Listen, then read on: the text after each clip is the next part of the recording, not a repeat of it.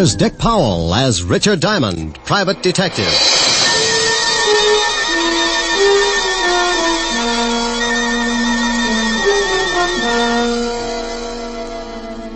It's 5 o'clock in New York City, and the big neon signs light up the dark office that overlooks Broadway on the corner of 53rd Street. Behind a second-hand mahogany desk, relaxing in a swivel chair, is the leading figure of the Diamond Detective Agency, combination stockholder, office boy, and clue chaser. He is Richard Diamond, and his mind is on a lovely redhead named Helen Asher, as she sits on a couch talking about things he likes to hear. At this moment, however, another scene is taking place in the wealthy district of Long Island. A long black convertible is just pulling up to an old English mansion, and a curvaceous blonde steps from the car. She is met at the door by her brother. Well, good evening, my dear sister. You're looking simply ravishing. How would you know the difference? Oh, drop dead. You disgusting excuse for a man. Why don't you sober up for 5 minutes and take a look at yourself? I did once. Oh, by the way, our dear stepfather would like to see you in the study. Tell him to go... I already did. Now it's your turn. I don't want to.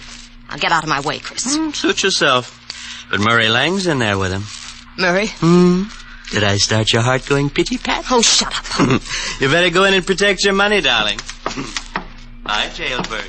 Son. I don't care what your plans are. They concern my daughter, and that's enough for me to put a stop to them. You're not going to put a stop to anything. You can't intimidate me, Lang. You're just a cheap, no-good gangster, and your methods are too well known to frighten me. Come in. Oh, hello, Liz. Hello, Murray. I'm glad you're here, Elizabeth. Mr. Lang and I were just discussing your future. I'm surprised you put up with it this long, Murray. Come on, let's leave my dear stepfather until he simmers down. Elizabeth, I want to talk to you. Well, I don't want to talk to you. Let's go, Murray. Listen to what he has to say. Maybe you'll get a laugh out of it. Well, what is it? I've just been talking with Lang about your intention to marry him. I have advised him that if such a thing were to take place, it would result in the most serious of consequences. Is that all? No, that is not all. When you got into your trouble with the police, my dear stepdaughter, you were paroled in my custody. If I should report to the board that you had violated the terms of your probation, you would most certainly go to prison. Why, you... What's the matter? Aren't you satisfied with the salary you collect for taking care of Mother's estate? How dare you, you little Sit sniffer! down. You look bigger behind a desk. Well, just yell and scream all you want to. After Monday, you better start looking for another source of income. You know very well it's not the money. But your greasy boyfriend here would certainly like to get his hands on it. Look, you, I don't give a hang if you are a midget. I'm not going to stand here and listen to you. Murray. No, baby, I won't take it. I'll wring his scrawny little neck. Go on, lad, go on. It would give me the greatest of pleasure to call the police and have you locked up. I'll fix it so you won't have a head to call anyone with. Murray, leave him alone. Can't you see that's what he wants? Yes, well, Mr. Lang. Come on, Liz, let's get some fresh air. I want to say one more thing. Just remember, Father, my probation expires Monday. After that, you won't control any part of my income, so you better start getting packed. And if I report you to the probation board in the morning? I wouldn't. If you do that, you'll not only stop being my guardian, but you'll stop breathing. Get out. Get out, both of you. Come on, Murray.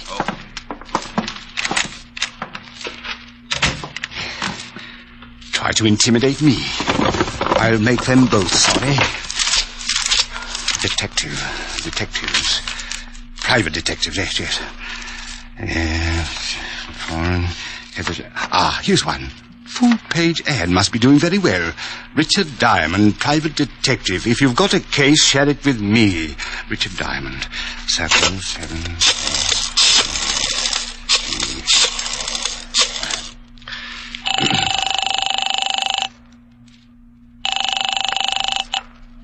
Yeah? Mr. Diamond? That's right. I want to hire you for a few days. Oh, you saw the ad.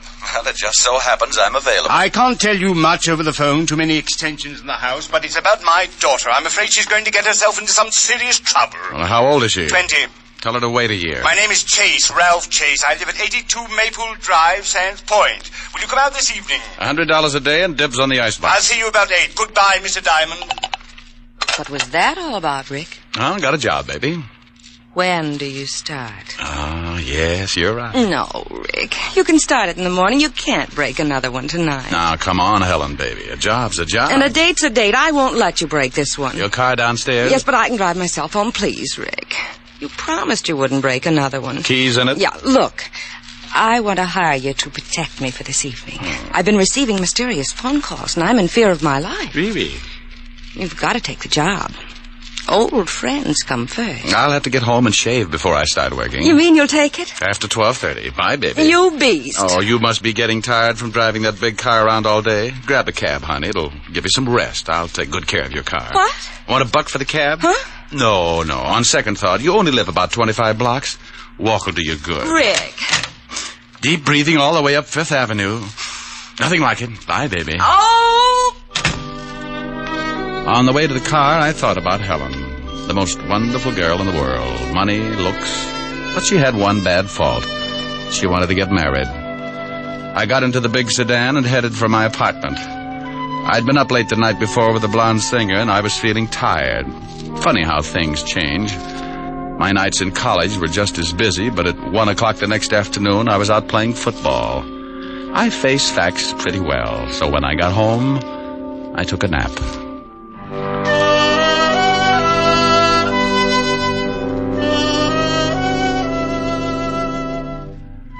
I slept until 7 and got up and dressed. I drove Helen's car out to Long Island, and at 8 o'clock sharp, I was ringing the doorbell of the Chase Mansion. It was a big house, all right. If they built another one like it, Long Island would sink.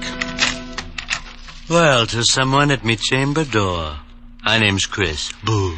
Blow your booze some other direction. Your breath would wither a lung. My alcoholic exhalations are composed of the finest ingredients. You must have a weak stomach. Look, if you'll just stagger out of the way, I'd like to see Mr. Chase. Dead or alive? What? Nothing. I was just thinking out loud. Well, go right ahead. And after your talk with my stepfather, you can find me in the bar. You'll probably wind up like I am. That's a sweet thought. Where can I find your stepfather? Probably in the library, lying in my money. I left him leaning against the front door, gagging on the fresh air. I wandered down a long hallway and a big sitting room, furnished with enough antiques to make the Metropolitan Museum give up in shame. There was something about the place, a heavy quietness, like a bar of gold in a dark room. A shot had come from up ahead, and I tried a couple of doors before I found the room. Mr. Chase! Mr. Chase! In here! Mr. Chase? Yes. Come in and shut the door. I looked over at Ralph Chase crouching behind a desk. He got up slowly, all 5 feet of him. And I tagged him for a guy who would give $1,000 for every inch you could put on his legs. He looked like he could afford to be a mile high. The tall French windows were open at the back of the room, and you could still smell burning cordite. Someone tried to shoot me from the garden. Yeah, I heard the shot. You must be Diamond. That's right. Don't you think you better shut the French doors and pull the drapes before someone takes another shot? Yes, very good idea. You pull the shades, Diamond. Hey, you can start earning your money right now. You're a little excited, but I'll start to work. All right. Be careful, he might still be out there. Well, I doubt it. I can't see anyone out here. Oh, he just missed me. You can see where the bullet hit the wall. I jumped and hid behind the desk. Didn't you hear him on the porch? No, he must have stood in the soft grass that surrounds the garden. That's a good 10 feet from the house. You're lucky he didn't move in closer. He probably wouldn't have missed. Got any idea who it was? Of course, it was Murray Lang. Murray Lang? The gambler? Yes, do you know him? Well, I used to be on the force. Set him up 6 years ago on a larceny rap. Then you know what he's like. He was in the house this afternoon. We had an argument and he threatened me. An argument with your daughter? Yes, about my daughter. How'd you know? Well, you told me she was getting herself into trouble. She couldn't have picked a better playmate than Lang to get there with. Father, we heard a shot. Not really. Oh, let's go. He's not dead. My stepchildren, Mr. Diamond. Oh, well, lovely. I'm quite alive, so you can both stop looking so unhappy. Does it show? Come on, sis. Let's find the guy who fired that shot. I want to give him a few pointers. Where's Murray Lang, Miss Chase? Yes, he's the man you want. I'm sure he Don't tried be absurd. Murray left 3 hours ago. What are you, a cop? Does it show? You're wearing too much cologne. Come on, Chris. Oh, she's nice. That's Elizabeth. The boy's her brother, Chris. I'd hate to draw straws. I married their mother and raised those 2 brats after she died. The courts appointed me executor of the estate. They don't like you handling their money, is that it? Yes. Since they've been old enough to ask for 50 cents to go to a movie, they've condemned me for watching their interests. You said you were worried about your stepdaughter. Tell me about it. I'll make it brief. Hate long explanations. Elizabeth got into some trouble with the police. Hit and run. She'd been drinking. The man died. Liz was sentenced to a year in Folsom. But I got her off on probation. Oh, what do you want me to do? Drive around with her and spoil her aim? Monday the probation expires. She says she is then going to marry this hoodlum, Murray Lang. And you don't want that because you think he's after her money? Exactly. When she marries, the will reads that I shall, as executor, turn over half of the estate to Elizabeth. What about Christopher? He looked irresponsible when he was born. His mother left instructions that he should not receive his share until he is 35. That's another 8 years. Well, your stepdaughter's old enough to know what she's doing. I can't see how you can stop her. That's what I want you to do. And if I do, you'd be in a pretty good spot. What do you mean, Mr. Diamond? You continue as executor. I can understand you thinking something like that, but believe me, as much as I dislike my stepchildren, I wish to keep them in line for their late mother's sake. Oh. Well, Mr. Chase, I'll take a look around outside. Maybe I can come up with something that'll point out the would-be killer. If it was Lang, you can stop worrying about Elizabeth. Sing Sing doesn't boast a wedding chapel. I went out through the French doors and started looking around on the soft grass that bordered the garden. I had a fat hunch, so I stopped looking and started wandering. I was halfway through the rose bed when I spotted them. It was Elizabeth and a man. In the darkness, I couldn't make him out, but Murray Lang was my best guess. They went up a narrow path to one of those Chinese pagodas at the far end of the garden, and I stepped up close enough to give my ears a workout. It was Lang, all right. I don't care what you think. I didn't take a shot at the old man. Then who did? He's got a policeman in there now, and he's going to start trouble. Let him. I'm clean. If it was that lushed-up brother of yours. Chris hates him, but he'd never try to kill him. Well, then stop hounding me. Maybe you took a shot at the old boy. Murray. Well, you got a good reason. I'm tired trying to buck the whole Chase household. If you love me, let's take off tonight and get married. Tell the old man to go to the devil. You can certainly wait till Monday. Yeah, but he won't. He's going to cause some kind of trouble and get you tossed into Folsom. He's not going to give up all that money just because you're through with your probation.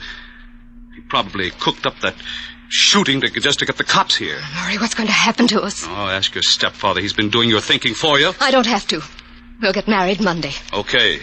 I'm staying clear of this place till then. But what if there's more trouble? I haven't got anyone to turn to. You worry about it, baby. I got a police record that makes yours look like a merit badge. I was too good a target in the moonlight, so I started back up the walk to the house. As I passed a hedge, I noticed a funny-looking plant that was shoving its way out of the foliage. I'm sorry I did that. It was the Johnny Jump-Up variety. Blackjack kind. The guy on the other end of the sap gave it to me right over the eyes, and I went down like a crapshooter making a pass. I rolled over and watched the moon melt and run down in my eyes. Something warm and sticky spread over my face and turned the night red. Yeah, I was bleeding again. I guess I showed signs of recovering, so he started all over.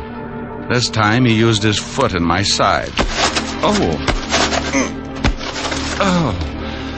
A couple more kicks in the ribs and in the right place, and he could have whipped up a fast course of Nola. I felt tired, so I rolled up in an old rose bush and went to sleep.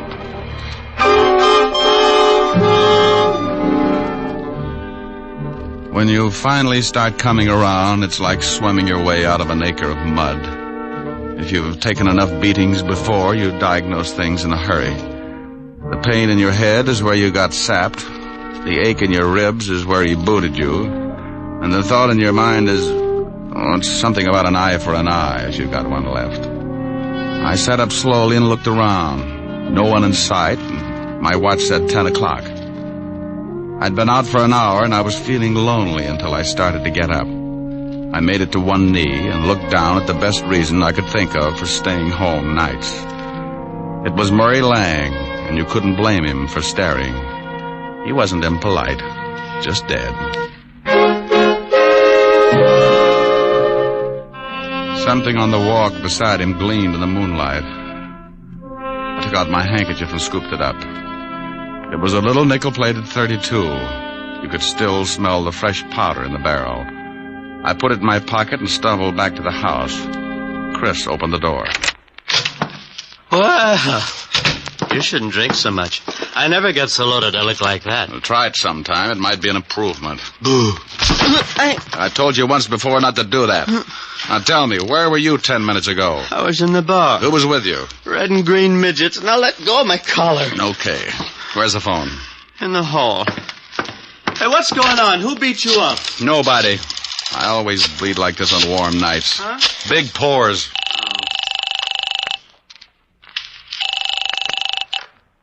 Homicide, Sergeant Otis talking. Who taught you how? Did you sit up nights with a parrot?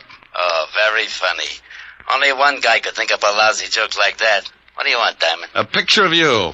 I'm going to show some doctors that mercy killing has its points. Now, let me speak to the lieutenant. Comic.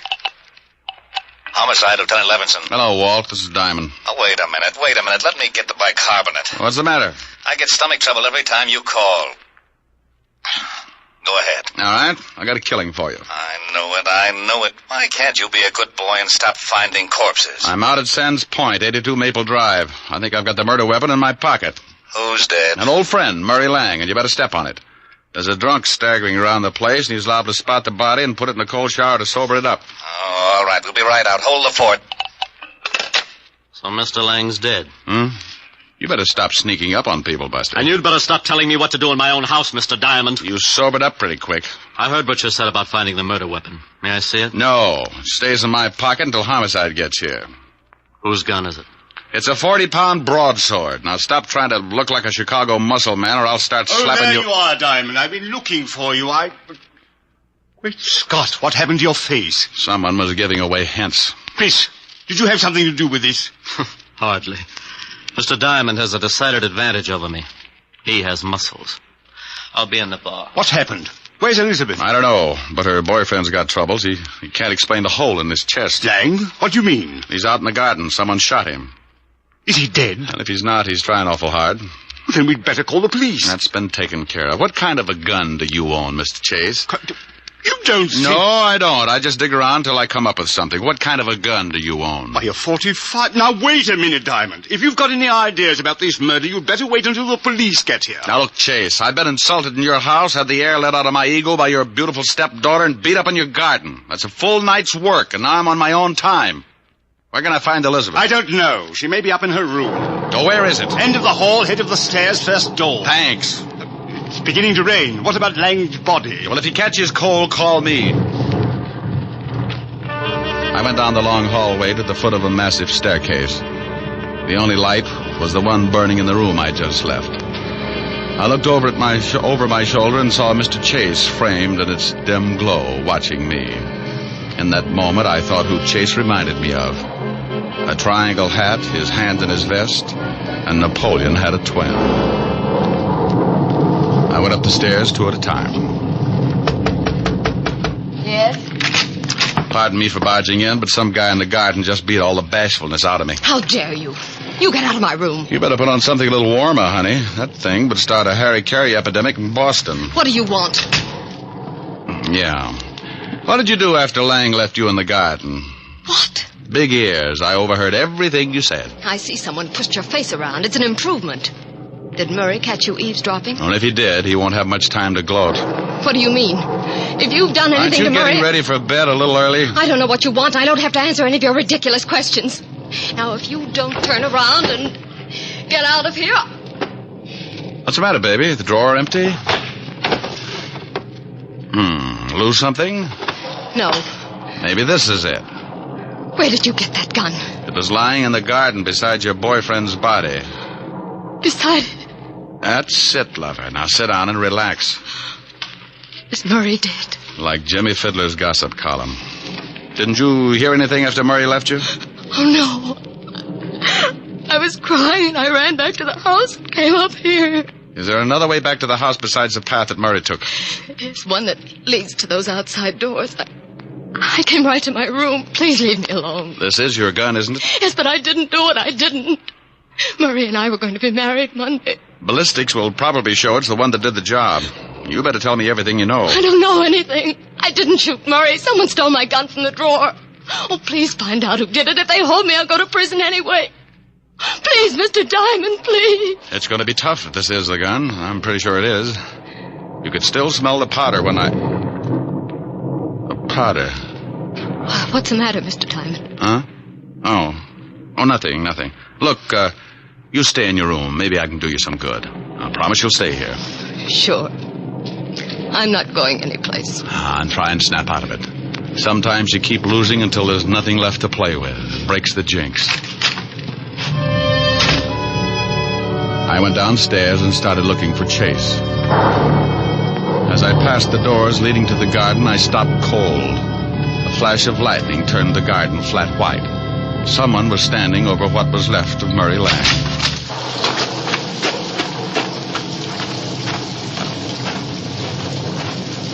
Well, like the view? Oh, Diamond. I was just looking at the body. I talked with your daughter. She says the gun that killed Lang was hers. What? Claims they had an argument, but won't admit she shot him. Oh, no, I can't believe it. Certainly she had no reason. Unless... Unless what? Well, unless she found out Lang was just after her money. Well, that's possible. Anyway, if she did do it, I still can't figure who worked me over. Maybe it was Lang. You told me yourself he didn't like you. Maybe it was Elizabeth. Oh, no, it would have to be somebody very strong. She might have kicked you, but never could she have hit you hard enough to crack your head open like that. Tell me, when does Elizabeth come into her money? Why, at the end of the probation. The court set it aside until she was cleared of all charges. Who gets it if she goes to prison? Well, I'm the sole executor of the estate, but she's not going to jail. She didn't do this thing. I'll get the best counsel in the country. I'm sure you will. Tell me something, Chase. It's pretty obvious that my face got pushed around, but how did you know my ribs got the same treatment? What? It doesn't show. It just hurts. Why, well, you told me. What are you getting at, Diamond? You'd have to reach pretty high to sap me, but if you were mad enough, you could make it. This is absurd. I'm going inside. And when I get grouchy, it's better to listen. I'm liable to use you to make the flowers grow. Go ahead, Mr. Diamond. I'm listening. Well, everybody in this house has some sort of motive for killing. With Elizabeth, it could be the old story of a woman scorned. With your lushed-up stepson, he could want to put the blame on his sister so he'd get more than his share of the estate. And we certainly know you stand to profit if Elizabeth goes to prison, because you retain custody of the family fortune. I'm getting wet, Mr. Diamond. Everybody's story's weak, but only one of them doesn't stand up. You said earlier this evening someone tried to shoot you from outside your library. Of course they did. You have the shot and saw the bullet hole. That's right, I did. But you told me he was standing outside the room by a good 10 feet. Nothing to say, Chase? You're trying to catch me up in something. Oh, you are so right. Now, when I walked into that room, I could still smell burning cordite. To smell fresh gunpowder like that, the gun would have to have been fired outside the room. You staged it, so I'd think someone was trying to kill you. Is that all, Mr. Diamond? Outside of the slip you made about kicking me in the ribs. Now, let's go inside. I don't think so, Diamond. Oh, that the 45 you were telling me about? Yes. Go ahead, make a try for it. I'm going to show you how it works. You kill Lang with your stepdaughter's gun, and you're going to collect the money if she goes to prison. Oh, you're a slob. My stepdaughter could easily kill 2 men tonight. You're in a spot. You can't shoot me with that 45 and make it look like the same person killed Lang, too. So you've got to get the 32 in my pocket. Give me Elizabeth's gun, Diamond. You try and get it, Chase. Why, you... Rick, are you out there? Better give it up, Chase. That's the law. He eats little men like you.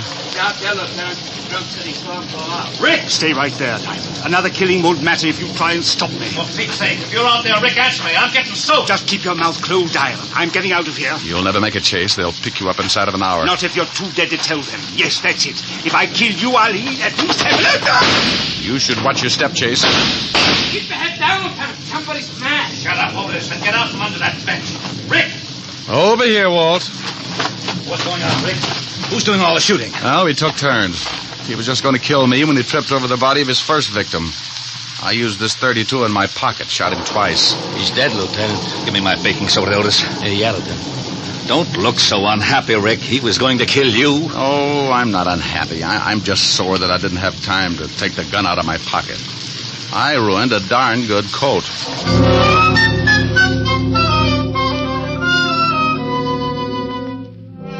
The 3 of us went back in the house, and Otis took Christopher up to bed so he could sleep it off. Walt listened to the story as I told it to Elizabeth. She cried a little and thanked me with her eyes. Walt went downstairs to clean things up, and I sat by her bed until she went to sleep. She didn't even wake up when I kissed her goodbye. Oh, I guess it was better that way. I said goodbye to Walt and Otis and headed for 975 Park Avenue. I was late. My face could use a mile of bandage. I hoped Helen wouldn't mind. Yes? Oh, my goodness. Hello, Francis. Tell Miss Asher I brought a car back. Oh, how bad a wreck was it, sir? Give me a glass with a backbone, will you, Francis? Yes, sir, right away, sir. Miss Asher's in the study. Thank you. Goodness. Thank you. Hi. Well, it's about... Oh, Rick, not again. Mm-hmm. Your poor little face. Yeah, my poor little face. Well, you just stretch out on the couch and I'll get you a nice tall drink. Francis is already on his way. Feel better? Yeah, oh yes. Got a pillow? I'll hold your head up. How's this? Mm-hmm. Like some music to go with it? Sure. Turn on the radio. You comfortable? Mm-hmm. How about you?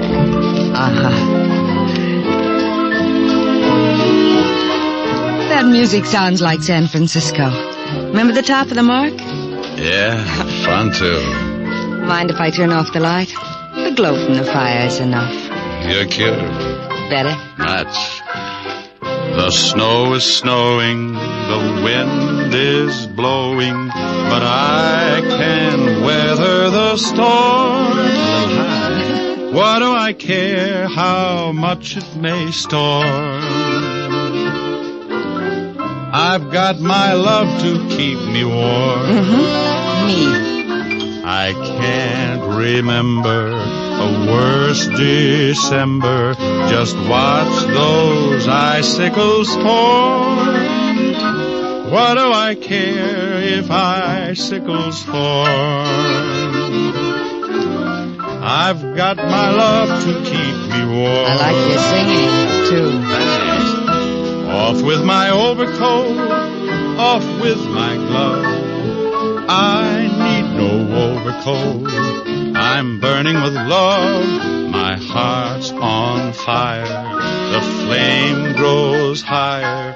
So I will weather the storm.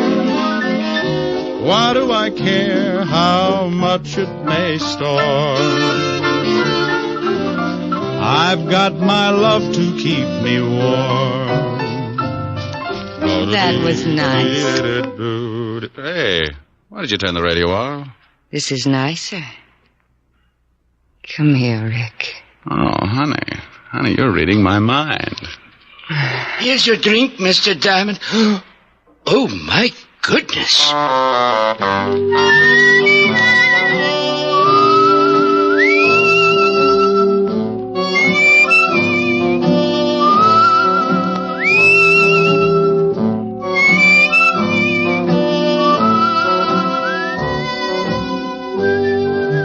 You have just heard the fourth of a new series, Richard Diamond, Private Detective, starring Dick Powell.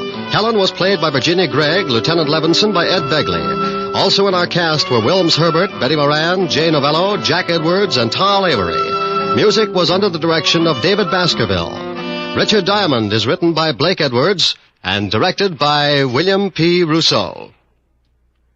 Even here in America, we're liable to have a few misconceptions about freedom. Many of us regard it as an outright gift with no strings attached. Well, that isn't quite so. All of us have received a heritage of liberty, a legacy of freedom forged in other days. Remember that the liberty you enjoy is a precious legacy, a legacy that can be lost through disuse. Don't ignore freedom, work at it, for freedom is everybody's job. Now, this is Eddie King, inviting you to be with us again at the same time next week when we will again bring you Dick Powell as Richard Diamond, Private Detective. This program has come to you from Hollywood. This is NBC, the National Broadcasting Company.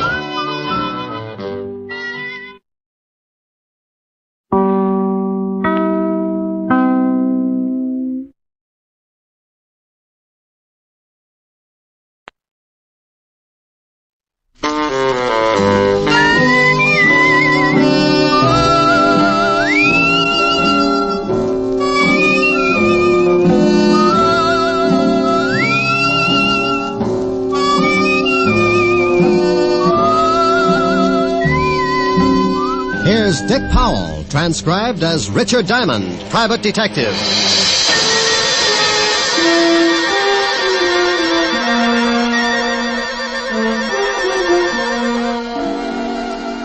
My name's Diamond, and like a lot of working people, at 5 o'clock in the afternoon, I get pretty anxious for 6 o'clock to roll around, especially if I haven't had a client for the last 3 days. But even if I don't expect anyone to drop in before 6, I can't take a chance, so I stare out of my office window on 53rd Street just to kill time. I see the night starting to muscle in on the Broadway bright lights, and I wonder just how many prospective clients are out in the city.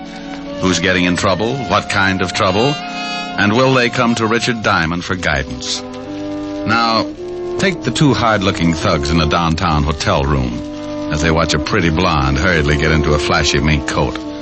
They're going to need plenty of guidance.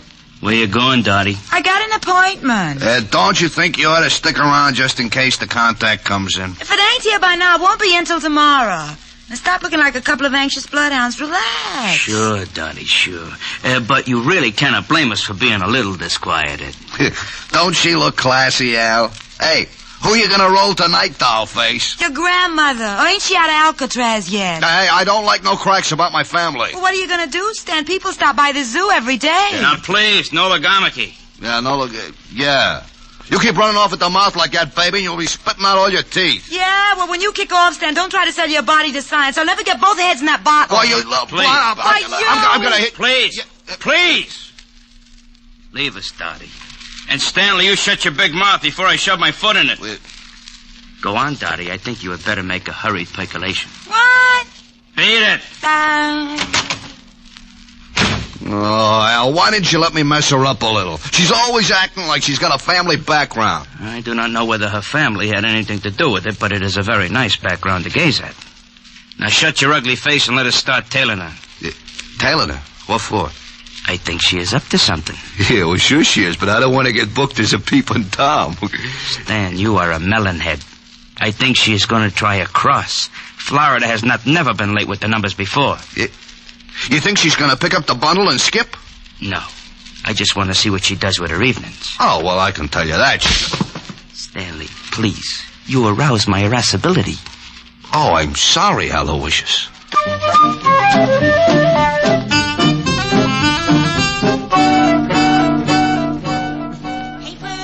Evening paper. Evening, Glenda. Oh, hello, Horace. Times. You look tired. Hard day at the office? I stayed home. My wife's swell.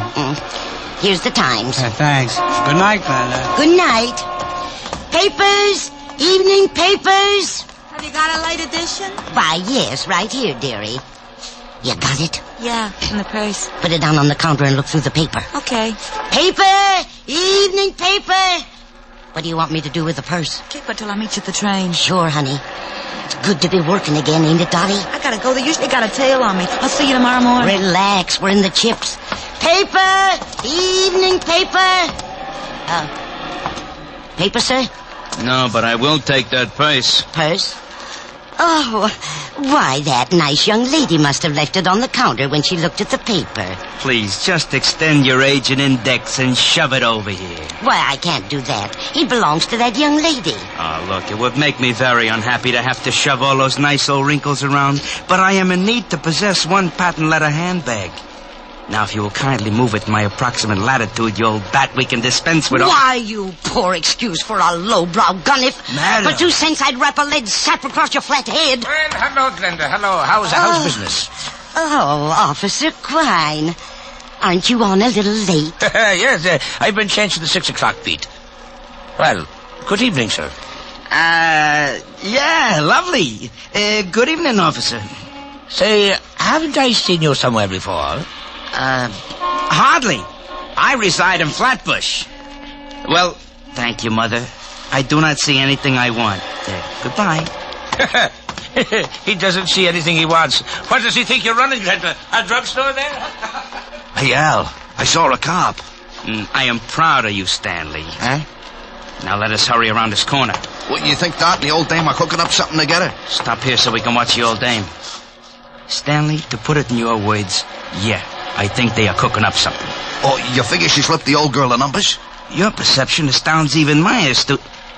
Hey, Observe. Oh, yeah. Your grandma is taking off and leaving the cop behind to watch the papers. Yeah, she's going in that building. She has got the purse. Stanley, stay here and await my return. Okay, but my feet are beginning to hurt. Go in the drugstore, purchase some Blue Jays. I shall be right back with the purse.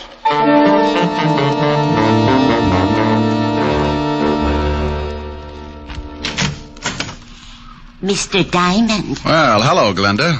Come in, pull up a rocking chair. Well, that's the way it begins. Sometimes when you wait around until the last minute, you get a customer. I wasn't too happy about this one because I knew she didn't have enough money to hire a tramp to spot cigarette butts. I haven't got much time. I've got Officer Quine watching my paper stand. Officer Quine? You should be happy you aren't selling fruit. He's already got his thumbprint in every apple in Yonkers. Mr. Diamond, I found this purse. Found it, Glenda? Oh, you know me, Mr. Diamond. I'm going straight now. I remember a snake that said that once. He broke his back. Honest, I haven't been doing that kind of business since I got out. Well, what can I do for you, Glenda? I'm broke. Oh, it's not a touch. I want you to find the owner of this purse and return it. Why don't you give it to Officer Quine? Well, there's no money in it. And with my record, he'd sure run me in for purse snatching. No money, huh? Oh, no. No, I didn't touch a thing. Just, took a peek, maybe. Oh, yeah. A young girl left it on my counter. If you find her, you can ask her. I didn't touch a thing. Okay, I'll see what I can do. Oh, thank you, Mr. Diamond. Goodbye. Keep your nose clean. Oh, I will. She'd keep her nose clean, all right. And a glass of gin. I'd known old Glenda ever since she started working bunco rackets and got put away for 2 to 5. I was sure she'd lifted the dough from the purse, but I opened it and went through it anyway. I was just kicking myself for telling her I'd try to dig up its owner when the door opened and an ugly-looking mug wearing alligator spats walked up to my desk. You should be ashamed, looking in someone else's purse. It's a bad habit, like not knocking on doors. Oh, it said on the door to come in. How long did you have to wait before someone came by to read it to you? May I please have the purse? Oh, is it yours? Yes. Well, I didn't notice the wedges. Give up high heels? You are a very poor comic. Now, may I have the purse, or must I make you bleed? Oh, it's like that. Well, sure, here it is. Thank you. And something to go with it. I caught him with one that made my arm feel good clear up to my shoulder. His eyes rolled back, and he went down faster than the celluloid collar on the flagpole. I looked at the black purse and started getting that lousy feeling again. I'd gotten into something, and it was beginning to smell already. So I called the 5th Precinct Police Station and an old friend, Lieutenant Levinson. Homicide, Sergeant Otis. Hello, Otis. Let me talk to the lieutenant. Is this Diamond? No, it's platoon number 3 of the Brownies, 300 strong. Now let me talk to the lieutenant. And what are you going to do with all those tired jokes when you run out? Give them away to idiots. You want to start a collection? Oh, nuts. Lieutenant Levinson. Hello, Walt. Diamond. Oh, wait a minute. Otis! Yeah, Lieutenant. Where'd you put the bicarbonate? Top drawer, Lieutenant. Oh, hold it a minute, Rick. Get me some water, Otis. Yeah, Lieutenant. Go ahead, Rick. I can stand it for a second. If you didn't get so excited, you wouldn't have to take that stuff. Here you are, Lieutenant. Never need this stuff until you call. Now, who's dead? Nobody, but there's a guy in my office lying on the floor. He's dead. He's got to be. No, he isn't, Walt. I just belted him in the mouth when he tried to get rough. Wait a minute. He's trying to wake up. Groan for the nice policeman. You hear him, Walt? Okay, so some guy got tired and went to sleep on your floor. What do you want me for? Hold it a second, Walt. He's getting a little too active. What did you do? I kissed him goodnight. What did you do that for? Well, I've seen him somewhere. I think he's wanted. Oh, well, hang on to him. I'll send the wagon down. The door will be open. I'll fix it so he doesn't get away. Wait a minute, Rick. Where are you going? Well, about 5 minutes ago, an old dame hands me a black patent leather purse and asks me to find the owner. Right afterwards, this cultured gorilla wanders in and says the purse belongs to him. Oh, what's in it? Nothing much. A compact, book of matches, and a handkerchief. Smells nice. No money? No. I gotta stop by Helen Ash's for a minute, and then I'm gonna find out what makes this purse so valuable. Say hello to Helen for me. Sure thing. Bye, Walt. Be a good boy. Goodbye.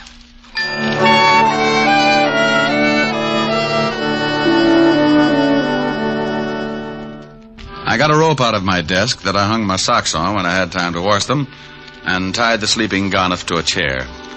I didn't know much about pocketbooks, but I knew someone who did, So I headed for 975 Park Avenue and a beautiful redhead named Helen Asher. Oh, good evening, Mr. Diamond. Good evening, Francis. Is Miss Asher in? Yes, sir. She's in the study. Shall I announce you? No, just dig up something that'll get me back on my feet. I'll let myself in. Yes, sir.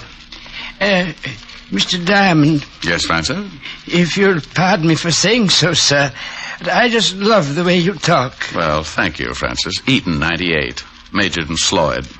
Oh, my goodness, you're pulling my leg again. Anyone home? Rick, you got here. Hi. Hi. Well, since when did you start carrying a purse? Like it? Matches my complexion. Oh, you idiot. Take a look. Whose is it? Gotta find out. It's worth something. One guy already tried to get it the hard way. Cigarette? Oh, thanks. It's got some initials on it. D.K. There's nothing valuable in it. I know. That's what I can't understand. Got a match? Here's some in the purse. Thanks. Here. Adams Hotel. Flop house with sheets. Compact's never been used. My darling. Well, thanks. Oh, the perfume and the handkerchief, silly. It's my darling. Oh. Ah, don't look so hurt. So are you. Well, come here. Rick. Here's your drink, Mr. Diamond. Oh, my goodness. Oh, that's all right, Francis. I was just trying to convince your boss we should take in the wrestling matches. Why, Francis, you're blushing. Oh, pardon me. Miss Asher's residence? Yes, sir. One moment, sir. It's for you, Mr. Diamond. Oh, thank you, Francis. I'll see if the dinner is ready, Miss Helen. Hello? You get right down here. What? Lieutenant Levinson. Get down here to the station, Diamond. You're in trouble. Diamond? Oh, wait a minute. Slow down. Not dead, huh? My stomach starts getting back to normal, and you have to knock some guy off. Knock some guy off? I don't know why I should waste time with explanations. I ought to just send notice over there with the wagon, but I like your girlfriend too much. What are you babbling about? I thought you said the guy in your office was still kicking. What? Yeah, somebody made a punch board out of his chest, and I like you for a suspect. Now get down here. Wait a minute, Walt. Somebody shot him? Yeah. If that wasn't what killed him, he died of fright when he saw the bullets coming. Now, I'm not talking anymore till you get here. Make it 10 minutes or I'll have a warrant out for you. Oh, swell. Rick, what's the matter? Oh, that crazy Walt Levinson's got me in line for a murder rap. I gotta go down and square myself. Murder? Rick! Yeah? I'll see you later, baby. But, Rick... I can't wait. I'll get back as soon as I can. If we were married, this wouldn't happen. Rick, you forgot the purse. Francis? Francis! Yes, Miss Asher? Francis, Mr. Diamond forgot this purse. See if you can catch him. He's gone to Lieutenant Levinson's police station. Yes, Miss, I'll do my best. Rick just has got to stop this foolishness. Oh. How did you get in here? Oh, who are you? I come in a back way, lady. Where's the shaman? You get out of here. No, just relax, baby. One yell out of you and you get hurt pretty bad. What? Where's the shaman? He went down to the police station. Okay. Where's the purse? I saw him bring it in. I don't know. Oh, come on, baby, or do I shake it out of you? You stay away from me. You... Hood? Hood? Yeah, where's the purse? I told you I don't know. No, stay away. Okay, but you're making it tough on yourself. Stay away. You stay away from me.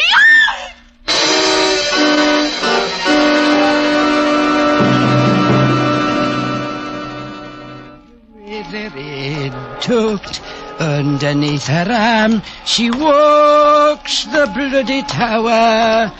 With the red tucked underneath her arm at the midnight hour. Pardon me, sir. Yes, madam? I believe you have my purse. I beg your pardon, but this purse is the property of Mr. Diamond, private detective. Yes, I know. I gave it to him to hold for me. Well, I'm very sorry, madam, but you'll have to claim it from Mr. Diamond himself. Oh, yeah? Help! Police! Oh, madam. Measure! Madam! Help! This man is trying to steal my purse. Madam, let go of my coat. This guy giving you trouble, Mother? He's trying to steal my purse. Help! Oh, he is, huh? Looks just the type. This'll learn you, Romeo. Oh, my. Gun an old lady, will you? Come on, get up and fight. Hey, lady! Lady! How do you like that? Didn't even say thanks.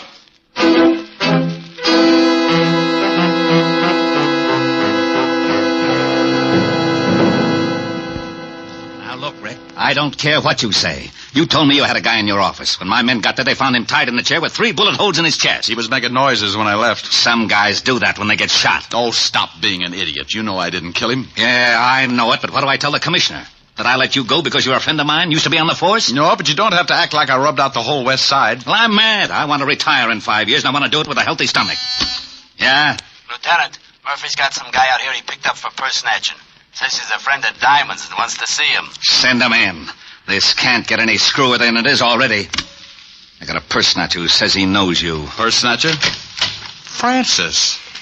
Yes, Mr. Diamond. I don't feel so well. That's all, Otis. Isn't he your girlfriend's butler? Yeah. What happened, Francis? Well, sir, I was bringing that purse down to you. That's right. I left it at Helen's. Yes, sir. Well, a little old lady approached me on the street and claimed it belonged to her. What did she look like? She had white hair, and she was wearing an old shawl. I think she'd been drinking gin, sir. Cheap gin. Glenda Bergen? Is she the one who gave you the purse? Yeah. And then what happened, Francis? When I wouldn't give her the purse, she started yelling and called me a masher. And some enormous gentleman arrived and clouted me in the jaw. Oh, it was disgusting, sir. And the old lady got the purse? Yes, sir. She ran off, and the enormous gentleman sat on my chest until an officer came and carted me off to this place. Was Miss Helen all right when you left her? Why, yes, sir. You don't think... I don't know. But if they knew I had the purse and spotted me going into Helen's... Here, Rick, use this phone. Thanks. Don't you see, Walt, this whole thing has something to do with that purse. Purse, schmurse. I've still got a stiff on my hands. Oh, my goodness. Yes? Hello, honey. You all right? Oh. What's the matter? Hi. Please come home. What happened? A man broke into the house looking for that old purse. I told him I didn't know where it was, and he started slapping me. You did, huh? Yes, and I need comforting. Well, honey, I've still got something to do. Lock all the doors until Francis gets back, and I'll be over as soon as I can. All right. Did you get the purse? Francis will tell you all about it. Bye, baby. Bye. Rick, some louse shoved Helen around. Francis, get over there and take care of her.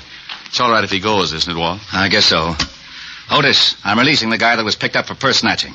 And don't say, yeah, Lieutenant. Okay, Rick. Oh, thank you, sir. Step on it, Francis. Miss Asher needs someone to take care of her. Yes, sir. Walt, give me 2 hours to find out what this is all about. Are you going after Glenda? Yeah. If she's tied up with this killing, I'd better send some of the boys along. Give me 2 hours alone. I want to find the guy who shoved Helen around. Okay, Rick. 2 hours, and I put in a general alarm for you and the old dame. You know where she lives? I got a shack over near the East River. Thanks, Walt. Otis, let Diamond go and bring me a tablespoon and some water. And Otis, shut up.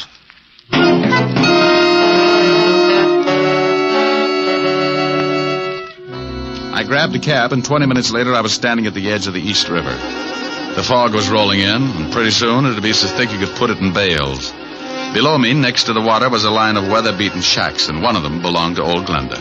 You want something, Mac? Huh? Oh, I didn't see you. Does old Glenda live in one of those shacks? Yeah, that one. Got a match? Oh, yeah. Here, keep them. Thanks. Forget it. No, wait a minute. Huh?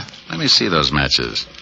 I've forgotten all about them. What's the matter? You collect them or something? These I do. Sorry, pal. You'll have to get some others.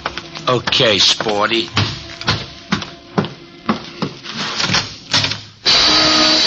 The inside of the shack looked like a hardware store after a good earthquake.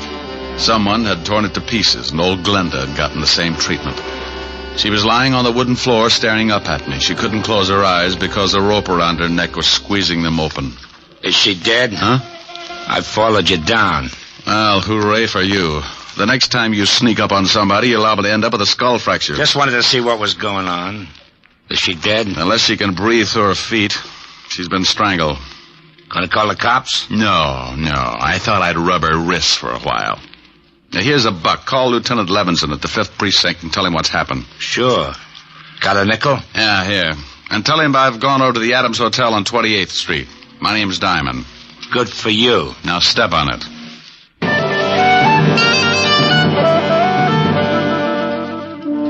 He left in a hurry, and I reached in my pocket and took another look at the book of matches I'd gotten from the black handbag. They were from the Adams Hotel on 28th Street, so I went over there fast. The sleepy night clerk showed me the register, and I found what I was looking for. I remembered the initials on the handbag were D.K. Dorothy King was registered in room 306. I went upstairs. Yeah? I got a message for you. Slip it under the door. I'm not that skinny. What is it? It's from Glenda. Oh, wait a minute. All right, the door's open. All right, now shut it and come on in. Huh? Oh, what a lovely gun. Glad you like it. Now, what do you want? I just left Glenda. She's dead. What? Yeah, strangled. How'd you find me? Matches in your purse. They were from this hotel. I checked the initials on the bag with the register. D.K., Dorothy King, room 306. Holmes would call it elementary. You must be the shamus Glenda gave the bag to earlier this evening. That's right. How did you know? Well, she called me. She tell you she got it back? I feel a quiet streak coming on. I usually like women who don't talk much, but right now you'd better start talking as fast as you can. Funny thing, this gun I got makes me lazy.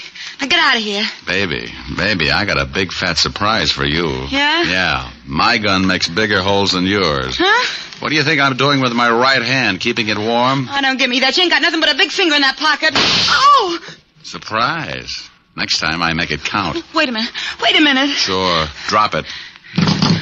Now that's better. Kick it over here. All right. Please, I didn't kill Glenda. Where's the purse? I ain't got it, honest. Well, who has? Now, look, baby, I'm in a bad mood. Honest, I don't know. That's right. She don't, mister. Stan. Well, you certainly know some pretty ugly company, Dottie. I don't know if I like that. You don't? Maybe I can word it a little different. Stan, he's a private cop. He come up here and tried to shove me around. Well, you should have done it, Shamus. Would have saved me the trouble. What do you mean, huh? Why, you no good, cheap double-crosser. Al and me saw you slip the bag to that old dame, and Al got killed trying to get it from the Shamus. I didn't kill Al. Nah, the old dame did it. I went up to the office and found him dying. He told me she'd done it.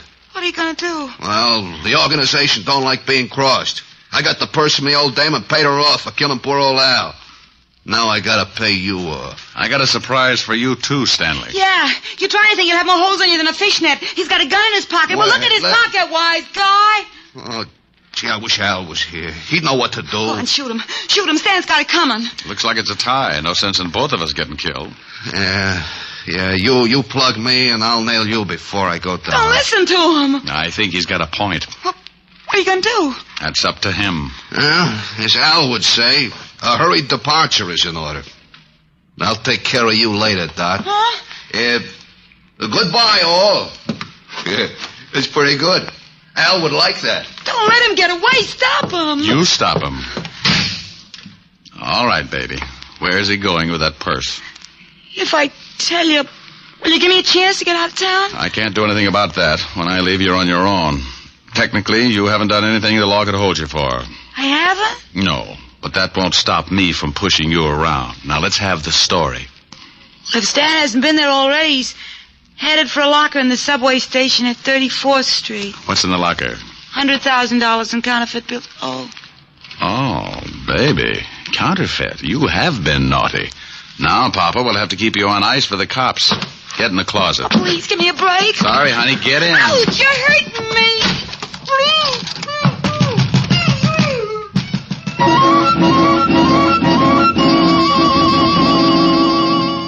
I went down to the night clerk and told him to tell Lieutenant Levinson when he got there about the blonde in the closet of room 306. The subway wasn't far, but Stanley had a head start and he was in a hurry.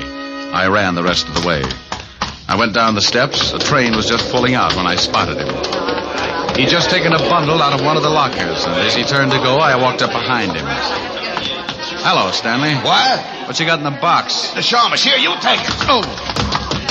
He tossed the package in my face and started running for the exit. But a crowd of people blocked his way, and when he saw me come up with my gun, he changed his mind. He turned and vaulted the turnstile, and I ducked behind the row of lockers. He had a gun, too. I tried to get a clear shot at him, but there were too many people. And then the frightened little guy did a stupid thing. He jumped down on the tracks and started running up the tunnel. Oh, look at that fool man. He's jumped down on the tracks. Stanley, come back here. You can't get anywhere that way. You said it, Mac. He's running uptown on the downtown side. Here's the corny line. Stop or I'll shoot. You won't get me. Stan, look out. There's a train coming. Look out. No!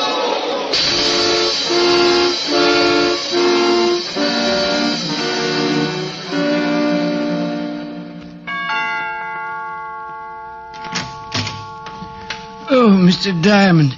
Come in. Hello, Francis. Is Miss Asher all right? She's better, sir. She's lying down in the study. How's the jaw? Oh, I feel better, sir. This ice bag is helping the swelling. I'll be in the pantry if you need me, sir. I'll try not to. Hi. Hi. Well, poor little baby. Yes. Poor little baby. You're lucky he didn't knock you out. Oh, I'll get it. Francis is nursing his face. Asher residence? Let me talk to Diamond if he's there. He is. Rick? Mm-hmm. Now, you listen to me. I've been chasing your conquests all over town. I end up down in the subway station and notice get stuck in the turnstile. Don't you think it'd be nice to let the police department in on something once in a while? Oh, sure. Right now I'm at 975 Park Avenue, nursing a beautiful redhead back to health. Oh, did you find the blonde in the closet? Yeah, I got the whole story from her. You want to hear it? I guessed most of it. She was fencing for a counterfeit ring, and she tried to cross them. The key to the locker was in that purse. Yeah, in the compact, under the pancake makeup. She and old Glenda used to do a duet together before they both got sent up. When the blonde got out, she started working for a counterfeit mob. They'd stashed the dough in different subway lockers around town and used her to make the contacts. So she figured she could use the 100,000. Well, nothing like being in business for yourself. Well, she was afraid to pick it up herself, so she slipped the purse to Glenda like she'd just forgotten it. Ricky. Yes, dear? Are you listening to me? I just stopped. Bye, Walt. What? Now, wait a minute. What is it, baby? I want some sympathy. Sure. What would you like, lover? Sing something. Oh, come on, baby. We can do without that. No, I want you to. I'm sick. An invalid should be pampered. Let me rub your head or something. Afterwards. I want you to sing. Oh, but it's late, baby. Then sing softly. Sing me to sleep. Oh, honey. I'll get mad and you'll have to buy me a present. Okay. Lullaby and good night with roses bedight.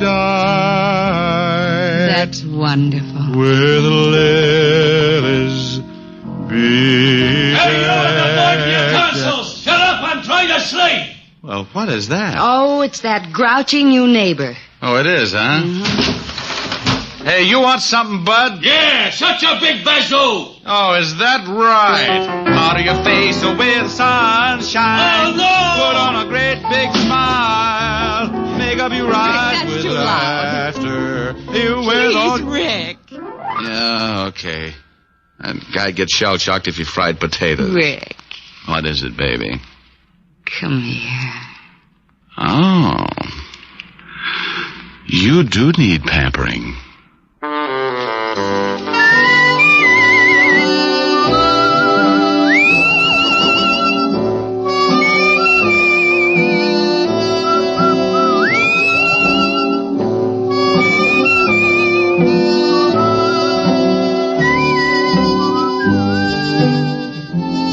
You have just heard Richard Diamond, Private Detective, starring Dick Powell. Helen was played by Virginia Gregg, Lieutenant Levinson by Ed Begley. Also in our cast were Wilms Herbert, Betty Lou Gerson, Jane Morgan, Jack Crucian, Hy Averback, Herb Butterfield, and Wally Mayer. Music was under the direction of David Baskerville. Richard Diamond is written by Blake Edwards and directed by William P. Rousseau. Now, this is Eddie King inviting you to be with us again at the same time next week, when we will again bring you Dick Powell as Richard Diamond, Private Detective. This program has come to you transcribed from Hollywood. This is NBC, the national broadcasting company.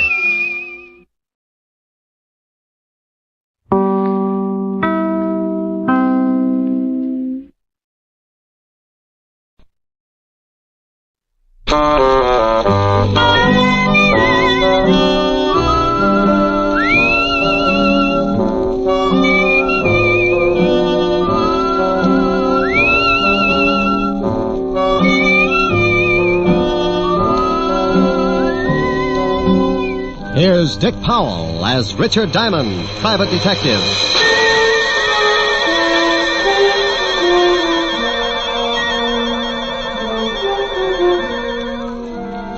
My name's Diamond, and I'm in business for a very simple reason. I like money. Oh, sure, I could do better, but I don't believe in straining myself. I might make a few bucks more, but so what? You work harder, your back gets weaker, and you take that extra couple of bucks and spend it for a brace to keep you from folding in the middle. No, I got a little one-room office that leans out over Broadway, and I'm very happy. Sometimes I get a case that lasts a week, $100 a day in expenses, and I make enough to pay the rent. Take my girl Helen Asher to dinner a couple of times and rest my feet on the desk like a prosperous businessman. I'm in partnership with a shill called Human Nature. And with him on my side, it just figures that people are going to get in trouble. Like the character who's ringing the doorbell of an apartment on the east side. He's built just right for more trouble than he can handle.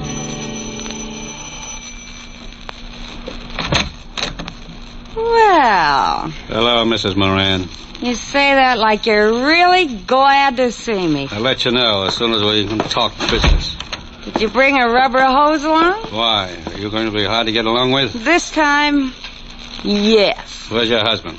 He went out. I tried to convince him the window was the quickest way to the street, but he's old-fashioned. He took the elevator. You're drunk. You can't get a bit out of me. Want a drink? Just get the 500. I don't want to be around when your old man gets back. You couldn't afford that, could you? No, and I don't think you could either, baby. Now let's stop playing games, Mrs. Moran. I've got a big, fat surprise for you, Mac. Keep it in small bills. That's not funny. That's your surprise. Yeah? Yeah. You don't get the money. You get something else. Stop yelling. You'll have the whole building up here in a minute. They'll be up anyway, Mac. A gunshot makes people curious. Now, wait a minute. You don't have to pull a gun. I don't have to do anything. And I'm breaking myself of one habit right now. I'm through paying your dirty blackmail. Now, you know I got my orders. If I don't collect, someone else will be around. Come on, give me the gun. Sure. A piece at a time. I need a drink.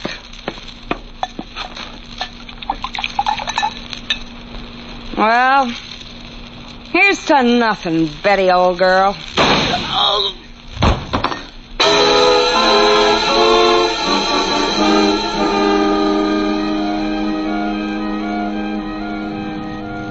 Extra, read all about it. Mac Grayson shot to death in blackmail plot. Socialite Betty Moran kills gangster, then takes own life. Read all about it. Paper. Hey, kid. Oh, paper, mister? Yeah. Hey, the chair. Oh, thanks. Wealthy wife of William Moran kills... Well, I have to call Mr. Moran. No sense to lose a good source of income.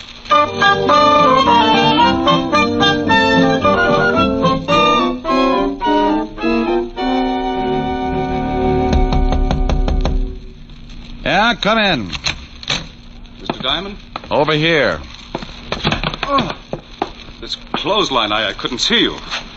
Do you always do your laundry in your office? Free soap. Pull up a chair, Mr. Moran. William Moran. Oh. Nice pair of Argyles. One of my old clients. Sends them down from Sing Sing. Have you read the morning papers, Mr. Diamond? I haven't had time. Took some throw rugs down to the laundromat before I started on the socks. My wife died last night. What did you eat for breakfast? Why, pancakes and eggs? Why? You must eat a whole pig when you're not in mourning. How did she die? She was shot to death.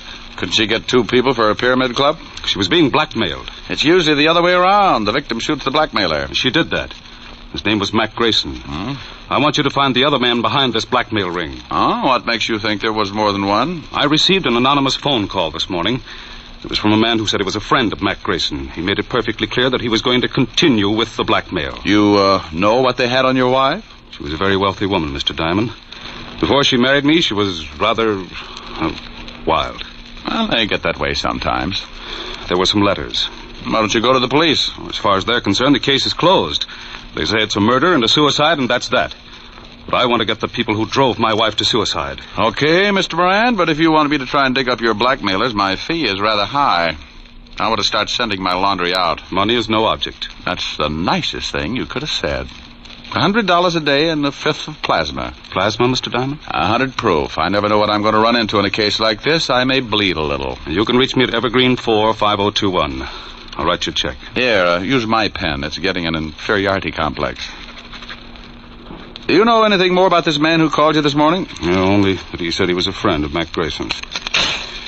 Oh, there you are, Mr. Diamond. This should be enough of a retainer. Oh, yes. And that's all you know? I'm sorry I can't be of more help. Oh, you've been a brick. I'll get the rest from homicide. Thank you and goodbye, Mr. Moran. Goodbye, Mr. Diamond, and good luck. Oh, I'm sorry. I knocked down some of your washing. There. Well, I'll be hearing from you.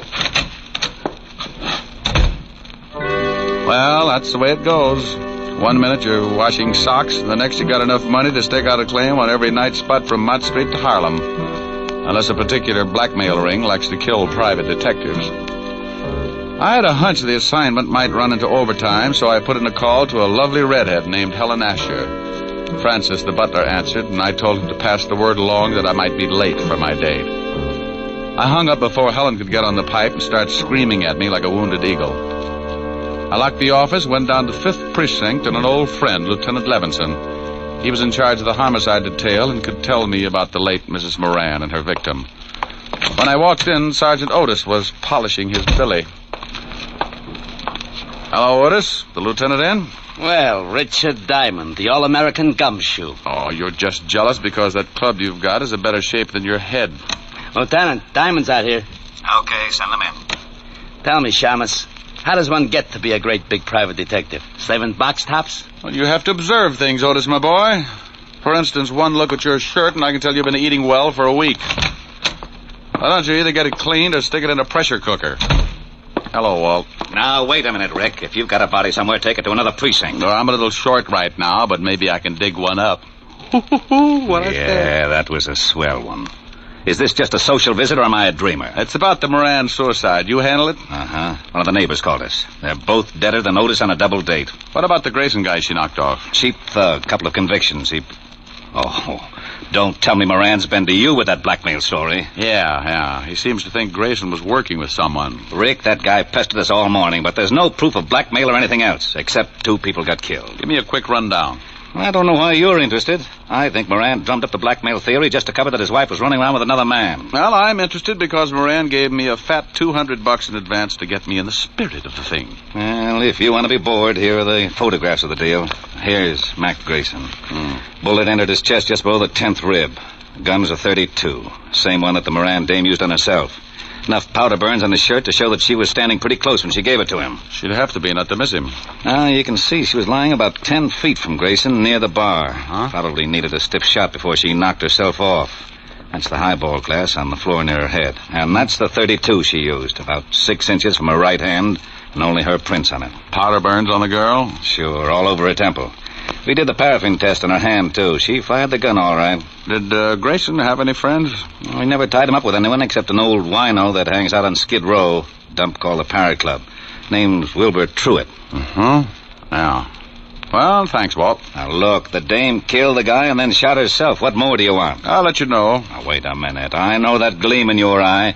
I always get a sour stomach from it. If you've got something, you'd better tell me. Oh, you're a cynic, Walt. Have you talked to this Wilbur Truitt? We questioned him this morning. Got a tail on him? Sure, but he won't take us anywhere.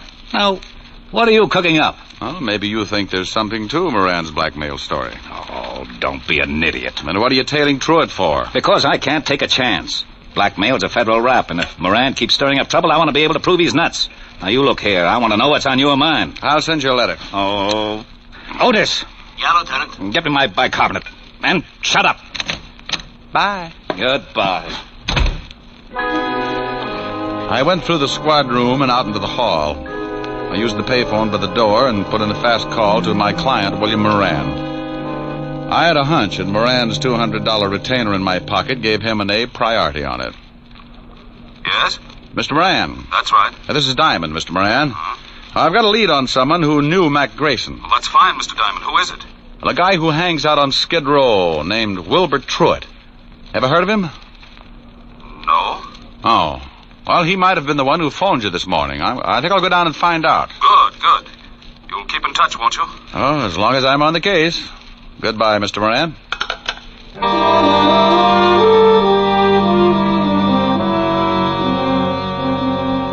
I left the 5th Precinct and headed for Skid Row. If you've never seen the street, it's a liberal education in the misery of human beings.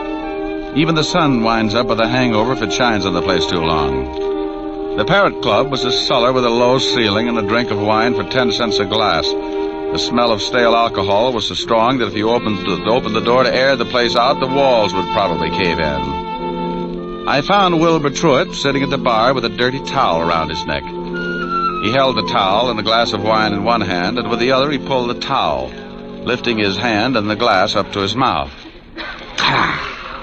You must have been an engineer. I learned this little stunt in grammar school, bucko. I started missing my mouth 30 years ago, so I used this towel as a sort of alcohol pulley. It cuts down the element of risk. Hate to spill a drop. You know a guy named Grayson? It's the shakes, bucko. I am completely exhausted after a night of revelry, and my hand waves like it was flagging down a caravan of whiskey trucks. Look, friend... But after one or two pick-me-ups, I am perfectly capable of lifting the glass by myself. And come nightfall, I'm in excellent condition to entertain my little friend. Oh, swell. Most cowards let the little fellows frighten them, and they end up in Bellevue, but I like them. They worried me at first, but when they found out how much I drank, they began to show the strain, and the shoe was on the other foot, so to speak. Oh, no. They tried to frighten me the first night, but I just kept right on with one bottle after another, and it finally drove them to drink. Now my DTs have hallucinations. We are rapidly building up a thriving community. What were you saying, bucko? Something about the evils of self-indulgence, but I've forgotten now. Good. In that case, I will let you buy me a drink. Oh, sure. Waiter, bring the bottle. You just gave me cold chills. If I lick your hand, it's only a sign of fond endearment. Okay. Now, do you know a guy named Grayson? I knew there was a catch. Are you a cop? No. In that case, I trust you. Besides, you are holding that lovely bottle. What about Grayson? First, a small glass of truth serum. First, Grayson. I can't stand to look, so I will turn my back on the bottle and tell you what I know. Mr. Mac Grayson, a very unsavory character who reached a sudden demise last evening, dealt in smutty pasts and made them pay off by milking his victims. He has only one friend, a Mr. Leo Fink. Now, please, I'm beginning to spit out wads of cotton. Where does this Fink live? Oh, you are indeed a heartless rogue. I was once. You aren't by any chance a spy from the Purity League? You get the bottle when I find out where Leo Fink lives. 1120 2nd Avenue now, please. Yeah, here you are. Don't struggle with the cork, bucko. I have just acquired the strength of an uncropped Samson. And as I gaze upon this ruby goblet, I am reminded of the fact that you are not the first to come seeking the whereabouts of one Leo Fink. Huh? Play it back in English. A thug with the disagreeable habit of twisting my ascot approached me not 10 minutes before you came in seeking the same information. Did you give it to him? I had to. One more pull on my tie, and dissipation would have been a thing of the past. Thanks, Wilbur. Here, buy yourself another jug. Oh, bless you. And good morrow, cousin. Here's to my love. Oh, true apothecary. Thy drugs are quick. Thus, with a kiss, I die.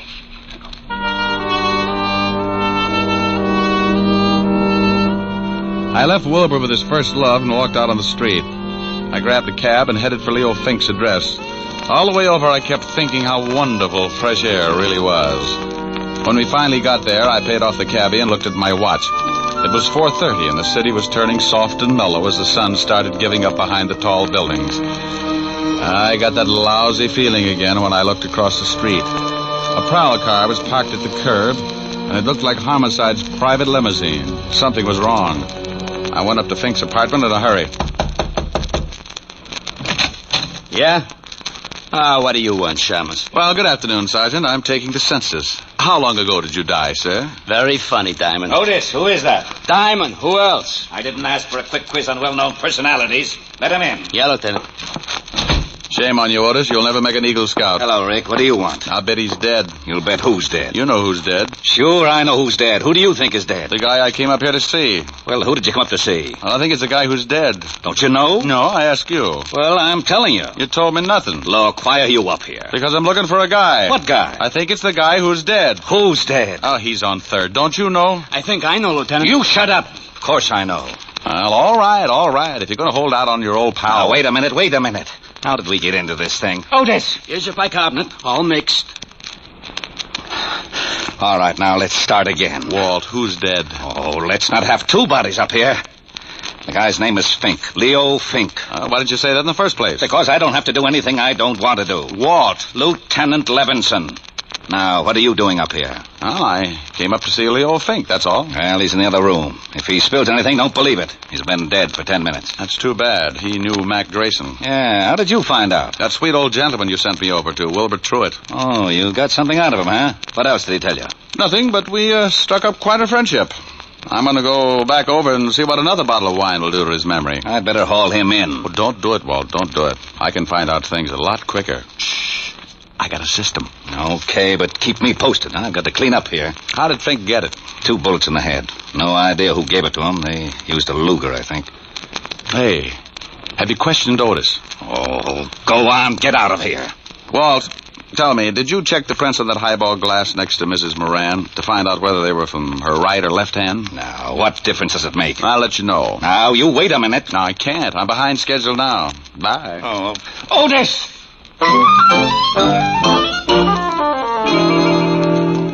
I went downstairs in a hurry and started back to Skid Row and Wilbur Truitt. I turned a corner and had a quick change of heart. That's far enough, Shamus. Wow. Well, look what I picked up. All right. Get into this alley. Now, why don't you put that cannon away? It shows up like a pair of gums at a dentist convention. Turn around and get going. I can run if it would help. Take your time. You haven't got too much of it left. Stop nudging. You got a cold barrel. Don't you like it? No, but it helps.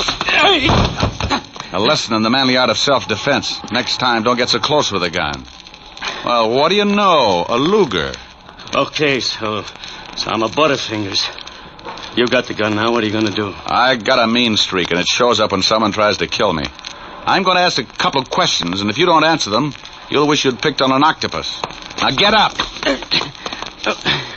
Oh, you're a big one. Now, who sent you after me? I don't know. Who sent you after me? Honest, I don't know. Oh, wait a second. All right. The guy told me on the phone his name was Jones. Sure, first name's John. Oh, wait. I know it's a phony, but he was recommended. You get paid for your work, don't you? Yeah, but this one I collect after the job. Where? I thought you'd gotten over that stubborn streak. Okay. The 8 o'clock ferry to Staten Island. He's going to slip me 2 bills. And you don't know his right name? No. Did you know Mac Grayson? I heard of him, but I never met him. Are you as handy with a .32 as you are with that Luger? Huh? Forget it. Next question. Who killed Leo Fink? That's a pretty big one. Okay, I'll word it differently. Who killed Leo Fink? I'll take the beating. Yeah. Well, I got a hunch this Luger of yours will check with ballistics. Come on. Homicide's still up in Fink's apartment. No, it's... What did you say? Okay.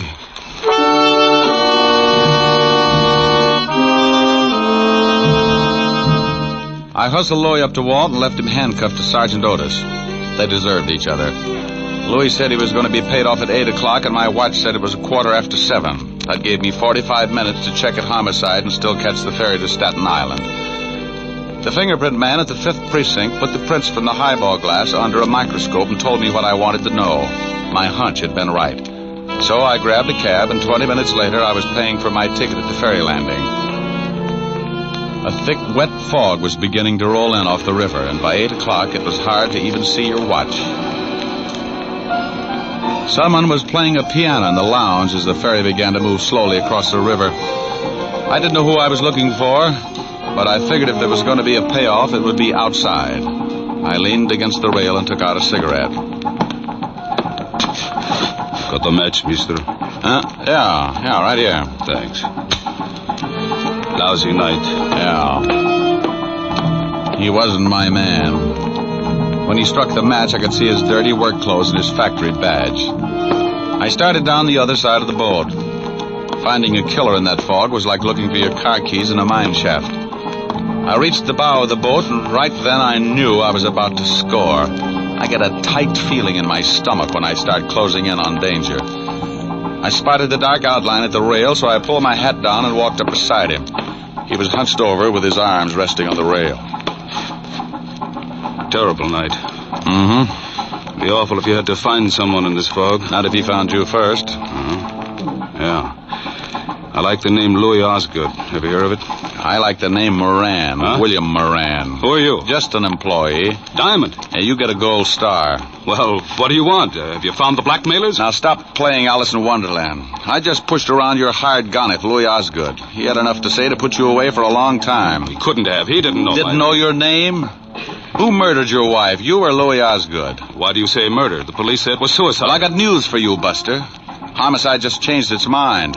I checked and found out that the highball glass near her head was covered with prints from her right hand. What does that prove? It proves that to take her own life, she'd have to have fingers a foot long. The prints on the gun were also from her right hand. You're going to tell me that your wife shot herself while holding a highball glass in the same hand? That's not my problem, Mr. Diamond. Well, I think it is. If Louis Osgood didn't shoot her, that leaves just one suspect, you. Now, let's take a walk back to the cabin. I want to keep an eye on you for homicide. All right. This is where I leave you, Mr. Diamond. Hey, come here. I hadn't thought he'd make a break, but as long as he had a gun and knew how to use it, I could understand why he did. I got my gun out and took off after him. I expected him to go over the side and in the fog, and he'd have a good chance. But when a guy gets cornered, he does funny things. I never would have spotted him, but he threw open a door and framed himself in the light from the inside. I must have caught him because I saw him start to fold and stagger through the door. I took my time getting there. A wounded man with a gun can get pretty mean sometimes. The door swung back and forth with the motion of the boat, and I could hear the sound of the engines. He'd gone down in the engine room, so I dropped to my knees and went in after him. A long, polished ladder led down to the big diesels below, and I knew I'd hit him with the first shot because there was a bright red trail of blood leading down the ladder and behind the churning machinery. Moran! Oh, Moran, come on out! You can't get out of here. Come and get me, Diamond. I don't like being slapped around, and I'm going to see that you get yours. He was somewhere off to my left and keeping himself hidden. A catwalk circled the engine room, so I pulled an old stunt. I took a wrench off the wall and tossed it down the metal ladder. I watched for his gun flashes, and when I spotted his position, I got down on my stomach and crawled along the catwalk until I was directly over his head. He was sitting in a lot of blood, and he didn't look like he had long to go. Come on, Diamond, I know you're down here. Surprise, look at the birdie. What? Don't try it.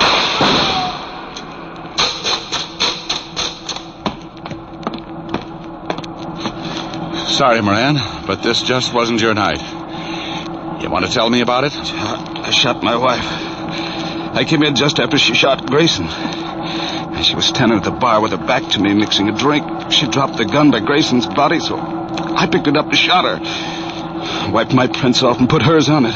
Why did you do it? I hated her. She had money. I found some letters and turned them over to Mac Grayson, a well-known blackmailer. I wanted him to drive her crazy until she drank herself into a sanitarium, and then I'd have her money. I never guessed she'd kill Grayson, but when I did, I saw a chance to kill her and make it look like suicide. You should never have called me. The police were satisfied. I had to find Leo Fink. He knew I'd hired Grayson, and he was going to blackmail me. So when I dug up the little wino that knew Fink, you hired Louis Osgood to bump Fink and me. Is that right? Hey, Moran. Oh, well, it was a dull conversation anyway. Lousy night.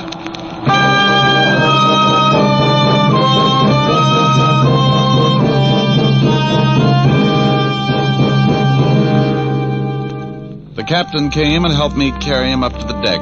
Back at the ferry landing, I called Walt Levinson and told him the whole story. I didn't wait around. I just hung up in the middle of his lecture on good behavior and started walking. A stiff breeze was kicking up and pushing the fog back where it came from. After a good round of murder, a guy likes to relax. And I knew just the place to curl up and get my fur brushed. I grabbed a cab and headed for 975 Park Avenue, and the only girl in the world who looked better than her $10 million bank account. Oh, good evening, Mr. Diamond. Hello, Francis. Is Miss Asher in? Yes, sir. She's in the library. Thanks. Get me a glass of milk, will you, Francis? Milk? Oh, yes, sir. Right away. Hey, that's a B flat. Rick, where have you been? Sailing, sailing over the bounding main. Move over. You were supposed to have been here at 8 o'clock. Oh, what's an hour if you tack it on to the end of the evening? Well, I'm glad you've been keeping out of trouble. I can't stand it when you wander in all beat up. You smell nice. What kind of cologne is that? Gunpowder, 38. What? Oh, nothing. What's this you were playing? Oh, a new song. Again. You were just dandy. Well, you know I don't play well. I just pick. You should be glad you don't play the guitar. With those beautiful nails, you'd saw it in half. You're ridiculous. Whoops. Oh, that wasn't a B flat. Rick. Mm-hmm. Who do you love? I won't tell. Rick? I love you, baby. Then let's get married. Hey, these are pretty good lyrics. Now stop that. Again, this couldn't happen again. I hate you. This is that once in a lifetime. This is that moment divine. You never sing when I want you to. What's more, this never happened before. Though I have waited a lifetime for such as you to suddenly be mine. No comment? No. Mine to hold as I'm holding you now, and yet never to part. Mine to... Hey, what's the matter? Don't go. You want to sing? Go ahead. Well, what did you have in mind? I won't tell. You're not being original. That's my line. Well, I'm mad. Come here, come here. No. Come here, Helen. Still mad? No. Well, let's get you mad again. It's so much fun making up. Mine again. What's the name of the song again? It never happens again. I'm mad. Oh, good. Ricky. Here's your milk, Mr. Diamond. Oh, my goodness, you never warned me.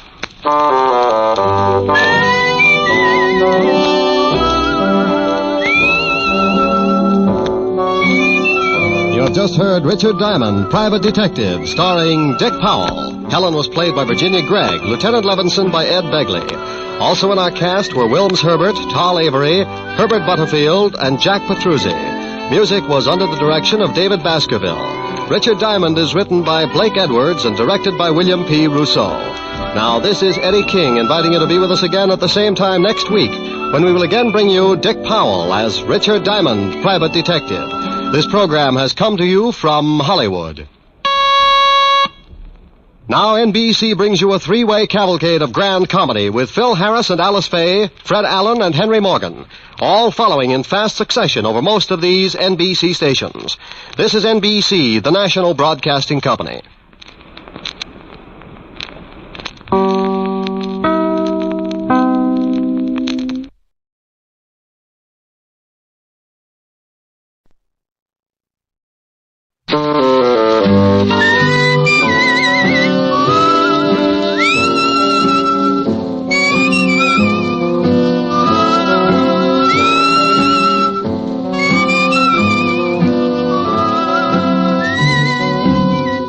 Here's Dick Powell as Richard Diamond, Private Detective.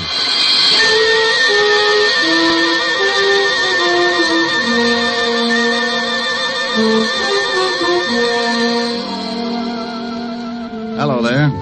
My name's Diamond, and I'm known along the big street as a guy who manages to keep his nose pretty clean and still make a few bucks while I'm doing it. Oh, sure, it gets a little grimy, but you gotta expect that. I'm a shamus, private eye, gumshoe.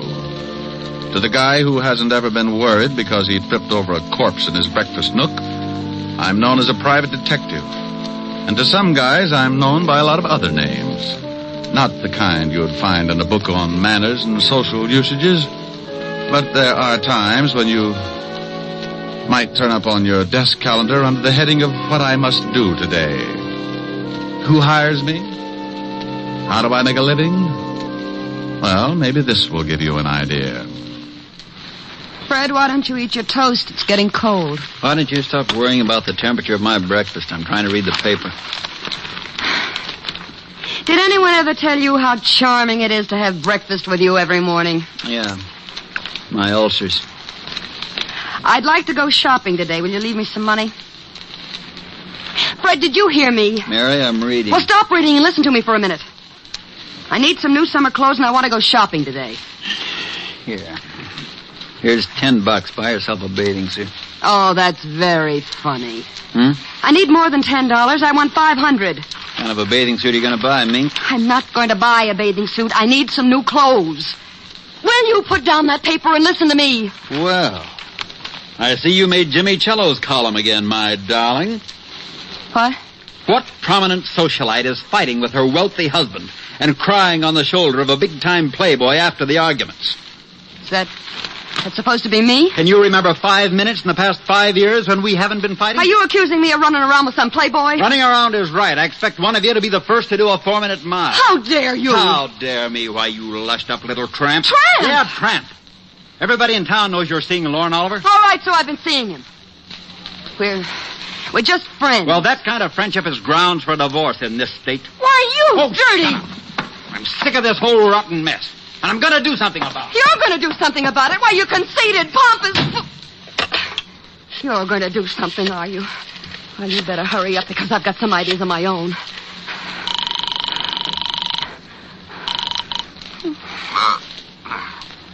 Yeah? Lorne. Yeah, Mary? I got to talk to you. What time is 10 it? o'clock. Well, it's still the middle of the night. Call me back This later. can't wait. Fred found an item about us in Jimmy Cello's column this morning. He stormed out of here like he was going to kill somebody. Well, you're just the gal who can recognize the symptoms. Well, that's a nasty line. What do you want at 10 in the morning, Longfellow? Look, honey, I'll take care of Cello, and if that husband of yours gets out of line, I'll take care of him, too.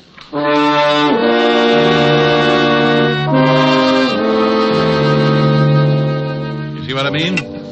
If things like that didn't happen, I'd be out of business. I'll lay you 8 to 5 that before 3 o'clock this afternoon, one of those charming people will be walking into my office begging for help. Yeah? Rick? Oh, hello, Helen, baby. Hi. You gonna take me out tonight? Sure. I'll be over later. We'll have a quiet evening. No, I want to go dancing tonight. If you don't take me, I'll throw a tantrum. But, baby, I don't have the cash. I'm tapped this week. Well, if you won't let me take you, borrow it from Francis. You told me yourself he was good in a pinch. Yeah, but he's already black and blue from those 3 lunches at Lindy's. Besides, he's not only your butler, but he's a darn good businessman. He wants security. Well, give it to him. He's already got my badge, my book on the 10 best ways to sneak through transoms, complete with illustrations, and my gun. Haven't you got something else? Yeah, but I'm saving the right eye in case of an emergency. Keyholes, you know. Look, honey, let's go take in a quiet movie and... I want to get dressed up and go to a nightclub. It's summer. The flowers are blooming, and the fox has left his lair. His what? I've been hibernating all winter, and I want to get out into some nice, smoke-filled dance floor. Why, Helen. Why, Helen, nothing. Please, Rick. Hold it. Someone's knocking at my chamber door. Come in. Mr. Diamond? Yeah, pull up a chair. I'll be right with you. Who is it? I'm afraid to look. I haven't paid the light bill. This is a detective agency, isn't it? You, sir, have just won yourself a new economy home-size murder sampler, complete with a matching set of bodies. Me? No. I haven't got time to listen to your bright remarks, Diamond. I want to hire you. What did he say? He doesn't like my bright remarks. You won't even admit they're bright. What else? Oh, something about wanting to, Something about what? what was that last statement, sir? It sounded rather cozy. I said I wanted to hire you. What? I'll call you later, baby. Bye. Wait a minute. Now, Mr. Sears. Mr. Sears, what can I do for you? I want you to follow my wife. Will I like the view? She's running around with another man. Well, if they're just running around, don't worry about it. It's when they get tired and slow down that things start to pop. There was a veiled article in Jimmy Cello's column this morning about my wife and this man. Yeah, I know Cello. So do I, but I'm not interested in Cello at the moment. Well, what do you want? Enough on your wife so you can get a divorce? Yes. Oh, well, that comes kind of high. I don't like cases like this, and I usually turn them down. If you want me to swallow my pride, it'll take a $200 retainer and $100 a day in expenses. I'll write you a check. Oh, Oh, just like that, huh? I am quite wealthy. That's why I want the divorce, Mr. Diamond. There you are. Yes, sir. There I am. Now, what's the man's name that your wife is seeing? His name is Lorne Oliver. Well, this is turning into a family gathering. You know him? Sure, runs the Monarch Club. That's right.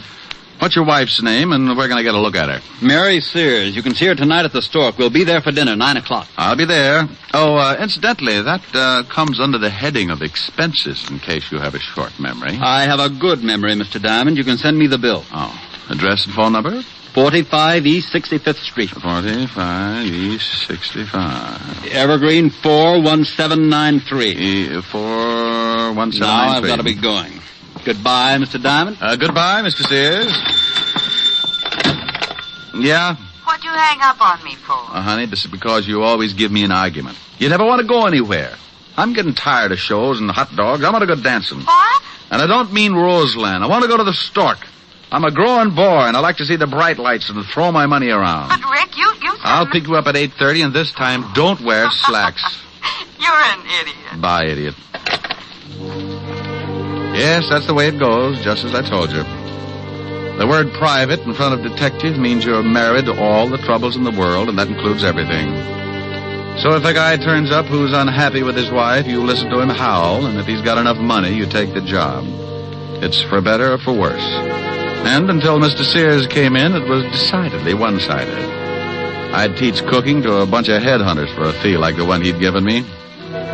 When I looked at his $200 check, I started getting that big man complex again. So I closed the office and went back to my flat. We'd probably be up late, and Helen always had some extracurricular activities after we'd get back to her place. You know, roasting marshmallows, fast game of canasta, or an exciting round of Emmys on the living room rug. Anyway, I always got home pretty late in the a.m., so I spent the rest of the afternoon taking a nap. At 6 o'clock, I got up and dressed, and at 8:30, I picked up Helen. Wow. And at 9 o'clock, we were sitting at the Stork Club bar, right on schedule. Rick, when are you going to ask for a table? Oh, honey, the drinks come faster here. But I want to dance. Oh, no. Mustn't overdo it, lover. How do you know? Maybe some mountain climber will ask you on a 20-mile hike tomorrow. Think of your feet. I am. And I want to move them around that dance floor. Oh, Rick, I know you. If you do something, you do it all the way. Yeah, let's nick. Oh, now you stop that. You're on a job, and you don't want to go in there because you've got to watch somebody. Well, Helen Asher, how are you, darling? Well, hello, Lauren. How have you been? Oh, couldn't be better. Why don't you ever stop over to my club? I'd like to show you around. She just brought a seeing-eye dog. Oh, hello, Diamond. You two know each other, don't you? Yes. How did we make such a grisly mistake, Oliver? I don't know. I tried taking penicillin for it, but it didn't do much good. Well, it probably helped out in the other things. Why don't you try hanging yourself? Rick. You always did think you were a pretty funny man, didn't you, Diamond? It's easy being a comic. You just find an idiot for an audience. How do you like the performance? Stinks. Pardon me, Helen, but I see some people I know. You'll excuse me, won't you, Diamond? Oh, sure, yes. But the next time you drop around, bring some airwick, huh? Rick, even if you don't like him, you shouldn't say those things. It's liable to start a fight. Oh, he wouldn't take a swing at a midget if he was riding an elephant. I wonder who his friends are. They don't seem to be too glad to see him. The name's Sears. Is that who you're watching? Yeah, the wife. I don't know whether I approve or not. She's very attractive. Isn't she, though? Rick. This is business, baby. Business. I'm only drooling because I haven't had anything to eat since this morning. Well, then let's get a table. You've seen her. You've observed what she's doing. Now let's get something to eat. Wait a minute. Here comes somebody else I know. Where? Standing at the check room. The little man? Yeah, here he comes. Who is he? Name's Cello, Oh. Jimmy Cello. Writes a gossip column. I read it all the time. Huh? Hello, Jimmy. Well, a Broadway shamus. Who's the lovely redhead, Diamond? Helen, meet James Cello, but be careful what you say. Jimmy, Helen Asher. Hello, Mr. Cello. How do you do? This an item, Rick? If I don't get us a table soon, she's going to make me give back her sorority pin. Oh, speaking of tables, I see some people I know. Nice meeting you, Miss Asher. Thank you. Goodbye, Diamond. Bye, Jimmy. Rick, he's going over to see his table. Hello, Walter. Hi, doll. Hi. Well, good evening. What do you want, Cello? Oh, I just dropped by to see how the happy little family was getting along. Well, just drop away. Nobody asked you to stop by. Yeah, why don't you do that? And take Oliver here with you. Nobody asked him to stop by either. Fred, keep your voice down. This is my table, and I don't like a lot of crumbs lying all over it. Who's a crumb? Come on, Lorne. I guess Mr. Sears has forgotten a few things. I haven't forgotten a thing, Cello. When you print one thing in that lying sheet of yours, and I'll have you sued for libel. Listen, Sears, if I did print anything, they'd put you away so far they'd have to pipe air into you. Oh, do go on, Mr. Cello. This is getting interesting. You'd better get out of here, Cello. No. Go on, Cello. What have you got on old Moneybag? He's a lying, dirty gossip monger. He doesn't have a thing. Wait a minute. I don't like that. Why don't you ask your husband about North Africa sometime, Mrs. Sears? Just a minute. Fred, stop it. Fred. All right, now pick yourself up and get out of here, Cello. Maybe you're right. I've got a column to get out. It'll be all about you, Sears, in big type. Go on, get out. How about me? You gonna throw me out, too? You can bet your life I am. I'm getting out of here. You stay right where you are. Don't talk that way to Mary. I'll talk any way I like to my wife. Lorne, maybe you'd better leave. Here come the waiters. Nuts, I'm gonna push his fat slob's face in. Yeah? Yeah. Lorne, don't. Push him, boys. All right. Come on, break it up. Come on.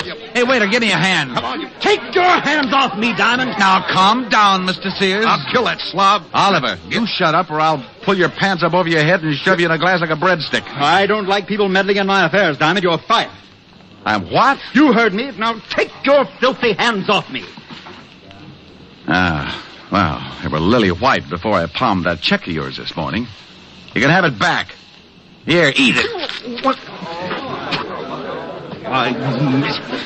I'll have you in jail for this, Diamond. Why? It isn't every day you get to eat a $200 check. Oh, Rick, let's get out of here. Yeah, I'm sorry, baby, but that's what happens when you go to work for a hyena like Sears.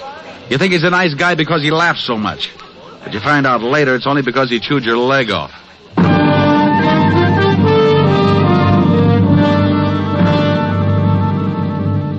We left Sears still spitting out pieces of the check I'd shoved down his throat and headed for Helen's apartment. I was sore. When I get hot under the collar, I don't make for good company.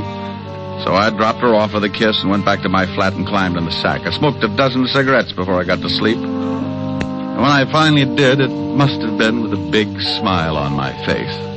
All night I kept dreaming that Lorne Oliver and Fred Sears were beating themselves to death with hot paper sacks.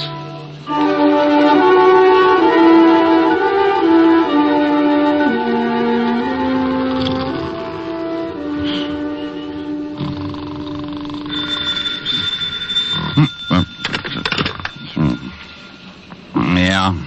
Diamond? No, this is Sunshine Market. Locks Popovers, our specialty. Now you stop clowning and get over here right away. Walt? Lieutenant Levinson. Oh. Where are you? I'm in your office. Yeah? What if any clients come in, give them a good sales talk. Tell them how many people you've killed or something. There's a guy in your office now. Prospect? Depends on what you're talking about. I think his name is Fred Sears. Tell him to go home. He canned me last night. I don't think he'll listen. All right. So he's sore. He's got a right to be. He's dead.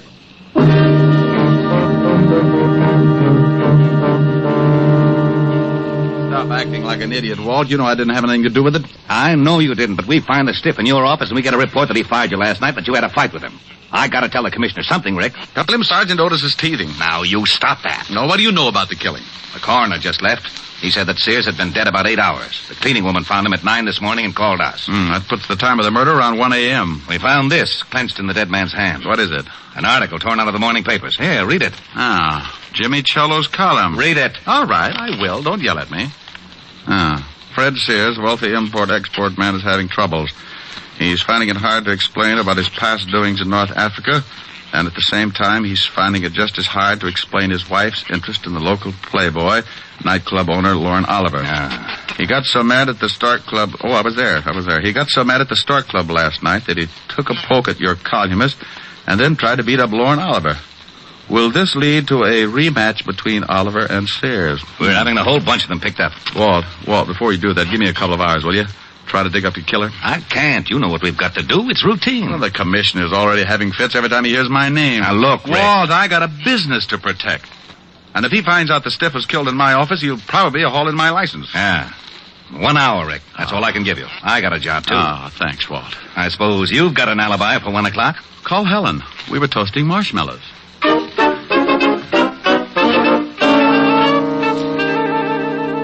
had 3 good suspects: Lorne Oliver, Cello, the columnist, and Mrs. Sears. One of the 3 was built just right for the electric chair. An hour isn't much time to dig up a killer, so I grabbed a cab and headed for Lorne Oliver's office in the back of his club. Yeah, come in. How are you, Oliver? Oh, what do you want, Diamond? Not particular about who comes into my club. Oh, I'm surprised you can operate with that kind of policy. People probably see you in here every night. I think I'll have you thrown out. Where were you at 1 o'clock this morning? None of your business. Herman. Yeah, boss. Come in here and show a guy out of my office. Oh, we get rough, huh? Yeah. Okay. I'll let you tell the cops who knocked off Fred Sears. Hey, this the guy, boss? Yeah. Wait a minute. Did you say someone knocked off Fred Sears? That's right, but don't start crying about it. It makes me feel so helpless. I'll tell my story to the cops. They'll get a lot tougher than I will. You won't get tough at all, Mac. Oh, stop flexing, Herman. You'll snap your girdle. Well, I guess it doesn't make much difference as long as Sears is dead. I was with his wife from about 12 o'clock to well, it was a long time after 1. Well, where were you all that time? At my place. Now, take a walk, Shamus. You got my alibi. One more question. Did you go out at all? Yeah, I went out and got the late papers. So what? I like to read. Okay. You don't mind if I stop by and see Mrs. Sears, do you? No, go ahead. I'll see you later. Oh, Herman. Yeah? You can let the air out now. Your muscles are lovely.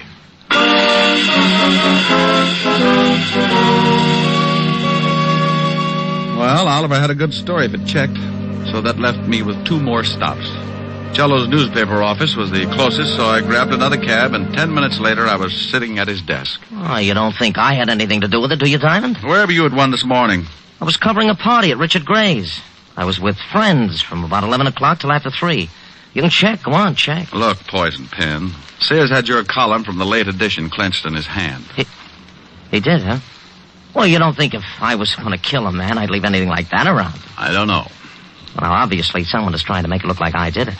Have you talked with Oliver and Sears' wife? Oliver's got an alibi, and I'm headed for Mrs. Sears' place right now. You know the address? Yes. 45 East 65th. But Mrs. Sears couldn't kill her husband. I know her too well. No? Well, thanks, Cello. I'll check your alibi. If it stands up, then I'll have to really go to work on Mrs. Sears.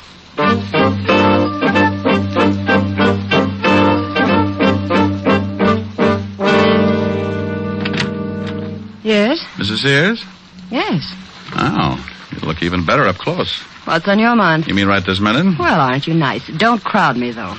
I can keep up a pretty good average in this league. I'd say about 1,000. Mm-hmm. May I come in? I think so. If you keep talking. I like to hear nice things. Well, you deserve them. But I can think of some nice things to say about a panther. We'll talk about my family some other time. Can I buy you a drink? It's a little early, unless you got some milk. Milk? Where's your husband? Oh, you know about him, huh? Oh, I'm sorry. It looked as though it might work into quite a friendship. Where is he? I haven't seen him since last night. Why? Is he a friend of yours? He's been using my office. Oh? Yeah, he died there last night. What? Everybody is so surprised. But, how? Who did it? That's what I'm trying to find out, lover. Where were you at 1 a.m.? That's none of your business. Okay, let the law drag it out of you. Goodbye, dear. Wait a minute. All right, I'll tell you. I was with a man named Oliver, Lorne Oliver. Oh, for how long? From about 12 o'clock to, well, much later. That's what Oliver says. Did you go out at all? Just to get the papers. That checks with Oliver's story, too. Did you go out alone? No, I went with Lorne. He says he went out alone.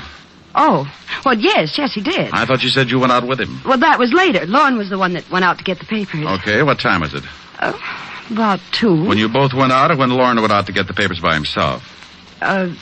When Lorne went out. Oh, yes, now I see. Well, I'll see you later. Come back again. Oh, I'll do that after you get over crying for your late husband. I'll keep my emotions down to a minimum. I'll bet you will. I left her standing in the middle of the room, looking after me like a vegetarian with an eye on a green salad. I closed the door and started down the hall for the elevators. For some reason, I never seem to get where I'm going. Hello. Now, while you're still tuned in, Diamond, I'll give us some advice. Stay away from Mrs. Sears. Now, I want you to be sure and get the point.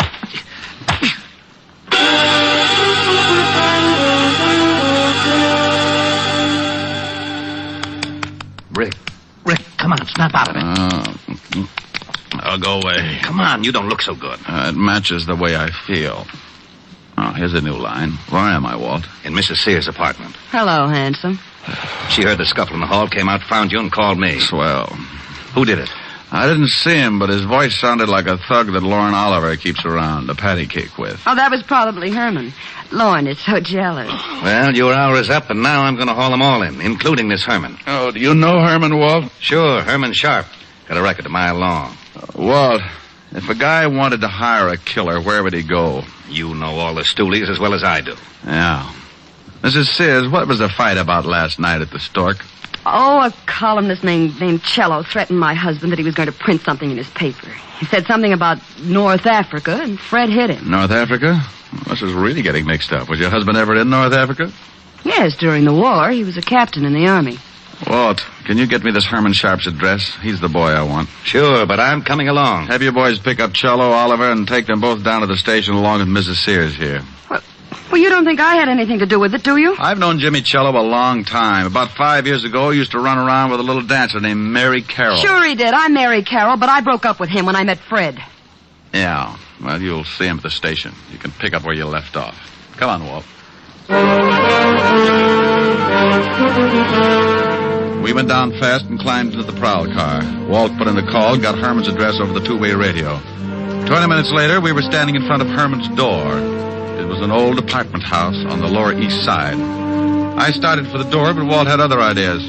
Rick, we can't go in there. Why not? Because I haven't got a search warrant. Well, you gotta go in if you want to crack this case. Not without a search warrant. Search warrant for what? To go in. Well, what do you want to go in for? I don't want to go in. You do. Do what? Go in. Well, go ahead. I haven't got a warrant. Well, what are you looking for? Herman Sharp. He's probably in there. He is? Sure. Well, what are we waiting for? Oh, what did I do that for? For that. What? Herman Sharp. Oh. Is he dead? Yeah, been shot. What are you looking at? Newspaper on the floor. This morning's. Oh. Cello's column's missing. Been torn out. Then Herman's your killer. Swell. Who killed Herman? Don't you know? I'm not going to start that again. Walt, go on back to the station. I'm going to check something and make a phone call.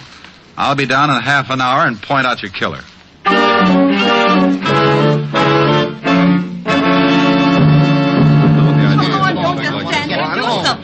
Now, calm down, everybody. This is ridiculous. I want my lawyer. You'll get one later. Relax, Oliver. They can't hold him much longer.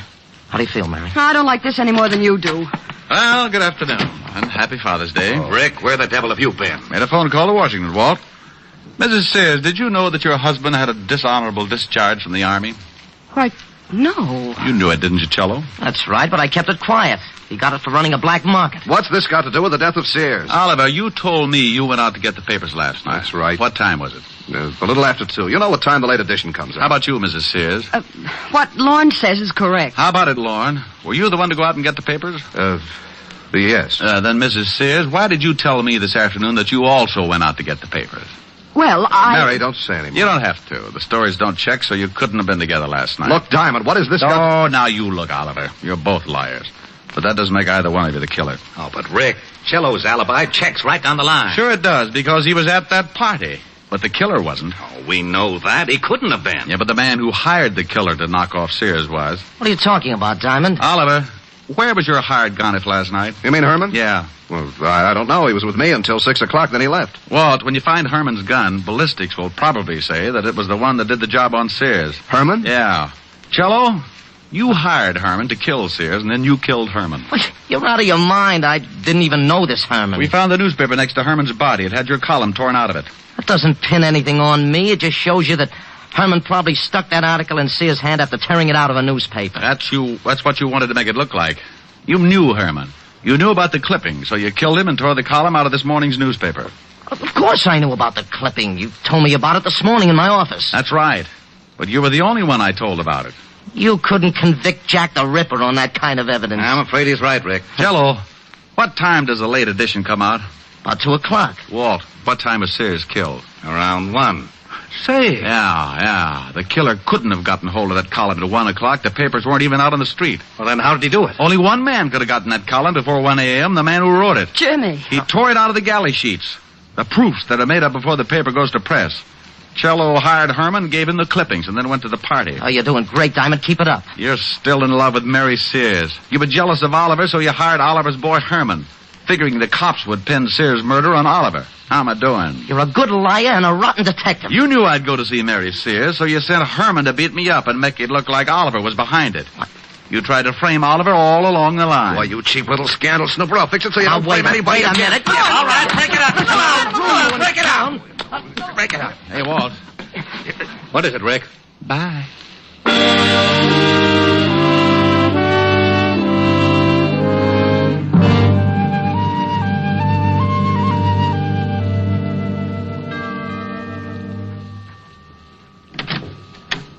Oh, good evening, Mr. Diamond. Evening, Francis. Miss Asherin?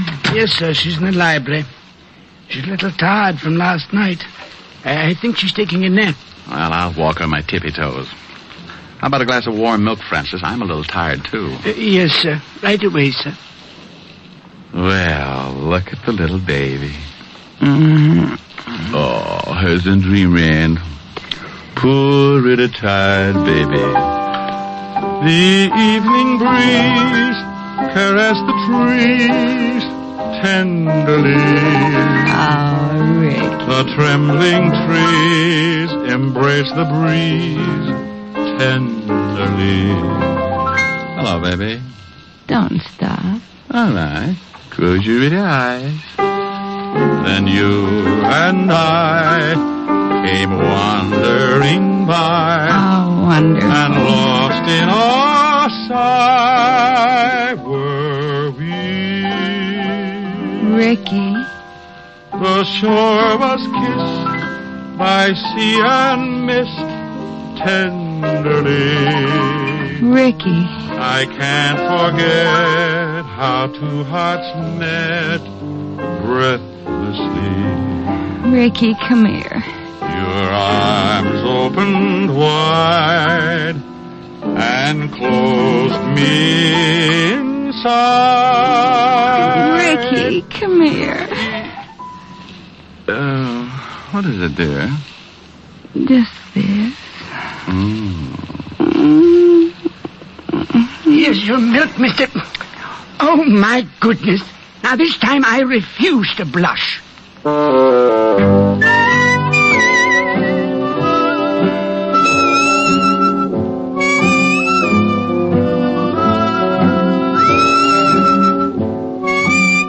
You have just heard Richard Diamond, Private Detective, starring Dick Powell. Helen was played by Virginia Gregg, Lieutenant Levinson by Ed Begley.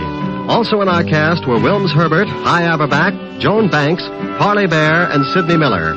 Music was under the direction of David Baskerville. Richard Diamond is written by Blake Edwards and directed by William P. Rousseau. Now, this is Eddie King inviting you to be with us again at the same time next week when we will again bring you Dick Powell as Richard Diamond, Private Detective. This program has come to you from Hollywood. This is NBC, the National Broadcasting Company.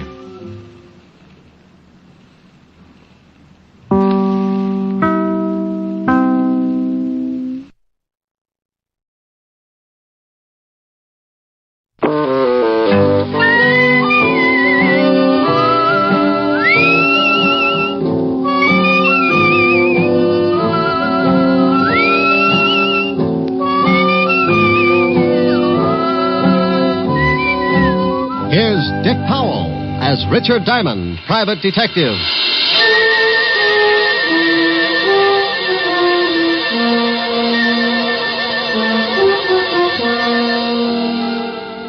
Hello there. I'm Diamond. What have you got any idea how much trouble a private detective can get into sometimes? Well, if you happen to have an office at Broadway and 53rd Street and the sign painted on your door reads Diamond Detective Agency, you're a setup for more trouble than a guy who goes bear hunting with a switch. I know, because I've got that office and the sign painted on the door. Sure, I've got a lot of idle time, and I use it up sitting around with my feet on the desk, waiting. But idle time can be as dangerous as a rattlesnake taking a sunbath. It's just the preliminary, the lull before the storm. You might wait an hour, a day, or maybe even a week. But the quiet minutes keep multiplying, and sooner or later things come to a head. Like one day last week, I'd been working on an extra long lull that didn't look like it was going anywhere. But in another part of town, a union meeting was taking place. It was going to keep me jumping around like a hungry flea at a dog show. I wanted to talk to you men. It's time that we did something. The Laborers' Assistance League is already functioning in a great number of factories in this city. And it's getting a stronger foothold all across the country. It continues to expand and gain power because it operates best where there's growing unrest and discontent within the factories. Now, they cause trouble and make it look like the union's not doing a good job for the worker. I know for a fact that 4 or 5 men can sit in on a union meeting and cause enough trouble to make it look like the whole union is wrong. Now, this union is getting along fine. He's really out to make trouble tonight. Yeah, if he keeps it up, this is going to be a tough union to crack. He won't keep it up. We're going to take care of him. Oh, what good will that do? His brother Phil will be in from California next week. We can shut his brother up, too. You sure he planned this thing with his brother? Yeah. When he gets in from California, he's bringing enough information to put us out of business. Well, that just gives us a week. He's talked too long. Let's break this meeting up. Is doing just that. Yeah? Well, how do we know you're not talking through your hat? Well, now, look, you all know me. I gripe as much as the next guy. But I know for a fact that this league is not only working like that all over the country, but now it's beginning to move in on our factories and our unions. Yeah, but how do we know it's such a bad thing? They're a bunch of racketeers. And if you don't believe me, you come to this meeting next week and I'll give you the proof you want. Well, I guess you're right. He promised them proof in a week, and that's what his brother gets in. Don't worry about it. When he gets the package, he won't be able to give anybody anything.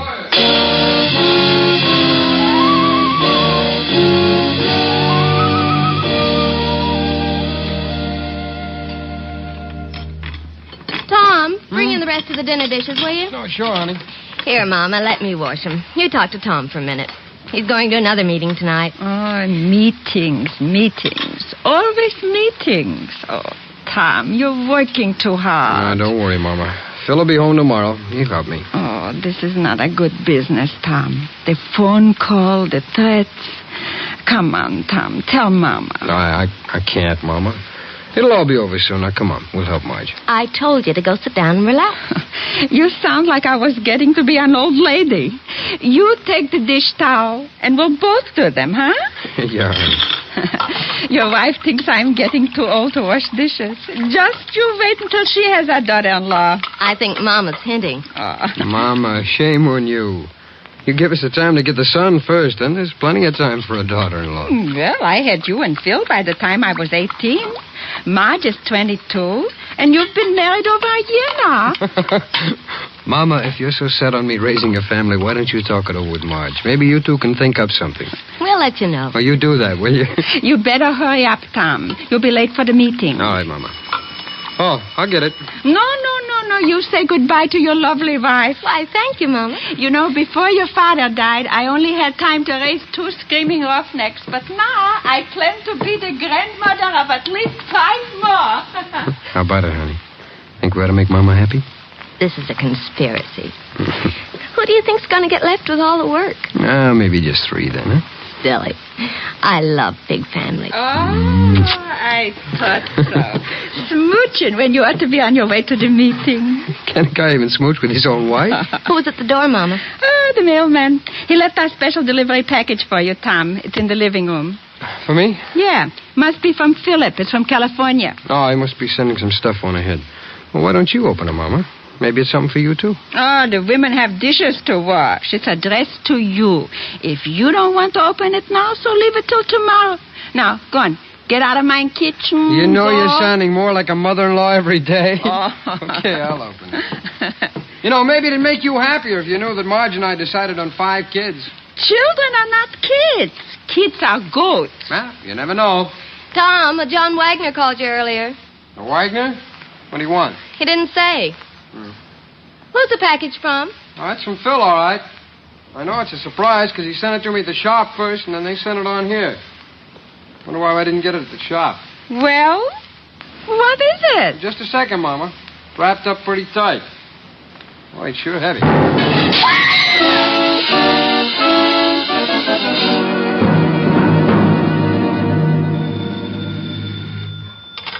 Diamond Detective Agency, murder solved cheap. We eliminate the middleman. Oh, by George, that was a good one. Is this Lieutenant Levinson, the homicide kingpin? Yeah. Rick, get down here, will you? What's up, lover?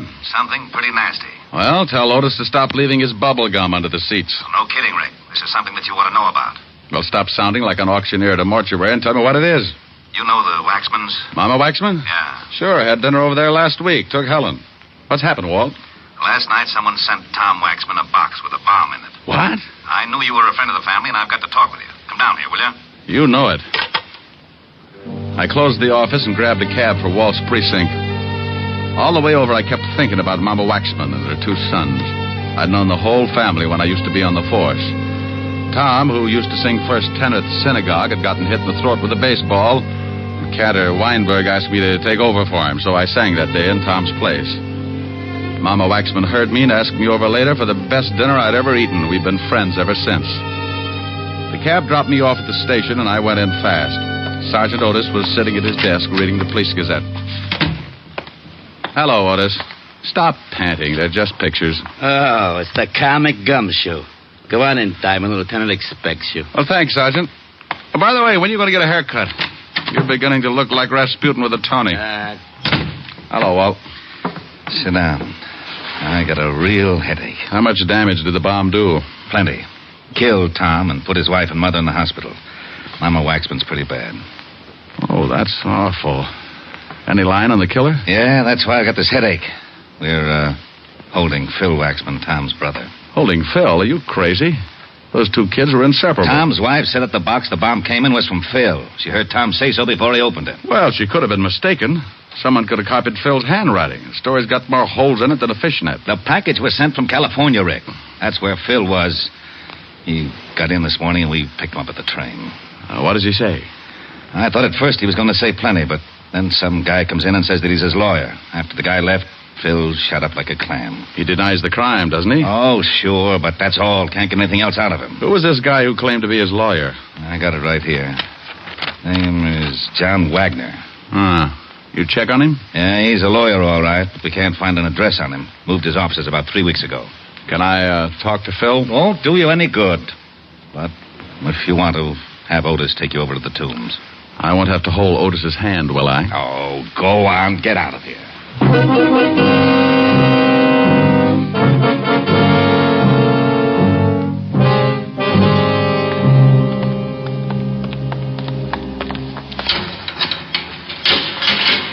There's somebody to see you, Waxman. All right, Diamond, you got 5 minutes. How are you going to keep track, Otis? On my fingers. Well, that'll only get you up to 13. I'll scream if I need you. How are you, Phil? You're in on a tough rap. Yeah. You want to tell me about it? I've told the police everything I'm going to. Who was the lawyer who came in to see you? Just a lawyer. John Wagner? Just a lawyer. Look, what were you doing in California? Now, Phil, I know you didn't send that bomb. Why don't you open up and get yourself free? I've said all I'm going to say. Now get out of here, Diamond. Oh, it's like that, huh? Yeah, it's like that. Oh, come on. Go on, get out. Okay. But don't forget your mother. You don't want to let her down. I'm going over to the hospital and see her now. Hey, Otis, let me out of here.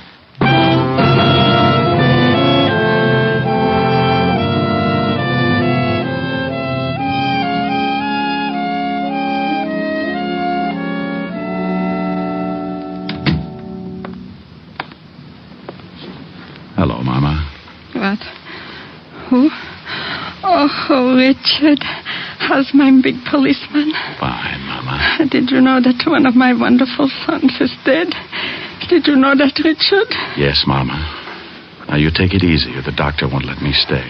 They killed my Tom because what he said was the truth. And that's why they are bad. Because they don't let people tell the truth. Who, Mama? My boy Phil knows. He will tell everything about them, and then they will be arrested. Sure, Mama, but who does Phil know about? I just saw him, and he won't tell me. Mama. I feel so sleepy. I'm tired. Mama. You'll have to leave now, Mr. Diamond. Is she asleep, nurse? Yes, we gave her an injection before you got here. Oh, Then may I see Mrs. Tom Waxman? For a minute, yes. She's in this next room.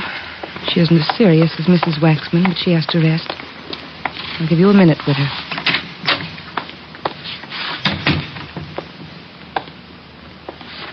Marge? Yes? Who is it? Rick. Oh, now, come on. You got to help me out. I'm the guy that's supposed to make people laugh. I'm the cornball with the bad line of chatter, remember? I can't help it. I'm sorry they gave me something to make me sleep, and things don't make too much sense. Look, dear, I want to help Mama, and I want to help you, too. But the nurse will only let me stay a minute. The police are holding Phil. I just came from seeing him. Did he tell you anything? Nothing. I made a mistake and told the police that a bomb had arrived in a package from Phil. I didn't think... They can't believe Phil would ever do a thing like that. He was helping Tom. Mama said Phil knows who did it. He doesn't know. He just knows who's behind it. I'm pretty sure I know, too. Who, Marge? Tom's been making speeches against an organization that call themselves the Laborers' Assistance League. I've heard of them. King-size bunco game. Yeah. Phil's been in California. He joined the league and found out a lot of things about it. He used to write Tom once a week. Your time's up, Mr. Diamond. You'll have to leave. Just a second. Marge, did Tom tell anybody what his brother was doing? I don't know. There was a man named John Wagner that called Tom all the time. John Wagner? He's a lawyer. Please, Mr. Diamond. Did he tell any of the men who work in the shop with him? Yes, I think so. Mr. Diamond, I'll have to call the doctor. Please, nurse. This may mean another man's life. Marge, who did he tell? Well, I can only remember one person. Ralph Pryor. Pryor. Mama used to fix Tom and Ralph dinner after work sometimes, but he was Tom's closest friend. Okay, Marge. Now, you take it easy, and I'll see what I can do. Please, Rick, find the men who did this. Yes. Well, I'll try. All right, nurse. I shouldn't have let you stay this long. What would I have to do to get you to take care of me? Have an accident. Well, I'll see what I can come up with. Bye.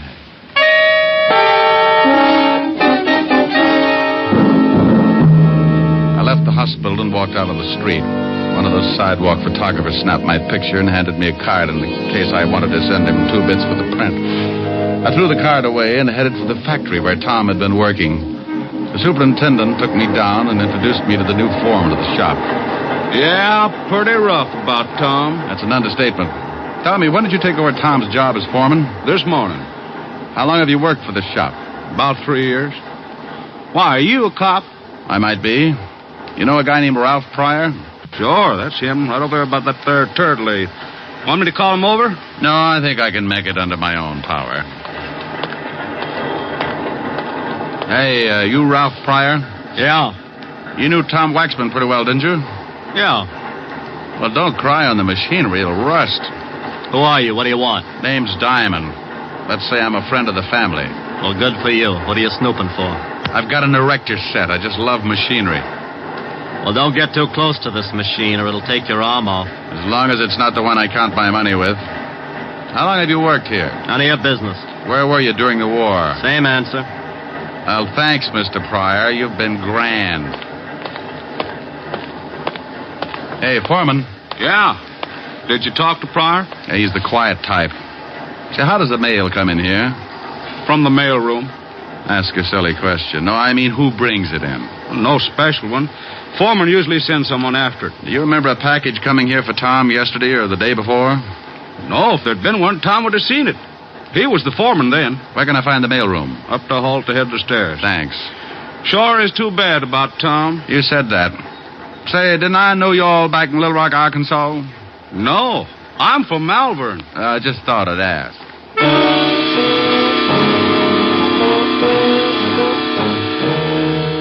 I went up and talked to the mailroom clerk, and he was a little more help. There had been a package for Tom. He told me that he'd sent it down along with some other mail, but he couldn't remember who'd picked it up. I was beginning to get warm, and I knew it. So I slipped into a phone booth and put in a fast call to Lieutenant Levinson. Homicide, Sergeant Otis. Otis, let me talk to the lieutenant. Oh, it's you, Diamond.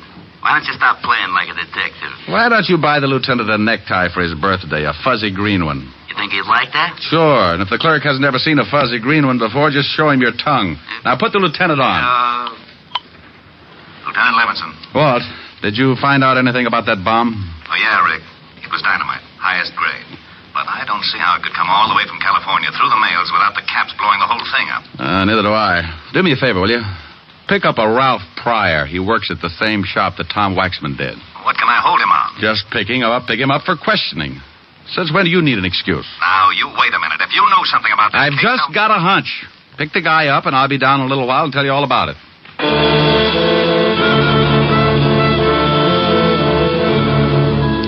I hung up on Walt just as he was getting around to the words you could censor and headed back to the factory. I waited around outside for about 10 minutes, and then, sure enough, a prowl car pulled up, and two boys in blue got out and went in. In a couple of minutes, they came back outside, only this time they had company. Ralph Pryor. I waited until they'd pulled away, and then I hailed a cab and headed for the 5th Precinct myself. Where have you been? Snooping, Walt. I just saw your boys pick up Pryor at the factory. Thanks. Now, would you kindly tell me what you wanted him picked up for? Oh, it's a long shot, Walt. I found out he knew what Tom's brother was doing in California. What was he doing? Getting some information on a racket that's been trying to muscle in on Tom's local union. In California? Yeah, they're operating all over the country. You've heard of them. Laborers Assistance League. Oh, those leeches. Well, I still don't see what this has got to do with Pryor. Well, I think that bomb was sent from the factory here in New York. And I found out a little while ago that in order to get hold of that package, the killer would have to be working in Tom's shop. You think Pryor did it? I'll tell you better when I see if anyone comes down to get him out. Well? Well, what? Well, what are we going to do? Sit here and look at each other? Well, that's a pretty ghastly thought. How about a fast game of canasta? Oh, you know it's a lousy two-handed game. Well, I'm just trying to help. We could play jacks, but twosies throw me. Yeah, what is it, Otis? The lawyer, John Wagner's out here. He says he wants to see the guy we just picked up. Fast word? Ralph Pryor? Yeah. He says he represents some kind of laborers' assistance league or something. Said that Pryor's a member. All right. Let him see him. Okay, Lieutenant. John Wagner, that lawyer who came in to see Phil Waxman this morning, is back again, Rick. It's time to see Pryor. Yeah? Well, what are you looking so smug about? Looks like the hunch is going to pay off. You mean this lawyer is tied in with the killing? Well, I'm not sure, but I think so. Tom Waxman was making speeches against the Assistance League. Now, a lawyer from the league shows up to help the only guy who knew what Tom was up to and worked in the same shop with him. Now, I suppose you want me to hold the lawyer. No, Walt. Why? How do I know? That's what I asked you. What? Am I supposed to know everything? Lock him up if you want to. What for? He's not guilty. How do you know he's not guilty? Because you had me pick up Ralph Pryor. Well, let him go, too. Let him go where? With his lawyer. I thought you wanted me to lock up the lawyer. Walt, that was your idea. What was? Locking up the lawyer. I don't want to lock up the lawyer. Well, let him go. He's not in. Pryor is. Well, let him go. Who? Phil Waxman. How did he get in here? I don't know. You put him in. Of course I put him in. Now, why should I let him out? I don't know. I ask you. Ask me what? Why you put him in. Now, wait a minute. Otis. Yeah, Lieutenant? Empty the jails and throw this idiot out of my office. Thanks, Walt. Bye. I went out in the squad room and spotted the lawyer just as Otis started back into Walt's office with a glass of bicarbonate. He was a little guy, dressed neatly in a Homburg, blue suit, and spats. I made sure that he was my man, and I went out in front of the precinct to wait. I hung around for about half an hour until he finally came out, and then I started the tale. He grabbed a cab, and so did I. We went across town, and I watched him as he got out and went into a big building on 38th Street. I went in after him. We rode the same elevator to the 8th floor. We both got out. I made like I was looking for a room number, and he went in the door with a sign on it reading Continental Shipping, offices in New York, California, and London. I got close to the door and could hear a phone being dialed. I'd have given my eye teeth, complete with the fillings, to have heard what the conversation was about. Yes, I just went down to see him. He'll be released in an hour. I've got him passage on the tramp steamer. When they release him, he'll meet me at a place I picked, and I'll give him the ticket. I'll tell him the police are up to something, and he'll have to get out of the country. Now, don't worry about that. He'll never get there. The captain of the ship is being paid to see that he doesn't. All right. Yes, everything is going as well as can be expected. Oh, one more thing. A friend of Waxman's, a private detective, is following me. One of our men took his picture coming out of the hospital after seeing Waxman's mother. Yes, well, don't worry about it. I can take care of him when the time comes. All right, goodbye. I waited until he came out of the building and the hunt was on again. I grabbed another cab and it took my last $3 chasing him to a little waterfront dive on Canal Street. I followed him in and watched him sit down in a booth at the back of the room. I made like an unhealthy patron and took a table near the door where I could watch.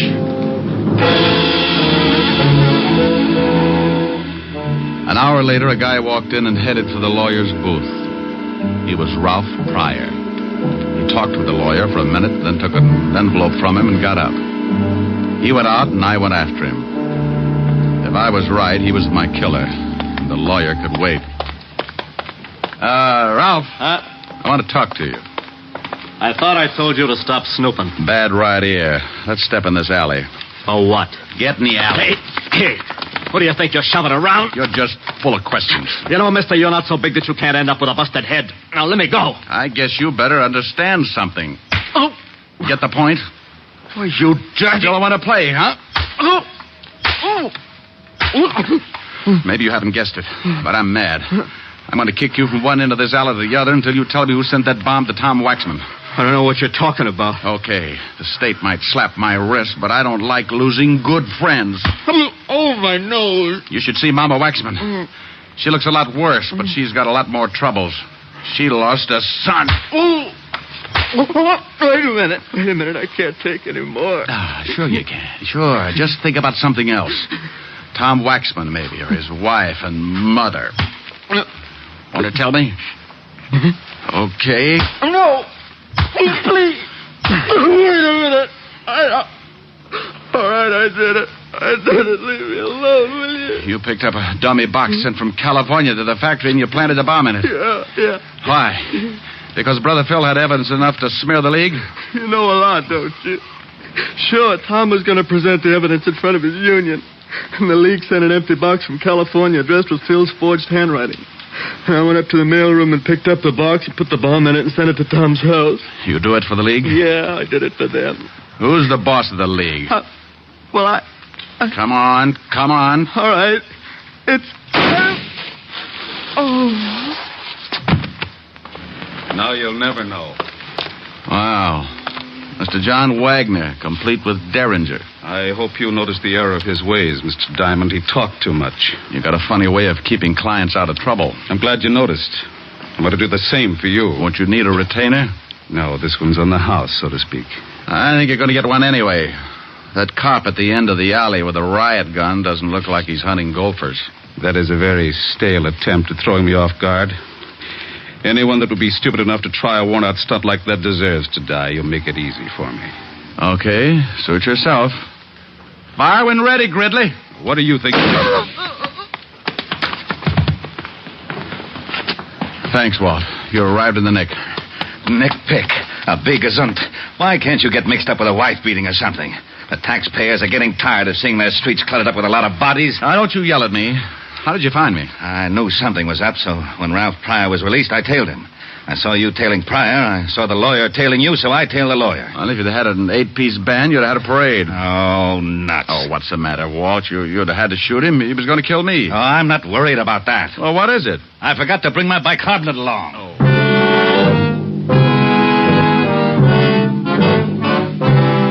Well, the wagon came and crated Pryor and the lawyer off to the morgue. When we got back to the station, Walt put in a call to the feds and told them to check the Labor's Assistance League in California and pick up the guys who sent the package through the mails. Using the mails like that can be a tough rap. And 3 weeks later, the government closed in. They picked up the big wheel and threw the whole bunch away for 10 to 20. Tom's brother, Phil, was released, and he went in front of Tom's union and gave them the evidence he'd collected while he was with the League. Needless to say, the League wasn't represented that night or any night after that. About 3 weeks after Mama Waxman came home from the hospital, she invited me over for one of her famous dinners.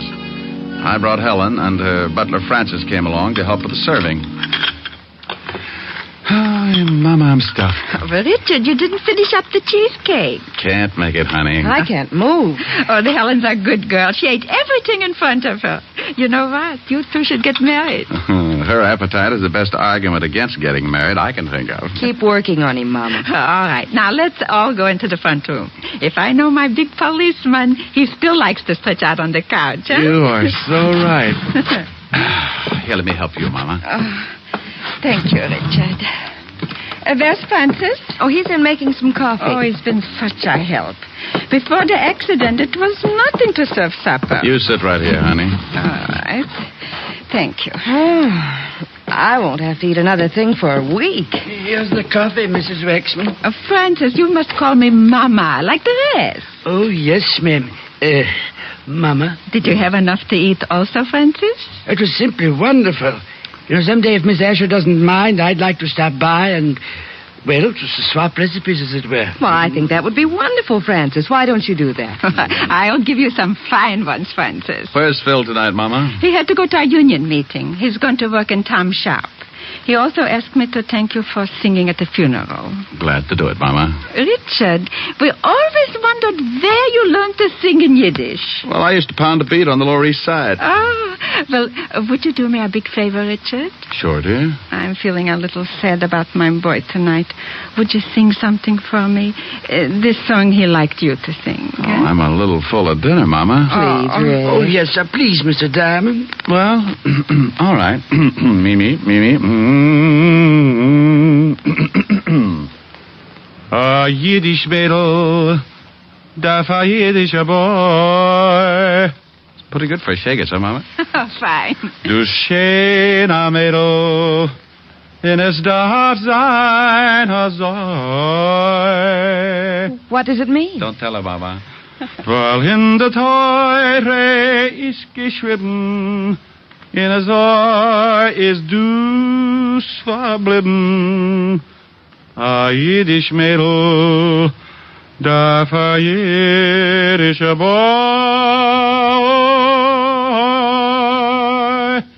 Hi, Chosenkale Mazel Tov. Oh, that was wonderful, Richard. You know you would make a fine cantor. Well, thank you, Mama. How did you like it, Francis? Ha! Als een gazen bis der gitten Dishwasser. What? Francis. What did he say, Mama? He said as a cantor you would make a fine dishwasher.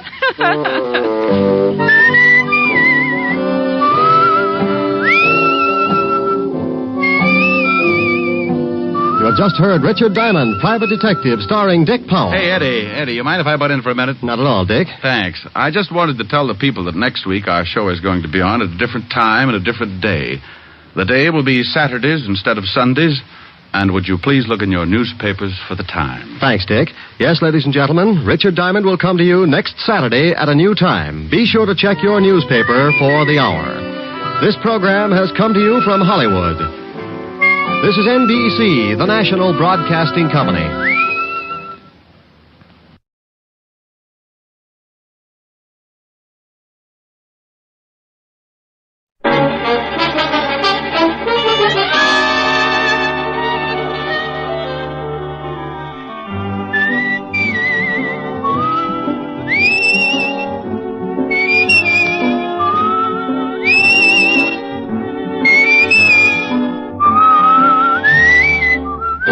Here's Dick Powell as Richard Diamond, Private Detective.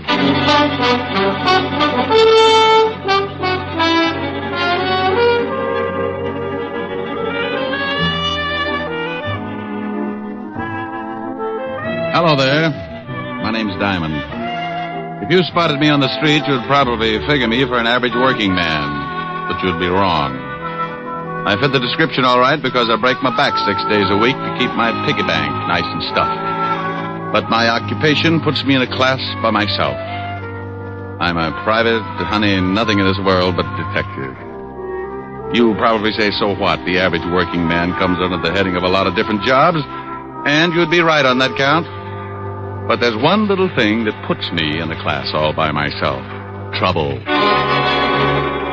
Mr. and Mrs. Average John Doe work 6 days a week to keep clear of it. I put in the same time playing footsies with it. It's a kind of silent partner with references dating all the way back to the year 1. People get in trouble every second, and I count on a small percentage to come to me to get them out of it. The rest, odds and good advertising. As an example, take the other night in a little bistro over on 48th Street.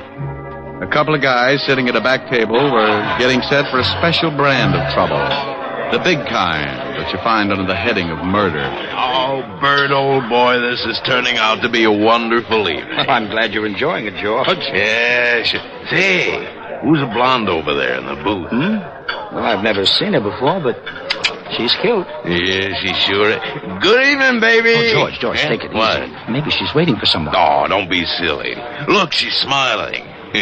Let's ask her over to the table. Well, I still think she's waiting for someone. If you want to take the chance, go ahead, you ask her. All right, I will. I said good evening. Good evening. My friend and I noticed you were sitting alone, and we wondered if you'd join us. Oh, I don't believe I can. You see... Oh, please, just for a few drinks? No, really. Thank you just the same. Well, if you say so, but I'll be unhappy for the rest of the evening. Hi, baby. Tony. I'm sorry I took so long, but...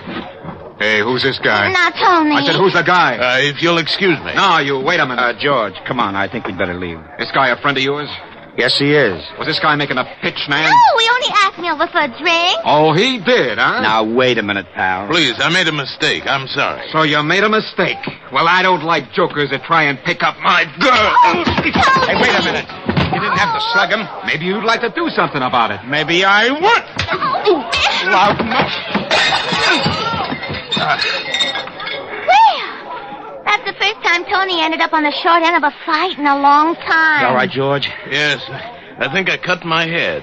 Yeah, you're bleeding all over the place. You better get out of here, mister. I saw the manager duck in the back room. He's probably calling the cops. Here, let me give you a hand, George. Here, now, take my hat and wear it over the cut until you get home. I'm getting down here, too. You want me to drop you off? What about your boyfriend? He's still unconscious. He was that way when I met him. You want the lift or not? What about you, Bert? Oh, I'll be all right. Now, go on. Let her take you somewhere so you can get cleaned up. I'll grab a cab and head for my place. I'll call you in the morning. But I don't Now, want stop to... arguing. You can't afford a scandal. All right. Come on, honey, let's go.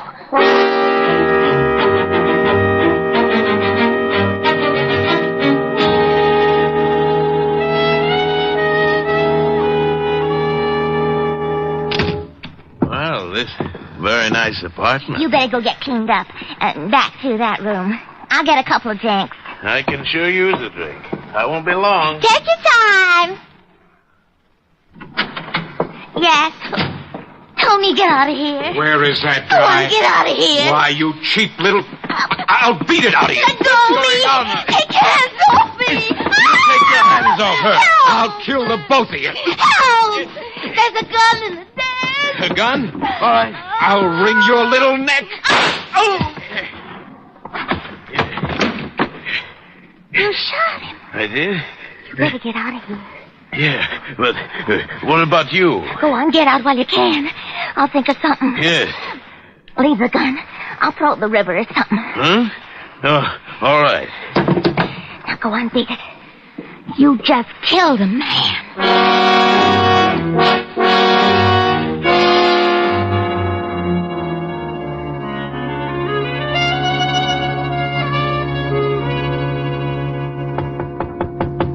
Yeah, come in. Hiya, Mr. Diamond. Well, Hennessy, what did you do, wreck your cab? Nah, it's down in the front. Hey, that's a warm magazine you're reading there. Yeah. Listen to what it says here about women's bathing suits. Huh?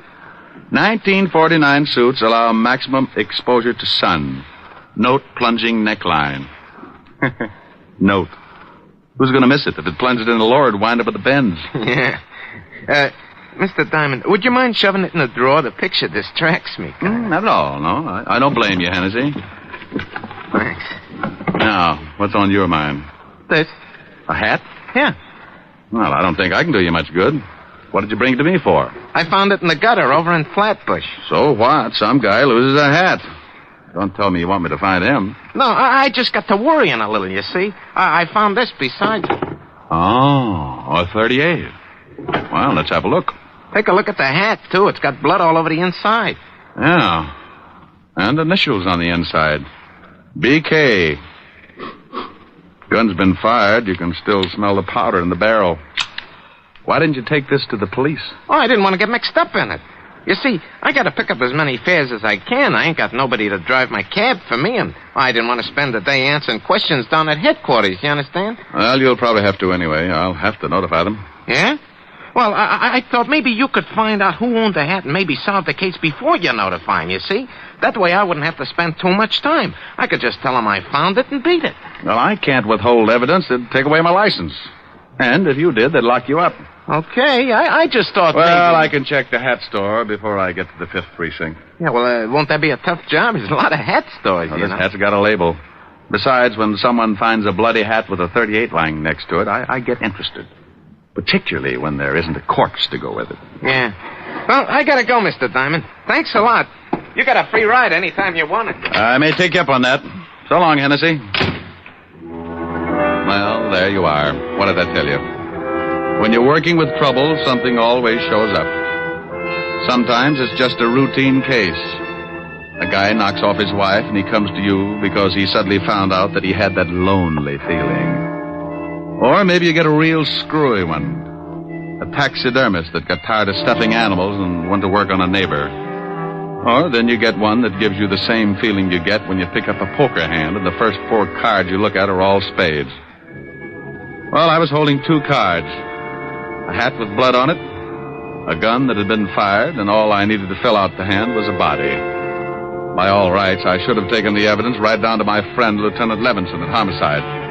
But I didn't have anything to do, so I decided to see what kind of pieces I could fit into the puzzle. The label in the hat was from a store on 5th Avenue. It wasn't far from my office, so I walked it. Yes, sir. Something I can do for you? Yeah, stop munching your sen-sen and tell me if this hat is from your store. Well, let me see it. These glasses are not telescopes, you know. Yeah, here. Well, if you're planning to return this merchandise, sir, I can assure you the store will not accept it. You've been bleeding on the sweatband. Look, Rosebud, I just want to know if the hat is from this store. It most certainly is. It's one of our custom models. Who did you sell it to? If you found this hat, we will be glad to return it to its owner. We are not supposed to give out the names of our clients. I have a small badge here that should cut this conversation down to a few words. See? Oh. Now, would you mind telling me to whom did you sell this hat? Well, just because you're a detective, I am not impressed. However, under the circumstances, I'll give you the buyer's name. You're a real sport. I suppose you wear a shoulder holster, too. Or is that bulge your tailor's fault? Psst. Come here. I really keep a midget in there. You don't say? Yeah. He spits through the lapel of stupid hat clerks. Oh, really? Now, come on, Bright Eyes. Who bought the hat? Well, if you'll just hold your horses. That's the new line, if I ever heard one. Come on, Bubbles. Yeah. Here it is. This hat was sold to a Mr. Bertram Calmus. We make all his hats for him. Well, bully for you. What's his address? 430 Sutton Place. Now, will that be all, sir? Yes, that will be all, and thank you. You've been a brick through the whole ugly mess. I left him watering his gardenia and headed for the residence of one Mr. Bertram Calmus. The apartment house was about 10 blocks away, and with the money I had in my pocket, all taxicabs started looking like iron claws with 4 wheels. I walked. Yes? How do you mean that? Yes, I don't want any. Oh, and I've got a pretty good sales talk. I never buy anything unless I have a demonstration. My middle name is Semper Paratus. Like the Coast Guard, I'm always prepared. I suppose I could top that, but I'm getting tired of trying to close the door on your foot. What is it you want? I hate to admit it, but I'm looking for Bertram Calmus. My husband. Good for him. Is he in? No, but he will be any minute. And to the boss. This hat, I believe, is his. What blonde's apartment did it turn up in? It was found in a gutter in Flatbush. Well, Flatbush is a little out of his territory, but the gutter sounds familiar. What's that stain all over it? Blood. Does your husband bleed a lot? Not recently. We've been getting along. Are you from the police? I'm a detective. Oh. Come in. I'd hate to be selling brushes. I'd have slammed the door on your face. Oh, well, then I made an impression. Perhaps. Let's just say you're waiting for a sacrifice to move you to second base. Won't you sit down? Thanks. What happens when I round third? That depends on your batting average, Mr. Diamond, Mrs. Calmus. That fits. Now, getting back to a very dull subject, does this hat belong to your husband? I don't know. It looks like one of his. Has it got any initials in the band? Mm-hmm. BK. When did you find it? I didn't. The cab driver picked it up this morning. And it isn't my husband's blood. He left about a half an hour ago to do some shopping, and it was very bloodless. No cuts on his head? No cuts. He came in around 2 this morning. He'd been drinking, but he wasn't cut up. Oh, here he is now. I hope we can discuss baseball another time. Oh, I got all the things you wanted, and... Bert, this is Mr. Diamond. He's a detective. Yeah? Well, how are you? Fine, Mr. Calmus. Tell me, is this your hat? My hat? Let me see it. Why, no, it isn't. The hat store on Fifth Avenue says they sold it to you. Well, I can't help what they say. That's not my hat. Are you sure, darling? It was found in a gutter. I don't care if they found it on a Yale man in the Harvard Club. It's not mine. Well, I guess I'll have to take your word for it. Wait. Isn't that blood on the hat? Yeah. Well, goodbye, Mrs. Calmus, Mr. Calmus. Nice meeting you both. I'll see you to the door. I can do it. I know you can, dear. Coming, Mr. Diamond? Sure. Goodbye. Come back again, Mr. Diamond. Well, goodbye, Mr. Calmus. Where can I call you? What? I can't explain now. Where can I call you in about a half an hour? My office. It's in the book. You'll hear from me, but please don't do anything until then. Okay. Half an hour. Then I go to the police with this hat.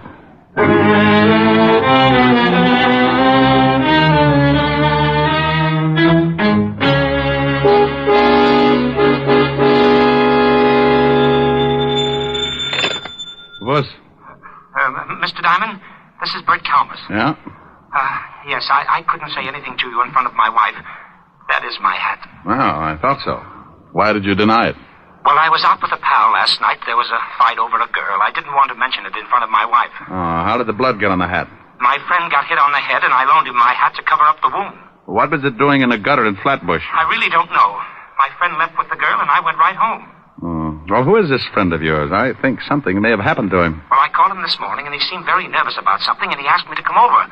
I'm in the lobby of his hotel right now. He's probably just worried about the girl he picked up. As long as the blood on the hat was from a cut on his head, I don't think there's too much to worry about. No, Mr. Diamond, I think it's more than that. He's my employer, and I know him pretty well. I do wish you'd come over. Well, all right, Mr. Calmus. What's the address? The Whitsett Hotel on East 54th Street. I'll meet you in the lobby. Don't ask me why I started getting that lousy feeling when all I had was a bloody hat, a gun, and a pretty good explanation for one of the items. But there it was. That jammed-up feeling in the pit of my stomach, like I just swallowed a whole pineapple. Something was wrong, and I wanted to find out what. So I hurried over to the Whitsett Hotel and met Calmus in the lobby. I'm glad you came, Mr. Diamond. I just put in a call to George's room, and someone else answered. So what? Well, the man asked a lot of questions, like who I was and what did I want with George, and... I take it George is your friend of last night. Yes, George Watkins. He's the president of the firm I work for. Well, let's go up. When someone starts asking questions like that on the phone, it begins to sound like the police have moved in. Come on.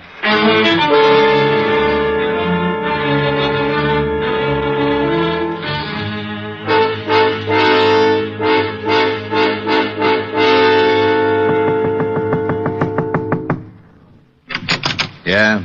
Oh, hello, Walt. Rick, what are you doing here? Fair question. I'll answer yours if you'll do the same for me. I came up to see a Mr. George Watkins. So did I. Well, what's the matter? Is George in some kind of trouble? Who's this guy? Oh, he's a friend of Watkins. Works for him. Oh, yeah? Well, come on in. George, what's going on here? You better let the lieutenant tell you, Bert. I can't think anymore. What's the charge, Walt? Murder. Murder? We got a call from a girl last night who said a man named George Watkins killed someone in her apartment.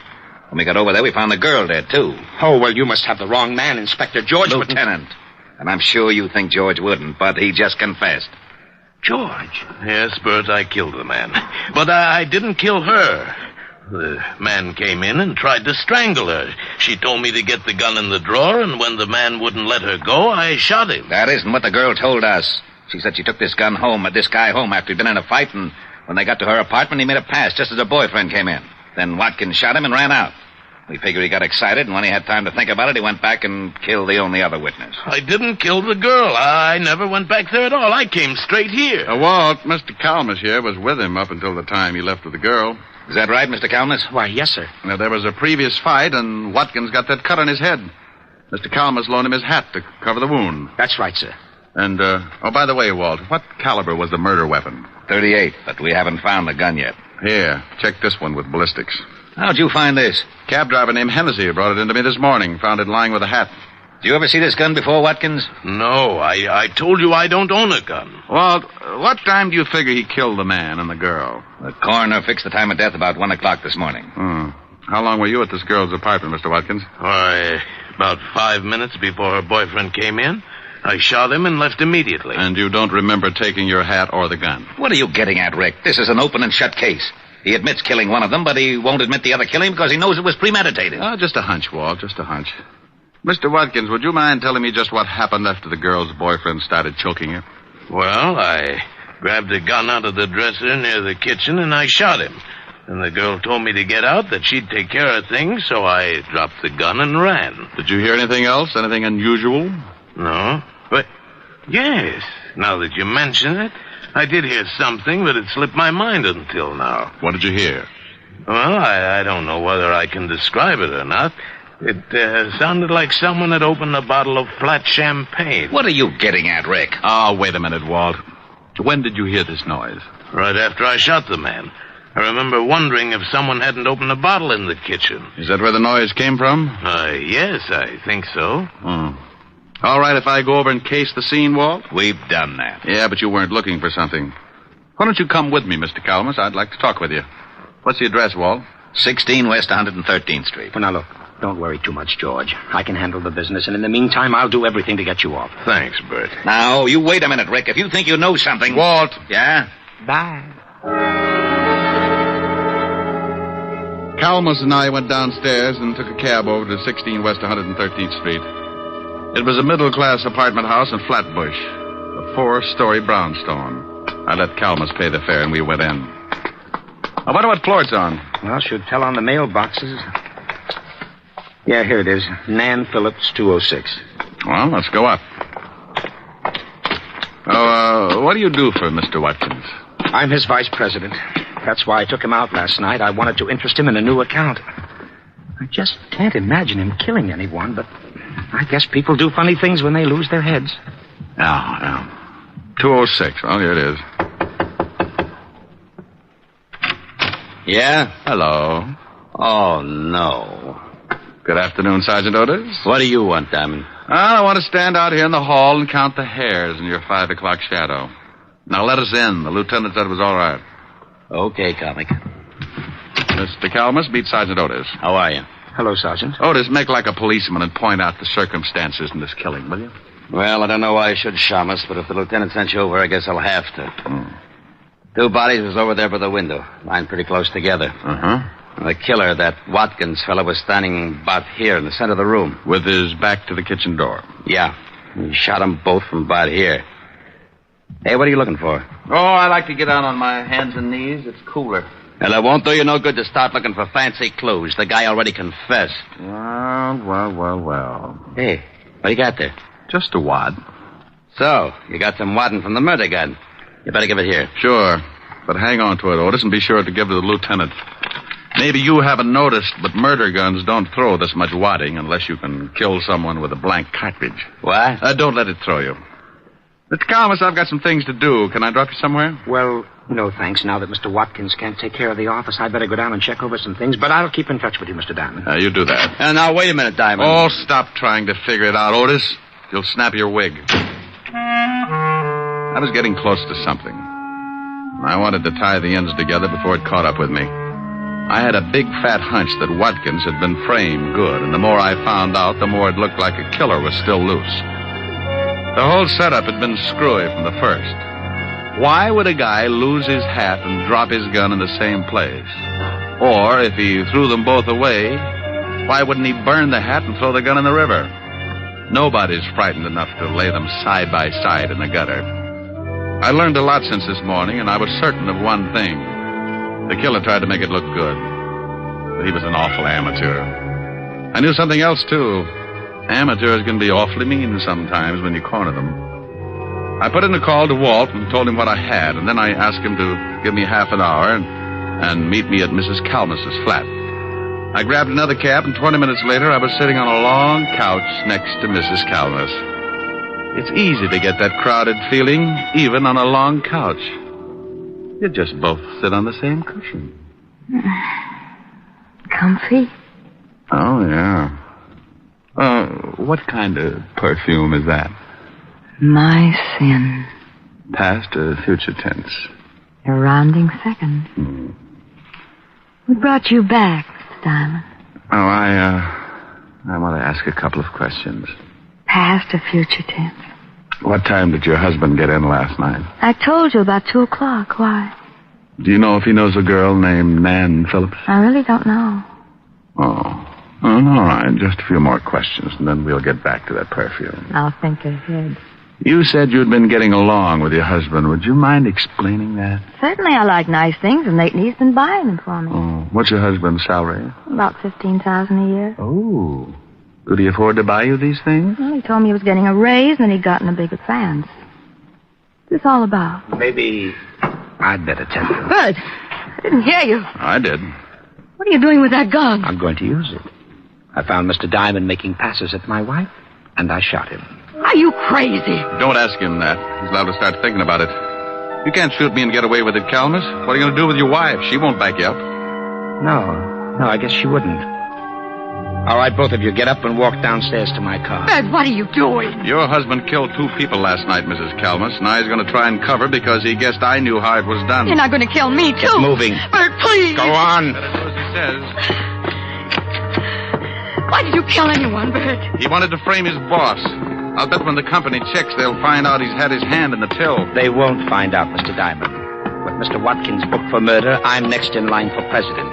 I'll be able to fix the book so it will look like he took the money, too. Is that where you got the money for all those things you've been buying for me? You shot the man and the girl from the kitchen with a silencer, didn't you, Bertram? That's right. I knew you were onto something when you discovered that wad from the blank cartridge. I was onto something a long time before that. Yeah? All right, come on. Over to that gray sedan, and remember, I've still got this gun in my pocket. You're an amateur, Bertram. Is that right? Sure. I knew you had something to do with it when we got over to the girl's apartment. I didn't know what floor it was on, and you looked in the mailboxes. That's the best way to find an apartment, isn't it? Yeah, but not once at any time did anyone mention the dead girl's name. But you knew it and found it on the mailbox.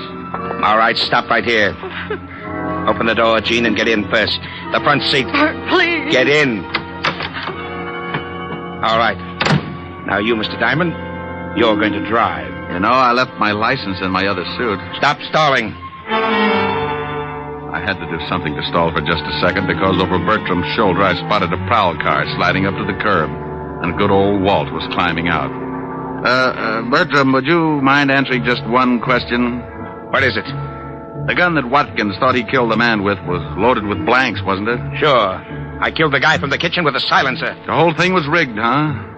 The man and the girl were supposed to stage that fight, and Watkins was supposed to shoot the guy with the dummy slug. You said one question. Now get in the car. All right, Calmus, don't move. What? Why, you... Just break. That was a close one. You're so right, Walt. Take his gun. I think you'll find it's the one that Watkins fired the blanks from. How is he? On his way. Hey, Bertram. I'll go call the wagon. Bertram. Yes? You want to tie the ends together? I paid the girl and the man to stage the fight. I told them I wanted to frame George and blackmail him. So you framed him with a double murder instead. Why? I'd been stealing money from the company. How'd you know it was me? Well, knowing the girl's name for one thing, and your wife told me you'd gotten in about 2. You told me over the phone you went straight home after the fight in the cafe. The killing took place about 1. Watkins said he'd been at the girl's for 5 minutes. About 15 to get to her place, so that meant you all left the cafe around 12:30. It doesn't take an hour and a half to get... Hey, Bertram. Diamond, Huh? I don't think Bert can hear you. Yeah. Well, it was a pretty dull story anyway.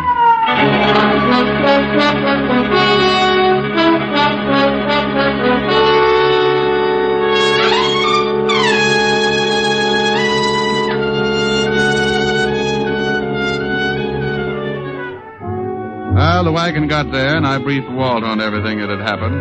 They took Mrs. Calmus home and released Watkins. It was a stinking hot afternoon, and I needed something cool to bring me down to normal, so I headed for 975 Park Avenue. A tall lemonade with a mind of its own, and a curvaceous redhead with the same gimmick. Yes? Oh, good afternoon, Mr. Diamond. Afternoon, Francis. Miss Asheron? Yes, sir. She's in the study, reading. Thanks, Francis. Oh, how about something cool? Yes, sir. Right away, sir.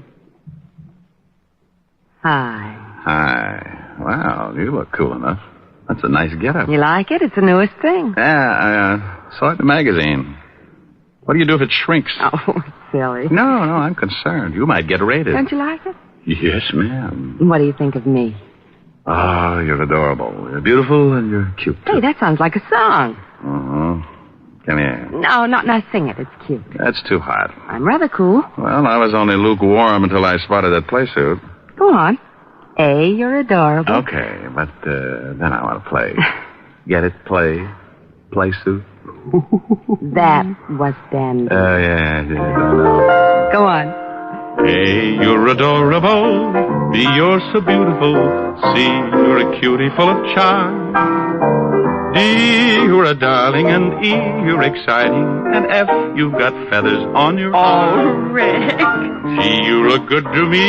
H, you so heavenly. I, you're the one I idolize. J, we're like Jack and Jill. K, you're so kissable. L is the love light in your eyes. Rick. M, do you want me to finish? I love you. Oh, you're sweet. Come here. Mm-hmm. Just one moment, sir. Yes, Francis? I'm not going to be embarrassed again. Here's your lemonade. Thank you, Francis. Oh, it's nothing, sir. A, you're adorable. B, you're so beautiful. C,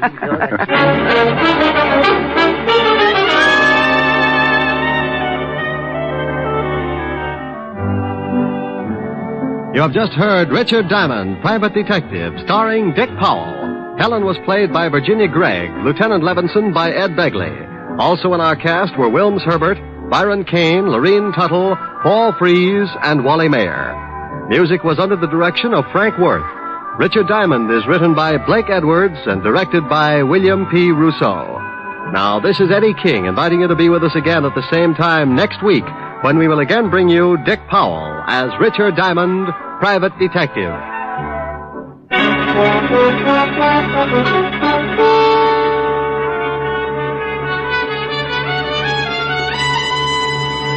This is NBC, the national broadcasting company.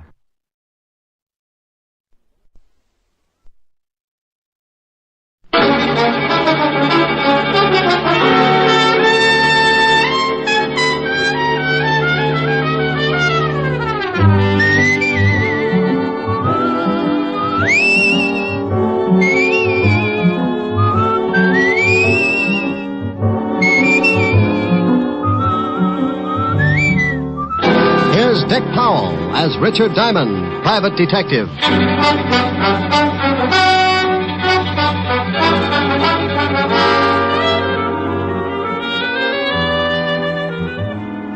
Hello there. This is Diamond. I have a little office on Broadway at 53rd Street. And if you happen to be in the neighborhood sometime, you might notice a sign on the door. It reads Diamond Detective Agency. Yeah, that's how I make a living, such as it is. I sit at my desk behind that door and wait for someone to come in and hire me. Eventually, trouble works its way into someone's life and gives him a shove in my direction. He tells me about it, and I listen with the attitude of a father confessor. When he's done, I dry my eyes and tell him what I think. What I think really doesn't matter, because it's just a shortcut to $100 a day in expenses. Sure, you can hire a guy for less money, but when I work, it's for a price I figure I'm worth. It's got to be that way because sometimes the work's a little dirty, and I have to swallow a lot of pride. I get mixed up in everything from simple divorce to muscle-bound homicide, and when trouble can't find me a client, it starts working on yours truly, and I wind up in a corner. I guess trouble figured I was just about due for a squeeze play because one night last week, 2 lifers in the state pen started working me into their plans.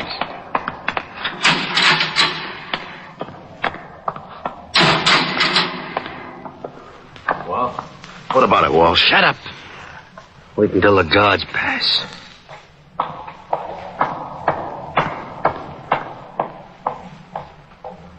Okay. Drag out the cards like we was playing. Sure. Is it set for the night? Yeah. I got the car and everything. Yeah. We'll head for Florida and get across to Cuba. Oh, I'd be glad to get out of this 3 lousy years. Yeah, I got 8 behind me. I used every minute figuring how I'm going to take care of a guy. Oh, Walsh, you're not going to start that again? Forget it. Be glad you're getting out. You knock off that guy and you'll never make it to Cuba. Now, look, I figured this whole thing out. I paid out a lot of dough just to make it come off. And when it does, I'm going to kill an ex-cop. And you're going to help me. Me? Yeah. Unless you want to rot here. Oh, you're out of your mind. If this break comes off, it'll be the neatest trick in years, and you want to louse it up by knocking off some guy on the outside? You can stay here and rot if you want to. The only way I take you along is you help me to get a guy named Diamond. Yeah, but you waste a lot of time in New York. They'll have the roads covered by then.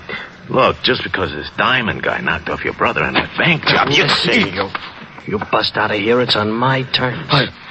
Now make up your mind, it's getting late. Okay. Give me the layout.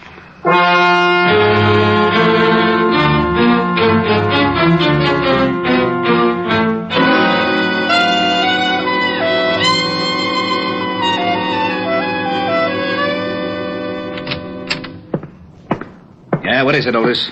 We just got a call, Lieutenant. 2 prisoners busted out of Sing Sing, killed 2 guards. Who are they? Big time. Bob Wells and Charles Walsh. Charles Walsh? Yeah, lifer. I know. Diamond helped send him up before I took over this department. Otis, get Diamond on the phone. Diamond? Yeah, Diamond. Who'd you think I meant? Little Red Riding Hood? Yeah, Lieutenant. Oh, Diamond, Otis. Bring me my bicarbonate, Otis. Someday I'm going to get good and sore. What did you say? Nothing.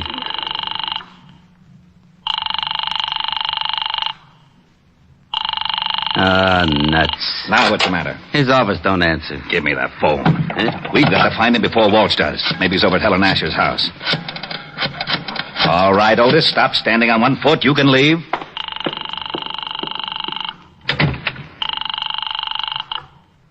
Miss Asher's residence? Hello, Francis. This is Lieutenant Levinson. Is Diamond there? Why, no, sir, but Miss Asher expects him. Wait a moment, sir. Here's Miss Asher.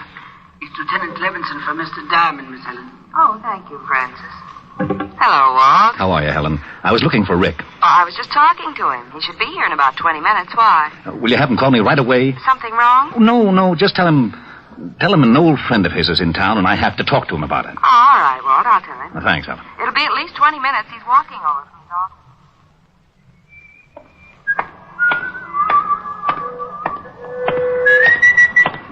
Okay, Diamond, hold it right there. Start walking over to that sedan. Don't you know it's not polite to point? Look, laughing boy, I got a big gun in my pocket. Well, I'm proud of you. I thought it was a crossbow. Get moving. Okay. I'd never seen him before. He was a tall guy with a scar on his chin. He walked me over to the sedan and opened the door. He moved in close and shook me down. He relieved me of my .38 and motioned me into the front seat. I slid in, and he started to follow, so I kept one leg out in front of me and kicked him in the face. I couldn't get enough leverage to cool him, but it gave me enough time to get out the other door and start making like a miler. I looked over my shoulder and saw him climb out holding a bloody nose. I knew he wouldn't take a shot unless he got close enough to make it count, so when he started after me, I ducked into the subway. I found a dime and went through the turnstile. A train was getting ready to pull out, so I pushed my way on just as the gonnet came down the stairs. He certainly wasn't happy to see me go. He didn't even wave goodbye. Wait a minute, you! Wait! Oh, nuts. Nose. Got away from me. What do they like call like that?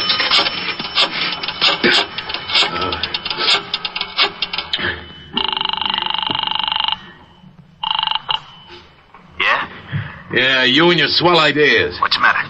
I waited for Diamond outside his office like you said. I started to hustle him in the car and he kicked me in the face. Oh, I think my nose is broken. Stupid. I told you to be careful. Yeah, sure you did. You think I like getting booted in the nose? Look, if you want diamonds so much, you get them yourself. Maybe you can tell me how you're going to get to Cuba without me? Huh? Oh. Well, what do you want me to do now? I still want Diamond. Yeah, but he jumped the subway train. How am I supposed to find her? I found out he's got a dame over on Park Avenue. Pick her up, bring her over here. Pick her up? I'd give you the chair for kidnapping. I'll use her to get Diamond. Pick her up if you want to get out of the country. Yeah, but a now, snitch. Look, I busted you out of the store. I can bust you right back in. No. Now, pick her up. Her name is Helen Asher. She lives at 975 Park. Well, what if someone else is there? What if there is? You want me to stop over making a fourth for bridge? Get him out of the way and bring the dame to me.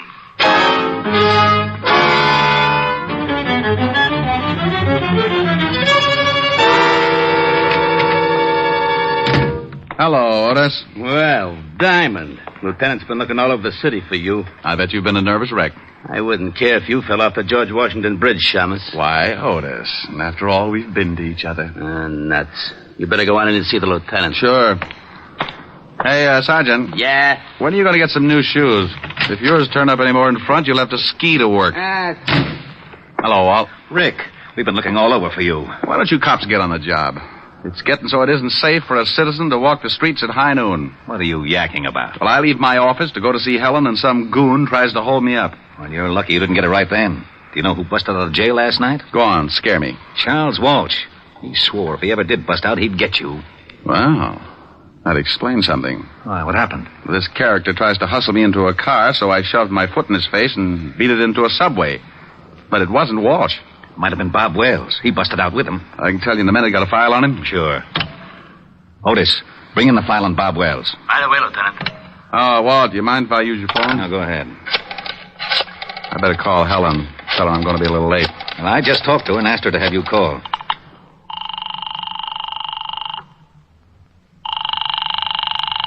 Where is everybody? Yes? Francis? Oh, Mr. Diamond. Please hurry over here. Something's happened to Miss Asher. What are you talking about? Miss Asher's been kidnapped. What? Yes, sir. A man came in and made Miss Asher go down to his car at the point of a gun. He also hit me over the head. Was he a tall man with a scar on his chin? Yes, sir. That's right. We'll be right over. Walt, I think the guy that tried to push me around has kidnapped Helen. Oh, no. He pulled a gun on her and slugged Francis. We better get over there. Now, if Charles Walsh is loose and he's trying to get me, then snatching Helen is a sure way to get me to come around. Hey, where's that file on Bob Wells? Wait a minute. Otis. Yeah, Lieutenant. Haven't you got that file on Wells yet? Yes, sir. Just bringing it in. Well, step on it. Otis is bringing it in. Yeah, Lieutenant. Let me see it. Hey, now, wait a minute. Oh, shut up, Otis. This is the guy, all right. He's the one who tried to pick me up. May I take one of these pictures, Walt? Sure, but what are you going to do? I'll see if I can find him. You go on over and talk to Francis. See if this is the same guy who took Helen. I'm going to go down to Skid Row and talk to a wise old owl who knows about things like this. I got out of the 5th Precinct in a hurry and grabbed a cab for Skid Row. I knew an old deadbeat down there who had a line on every crook in the underworld. And there was just a chance he could tell me where Bob Wells was hiding out. His name was Wilbur Truitt, and he hung out in a shabby dive called the Parrot.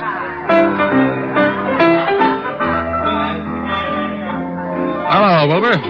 What? Egad, you at the piano, strike up a chorus of My Buddy, for the wandering boy has returned. Look, Wilbur. I would rise and bow from the waist as befits the occasion, but I fear that some sterno I accidentally came in contact with has rusted my spine, and I am forced to remain in a sitting position. I haven't got time to listen to the routine, Wilbur. I'm looking for someone. Here, take a look at this picture. Ever see this guy? Unless I have my morning constitutional, Buck, I can bring nothing into focus but a large bottle and a straw. Oh, waiter. Waiter, give me a bottle. You have arrived in the nick of time. I get that wonderful warm glow when you ask for a whole bottle. A snap comparison would be that of a happy mother smiling blissfully at a nursing babe. Okay, Wilbur, now tell me, do you know this man? One sip of strength, and I shall have the eyes of a carrot-stuffed feline.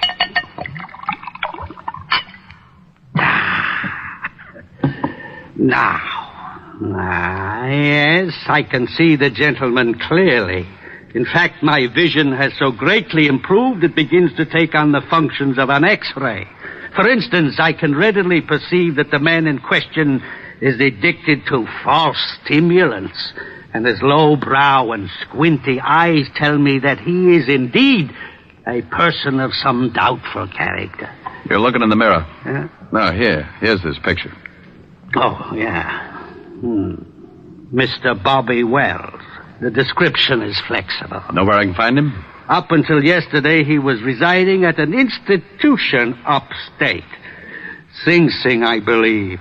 It is very possible that he is hiding out in one of his old haunts on 23rd Street, but I couldn't say for sure. Oh, why not? This bottle you purchased entitles you to one of my best guesses. To be absolutely accurate, I would need further inducement.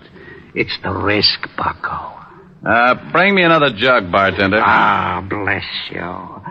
Try looking in a rooming house at 533 West 23rd Street. Now, if you don't mind, I shall forget the necessity for long conversations and begin to concentrate on the work ahead of me.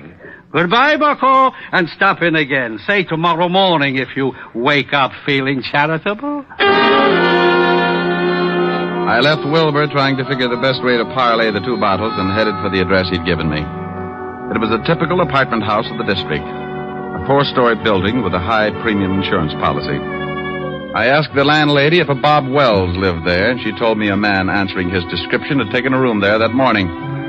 She told me he'd gone out a few minutes before, and she'd let me into his room. I told her to keep a lookout and warn me if he showed. Then I started looking. I tore the place apart, but I didn't come up with a thing. I spotted the phone and started to call Walt, and that's when I saw it. A pad lying by the base of the phone with a heavy imprint left from the writing on the top sheet. I pulled an old trick. I took a pencil and rubbed the lead lightly over the imprint, and up came one telephone number. I dialed it and waited. Weinberg's Delicatessen. Oh, is Bob Wells there? Oh? Bob Wells. Never heard of him. Thanks. Well, it's like that. 1 minute you think you got a lead hot enough to melt your change purse, and the next you find yourself looking like a tree surgeon in Death Valley. But in my business, it takes a conventional 3 to strike you out. So I found the address of the delicatessen, and 15 minutes later I was standing between a smoked herring and a 3-foot salami talking with Mr. Weinberg. What can I do for you, sir? Oh, I talked with you, say 20 minutes ago about a Mr. Bob Wells. Bob Wells? Oh, yes. Never heard of him. Take a look at this picture. Maybe you know the face and not the name. It's familiar. Yes, I think I've seen him somewhere. Think hard now. This is important. Are you a policeman? Detective. Ah. How about it? Oh, yeah. So long as you're a cop, sure, I remember him. He came to my store last night. I remember because I had already closed and he kept pounding on the door. Finally, I let him in. He was very rude. He bought a lot of groceries, but very rude.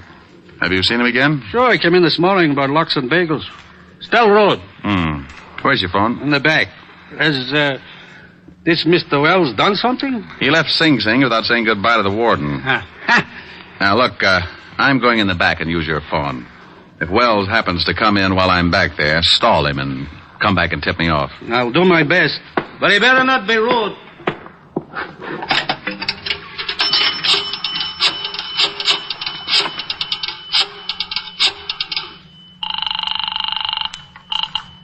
Homicide, Lieutenant Levinson. Hey, Walt, I'm in a delicatessen over on 24th Street. Yeah, Rick. I traced Wells this far, found out he's been buying food here, probably for Walsh. You think Walsh is hiding somewhere in the neighborhood?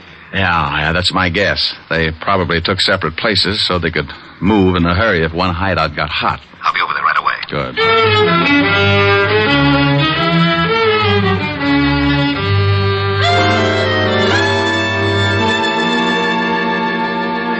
Comfortable, honey, but no yelling, or I'll have to stuff up that pretty mouth. I don't understand this. Why did you kidnap me? I've been having a hard time getting in touch with your boyfriend, Diamond. Figure if his girl's in trouble, he'll come looking. I don't have a boyfriend. Sure. Play it straight. But you watch. Tonight I call your butler and tell him we got you. If Diamond wants you alive, he comes to a spot I got picked out. And he comes along. I don't know any Diamond. Ain't she cute, Bobby? Yeah, cute. Want me to fix her so she forgets how to lie? No, I don't care if she claims Diamond's her uncle. Go on down to the delicatessen and get some food. I'm getting hungry. Okay. But I still think we ought to be getting out of town. In 1 hour, I call this dame's house. At 12 o'clock, I meet Diamond in the park. Then we get out. Why do you want to see this Diamond? Oh, we're old friends, baby. He set me up for life. And he shot my kid brother full of holes. I just want to see that Diamond gets everything that's coming to him. You talk too much. You've got some bad habits yourself. Now get that food. And if you're too lazy to walk downstairs, I'll show you a shortcut. 3 floors, straight down. You can jump for it. Okay.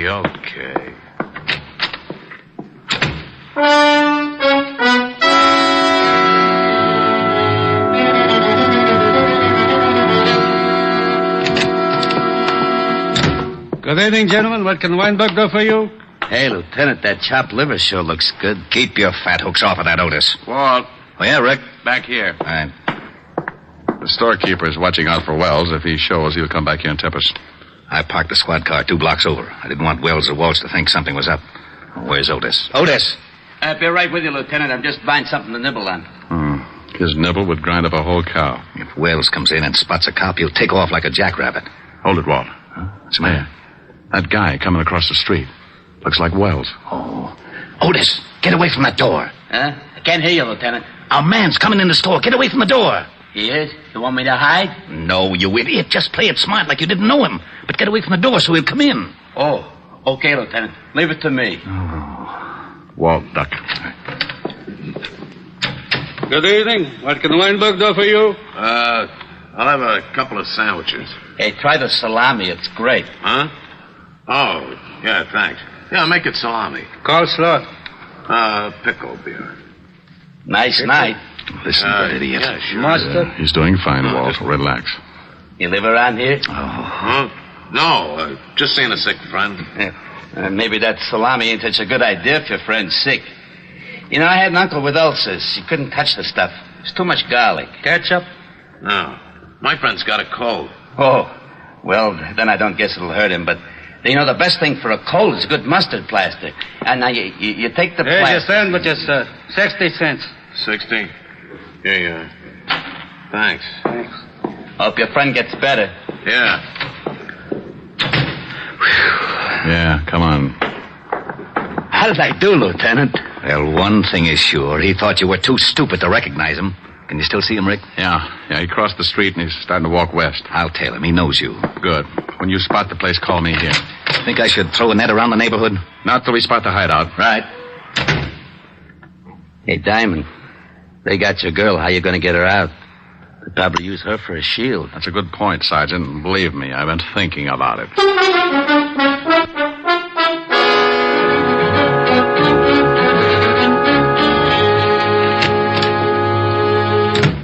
Here's the sandwiches. Swell. Hey, you only got 2. Oh, there was a cop in the delicatessen. A cop? Yeah, big stupid one. Listen, I told him I'm getting food for a sick friend, see, and he starts giving me all kinds of You sure you weren't tailed? Tailed? No, who tailed me? Cop stayed in the delicatessen. Okay. Here, honey. Have a sandwich. I'm not hungry. Oh. Suit yourself. Here, Bobby. Oh, thanks. Hey, when are you going to put in that call to this dame's butler? Right after we eat. Then we go to the park and wait for Mr. Diamond.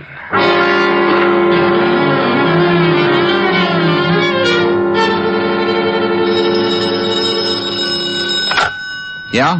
I'm in a drugstore across from the building that Wells went in. It's about a block away. Nifty drug. Block west on your side of the street. I'll wait inside. We'll be right down. Come on, Otis. The lieutenant hasn't spotted. Okay. Thanks for the bagel, Weinberg. That's all right, officer. Come back again when you can pay for it. Come on, Otis. Move your big feet. Okay. Hey, you got any brilliant ideas how we're going to get Helen out of there in one piece? No, I gotta admit I'm stuck. Why don't you get that bear trap mind of yours working and make yourself a hero? Well, maybe we could start a fire in the building. It'd have to come out. Oh, swell. There's nothing I'd like better than a well-done girlfriend. Well, I was trying. Yeah. Hey, wait a minute. What's the matter? Otis, Remind me to kiss you on both cheeks. Hey, what are you doing? That's a firebox. I'm turning in an alarm. There. Oh, we're going to start that fire? No, but Walsh and Wells won't know there isn't one. When the trucks come and the firemen bust in the place, they'll think it's burning down around their ears. Yeah, maybe then they won't watch Helen too close, huh? That's the idea. Well, here's the nifty drugstore. Yeah. Rick, I've been worrying about something. Yeah, I know. How do we get Helen out? Yeah. Well, relax. Otis came up with a solution. Otis? Yeah, I turned in a fire alarm. Now, when the trucks get here, you can tell them what's up, and they can go in the building and make like it was on fire. Well, won't Walsh know it's a phony if he can't smell smoke? The chief can tell him it's blazing in the basement. When they hit the street, we can get enough firemen to shield Helen and then take Walsh and Wells. I'll call the precinct and have the block surrounded. We'll need lights if they make a break for it. Which apartment house are they in? That one, across the street. After I call the boys, we better go over and find out which room they're in. Quietly clear the rooms on both sides in case the shooting starts before we expect it.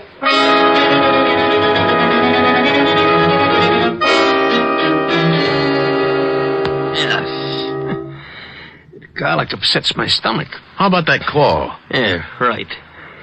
Well, what's your phone number, baby? It's in the book. Oh, she gonna be troubled, Bobby? He wants your number. Now, come on, we ain't got all night. All right. Evergreen 54308. Oh, that's better. Gotta be more careful, Bobby. Your lip's bleeding. Yeah. Hey, Walsh, what's that? Sirens. Maybe that's the cops. If somebody tailed you... I told you I wasn't tailed. Wait, I'll go see. It's fire trucks. They're coming down a block.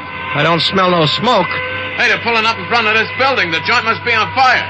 Let's get out of here. Maybe it's the building next to us. No, they're bringing the hoses right in front of the door of this joint. I'm getting out. Sit still. Maybe it ain't a big one. We can't go busting out in the street. Well, maybe it ain't a big one, but if it is, I don't want to end up like a pound of spare ribs. Oh, shut her up. Why, you... All right, now, come on. Hey, what's that? Yeah, what is it? Fire department, we're back here from the building. What are we going to do with the dame? Shove her in that closet. Just a minute, we'll be right with you. Hurry up, there's a fire in the basement. It's nearing a gas main. The whole place may go up any second. Did you hear that? Yeah, step on it. Okay. Hey, better step on it, down these stairs. We can find our way. Hey, there's a couple of prowl cars. Yeah. Separate. We'll meet at the other place. Okay, Walsh, that's fire now. It's the shamus. Get him, Walsh. Don't reach for it, Walsh. I owe you something, Diamond. You all right, Rick? Yeah, Walt. He's a worse shot than his brother. Where's Wells? He made a break for it, but he won't get through. All right, Wells. You can't get through. Drop your gun. You won't take me, copper! Well, that's that. What about Walsh? He's pretty dead. Come on, I want to find out what happened to Helen.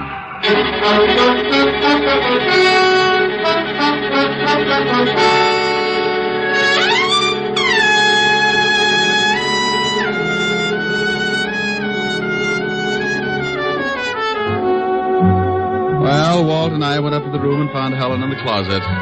We took her downstairs, and she cried a little on my shoulder. I like that. Makes me feel so protective. Walt cleaned things up and dropped Helen and me off at her place. An hour later, Helen got back to normal, and we relaxed on the couch and forgot about Wells and Walsh. How do you feel now, baby? Better. Want to get Francis to fix some dinner for you? Oh, no, I'm not very hungry. You can have some if you want. No. Want to play some canasta or something? But you always said it was a bad 200 game. Yeah, it is. Well, I forgot my jacks. Silly. Want a neck? Ooh, what you said. Come here. No. Helen. No, I'm mad. Mad? What for? Because those two thugs ruined a wonderful evening. What's the matter? Want me to go? Oh, you idiot, of course not.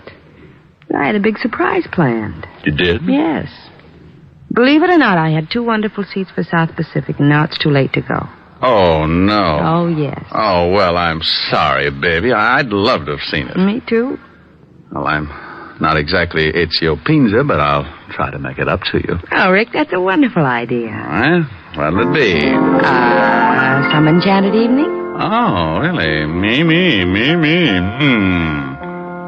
A some enchanted evening. You may see a stranger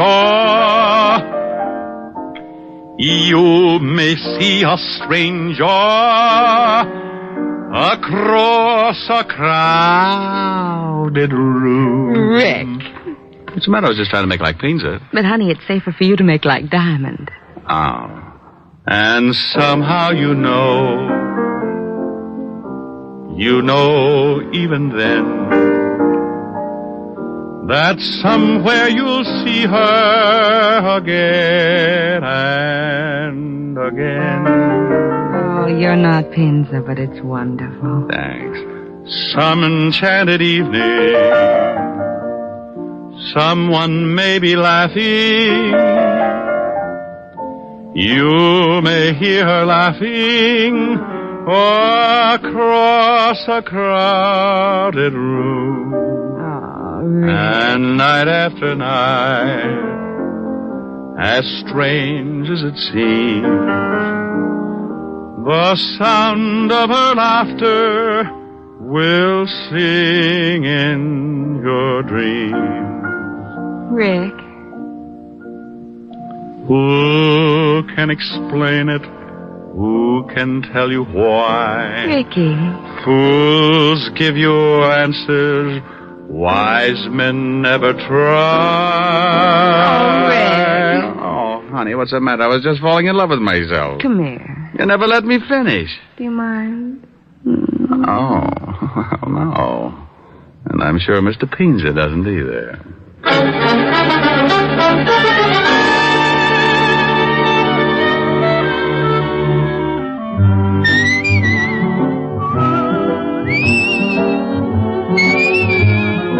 You have just heard Richard Diamond, Private Detective, starring Dick Powell.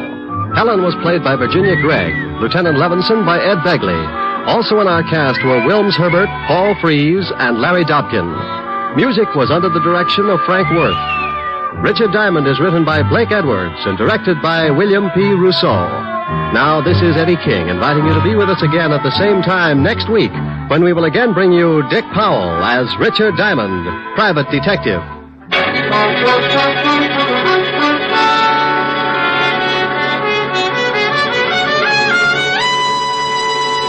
This program has come to you from Hollywood. This is NBC, the national broadcasting company.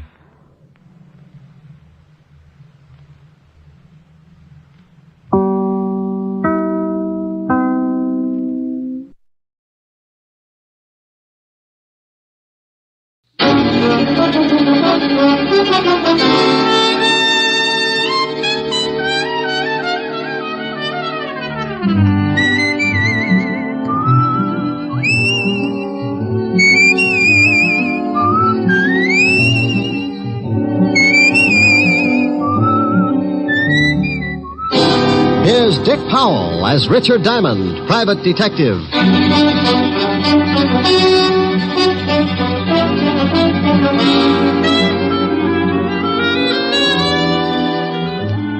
Hello there.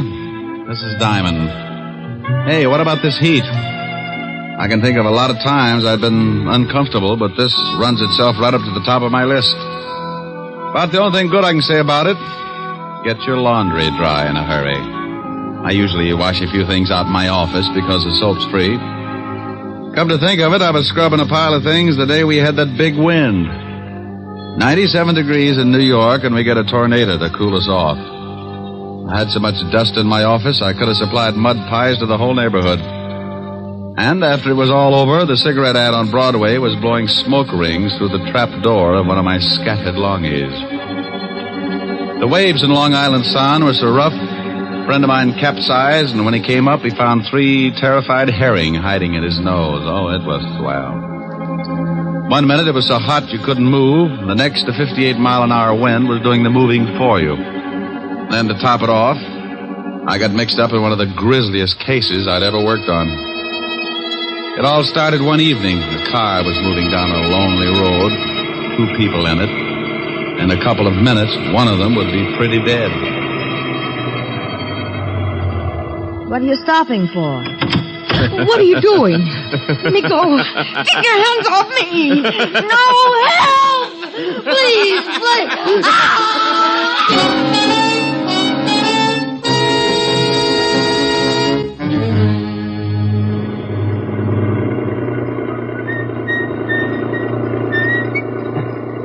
Hey, Ed. Huh? Stop the car a second.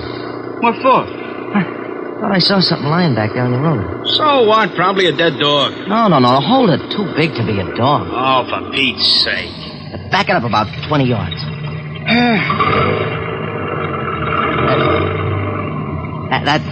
That's good. Okay, where is it? Right over there. Yeah. Hey, come on. Hey.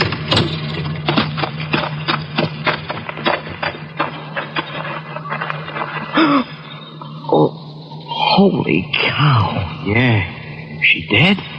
She's wrecked. Oh, I think I'm going to be sick. Me too. Let's get to a phone, call the cops.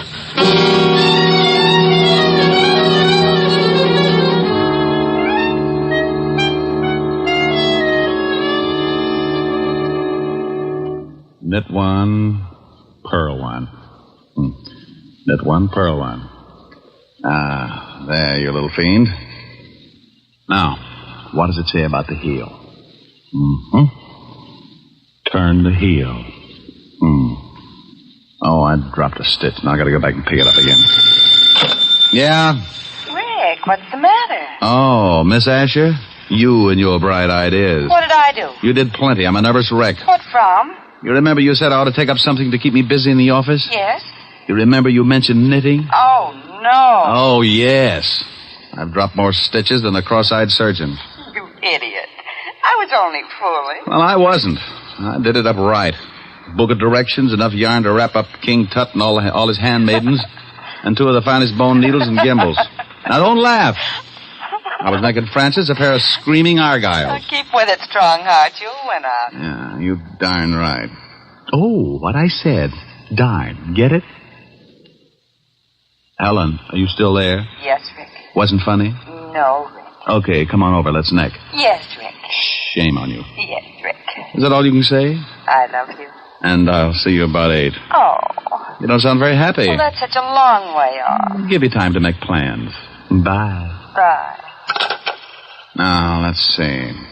I gotta take out 1, 2, 3, 5 rows. Yeah, what is it? Rick? Oh, how are you, Walt? Very unhappy. You should see me. I gotta take out 5 whole rows just to pick up 1 lousy stitch. What? No, forget it. What are you unhappy about? I'll tell you about it when you get down here. The 5th precinct's 20 blocks. Can't you give it to me over the pipe? I wouldn't ask you if it wasn't important, and I'd rather not say anything over the phone. Okay. Stop making like Portia facing life. I'll be down as soon as I finish this heel. Heel? Yes, if you must know, I've taken up knitting. Coming from you, I am unmoved. I don't care if you're building Sergeant Otis a fur-lined money belt. Get down here as fast as you can. All right, Walt. But you'll be sorry when it starts getting cold again, and I won't knit you a sweater to cover your little old blue stomach. Oh. Bye, Walt. Getting Walt's goat was a sport with me, and whether he'd admit it or not, he got a kick out of it, too. Sometimes I wouldn't stay on the rib as long as I usually do, but that was only because Walt always starts sounding just a little bit worried. Then I know it's time to lay off and get serious. Don't misunderstand me. I never lay off entirely, and I never get completely serious. Those are 2 habits that don't help find the solution any quicker. They just fit you with a mess of ulcers, and you still end up too worried and too serious. I closed my office and headed for Walt's precinct. When I walked in, I spotted Sergeant Otis leaning back in his chair with his number 12s resting on the desk. Hello, Otis. Well, how's the big private detective today? Just fine, Otis. And how is the flash of the 5th precinct? Don't you worry about me, Diamond. I'll get along. Better go on in and see the lieutenant. He wants to see you. Hey, what's it about, Diamond? You need someone to help you from the police force? You know, Sergeant, you've got a fine head on your shoulders. Well, I'm glad you noticed. The one under your arm isn't so bad either. Hello, Walt. Rick, why don't you leave that poor guy alone? After you leave, he comes running in here and cries all over my desk. Otis? He wouldn't shed a tear if he was standing in an onion warehouse watching his grandmother set fire to herself. Yeah, well, give him a rest for a while. I got a big problem I want to talk to you about. All right, Walt. What's on your mind? Well, I don't know quite how to give it to you. It isn't strictly kosher for the police force to go around asking for help. Now, wait a minute. I don't want any apology routine. If you want a favor, you came to the right boy, and you know that goes without saying. Yeah, I guess I do. But this is a pretty big favor, Rick. The Commissioner's on my back. So is everyone else that's got anything to do with this city's government. Sounds rough. What did they do? Find out you were hiding a chimpanzee in a cop's uniform and calling him Sergeant Otis? Oh, now be serious for a second, Rick. Sure, if you'll get to the point. All right. I guess you've been reading about these homicides we've been having for the past 3 weeks. Yeah, pretty messy. Well, the powers that be say solve them or turn in my badge. Oh, well, now, wait a minute. Don't they know that this is the toughest kind of a killing? The killer's obviously got a lot of screws loose, and a maniac doesn't need a motive to kill. Don't those swivel chair bigwigs know that a crime without motive is the toughest job in the world to crack? Sure, they know all that, but the public and the press is yelling its head up, so the pressure is on. Well, what do you want me for? You've got one of the best departments in the state. When you were on the force, it was the best department in the state. Now you stop that. Then stop twisting my arm. What do you want? I want help. I've got to crack this case by next week or I'm out of my ear. You're the best detective we had on the force, and you're the best private gumshoe in the city. Oh, that's better. Now, what about these killings? Now, each time they find some dame looking like the last of a hamburger sale... Oh, excuse me a minute, Rick. Yeah? Lieutenant? No, Jack the Ripper. What do you want, Mallet Head? We just got a report from a guy out in the River Road. Another one of them butcher killings. What? Yeah, some dame all hacked up and lying beside the road. Okay, get the car out. I'll meet you downstairs. Oh, did you hear that, Rick? Mm-hmm. Well, come on. You want me along? Of course. I can brief you about the whole setup on the way over. Oh, I don't know whether it's such a good idea to get mixed up in this. Why not? Well, it looks like whoever gets close to this killer doesn't have much of a future. Well, you can't live forever. Oh, aren't you the sweet one? No, that's not what's worrying me. What is then? When I go out, I want a nice, comfortable place to lie down in. The way this nut goes to work with a knife, I might end up in a freezer.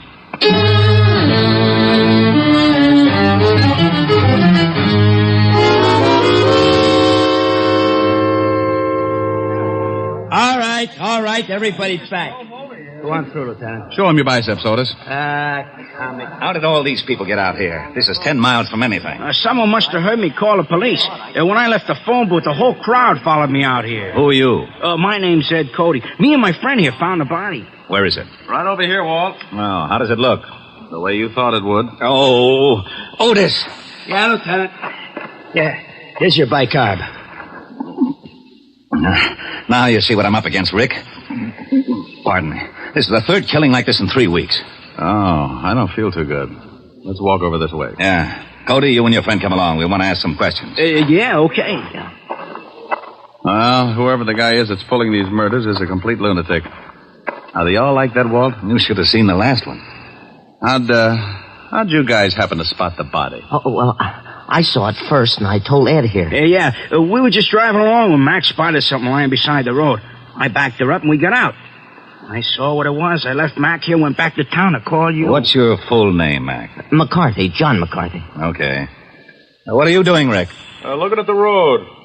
Hey, that's your car up there, Cody? It's Mac's. I was just driving. You went ahead how far? Oh, I'd say about 20 yards. Then we backed up and left the car where you see it now. You won't find much even if the road is soft. Their car and any other car would have blocked out the killer's tracks. Maybe he didn't use a car. Maybe he walked her out this way and then killed her. No, this place is 10 miles from anything. He drove, all right. This crowd has ruined any footprints for sure. Oh, here come the boys. Come on, Rick. As soon as they start examining things, we can get back to the station. Yeah, I want to go through the whole file on the last 2 killings. You won't find much. Well, a change of reading never hurts anyone. I'm getting tired of reading those dime novels. Too bloody.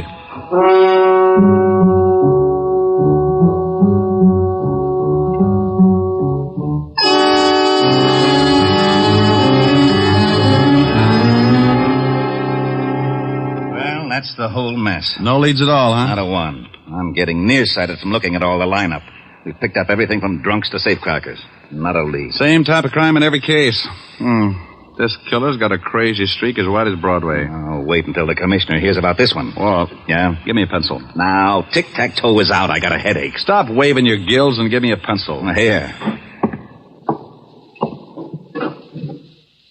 What are you doing with that map? Drawing circles. Now, you stop that. That's a scale of this city, and I don't want it loused up by your doodling.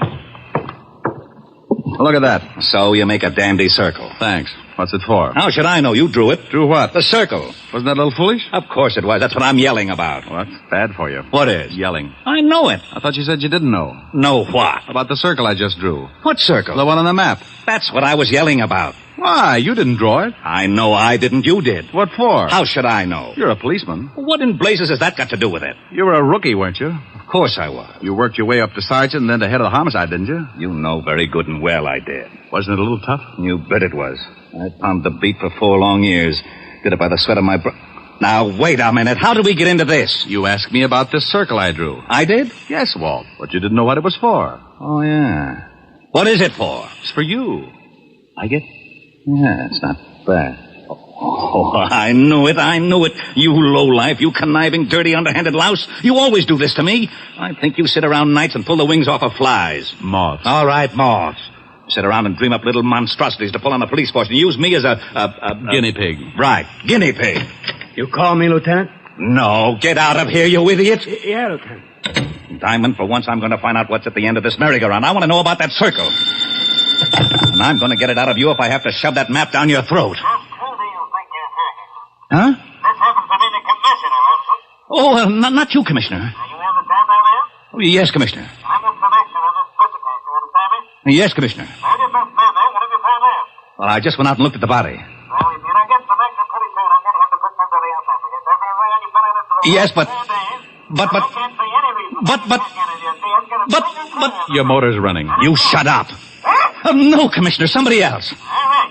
Yes, sir. Get on this right away. Fast. Yes, sir. Now go for it, and don't let me see you until you get something. Yes, sir. Oh. Who was it? I am not talking to you. Don't you want to know about the circle? No.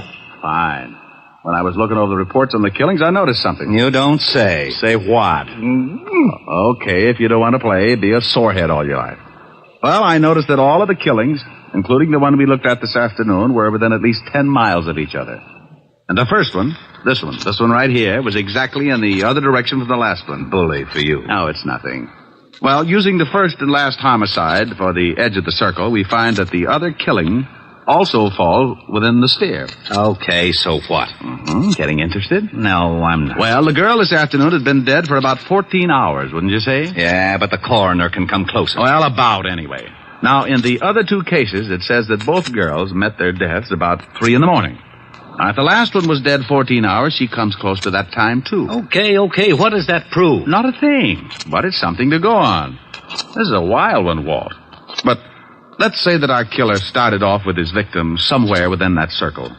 To drive 5 miles, half the distance of the circle, it would take him, about... 15 minutes. Okay, 15 minutes. Now, that means he left his starting point around 2:45. Now, that's a funny hour to be so consistent. You're right. Bars close at 2. 45 minutes to talk a dame into a ride? Might be. Oh, I'll be darned. I may be all wet. The killer probably started from somewhere outside the circle, but we can start by eliminating the idea of the night spots anyway. Yeah, Lieutenant? Checking all the night spots from... 45th Street and Broadway, the center of the circle. From 45th Street and Broadway for 10 miles in every direction. Yeah, Lieutenant. That means cafes, bars, bowling alleys, anything that stays open till 2 or after, and step on it. I hope we're right. So do I. I don't like walking on eggs. Then sit down. Who knows? You might hatch something. Walt found out the name of the last victim, and the family supplied us with a picture. Her name was Martha Kirk, and her family knew nothing of her whereabouts the night of the murder. You can't really appreciate a police department until you really see them in action. Inside of 2 hours, Walt had every dive, bar, and night spot in the 10-mile circle tagged. They spread out, 1 man to every 5 blocks, each with a picture of the 3 murdered girls. Because it had been my idea, Walt wanted me to swim with it and maybe sink. I took a little section from 48th Street to 46th Street, and by late afternoon, I'd covered most of the likely prospects. You guessed it. The bottom of the barrel was coming up fast, and it was emptier than a ballpark during a thunderstorm. No one had ever seen the 3 victims. The last spot on the list was a bowling alley.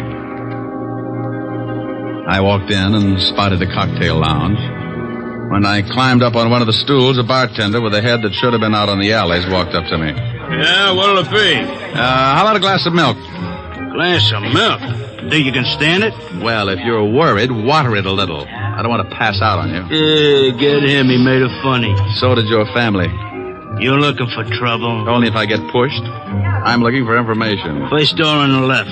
Yeah. Ever seen any of these girls before? What are you, cop? Well, let's say I'm nosy, and then I've got a badge to keep me in the spirit of the thing. Oh, why'd you say so? Let me see. All right. Here's the first one. No. I ain't never seen her. How about this one? And this one? No. Hey, wait a minute. Sure, I know this one. Comes in here about twice a week. Was in last night. Gets lushed up, cries about how tough a family is on her. Name's, Kirk? Yeah. Martha Kirk. Nice looker. She was. Huh? Did she ever come in with a man? No, but sometimes she leaves with one. Same guy every time? No. Do you remember her leaving with a man last night? Yeah. Come to think of it, she did. What time? No, about 2:15. We stopped serving at 2 right on the dot. That we do. That you do, yeah. Okay. Think you'd know the guy if you saw him again? Oh, sure. He comes in a couple times a week, too. I seen him pick up a couple of strays. I guess you call him a wolf. Yeah, with a hatchet. Huh? No, forget it. Where's your phone? Right over there. Hey, here, use a slug. It's on the house, officer. Thanks. Hope nothing's happened to Martha. She was a rotten drunk. What a wonderful kid. She was, huh?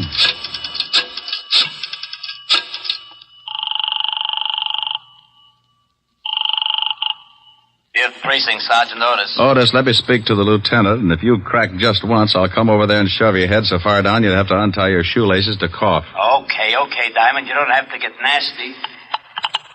Lieutenant Levinson. You can forget about retiring, Walt. You got something? Yeah, looks like. What did your boys turn up? Nothing yet. What is it, Rick? Don't play games now. Get over to 47th and 9th, the bowling alley in the middle of the block. I'm in the bar. Want me to bring the boys? No. This is one we've got to play quietly. I don't want to scare our ghoul off. I'll be right down. Hey, what about that milk? Huh? Oh, yeah, coming up. Hey, is there going to be a pinch? There is, Buster. There certainly is.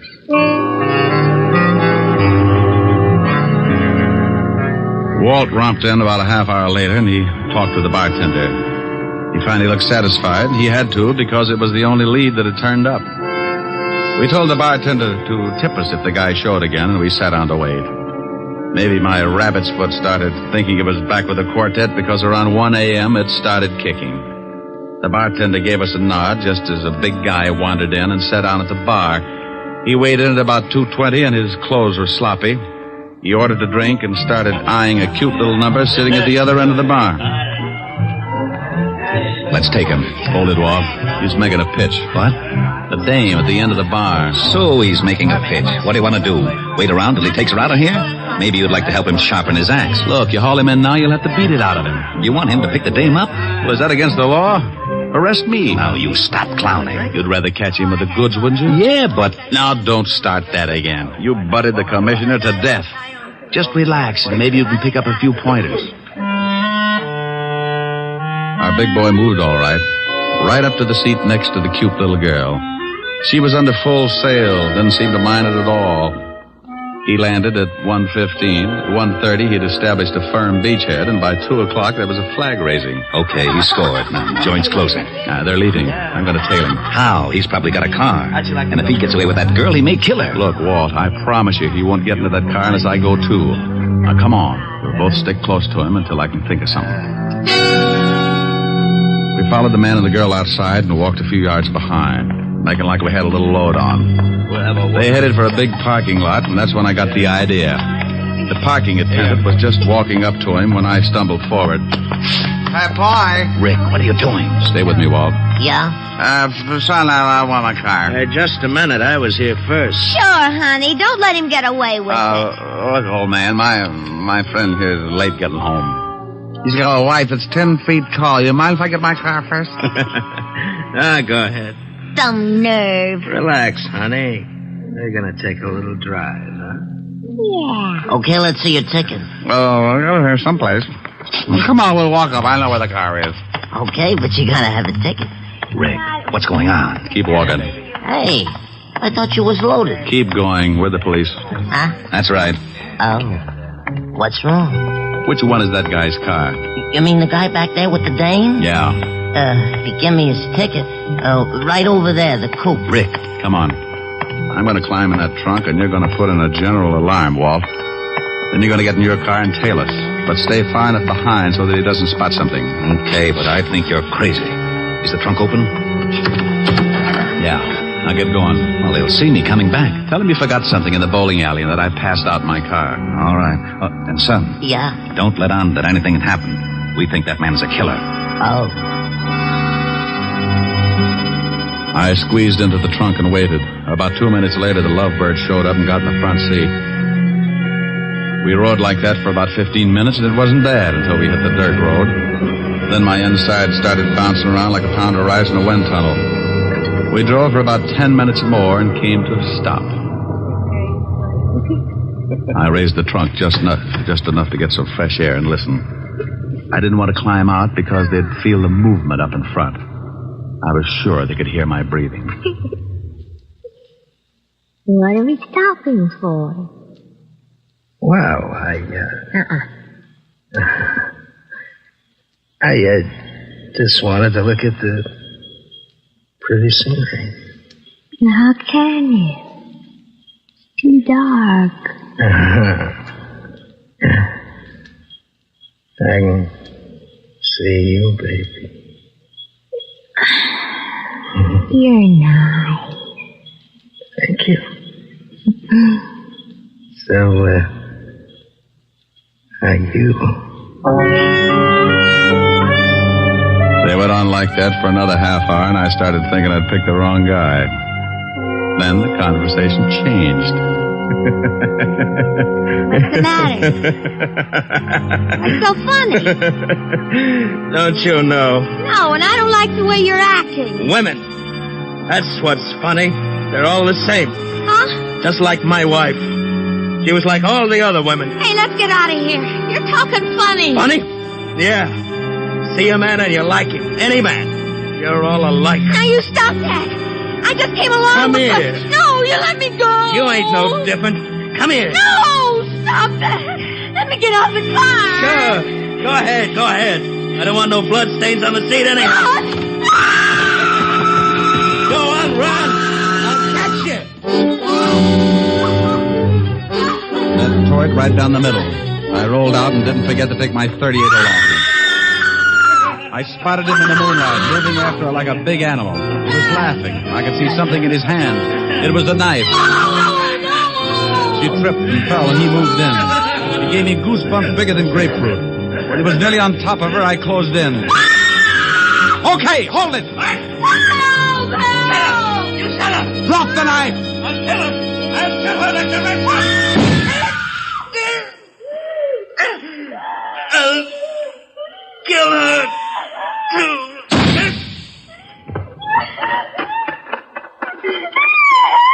You all right, honey? No. Just take it easy. Take it easy. It's all over. I'm so glad you got here. Come on, now. Let's get back to the car. Easy. You sure you're all right, dear? You know something? No, what? I think that man was crazy.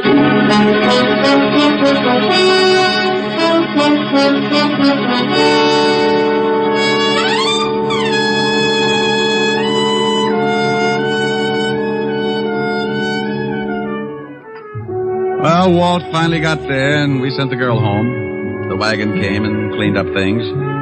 I found out later that Walt was blessed by the commissioner, and I got an assist. I needed calming down, so I stopped off at 975 Park Avenue, the home of the best remedy for bruised nerves I knew of. Oh, good evening, sir. Good evening, Francis. Is Miss Asher in? Yes, sir. She's in the study, knitting. Knitting? Knitting. Thank you, Francis. Knit 1, purl 2. Knit 1, purl 2. That's like taking stupid pills. Rick. Hello, baby. Oh, look what I've gotten into. I'm a nervous wreck. Oh, that'll teach you. What are you building? Well, it was going to be a surprise for you. Oh, a whole suit. Silly. Ricky, Yeah? I need relaxing. You need relaxing. Oh, swell. Ricky, come here. I know just the thing. No, come over here. There's an old spinning wheel in the parlor, spinning dreams of a long, long ago. Ricky! Oh, what's the matter, dear? Oh, what about this? Cruising down the river on a Sunday afternoon. Ricky. With one you love, the sun above, waiting for the moon. Ricky. The old accordion playing. Ricky. A sentimental tune. Rick! Oh, honey, what's the matter? You can sing later. Oh. Please. What is it, really, baby? Come here. Oh, you know something? What? I may never sing again. Okay.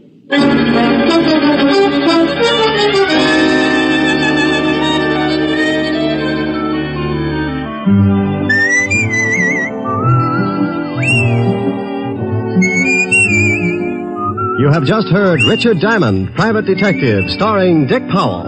Helen was played by Virginia Gregg, Lieutenant Levinson by Ed Begley. Also in our cast were Wilms Herbert, Bill Conrad, Lorene Tuttle, Jack Crucian, and Sidney Miller. Music was under the direction of Frank Worth. Richard Diamond is written by Blake Edwards and directed by William P. Rousseau. Dick Powell will next be seen in the motion picture Mrs. Mike, based on the best-selling novel Mrs. Mike. Now, this is Eddie King inviting you to be with us again at the same time next week when we will again bring you Dick Powell as Richard Diamond, Private Detective.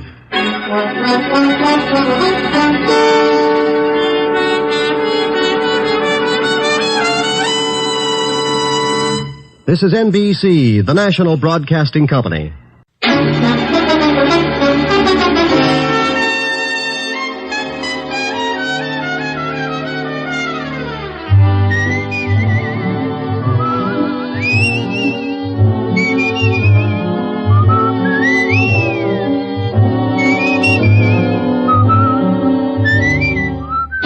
Here's Dick Powell as Richard Diamond, Private Detective.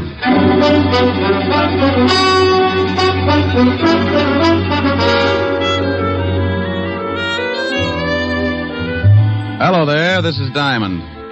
About the most strenuous effort I might give out during a working year is maybe chasing some thug up the escalator at Bloomingdale's department store. But last week I really outdid myself. The all-stars of the police force challenged the private detectives to a baseball game for the benefit of the vice squad. And I wound up stiffer than a pair of starched overalls. Because the private detectives are quick to take advantage of the slightest opportunity, by the 8th inning, we realized the need for some immediate strategy. The score at that point was 6-4, the cops leading. So I got hold of a little blonde I knew and had her walk across the infield in a sweater. The idea was to disturb the opposing team and take their minds off the game. It would have worked, but it seemed that since I had last seen my little blonde friend, she'd become quite a favorite with the police force, so they just waved hello and went about their business. My drooling colleagues, however, had not come in contact with said hunk of fluff, and before the game was over, 3 of them had picked up the bat boy and tried to bunt with him. You may have read where the police force finally beat us. Close game, 37-4. But I want to say right here and now, they never could have done it without that sweater. And oh yeah, I got mixed up in a little honest murder the next day. It all started in the back booth of a middle-class nightclub. A couple of people were busy trying to think up the fastest way to make a homicide billiard. Oh, that's the 3-cushion variety. Killing to frame up to the electric chair. Leon, are you sure this will work? You want to get rid of that old man of yours, don't you? You know I do. Well, I got a wife that I want to dump, too. This letter from her is going to fix it so we both end up very unmarried. Are you sure they'll blame it on Martin? Sure, I'm sure. When they find him with this letter and his own gun and the dead body of my dear little wife, they'll slap him in the chair so fast he won't know what happened. Who's going to find him with the body? That's your job, baby. I'll get the letter to your husband, and you swipe his gun and get it to me. And you go get yourself a private detective and tell the shamus that you suspect your husband of running around with another girl. You and the shamus tail your husband. I'll have it timed so you catch him with the goods right after the killing. Well, all right. I hope it works. It will if you want it to, baby. I want it to. Because I want you. Yeah. Yeah, and all that nice money your husband's going to leave you. Leon. Come in, June. Yeah.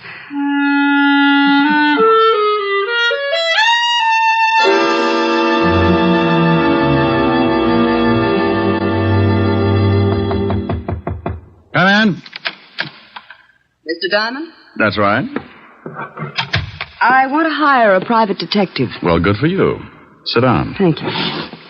What is your fee? What's the matter? Oh, stand up and sit down again.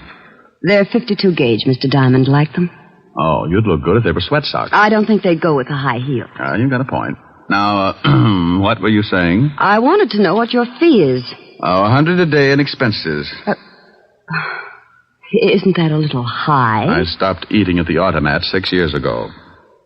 All right, I'll give you a retainer. Wait a minute now. Wait a minute. What's the job?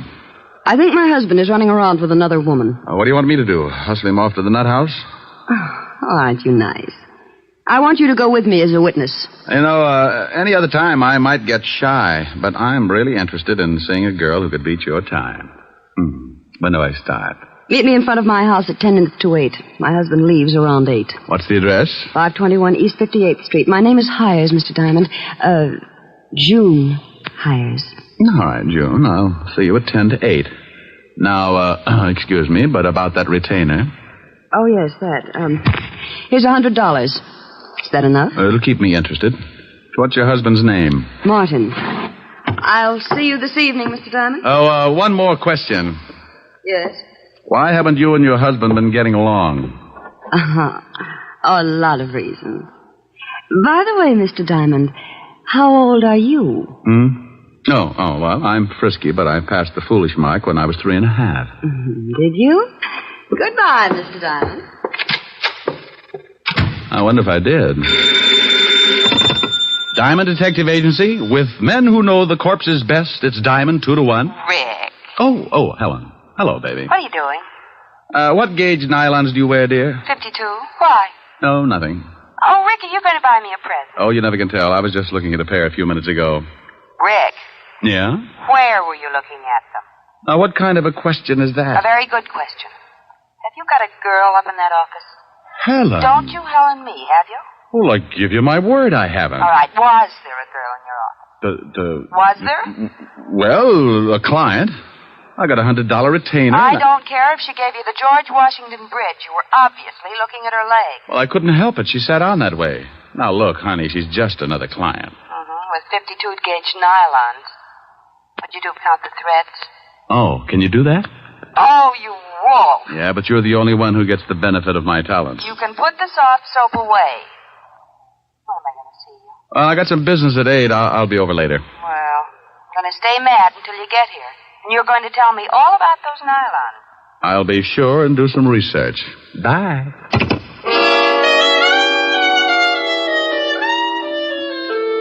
Well, there you are.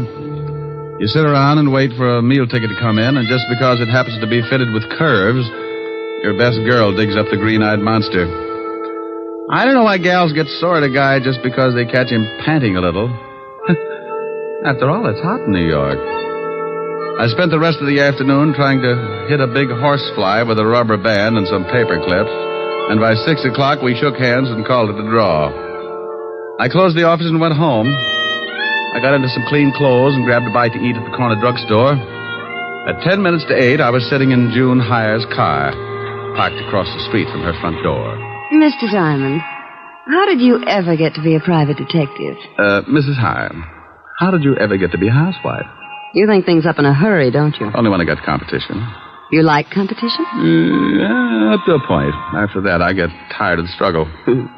I feel like I was back in college, sitting in a parked car with a good-looking man. Your education must have been pretty tame. I haven't moved once. Well, I really started to study after I graduated. Oh, I bet you got straight A's. Must you top everything? I play around with a lot of trouble, Mrs. Hire, and I've got to stay one step ahead of it. Do I look like trouble? When's your husband coming out of that house? Any minute now. You didn't answer my question. I'll tell you as soon as I see your husband. Well, how will that tell you? If he's wearing a beanie with a propeller on it, I'll know you've been giving him a lot of trouble. So I've been giving him trouble. That mean I'll do the same for somebody else? What's the difference, a husband or a private detective? They both got their names from a guy named Adam. Oh, look.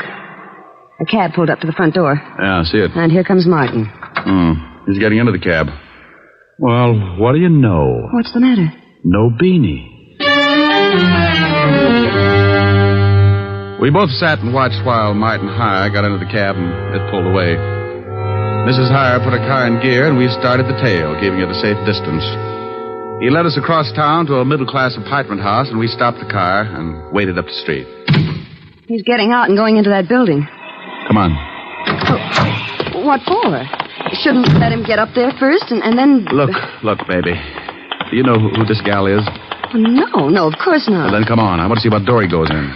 But, won't he see us? Honey, I don't tell you how to put your lipstick on. Now, don't tell me how to make it like a bloodhound. Oh, the lobby is empty. Now, watch the elevator. Oh. It's stopping on the 4th floor. Hadn't we better go up? Look, lover. The 4th floor probably comes equipped with a lot of doors. Now, if you want to just knock on any of them, go hire yourself Humphrey Bogart. Well, then what do we do? You stand by and watch like you... make like you knew what I was doing.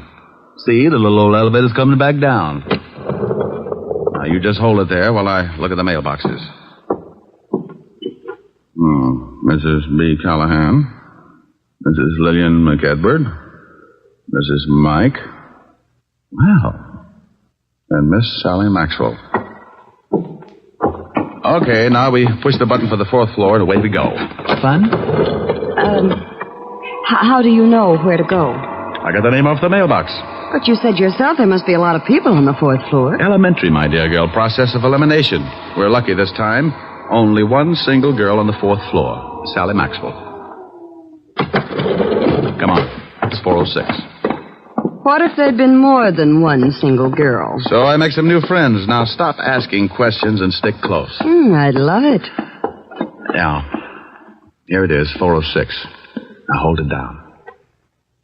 Can you hear anything? No. Yeah, somebody's moving around. Oh, duck. What? Too late. What? June. Good evening. I represent the Great Nothing Life Insurance Company. What are you doing here, June? I might ask you the same thing. Do you mind if we come in? I'd like to interest you in our indemnity clause. Stop pushing. Get out of my way. Oh, you don't know what you're missing. You get $3 million if a python bites you in the middle of Times Square. You can't force your way in here like that. You... Oh, now you've hurt my feelings. Take your hands off me or I'll strike you again. Sure, but you need 2 more to put you out. Here, have one on me. Now, the next time you go striking people... Mr. Diamond, look.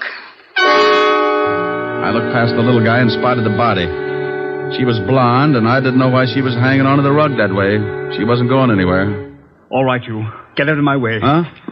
Oh, what a lovely gun. Martin, you killed that girl. No, I did not. I came in here and found her like that, but I didn't kill her. She's been shot. I know that. I found the gun by her body. You don't think I'd kill her? I was in love with her. Martin. Is that the gun that did it? Yes. I mean, no. I don't know what I mean. But you stand right there. Don't take another step. That's your gun, Martin. You shut up. I didn't kill Sally, but I know I haven't got a chance of proving it, so if you come any closer, I will most certainly shoot you. I hate to look like an idiot, but it's against the law to shoot people. Mr. Diamond, be careful. Come on, Martin. Give me the gun. You don't think I'll shoot, do you? Come on, give it to me. Just one more step. Look out, he's going to shoot. Come on, open up in there. What? Better drop it, Martin. You got company. Stay back. Stay back. This is the police. Open up or we'll break the door in. Police? Give me the gun, Martin. No. Let him in, June. Before Levinson tears down the whole wall. I've got Martin. Yes, all right. I didn't do it. What's going on in here? Hello, Walt. Hey, Lieutenant, look. It's the gumshoe. Rick. Why do you guys always have to break down doors? Why don't you try turning the knob first? Otis, didn't you see if it was unlocked? I forgot, Lieutenant. You mallet head. We got a report that someone heard a shot from this apartment. There's the body, Walt. Who's this guy? Martin Hire. Here's his gun. He was going to use it on me. I didn't kill her. I came in and found her that way. Oh, shut up. Who's the girl with you, Diamond? This is Mrs. Hire. Martin is her husband. I don't say. The old triangle, huh, Rick? I engaged Mr. Diamond to follow my husband. That's right, Walt. We caught Martin trying to sneak out on the corpse. I told you I didn't kill her. And I told you to shut up. Is this your gun? Yes, but I found it lying by the body. I knew I'd be blamed if someone found my gun, so I put it in my pocket. You search him, Rick? Haven't had time. Shake him down, Otis. Yeah, Lieutenant. I want my lawyer, and you get away from me. You open your trap just once more. Okay, but hold still. Please, Mr. Diamond, I'd like to get out of here. Sure. Okay, Walt? Yeah, but I want to talk to both of you down at the station later. Here's something, Lieutenant. What is it? Oh, letter. Are you coming, Mr. Diamond? You go on down. I'll be right with you. All right. Walt, what does the letter say? It says we can't continue this way. I've decided to break it off once and for all. It will do no good to see me, so please stay away and leave me alone. Signed, Sally. Let me see that. Yeah. Well, what about it, you? Is the dead girl named Sally? Yes. I don't know why she sent it. We were both in love. Sure. What were you going to do about your wife? I was going to tell her this evening. Then I received this note. I came right over to see Sally, but believe me, I didn't kill her. Tell me something, Martin. Is this the way you received the letter? Yes. Why? Now, you wait a minute, Rick. I'm very happy with what I've got, so don't start making like Sherlock Holmes. Oh, well, I guess you're right, Walt. He admits it's his gun, and this letter is certainly motive enough. Yeah. Otis, call for the wagon and put the cuffs on Hire. Right, Lieutenant. Walt, why would someone send the letter after tearing off the top of it? Huh? See, the top of this letter is missing. The part that usually reads, Dear Julius or something. So what? Do me a favor, will you, Walt? Oh, what is it? Give me 3 minutes and then have Otis fire a shot from this apartment. What? Is that all you can say? Have Otis fire a shot in about 3 minutes after I leave. I will not. The police department can't go around making like it was the 4th of July. You want to solve a murder, don't you? I have solved it. What more do I need? I got a suspect, the murder weapon, and a good motive. Walt, if you just killed someone and a guy caught you at it, what would you do?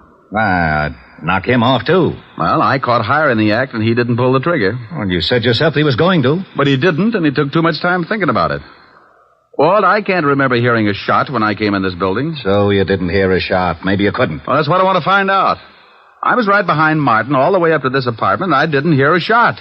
Maybe he didn't kill her. That's right, I didn't. Please, I didn't kill her. You see, Walt? Oh, you always start something like this. Martin, did your girlfriend Sally have any enemies? No. At least she never told me about any. Now, where are you, Brain Trust? Just a little more sure of myself.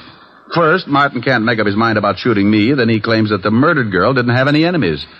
Does that sound like a killer trying to cover up? You've run into smart killers before. I'm surprised at you, Rick.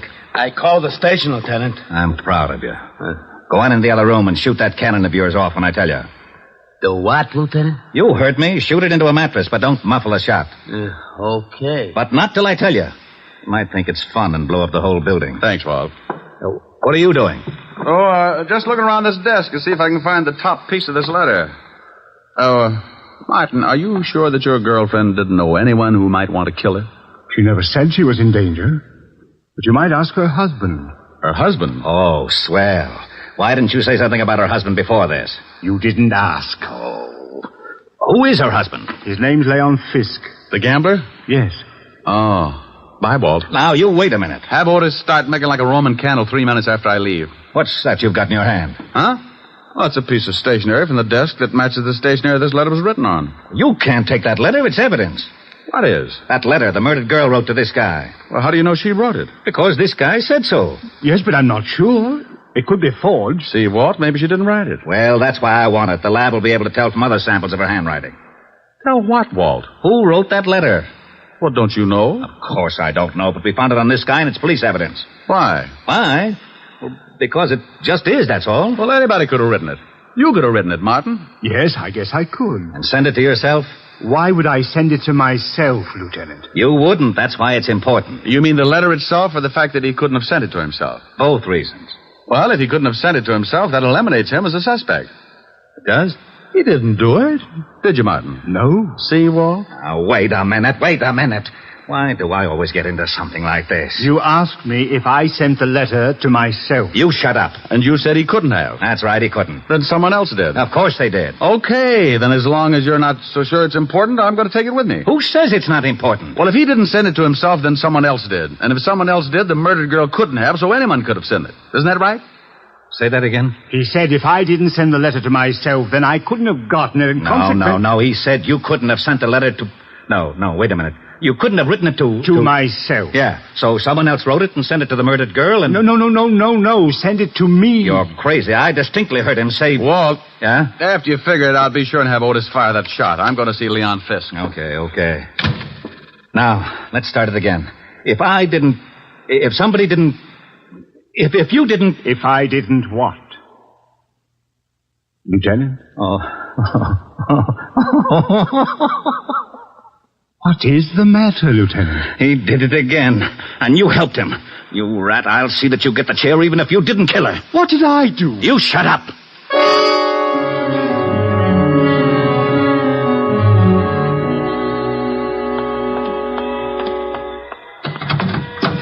Well, what took you so long? I had to get a merry-go-round started. Can I drop you somewhere? Just relax for a second. I've got to think something out. Well, I didn't ever think Martin could kill anyone. Yeah. What was that? Just a backfire. Look, drive me across town. I want to talk to a guy named Leon Fisk. Leon Fisk? Yeah, runs a nightclub with an iron claw in the back room. What's the address? 222 East 45th. I remember it because when I was on the force, I used to raid his place for exercise. Thinking of doing some gambling? That's the way it'll probably end up. Let's go. She drove me across town, and 10 minutes later, we pulled up in front of a low building with a flight of steps leading down to a basement door. A large sign over the door read Cellar Club. I got out and thanked June for the lift and watched her drive off. I went down the steps and through the door. Something I can do for you? Yeah, I'd like to see Leon Fisk. Maybe you don't want to see her. What's the name? Just tell him Diamond. Okay. You got a phone booth? Yeah, right over there. Thanks. I found the phone booth and went in. In my business, you work with hunches, and sometimes they pay off. I knew that the torn letter had to be sent to someone the dead girl was going to slough. I didn't think it was higher, so the next best prospect was her husband, Leon Fisk. I didn't have a thing to pin on him, but a good bluff can open a lot of doors. I took out the letter and copied the handwriting on the other piece of stationery. I wrote the name Leon at the top and then the words, "We can't continue," so they'd correspond with the first part of the original. Yeah? What was you writing?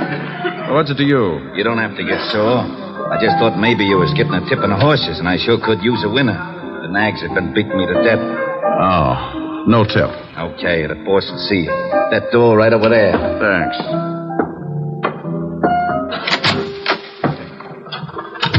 Well, Diamond, it's been a long time. I haven't missed you, Leon. What brings you here?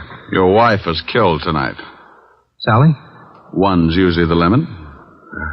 That's too bad. How did it happen? I thought maybe you could tell me. I don't know anything about it.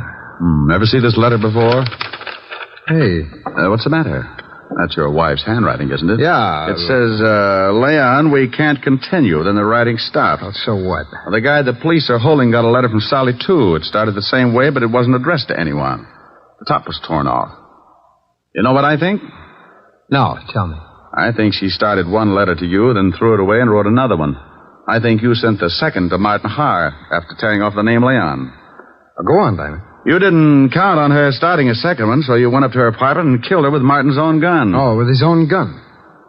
Maybe you can tell me how I got it. Oh, I think so. You had to know a lot of things before you could kill your wife. What time Martin would arrive so the time of death would be close. You had to have his gun to leave by the body, and you had to have a witness who would swear Martin killed her. It had to be timed just right. You're talking yourself into a corner. How would I get all these things? By working with someone who was close enough to Martin. Maybe like his wife. You're crazy. Am I? She just drove me to this place. So what? A lot of people know this place. She told me she didn't. So I gave her an address 8 doors down, but she pulled up right in front of your door. Well, that could happen. It was too pat, Leon. Getting me to come to her place at 10 minutes to 8 and knowing her husband would leave close to 8. She had to know it because that letter was delivered just before I got there. Think you can prove it? You made one mistake. I didn't hear a shot when I got to your wife's apartment. I found out later that you could hear one all the way down in the street. Your wife was killed before Martin went into that building. Probably when you saw his cab pull up. Well, anyway, it's enough to hold you on, and I think we can prove later on that you've been seeing June Hires. You're a pretty smart shamus, Diamond. Oh, you mean you admit it? Okay, baby, come on in. June, come on out of there. Leon, are you crazy? Well. I didn't know you kept your back room stocked with nylons, Leon. Yeah. I guess you two don't need any introductions. Why did you have to drag me into this? You heard what Diamond said. He knows all about it. You got the car out back? Yes, but what are we going to do with him? Diamond? Well, he's going swimming with a barrel of cement. Lieutenant Levinson wouldn't like that. He knows I came here. You're lying. Wait a minute, maybe he isn't. Diamond was upstairs with him for quite a while. Okay, so we'll have to hurry things up. Leon, you can't shoot him. Yeah, you should know it's not polite to point. I'm not going to knock him off here in the office. We'll take him in the car and do it later. No, Leon. What do you mean, no? It was your idea to kill your wife. I just helped get the gun. I'm not going to be along if you kill Diamond. You're going to be right with me, baby, because you're in this up to your pretty neck, and I need that car. I'm not going to do it. Oh, yes, you are. Oh, you and Diamond go swimming together. Leon! Give me that gun. Let me go. Come on, drop it. You go to the devil. June, come back here. I'm getting out. You got me into this mess. Come back here, you dirty little tramp. Don't you take that car. You're not going anywhere, Leon. You want to bet? I'll fix you, Diamond. He hit me with the butt of his gun, and I went down like the price of wheat in July.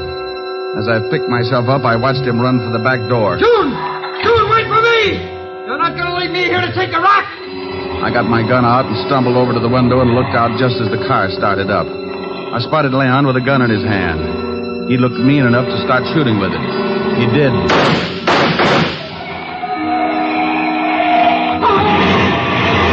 He started running up the alley then. I suppose I could have said something like, "Stop or I'll shoot," but I was too tired.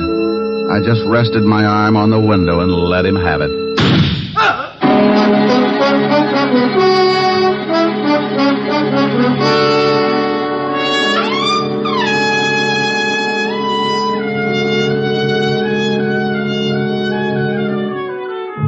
Well, Walt finally showed and cleaned things up. I was bleeding again, so I headed for 975 Park Avenue and my usual first aid station. Yes? Hello, Francis. Miss Asherin? Oh, my goodness, Mr. Diamond. Come in, sir. Come in.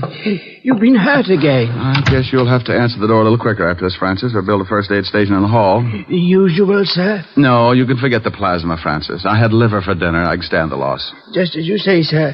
Miss Asher is in the study. Oh, thank you. Why don't you go to bed? You look tired. Yes. Good night, sir. Boo. Oh, Rick. Yeah. Isn't it awful? Oh, what happened to your chin? Oh, I got it caught on the 38. Want me to go? Want you to go? Why? Well, I thought maybe my poor little face scared you. Oh, I like your poor little mussed-up face. Well, thanks, Sporty. How about some music? Oh, I'm too tired. Turn on the radio. All right. Now, let me look at that chin. Oh, that's soothing. Hey, shut that radio off. I'm trying to sleep. Now, what is that? Oh, it's that crabby old neighbor. Oh, it is, huh? Now, Rick, don't get mad. I'll turn it off. You want something, Max? Yeah, some sleep. Is that too much to ask? Well, stick your head in a closet. Now, look, Bud. You look. That radio wouldn't wake a 2-year-old. Well, just pretend I haven't stopped teething, wise guy. All I want is some sleep. Oh, you do, huh? Sleepy time, gal. You're turning night into day. Rick. Oh, that guy upsets me. All right, he upsets you. That's too pretty a song to sing like that. No. Now, you do it right, or I'm going to be mad. Well, honey, then that's the last thing I want you to be. Now, cuddle up on the sofa. You comfy? Mm-hmm. Don't be mad now, baby. Sleepy time, gal. You're turning night into day. Sleepy time, gal. You dance the evening away. Oh, that's wonderful. Before each silvery star fades out of sight. Please give me one little kiss, then let us whisper goodnight. It's getting late, and baby, your pillow's waiting. Sleepy time, gal, when all your dancing is through. Sleepy time, gal, I'll find a cottage for you. You'll learn to cook and to sew What's more, you'll love it, I know, when you're a stay-at-home, play-at-home, 8 o'clock, sleepy time gal. Well, how was that, baby? Helen. Helen. Well, how do you like that? She snores, too. Hey, you! Max! Yeah, now what do you want? How about a game of gin? I'm lonesome.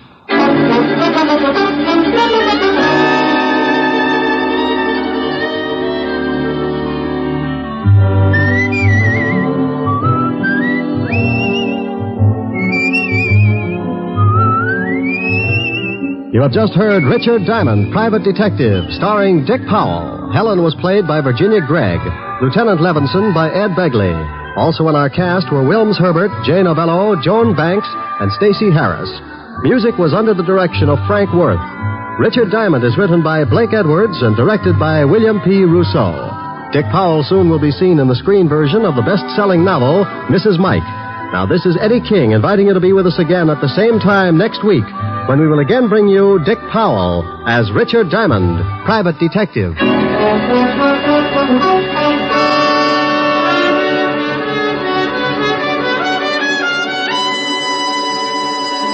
This program has come to you from Hollywood. This is NBC, the national broadcasting company.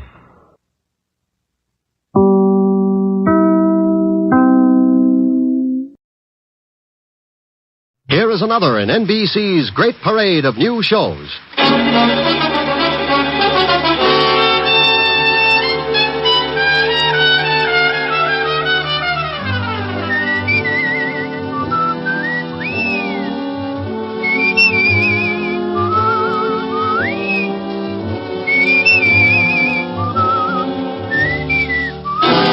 Now, Dick Powell as Richard Diamond, Private Detective.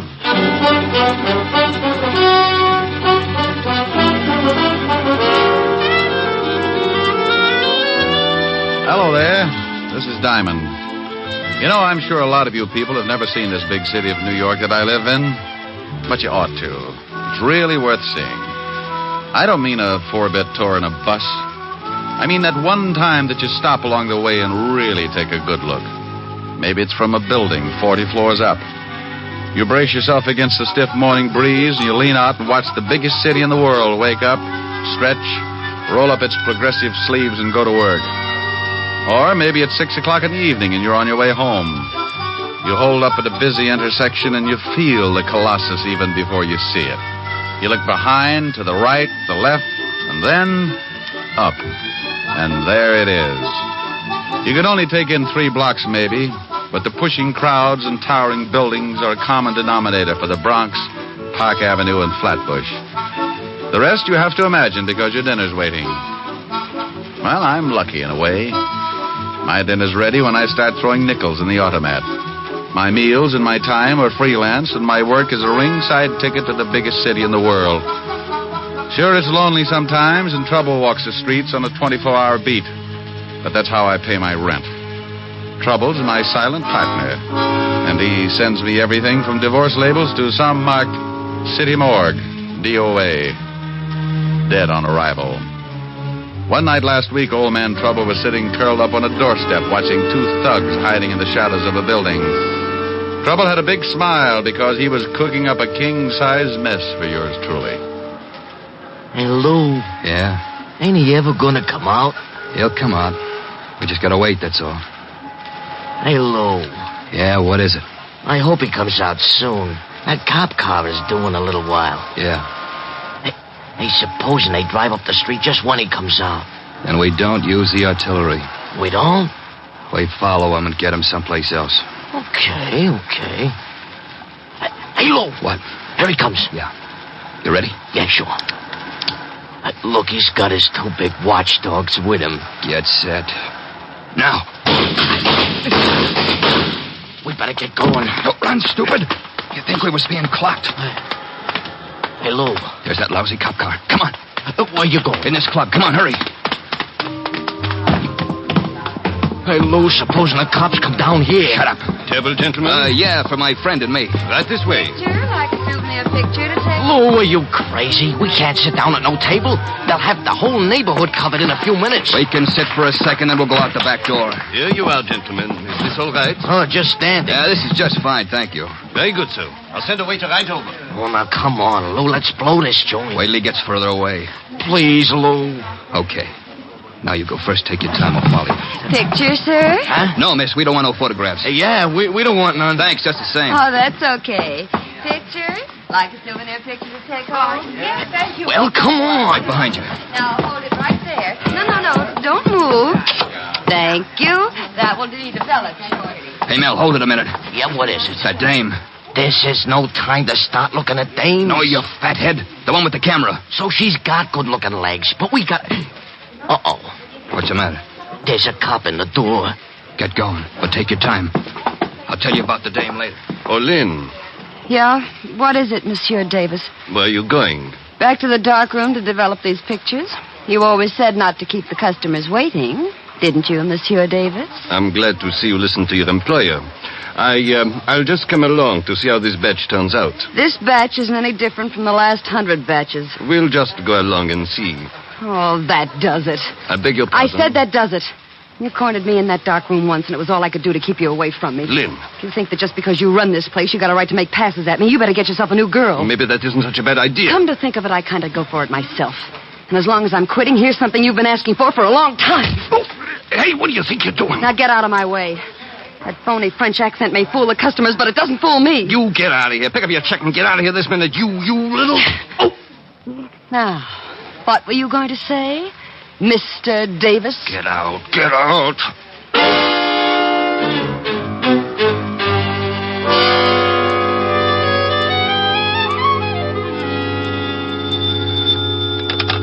Diamond Detective Agency, if you've lost a body, let us dig it up. Oh, Rick, that's awful. Depends on who we dig up and how long he's been there. Rick, Hello, Helen, baby. you're simply gruesome. I know it, but my tongue matches my shirts. What do you do when you wear stripes? I tell everybody I've been licking barber poles. Oh. Nah, thought you'd catch me, didn't you? No, I don't think I'll ever catch you. Oh, I think you're the prettiest little old gal in the whole dang breasted state. Flattery will get you nowhere.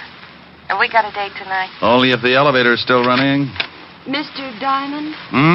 Oh, I'll call you back later, honey. I think I just sighted the client. Mr. Diamond, please, I've got to talk to you. Well, honey, go back and shut the door. If too much smoke gets out of here, the ceiling will cave in. Huh? Oh, yes. All right. Rick, did I hear a girl's voice? I think so. But maybe she just wears those clothes because her mother never had a haircut. What does she look like? I can't tell you right now. I'm parked behind a curb. There. The door is closed, Mr. Diamond. Now may I speak with you, please? Helen, I'll call you later. I don't care if she is a prospective client. You face the window when you're talking business. Well, there's a cigarette ad out there. Why look out at an ad when the slogan's right here in my office? Slogan? Yeah, you know. So round, so firm, so... Rick. Bye, baby. Now, you were saying... I want to hire you to protect me, Mr. Diamond. I know an easier way. Wear a diving suit. Mr. Diamond, put your eyes back in your head. And please listen to me. My life is in danger. There's an answer for that, too, but go on. Tell me the story. Well, my name is Knight. Miss? Yes. Yes. In the last 2 days, there have been several attempts on my life. By whom? Well, I don't know. Swell. Do you know why anyone would want to kill you? No, I don't. Well, now we're getting someplace. Don't be funny, Mr. Diamond. I tell you that twice an attempt has been made on my life. How? Well, the first time a man followed me home and tried to break into my apartment. I screamed and frightened him off. Maybe he was lonesome. What about the other time? Well, I don't know whether it was the same man or not, but the next night a man jumped out of a car and tried to make me go with him. I kicked him and ran down the block. Sounds more like a kidnapping than attempted homicide. Why didn't you tell this to the police? Oh, I did. They investigated, but I couldn't give them enough to go on, so they just put a man watching my apartment. I bet he has to stand in line. Didn't they give you an escort? No. They seemed to think I was after some kind of publicity or something. They told me it was all right to go out in the daytime, but to stay in my apartment for the next couple of nights. Sounds reasonable. Will you help me, Mr. Diamond? I'm afraid this will happen again. My dear, my fee is $100 a day in expenses. 100 a day? Oh, Mr. Diamond, I don't have that kind of money. Well, neither do I, but if I starve, I do it with dignity. I can't lower my fee, Miss Knight. I never have. Well, then, I'll have to find another detective agency. There are a lot of good ones. I'm sorry, the rule might bend a little, but it won't break. If I took the job knowing you couldn't pay half the fee, 10 minutes later, some guy from Texas with an oil-soaked wallet might want to hire me to count his gas stations. Sorry, but it's a tough world, Miss Knight. Yeah. Well, thanks, Mr. Diamond. Maybe you could recommend someone? Oh, any of them are good. Just close your eyes and open the classified. Well, goodbye, Mr. Diamond. I'm sorry. So am I. My conscience just slit its throat. Like you said, Mr. Diamond, it's a tough world. Yeah, the toughest. Goodbye. Yeah. No, nuts. Yeah, what is it? Diamond? He's hiding his head in the desk. I'll get him for you.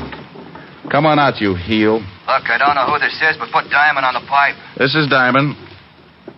Wait till I get the bad taste out of my mouth. Look, you can wet your whistle later. I've always wondered what happened to people who said that. Is there a dame in your office named Knight? Well, there was.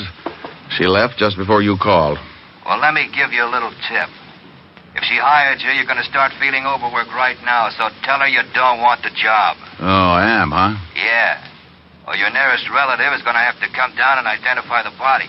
You know something? No, what? A couple of minutes ago, I proved that a good businessman can start looking like a big fat heel for a lousy $100 a day in expenses. Huh? Don't work on it too long, but stop in sometime, Buster. I'd like to help you spit out your teeth. You better listen to what I say, Shamus. You're way out of your class in this one. I'm always out of my class when I talk with slobs. And if you don't like it, look me up. I'll be working for Miss Knight. I went out of my office in a hurry. When somebody tries to push me around, it's like giving a kid a slingshot in a hothouse. You can tell him all night not to do it, but by morning he's busted every window in the place. I hoped I might catch Miss Knight before she got to the street, so I grabbed the elevator and went down to the first floor. I couldn't find her in the lobby, so I went out on the sidewalk.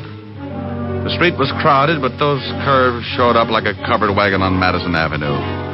She was just starting across Broadway when a big black sedan pulled up and a guy climbed out after her. I took off as fast as my little 175 pounds would carry me and cut kitty corner across the street with an eye on the black sedan. The guy had her by the arm, and I knew when she stopped struggling, he'd showed her his gun. I was on a dead run, going to make like a big hero, but his .38 changed my mind. He missed with the first one, then he shoved the girl away from him and tried again. I could hear the slug whine past my head, so I hit the sidewalk right next to the girl. He jumped for the car. I just lay there and watched him drive off. Did you get the license number? Yeah, it was covered with mud. Gee, I guess we must look pretty silly just sitting here. Yeah. Got some jacks? I'm a whiz at foursies. Maybe you believe me now, Mr. Diamond. Yeah. Here, let me give you a hand up. Thanks. Now, come on, let's get out of here. We're collecting a crowd. Where are we going? I know a policeman who can't understand attempted assault. He says it's not necessary. And believe me, baby, he's got a cure for it. Come on.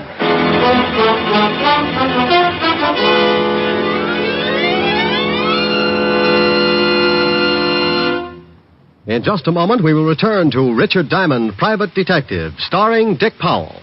But first, the National Safety Council reports that in almost every motor vehicle accident, there is one or more violations of the law, speed, drink, and carelessness being the worst offenders. The difficulty is that people continue to think of the horror of accidents as always happening to someone else.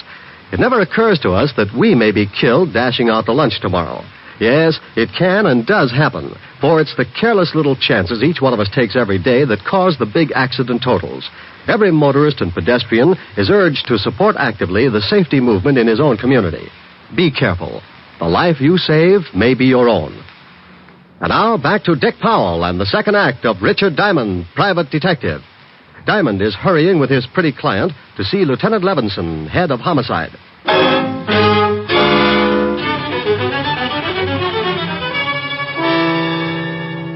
I hailed a cab, and 10 minutes later, Len Knight and I were walking into the 5th Precinct Police Station. Sergeant Otis looked up and started to say something, but when he saw what I was with, he changed it to a low whistle. Oh, stop puckering, Otis. You look like you've been unstopping sinks. Oh, very funny, wise guy.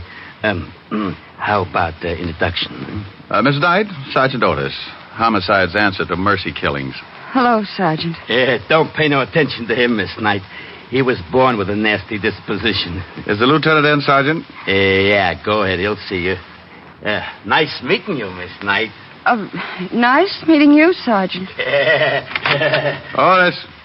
Yeah? Stop clucking. You'll have every rooster in town in here. Hello, Walt. Who's that with you? This is Miss Knight. Is she dead? Walt, say something nice to the lieutenant, dear. After that last remark? Oh, look, Miss Knight, I'm sorry, but this guy you're with has a talent for finding homicides.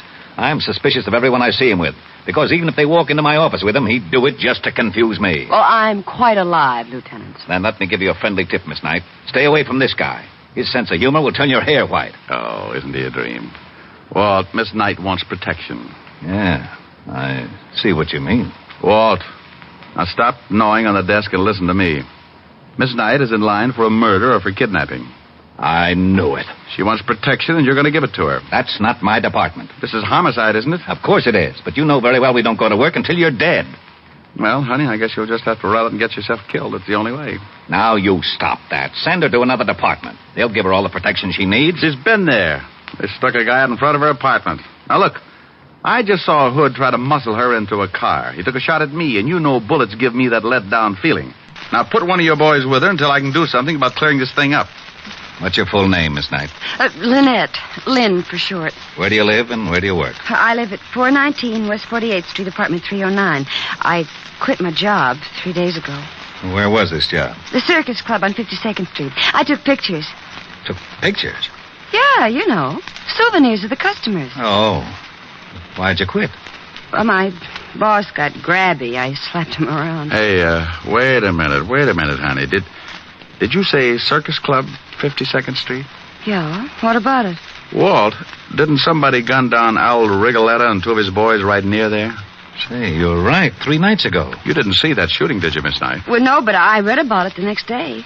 Well, if you didn't see it, they couldn't want to get at you just because you were a witness. Oh, this is screwy. What have we got to work on? You just put a man to guide her. I'm going to see what I can do. All right, but only because I owe you a favor. Otis. Yeah, Lieutenant? Get in here. Otis? Yes, Otis. He's not as stupid as he looks. Want to bet? He couldn't be and live. You want me, Lieutenant? Not for keeps. I want you to stay with Miss Knight here until I tell you to come home. Somebody's trying to get rough with her. Got it? Yeah. Walt, have you found any eggs around the office? Eggs? Otis, where do you hide your nest? Oh, Lieutenant, make this guy lay off from me. Yeah, Rick, lay off the poor guy. Otis. Yeah, Lieutenant. Stop standing on one leg and wait outside, you mallet head. Oh, yeah, Lieutenant. Walt, I'll keep in touch. Okay. Mr. Diamond. Yes? Thanks.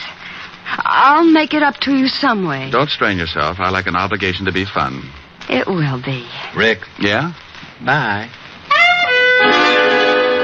I left the 5th Precinct and headed for the Circus Club. It was a small place with sawdust on the floor and colored decorations like the inside of a circus tent. The place was still closed, but a short, dapper little guy in a gray business suit answered my knock. Yes, you're from the police? Why? You need them? I just put in a call. Someone burglarized the place last night. Oh. You know a girl named Knight?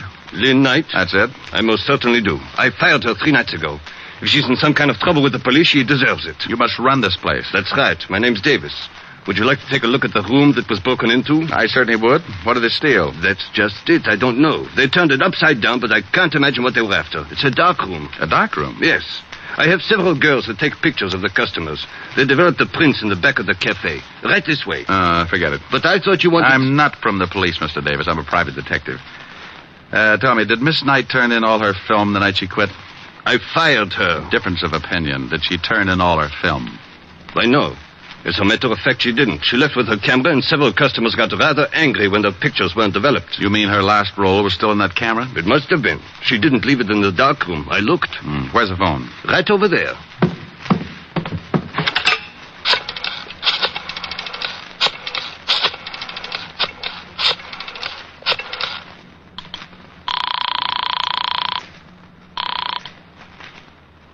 Lieutenant Levinson, homicide. Walt, I think I've got something. Diamond, I've got something, too. A sour stomach and headache. What's the matter? Otis followed that night dame halfway home when some guy stepped out of an alley and split his head with a sap. He's down in emergency getting his skull crocheted. What about the girl? We don't know. Otis can't remember. Oh, that's dandy. I'll call you back. Now, you wait a minute. I can't. Bye. I had one of those muscle-bound hunches, and I had to work fast or Lynn Knight was going to get herself kicked around and maybe end up in the city morgue. I remembered her dress, and 15 minutes later I was standing in front of room 309. I could hear the phone ringing from somewhere inside, so I waited to see if anyone answered it. On the third ring, I tried the door. Well. Hello? Who is this? This is Diamond. Oh, thank goodness. This is Lynn Knight. Well, where the devil are you? Lieutenant Levinson said you'd disappeared. I'm in a bar on 50th Street. That man who tried to shove me into his car this afternoon hit Sergeant Otis on the head, and I've been running ever since. Now, how did you know I was here? Oh, I didn't. I called your office and got no answer, so I just took a chance maybe you'd gone looking for me. I was, but I was looking for something else, too. Tell me, baby, have you got a camera? Why, I did have. Did have? What happened to it? Well, I sort of sold it. Oh, you mean you hocked it? I didn't need it anymore, and I did need the money. You stay right where you are, and I'll be down. What's the name of the place? 2320 Club. Please hurry, Mr. Diamond. I'm scared. Okay. I want to ask you something else. Hello? Hello? Oh, I thought you'd hung up. No, I thought you... Lynn. Yeah? Is there an extension on this phone? Why, yes, in the bedroom. Say, you don't think... I don't know. Wait a minute. Hey, what are you guys... Oh! Mr. Diamond? Mr. Diamond, are you still on the... Okay, Mel. Let's go get the dame. Hey, that was pretty smart waiting around and listening in on the extension, Lou. What do you want me to do with the shamus? He looks like he can still hear things. Well, turn them off. Sure. Okay. Okay, let's go. What are you limping for? I kicked him with the wrong foot. I got a lousy ingrown toenail. I laid there trying to crawl back to a more sensible way of life. He'd kicked me so hard that it shook my eyes loose and they'd run back into my head to hide. Everything was suddenly crammed into a long funnel that disappeared into the floor, and I felt pretty sick. I was stuck in an acre of colored molasses, and trying to get myself loose was like pulling a pillow through a garden hose. When I finally made it, I stuck my head under a sink and let the cold water bring me back to normal. Then I headed for the 2320 Club in a hurry. Something I could do for you? I'm looking for a girl, but I don't see her. They come and go. It's like that around here. She had on a green skirt and a jersey blouse. Couldn't miss her unless you don't like girls. Oh, her. She used the phone and then she left. Alone? No, a couple of ugly-looking guys came in and she left with them. Hey, you know her? Yeah. Well, she forgot her purse. You might tell her. Her purse? Let me see it. Oh, no. Here's the badge, Buster. Oh, okay. He handed me the purse and I went through it. Nothing much but a pawn ticket. I looked at it and that hunch started biting my leg, so I took off for the pawn shop. Good afternoon. Here's a ticket. I want to claim the article. Sure. A11249. Here it is. Lovely camera. Bingo. Did the girls tell it to you? No, she just wants me to claim it for her. Well, be careful. She said there was still some film in it. She wanted to come back and get it when she got a new job. $15, please. Yeah, here you are. Hey, is there a place around here where I can get the film developed? Right across the street. You can see it from here. Ah, thanks.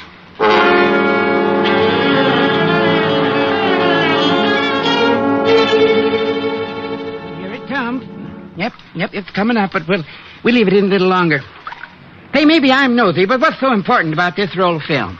I'll tell you better when I look at it. Well, I'll turn on the light. There you are. Yeah. Well, nothing on this one. Nope. Hey, look at this. Oh, some old guy with his wife. Is that what you wanted to find? You see those two guys in the background that look like they're just sneaking out of a chicken house? Yeah, so what? The one in the back is Lou Garzoni. The gangster? Yeah. Give me that negative. Let's get out of here. Well, you two holding hands in there? Hey, who are you and what's the gun for? Take it easy, Doc. He shoots people. That's right. Now back into the room. All right, but take it easy with that gun. Give me that negative, Shamus. Okay. Yeah. Now, where's the picture? It's still in the juice. Well, get it. I'll get it. That's better. Well, come on. I can't seem to find it. Oh, yeah? Look for yourself. I'll look. See? Say, you threw it in his face. That stuff might blind him. So now he can't see to kill you. My eyes. Get me to the doctor, quick. After you tell me where the girl is. 212 West 45th Street, apartment 513. Hurry, I can't stand it. Call a doctor for this guy and then get hold of Lieutenant Levins in 5th Precinct.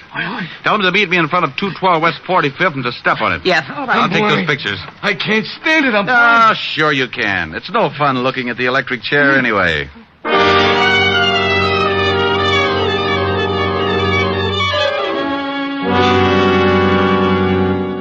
Apartment 513, he said? Oh, here it is. Yeah. If Lou Garzoni's in there, we got to take him by surprise or he'll knock off the girl. Otis is down in the alley, so he won't get out that way. Well, here goes. I hope it works. Yeah, who is it? Oh, Mel had an accident. He sent me up to tell you. What's your name? Tony Vega. Well, why didn't you say so? I thought you was in stir... Coppers! You dirty duck! How about it, Walt? He's on his way. Where's the girl? Probably in the other room. Yeah. Take it easy, baby. All right. I'll get the gag on. There you are. Oh, Mr. Diamond. Mr. Diamond, he was going to kill me. Yeah, I know. Is he all right? Sure, Walt. How about Garzoni? No, hurry for the wagon. Oh. Now, will you please tell me how you knew Lou Garzoni was in this apartment? Well, he and his boy were after a picture Miss Knight took. Here, this one. Ah, there they are in the background. He was an old enemy of Al Rigoletto, wasn't he, Walt? Yeah. Why? Oh, I bet he was the one who rubbed him out. Then he and his boy ducked into the nightclub. Garzoni saw his picture taken, so they went after Len. Why, Mr. Diamond. Oh, what's the matter? You finally called me Lynn. Well, Len. You go home and take it easy. I might stop by tomorrow. What's the matter with tonight? I've got a piano lesson. Bye. Otis! Yeah, Lieutenant? Is it all over? Yes, you hammerhead. Now get out of that garbage can and see if you can find your way back to the station.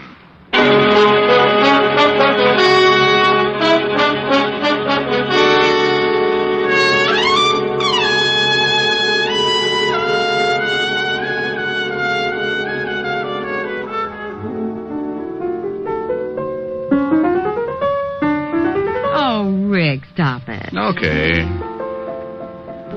Rick, tell me about the girl in your office. Oh, nice kid, lovely eyes. I'm jealous. Good for you. And I'm mad. You're so busy.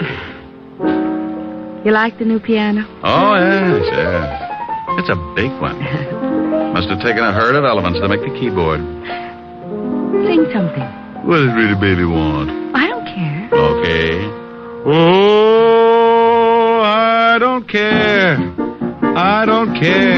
Rick. Well, that's what you said. You said that. Yes, you did. Something nice. All right. Everywhere you go, sunshine follows you. Oh, that's such a beautiful tune. Really? Everywhere you go, skies are always blue. Rick. I'm going to finish it. Children love you, they seem to know. You bring the roses right out of the snow. The whole world says hello. Everywhere you go. Do you suppose the guy who wrote that song ever got shot at? Oh, Rick, you idiot. Come here. Oh. This is much more fun than piano lessons.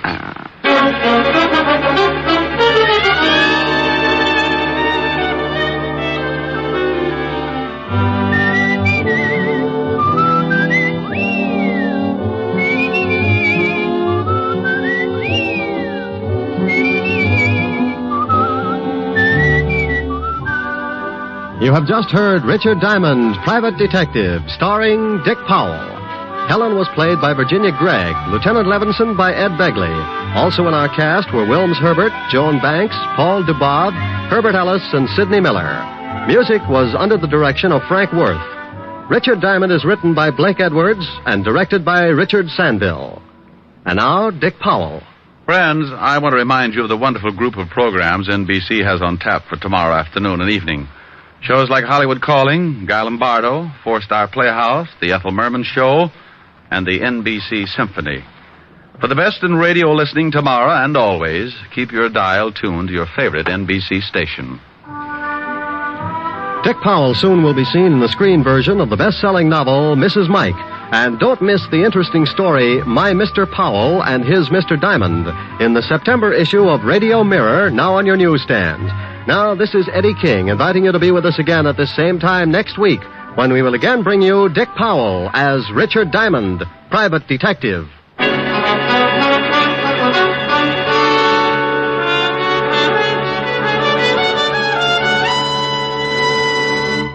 This is NBC, the national broadcasting company.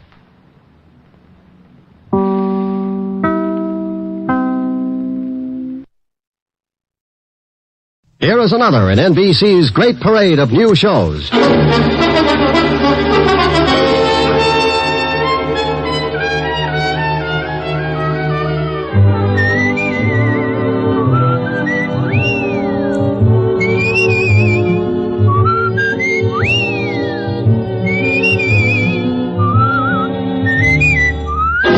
Now, Dick Powell as Richard Diamond, Private Detective.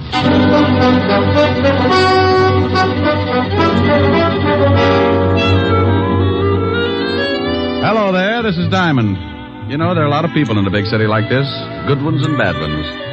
They walk down Broadway and rub elbows and you can't tell them apart. Why can't you? Because a lot of them were poured out of the same mold. Brought up in the middle of garbage cans and gang wars. Weaned on the smell of slums and conditioned to the taste of dirt and a kick in the ribs. By the time they get old enough to raise their fist, they're given two choices. Two ways to beat the gang wars and garbage can. One guy picks himself up, shakes off the filth, and jumps over on the right side of the fence. The other guy picks himself up, too. But when he does, he raises that fist and shakes it at the whole world because he wants things the easy way. He continues to shake his fist until someone shoves a gun in it. Then he's a swaggering giant. Sometimes he climbs over with his little bag of rot and hides in the lap of society. But take away the gun, and he ends up right back in the middle of the garbage cans with his face in the dirt. And what about the guy on the right side of the fence? Well, you rarely ever hear of him, unless he becomes president or gets mixed up with the guy on the wrong side of the fence. Like the case I bumped into a couple of days ago. It all started in Central Park.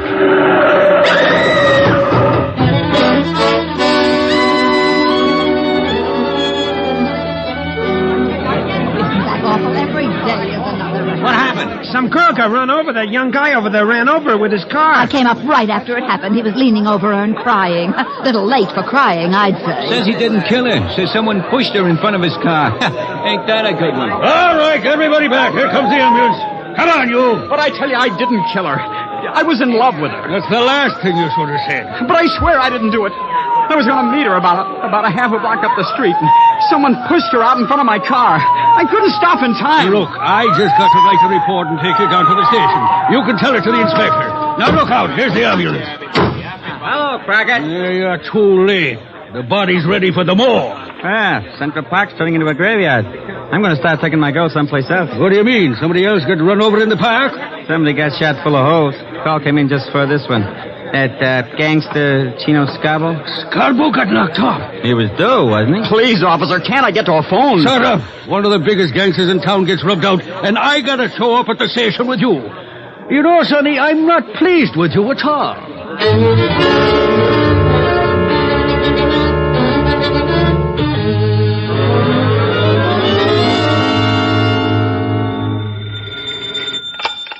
Diamond Detective Agency, corpses designed with you in mind. Rick, Oh, hello, Helen, baby. where do you get all those awful slogans? Ghost Rider.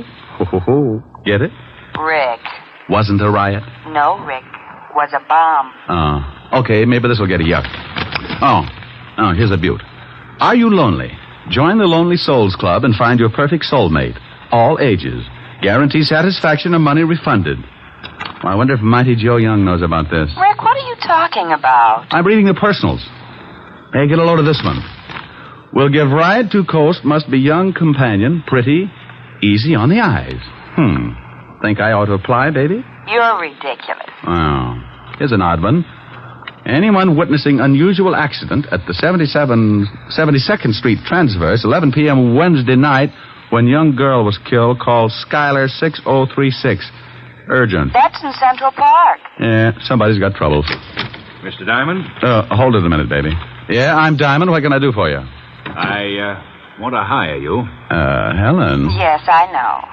Bye. $100 a day in expenses, sir. That's your fee? Yep. I like to give it to the prospective client first. If he turns green and faints, we both save a lot of time and talk.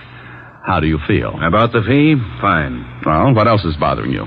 My son is being held on a manslaughter charge. Well, if he killed somebody, that's a job for the police. But he didn't do it intentionally. The girl was shoved in front of his car. That's his story. Yes, it is. And I believe him. Who was the girl, and why do you think anyone would want to kill her? Her name was Jean Cooper. My son was in love with her. Why anyone would want to kill her, I really can't say. Your name and your son's name, where he's being held? My name is Cook, Earl Cook.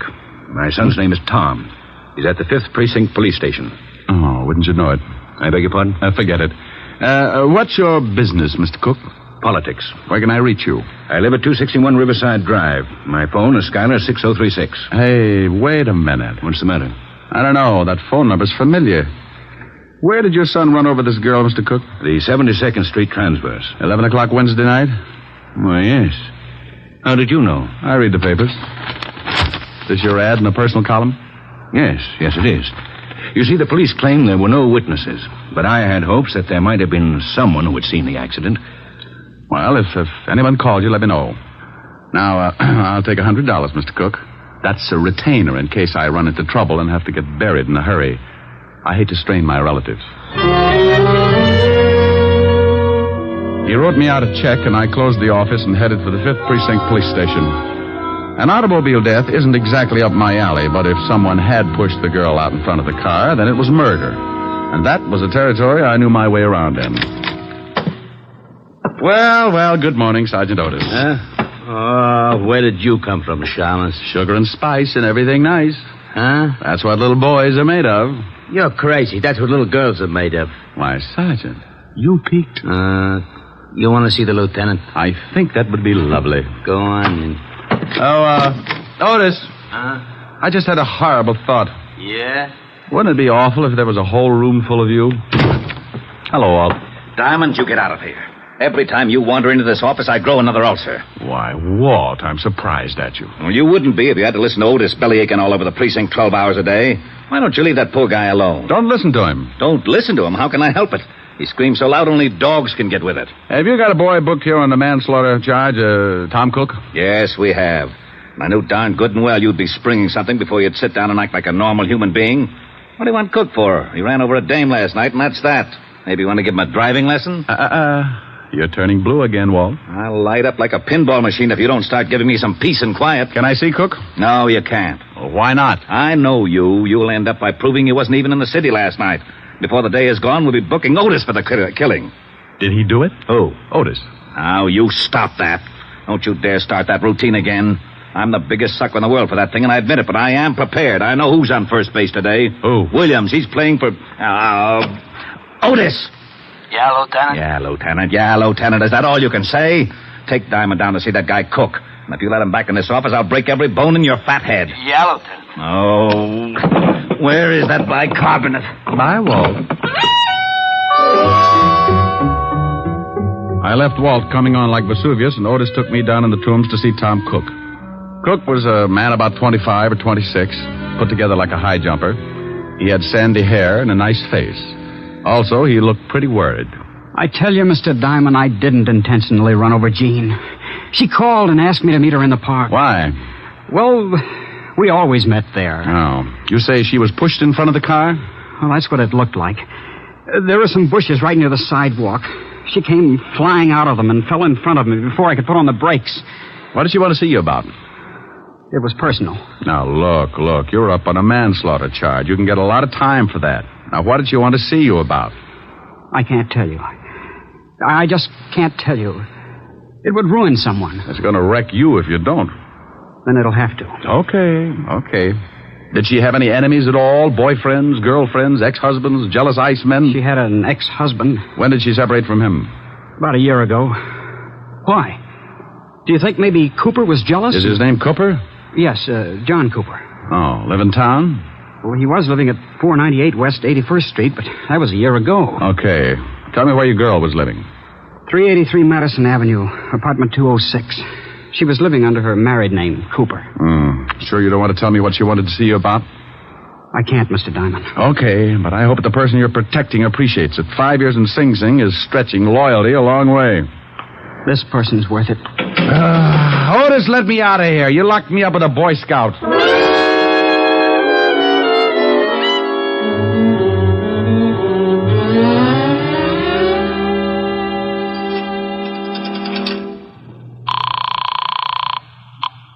Yes? Mr. Cook? Yes? Who's this? This is Diamond. Diamond, I'm so glad you phoned. Oh? Remember my ad in the personal columns? Yes? Well, I just received a call from someone who claims he saw a man push a girl in front of my son's car. Oh. He said he was in a hurry, so he didn't wait around to see the rest. Can you imagine that? In too much of a hurry to stay round. No, I can't imagine it unless he was running away from something, didn't want to be caught. Did he tell you anything else? No, I asked his name, but he hung up. Oh. Well, if you hear from him again, call Lieutenant Levinson of the 5th Precinct. And I'll call you later. All right, Mr. Diamond. But now I'm sure my son is innocent. Well, I hope I can come up with more than your confidence. I knew a guy who yelled frame all the way to the electric chair. They fried him like a lean pork chop. I left the phone booth and took off for John Cooper's apartment. I found the place and gave my rabbit's foot a pat on the hock. The little bunny was still with me because a John Cooper was listed on the mailboxes. I took the steps two at a time. Yeah, who is it? The name's Diamond. I don't want any. I'm selling a homicide, complete with samples. You better open up. Hey, what are you talking about? I'm talking about your ex-wife. She was killed last night. What? Mind if I come in? No, come on in. Jean dead.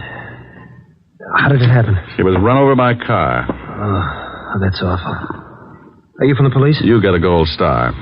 Where were you at 11 o'clock Wednesday night? I was right here in my apartment. You can prove it? Well, I didn't leave. I don't guess I can prove it. I hope you don't think I ran over Jean. I know who ran over. I'm trying to find out who aimed her. I don't understand. She was pushed in front of the car. How do you know that? Why shouldn't I know that? Well, I don't know. I guess you should. When was the last time you saw your ex-wife? Oh, about 8 months ago. We didn't get along, so we didn't speak after we split up. You haven't seen her since? No. Were you jealous of her new boyfriend? Jealous? Why should I be? Good question. I'll see you later, Mr. Cooper. Yeah, I hope I've been of some help. You've been dandy. I left Cooper pinning up his gold star and headed for the dead girl's apartment. I knew the law had already been there and that it would probably be locked tighter than a wine truck on Skid Row. I found the landlady's door and gave it a jolt. Yes?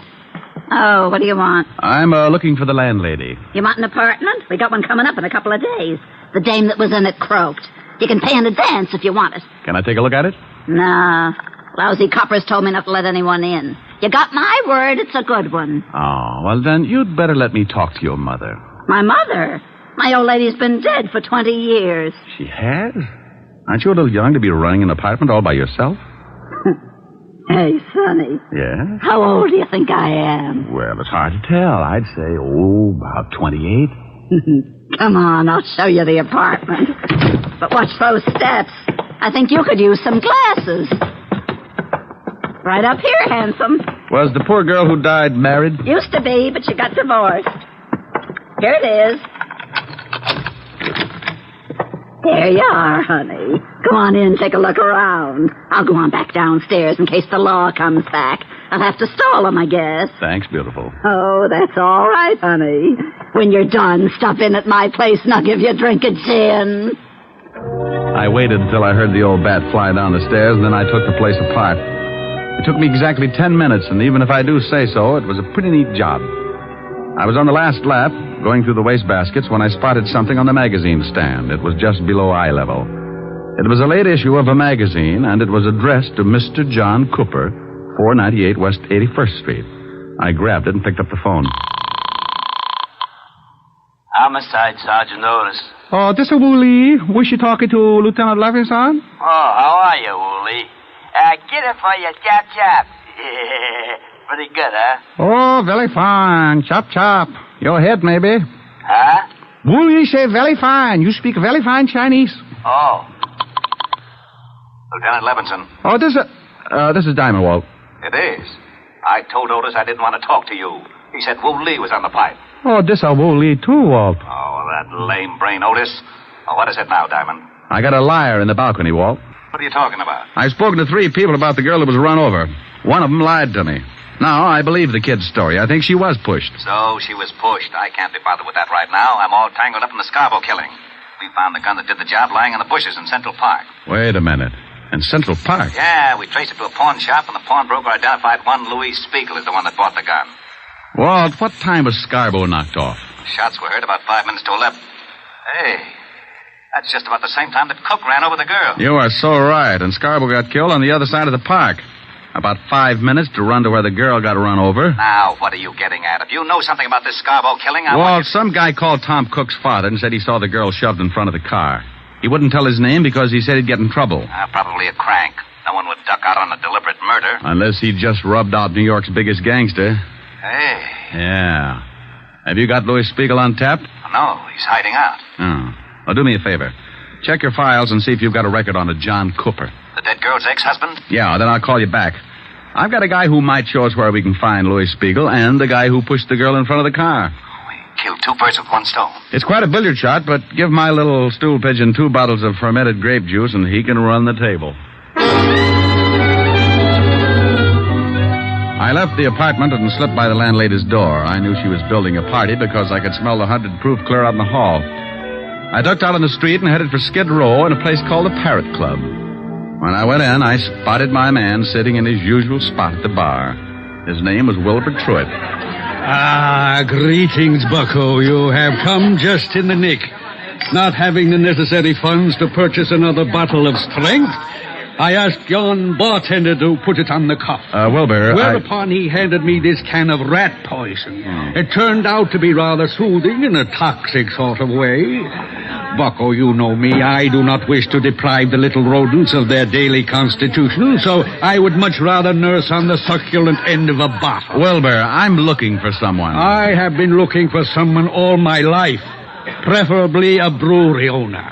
Bartender, bring me a bottle. Oh, noble sir, your overkindness doth wring tears from me. I do embrace your offer. Now, you don't wrap your hooks around this jug until I find out where Louis Spiegel is.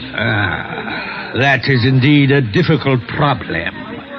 Mr. Spiegel carried a rather large gun under his arm. Then if I sit here and gaze at that bottle for any great period, I shall become cotton-mouthed and surely choke to death. Mr. Louis Spiegel might be found in the freight yards, hiding in an old shack at the end of 50th Street. Now, Bucko, I'm rusting. Here you are, Wilbur, and thanks. Farewell. Lord knows when we shall meet again. I have faint, cold fear thrills through my veins. But no matter. I have never let a cork confuse me before. Bartender, a corkscrew and bring the cat. I owe him a drink.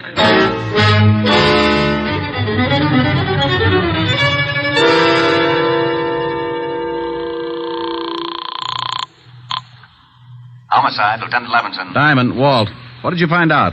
John Cooper has no record. Uh-oh. But George Kingsley has. Oh, alias? Yeah. George Kingsley, alias John Cooper, did 10 years for embezzlement. Oh, fine. Thanks, Walt. Now, here's the pitch. Lou Spiegel is in a shack in the freight yards at the end of 49th Street, North River. Get some men to surround the place and have Otis pick up John Cooper and bring him down there. I'll be there in half an hour and give you a couple of killers.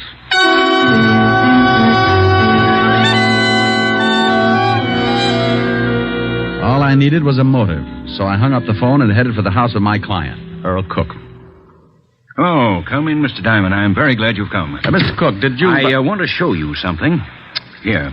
What are they? Letters to my son. Blackmail letters. Oh? Where'd you find them? I was going through my son's things, trying to find something that might help uncover the motive for his accident. Mind if I take a look? Well, I can save you the trouble. They're about me. About you? Yes.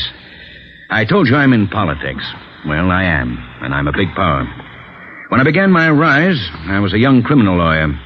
I had to accept a lot of cases that I might have turned down under different circumstances. I see. And the opposition tried everything to discredit me.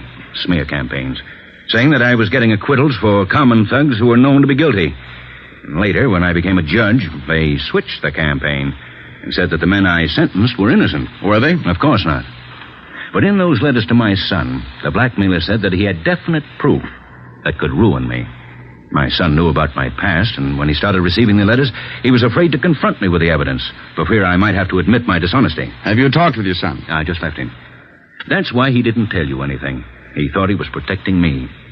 His girl, Jean, found out who was sending him the letters, and, well, she was killed before she could tell him. Well, that fits. If the girl found out, then the blackmailer would not only have to know your son pretty well, but he'd also have to know her.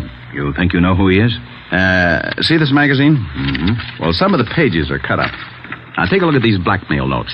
They're formed with cut-out letters to spell out the words. The type is the same as the type on the magazine. Where did you get that magazine? In the girl's apartment. Well, then she must have had something to do with it. She found the magazine, all right, but it wasn't hers. Look, Mr. Cook. Yes. Did you ever send a man to prison named Kingsley? Yes, I believe so. For embezzling. Thanks. And where are you going? I'll call you later. I've got a date at the freight yard.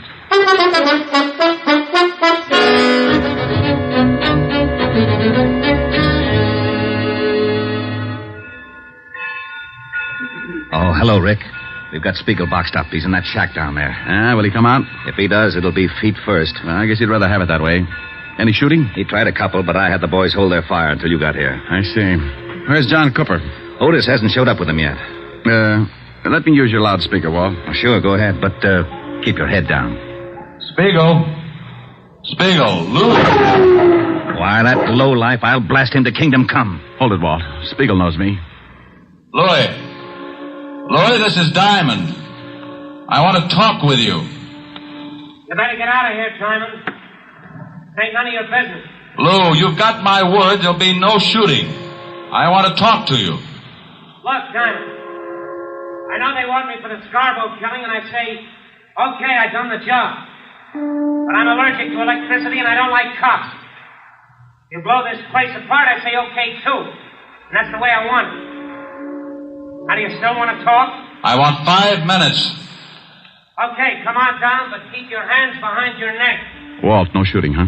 Okay, but I think you're crazy. He kills guys for practice. I moved out from behind the boxcar and put my hands behind my head. I started down toward the shack, and I could see Spiegel looking at me over the barrel of a .45. One bad move from any of the men stationed around the yards, and I was going to get dead quick. I walked up to the shack and went in. That's far enough, Diamond. You've got 5 minutes. It won't take that long, Lou. Keep your hands where they are. Oh, I thought you might want a cigarette. Oh. Yeah, as a matter of fact, I'm all out. Yeah. Keep the pack. Just one. I got a date. Light? I can make it. 4 minutes, Diamond. Did you see a girl shoved in front of a car the night you knocked off Scarborough? Yeah.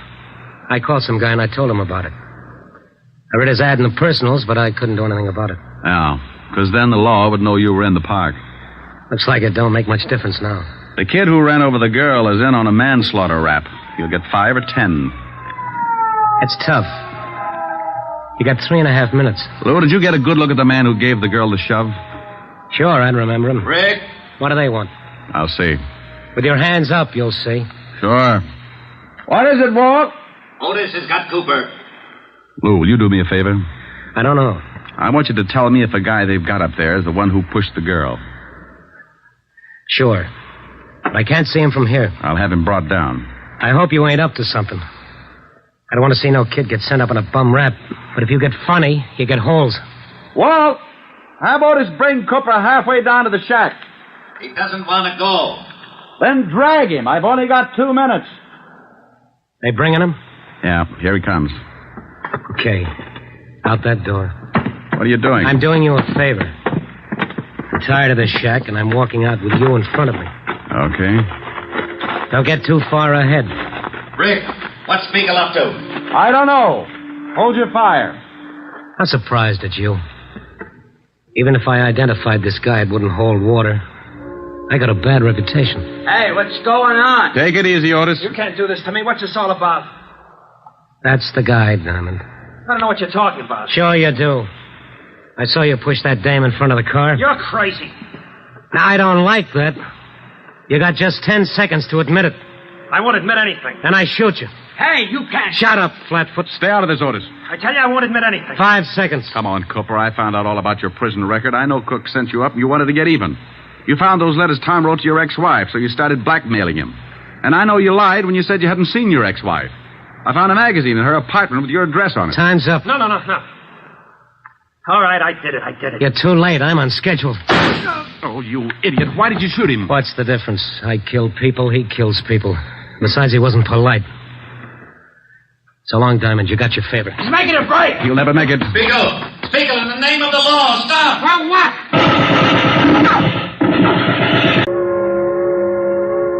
Yeah, they got him. They sure did. You know something? He wasn't such a bad guy. Wasn't he?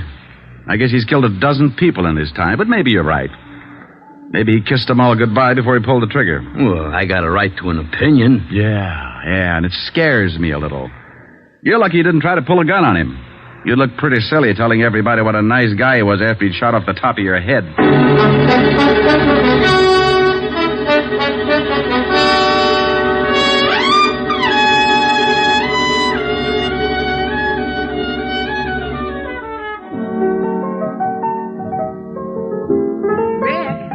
How do you want it? Lots of lemon, honey. What's that you're playing? I don't know. It says on the sheet music for kazoo and voice. You idiot. Here, see how this tastes. That's swell. But can't you drop a mussel in it or something? No, that's plenty strong. Oh. The last time you complained about my weak drinks, Francis had to carry you home piggyback. Yeah, remind me to buy him a saddle. I hear they let the cook boy out of jail this evening. Well, how they been snooping? Well, you won't tell me anything about your cases. How did you find out? Helen? No. You'll be sorry. Here. You sing this, and I'll tell you how I found out. Well, I don't know whether I can. But there's yes in your eyes. I've been missing your kissing. Just because I wasn't wise, I'll stop my scheming and dreaming, 'cause I realize your Rick, that's wonderful. Oh, okay, now make like a truth serum where I sing 20 courses of McNamara's band. Well, I was looking for you, so I called Walt Levinson. He told me all about it. Very elementary, my dear Diamond. Oh, get her. Do I look smug? Close your eyes. Now, that's silly. Why do I have to close my eyes? Close your eyes. Oh, that's better. Rick, aren't you nice? I certainly am. But people always notice my dimples first. Come here. Helen, you're looking smug again.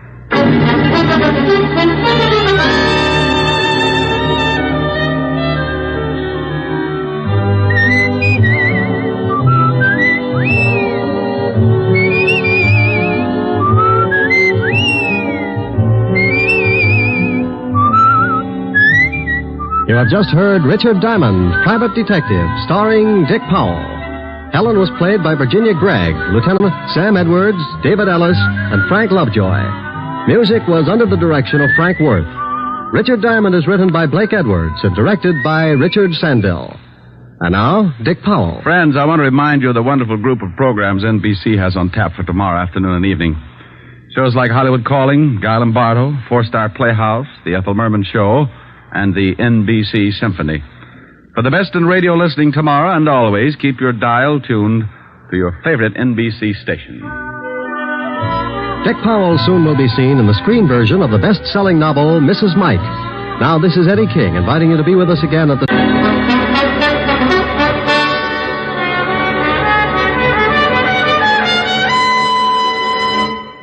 This is NBC, the national broadcasting company.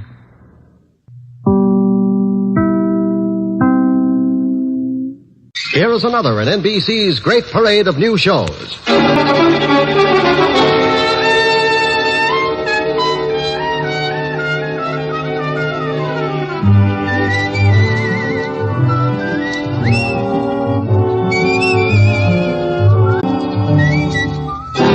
Now, Dick Powell as Richard Diamond, private detective.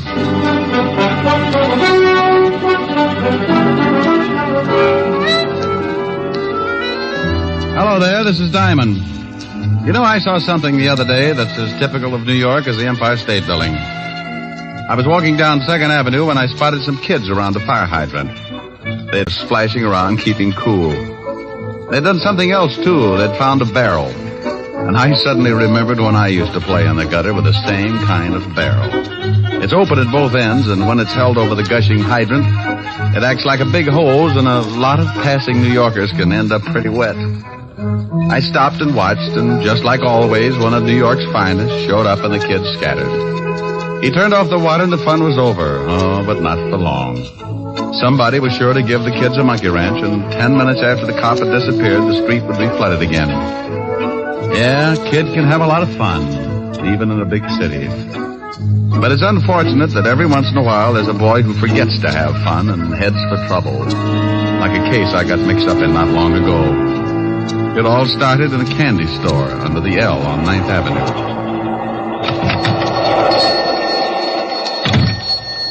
I'm just closing up, boys. We want to talk to you, Pop. I told you I was closing up. We'll come back tomorrow and we can talk then. Eddie said he wanted to talk to you, Pop. You better listen. Yeah, what is this? You kids get out of my store. You want to buy something, you come back tomorrow. You ain't been making enough on your number sales. We come to see why not. Oh, so that's it. First, they threaten to beat me up unless I sell the numbers. Then they get sore because I ain't selling enough and send young hoodlums to see that I do. Well, you go tell your boss that I'm through selling numbers to poor people who think they can get rich quick. You tell your boss if he don't like it, I'm going to the police.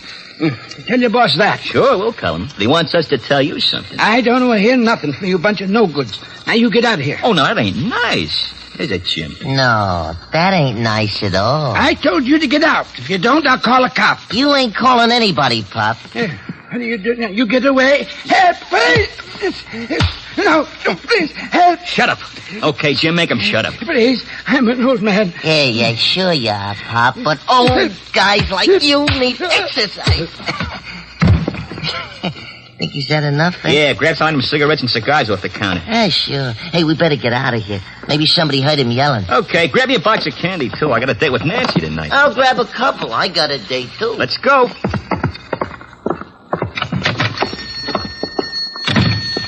Down this alley. Yeah. Okay, slow it down. Let's get over to 27th Street. Okay. Come on, Mr. Parrish wants to see us. Right. Hey, Ed. Yeah? You going to see your brother today? Yeah. How's he doing? He's doing all right.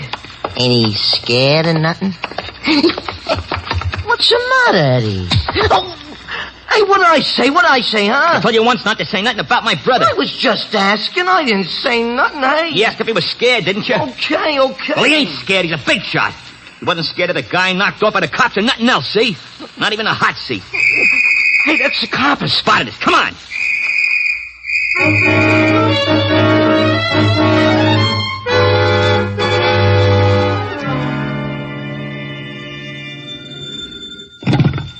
Diamond Detective Agency. We filtered the choke on the way to your throat. Oh, for Pete's sake, Diamond, aren't you ever serious? Well, Lieutenant Levinson, what's the matter with you? Did someone swipe one of your ulcers? Now, stop that. I wouldn't call you unless it was something important. I know. You're losing Sergeant Otis to Barnum and Bailey. You stop that. Ringling Brothers? Don't be ridiculous. I'm not. What other sideshow could boast a pointed head with a gray suede face? Diamond, I have an important message for you, so for the sake of my sour stomach, act like a normal human being for 5 minutes. It's sure to be a strain, but go ahead. Bill Garrett wants to see you. Bill Garrett? Yes. Goes to the electric chair tonight at 8 o'clock, and he wants to see you. Well, he can't sit in my lap. Now, look, I don't like the type any more than you do. He's going to die, so why the cracks? The guy he shot had a wife and 2 kids. Maybe you want me to make cracks about them? All right, but will you see him? It's his last request. All right, sure. I'll call the warden and tell him you'll be up. You be sure and put in the call. If Otis does it, the warden will get so confused he'll turn Garrett loose and toast me. Well, in my business, you get a lot of screwy ones. But you never know where they'll lead, so if you've got that nervous, got-to-get-in-trouble feeling, you follow it up. I put in a call to my lovely redhead, Helen Asher, and told her I'd be a little late, but to keep the bottle spinning anyway. Then I took off for Sing Sing. Hello, Garrett. Hello, Simon. I'm glad you got here. Wouldn't miss it. Neither would I unless I could help it. Look, Garrett, I'm busy and you're on a tight schedule. Now, what's on your mind? Well, it's like this, Rick. The name's Diamond. Okay. I know you hate guys like me, but I ain't ashamed of what I've done. That's the way I lived. That's the way I'm going to go out. If you want someone to listen to you feel sorry for yourself, you'll be along in a few minutes before 8. Maybe I better forget it. You ain't got no use for nothing. I got use for everything that doesn't include guys like you. There's no middle with me, Garrett. It's got to be right or wrong. And right keeps you out of trouble, huh? Well, not always. But it helps people to live together. Okay. I guess you know I got a kid brother. Yeah. He's going on 17, and it looks like the family's going to have another guy for you to hate. What do you want me to do? He thinks I'm a big shot. I want you to convince him I'm not. Oh? What's he done? I don't know, but he's just like I was when I was that age. Tough, wise guy. He wants to be just like me. Oh. Has he been up here to see you? Yeah, but that don't change his mind. Just makes him madder at the world. I ain't getting soft, see, but he's a great little guy and he's smart. A lot smarter than I was. It's just going to take someone to show him which foot to get off on. Okay. What's his first name and where can I find him? His name's Eddie. He's got a club they call the Panthers. You know the kind. Yeah, with me it was the Brownies. It's over on 26th Street, and he's got a girl he told me about. Her name's Nancy Hyde. She lives with her aunt over at 37th Street. Okay, I'll see what happens. He's tough. Oh, lots of guys are tough, Garrett. Sometimes if they get a break, they turn out to be so tough, they even get to be All-American. Hey, I'd like that. I'd like to see the kid get to be All-American. That might be a little difficult, but you never know. Maybe they've got television down there.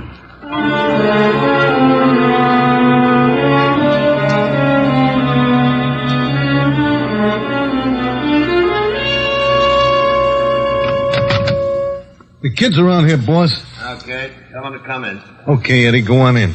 Thanks, muscle man. Hiya, Mr. Parrish. Hello, Eddie. We took care of old man Thompson like you said. Good. You, beat him up bad? Bad enough. Yeah, we really waked him over. We got Shut some up, I'll do the talking. What do you think's running this mob anyway? Okay. Get a load of that, Bart. We got a big shot. Yeah. You run your bunch pretty good, don't you, Eddie? I run the whole club. The Panthers got 23 members now. You hear that, Bart? 23 members, and Eddie's the big boss. I like that. I like you, Eddie. You and me and the 23 Panthers is gonna go a long way. Well, that's something I wanted to talk to you about, Mr. Parrish. We're getting awful tired of just beating up guys. We want to start doing something big, like knocking over gas stations or something. So you want to start doing something big, huh?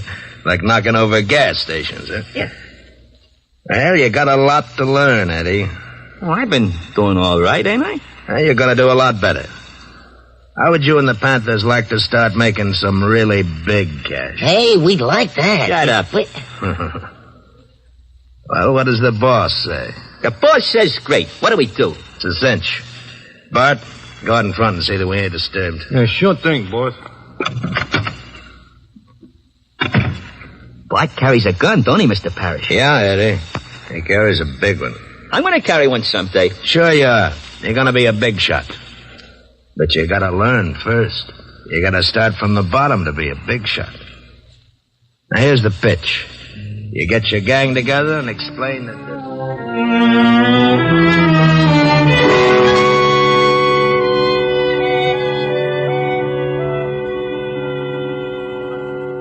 We swipe cars, so we swipe cars. I don't know, Ed. Beating up guys is one thing, but swiping cars is pretty dangerous. Look, it's a cinch. We go out on the road someplace, and one of us thumbs a ride. When the car stops, we all jump in. Later on, we knock the guy over the skull and take the car. Oh, Well, stealing cars is a tough rap. If you get caught, but we don't get caught, see? If we catch a stoop out in the road someplace, it'll take him a long time to get to a phone. We drive the car to Mr. Parrish's warehouse and collect $50. Easy. I don't know. You better know. You're in the gang, and that means you're in on it whether you like it or not. Okay, Ed. You're the boss. Okay. We pull the first job tonight. I thought you had a date with Nancy. So I got a date. I can break it. She does what I tell her. Yeah, but... Hey, what do you want? Yeah. This is a private club. I'm, looking for Eddie Garrett. Who wants him? Nobody for a present, but I'm still looking for him. Well, beat it. You smell like a cop. You got a good nose. That's pretty close. Hey, just some... Shut up. We ain't seen any. Yeah, that's right. We ain't seen him. Okay, but if you do, tell him I got a message from his brother. From his brother? Yeah. Tell him that if you see him. Oh, wait a minute. I'm Eddie Garrett. Good for you. Proud of it? Oh, you're a wise guy, ain't you? I'll tell you later. Your brother says he thinks you're in trouble, are you? Trouble? That's a hot one. What made him think that? He runs around with it. He says you think you're a big shot. Maybe I do. Then you're in trouble, Sonny. Oh, what are you talking to this guy for, Eddie? He talks crazy. Why don't we throw the bum out? How are you going to do it? Grow 12 feet? Oh, you're a pretty wise guy, you are. You wouldn't act so wise on the other end of a shiv. Shut up, Jim. Come on, get out of here. What about this wise guy, Ed? You want to be left alone with him? Yeah. Okay, but I'd still like to work this wise guy over. Hey, what's the idea? You tripped me. Ed, you see that? That's wise guy tripped me. You're pretty clumsy, Sonny. Now beat it. No, why you hate him? Beat it. You're lucky you didn't pull that knife, Jim. You'd look pretty silly with a broken arm. Yeah? Okay, wise guy. I'll see you again. Now tell me what you want, and then you get out of here, too. Nice clubhouse you got. It's all right. It's, 6 o'clock. So it's 6 o'clock. Doesn't it bother you? 2 more hours and your brother dies. So what? So he doesn't want you to end up the same way. Don't you worry about me, mister. Your brother's worried about you. He wants me to help you. How about it? I don't need no help. You're a copper. It's guys like you that sent my brother to the chair. I'm not a cop, Eddie, but I used to be. You ain't a cop? No, but if I was just a plumber and I had the chance to put your brother away for a killing, I'd do it. Yeah, I thought so. You look like the type.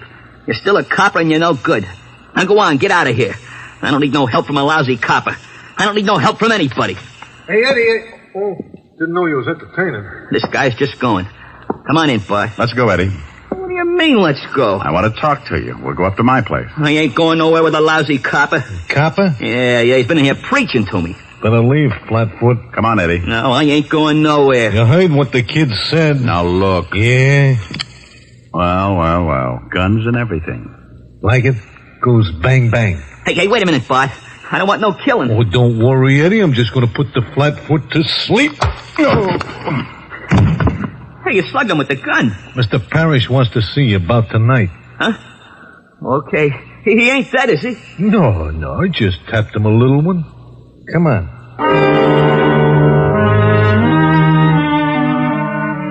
Tap me a little one. That was the biggest understatement of the year. He tapped me so little my head felt like it was in sections. I lay there for a while trying to find the piece that did my thinking, and when I started coming out of it, it was like trying to open a beach umbrella in a 90-mile wind. I didn't know how long I'd been lying there, but when I finally opened my eyes, I saw something that made the beating a welcome relief. Hey, look, Lieutenant. He's with us again. Oh, no. Shut up, Otis. Rick, how do you feel? I wish I was dead. Oh, now it can't be that bad. No? Well, you lie down here and look up at Otis. Makes you want to slash your wrist. Hey, he's riding me again. You're all right. Here, try to sit up. Without my head? Oh. Now, who beans you? A guy named Bart Lippett. He didn't know me, but I recognized him. Small-time muscle man, works for Sam Parrish. A lovely group. Say, how the devil did you find me? Well, we certainly weren't looking for you. We came down to pick up Bill Garrett's kid brother. Pick him up? What for? Your job's homicide. Yeah, he and another kid beat up an old storekeeper last night. The guy's in pretty serious condition. Oh, no. How serious, Walt? Well, the doctors say critical, but he does stand a chance. Hey, now, wait a minute. Where are you going? What time is it? 7 o'clock. Why? I got an hour to keep a promise. I hope that storekeeper doesn't die. If he does, Sing Sing will be building their electric chairs in tandem.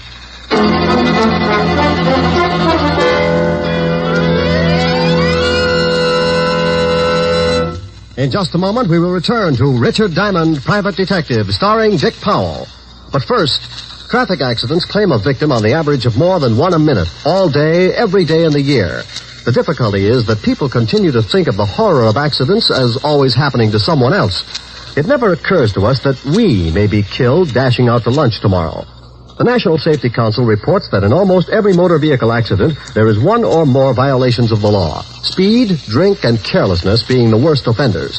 Every motorist and pedestrian is urged to support actively the safety movement in his own community. Be careful. A life you save may be your own. And now back to Dick Powell as Richard Diamond, Private Detective.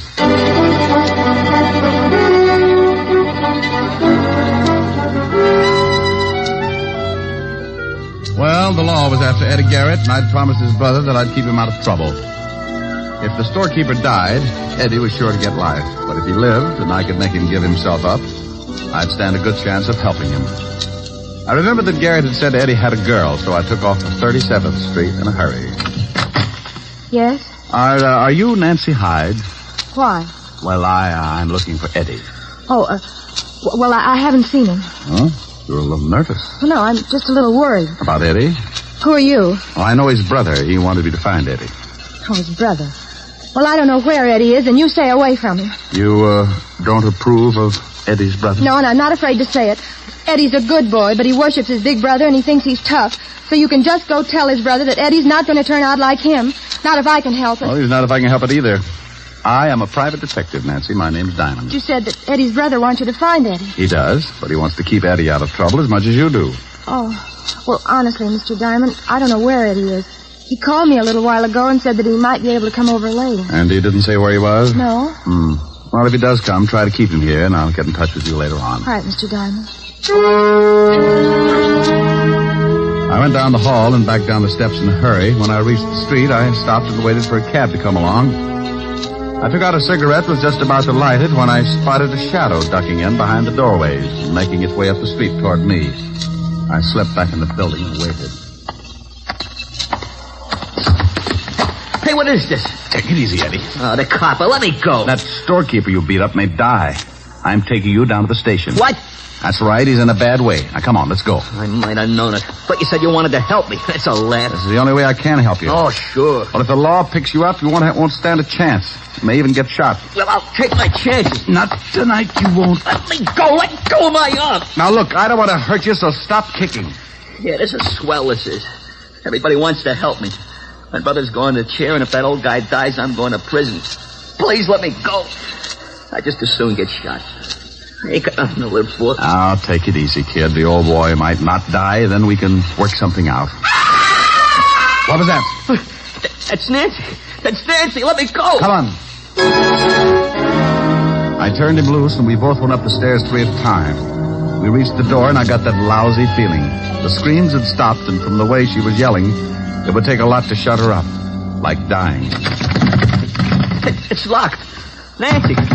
Nancy. She don't answer. Look out. She ain't here. Look in the other room. Nancy. Man, honey. She ain't in here either. Hey, what's the gun for? Get rid of the window, quick.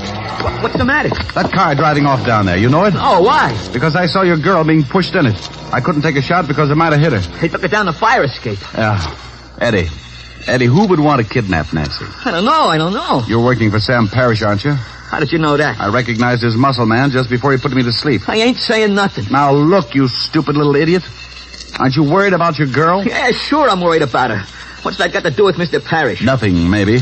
But if he heard that the law was looking for you, he might be afraid you'd talk.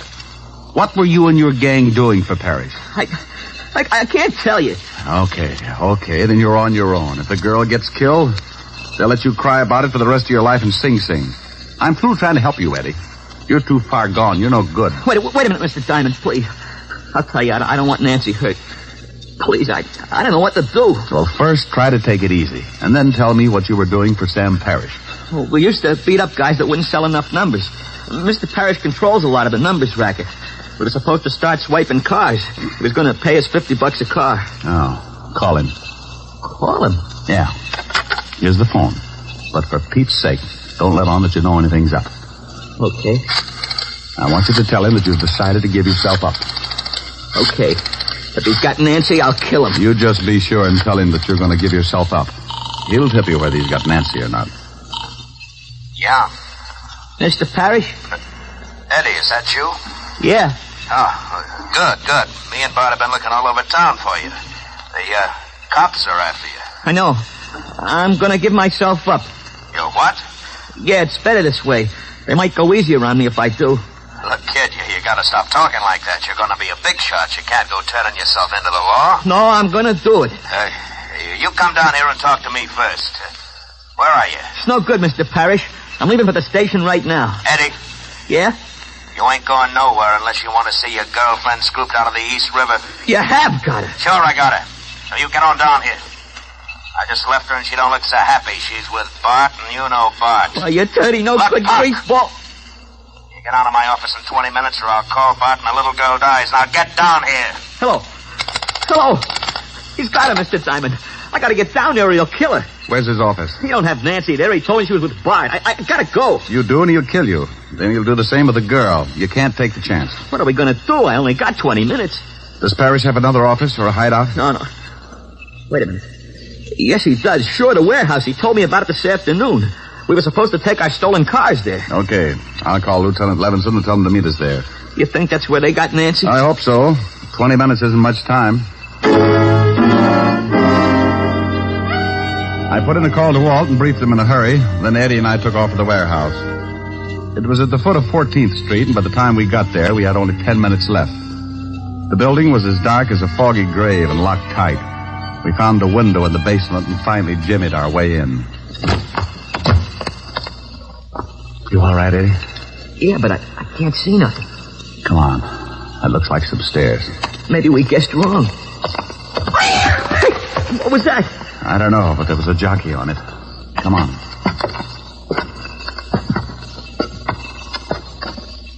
Hey, look.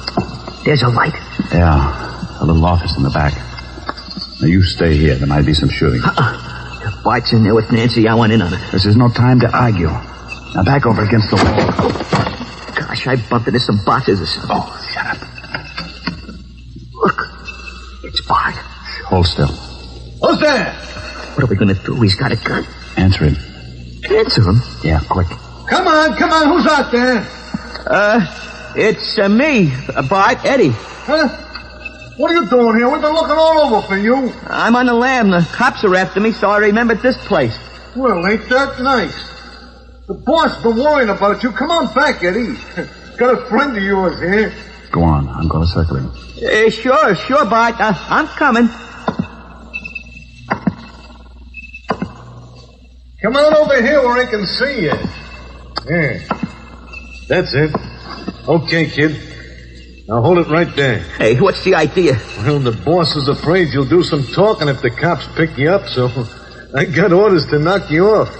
Sorry, kid. You know how it is. Drop it, Bart. Hey, he said drop it! Oh, you learned... Duck, Eddie. You got him. Yeah, thanks for the assist. Let's see if the girl's in the office. Yeah, they got a gag in her mouth. Nancy. Oh, she's okay. There. Oh, Nancy, honey. Oh. Here, I'll get those ropes off you. Man, I'm in some pretty bad trouble, but I swear if I get out of it, I'll go straight. Oh, you'll be all right, Eddie. I know you will. Oh, ain't that cozy? Look out, Eddie. Hold it right where you are. Well, things are really getting crowded. That's Parrish, Mr. Diamond. I guessed. You shoot pretty good, Diamond. I saw you get Bart. I guess I'm going to have to pay you back for that. The law's on its way. So they find a morgue. Eddie. Oh, shoot Nancy, please. Shoot me, but don't shoot Nancy. Here they come, Parrish. You seem pretty anxious, mister, so I'll let you have it first. No, you can't. Look out, Eddie. Oh, Eddie. You slob, Parrish. Oh, Eddie. Eddie, he's hurt, Mr. Diamond. So's Parrish, but his is permanent. Eddie, where you hit? I think in the stomach. We'll get you to a hospital quick. You saved my scalp when you jumped in front of me. Thanks. How about Parrish? I paid him in full. What time is it? 8:35, Eddie. Oh, funny, I don't feel so bad about my brother now that it's over. He'd probably be sore about me helping a cop. But, you know, I don't mind. Especially when it's a nice guy like you.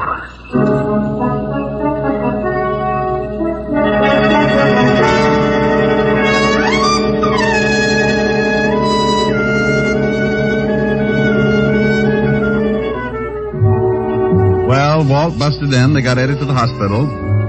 Otis tripped over a pipe and broke his big toe, so they had to throw him in the wagon along with Eddie and his girl. Eddie recovered all right, and so did the storekeeper. He helped beat up. The kids all got 2 years, sentence suspended, because my lovely redhead, Helen Asher, convinced the judge that the boys would become much better citizens if they worked out their 2 years on her farm upstate, milking the cows. Before Eddie left for the farm, Helen had him over to the house, and he brought his girlfriend. Well, we gotta be going, Mr. Diamond. I gotta catch a train. Thanks for the swell dinner, Miss Asher. It was my pleasure, Eddie. It was wonderful. Oh, Mr. Diamond. Yes, Nancy? Miss Asher was telling me that you sing. Oh, Miss Asher is sometimes afflicted with an extreme case of blabitis. Rick. Hey, I'd like to hear you sing something before I take off. Would you, Mr. Diamond? Certainly he would. Do you want it after I tear out your pretty tongue with the lungs, or before, you dear, sweet little girl? Now, you mustn't talk that way in front of guests, Rick. They'll think we're married. Oh, he's not as tough as he sounds. Now, come on, Mr. Diamond, give. Yeah, I'll give you a hit in the head. Helen, after Eddie hears me, he may realize that crime does pay.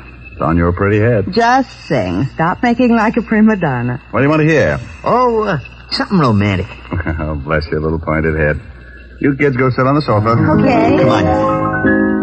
Where are you now that I need you? Now that I want you so badly, I cry. Where are you? Where did fate lead you? Funny how I dreamed you'd still be standing by. Pretty one. I had you at my beck and call. I called you any time at all. I guess I took you too much for granted. I never thought I'd lie, awake and sigh. Where are you now that I need you? Now that I love you so madly, I could die. Well, how was that, kids? Rick, look. Well, how do you like that? They're stealing our stuff. Come on, Eddie, break it up now. You gotta catch a train. Eddie. Nancy. Oh, my goodness.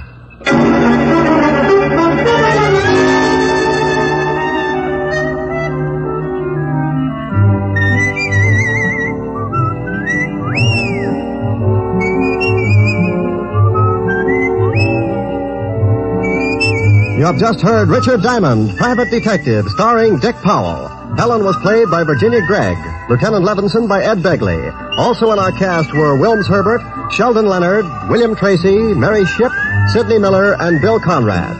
Music was under the direction of Frank Worth. Richard Diamond is written by Blake Edwards and directed by Richard Sandville. And now, Dick Powell. Friends, I want to remind you of the wonderful group of programs NBC has on tap for tomorrow afternoon and evening.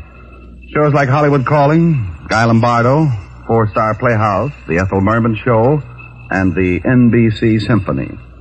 For the best in radio listening tomorrow and always, keep your dial turned to your favorite NBC station. Dick Powell soon will be seen in the screen version of the best-selling novel, Mrs. Mike. Now, this is Eddie King inviting you to be with us again at the same time next week when we will again bring you Dick Powell as Richard Diamond, Private Detective.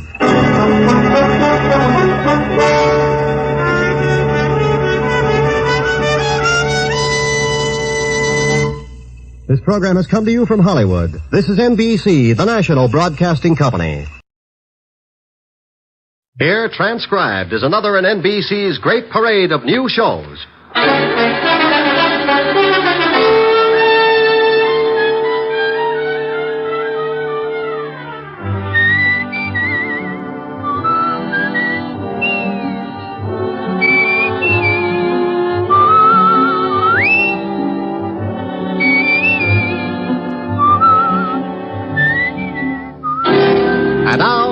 Howell as Richard Diamond, private detective.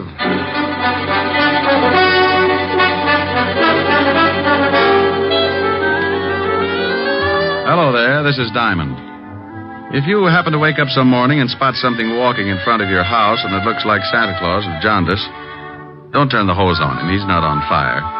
He's just wearing the newest thing in men's fashions. They call it the bold look, and it's supposed to be the masculine answer to Dior's new look for women. It's an answer, all right. Like walking up to your best girlfriend and slicing her down the middle with a broadsword. Now, if you haven't seen it yet, just close your eyes and try and picture yourself in the bold look. Imagine walking down Fifth Avenue, very casual, decked out in a new, bright purple, non-shrinking suit, pastel shirt, yellow maybe, hand-painted tie, and argyle socks. Got it? What do you think? Pretty bad. About the only thing I can think of that's more gruesome is that little murder I got mixed up in last week. It started in a house out on Long Island. A guy named Harry Baker was getting involved with his private secretary. Here are the papers you wanted, Mr. Baker. Oh, thank you, Connie. What time is Mrs. Baker going shopping? She didn't say. This afternoon sometime. Oh, where is she now? In her room. Come here, Connie. Harry, no. Supposing she comes down. I didn't see you last night. I missed you. I got hold of the man you wanted. His name's Nat Fox. He wants $500 for the job. Oh? Well, what's the matter? That's what you wanted, wasn't it? Connie, I had a lot of time to think last night. And? Well, I'm not sure. I don't know if this is the thing to do. You don't know? Oh, Harry, we've gone through this a dozen times, and I won't go through it again. If you haven't got the backbone... Oh, my dear, you know it's not that. No, I do not. I'm sick and tired of living this way. Not being able to be seen with you, watching you being pushed around by that old shrew. Oh, I'm not going through the whole thing again. Please, Connie, can't we wait for a while? My wife's well past 60. Sooner or later... And in the meantime, you live off the skimpy little allowance she doles out to you. No, Harry, no. I want us to live like two normal people. If you're going to start changing your mind just when it looks like we can have all these things, I'm through. Now, Connie, wait a minute. No. If you want me, then you've got to go through with it. Well? You know I want you. I love you more than anything in the whole world. Get that old biddy out of the way, or I promise you'll never see me again. All right. Oh, don't look so worried, darling. Nothing's going to go wrong. I already fixed it with this Nat Fox. He'll be in the department store the same time as your wife. Oh, Harry, think of the wonderful life we can have. All that money's going to be ours. We can go to Europe and live the way we should. Yes, I don't know. I'm a little worried about this Nat Fox. Oh. I'll give him the $500, but if he finds out what happened, he'll be in a good position to blackmail us. Don't you worry about Mr. Fox. He's my affair. You just leave everything to me.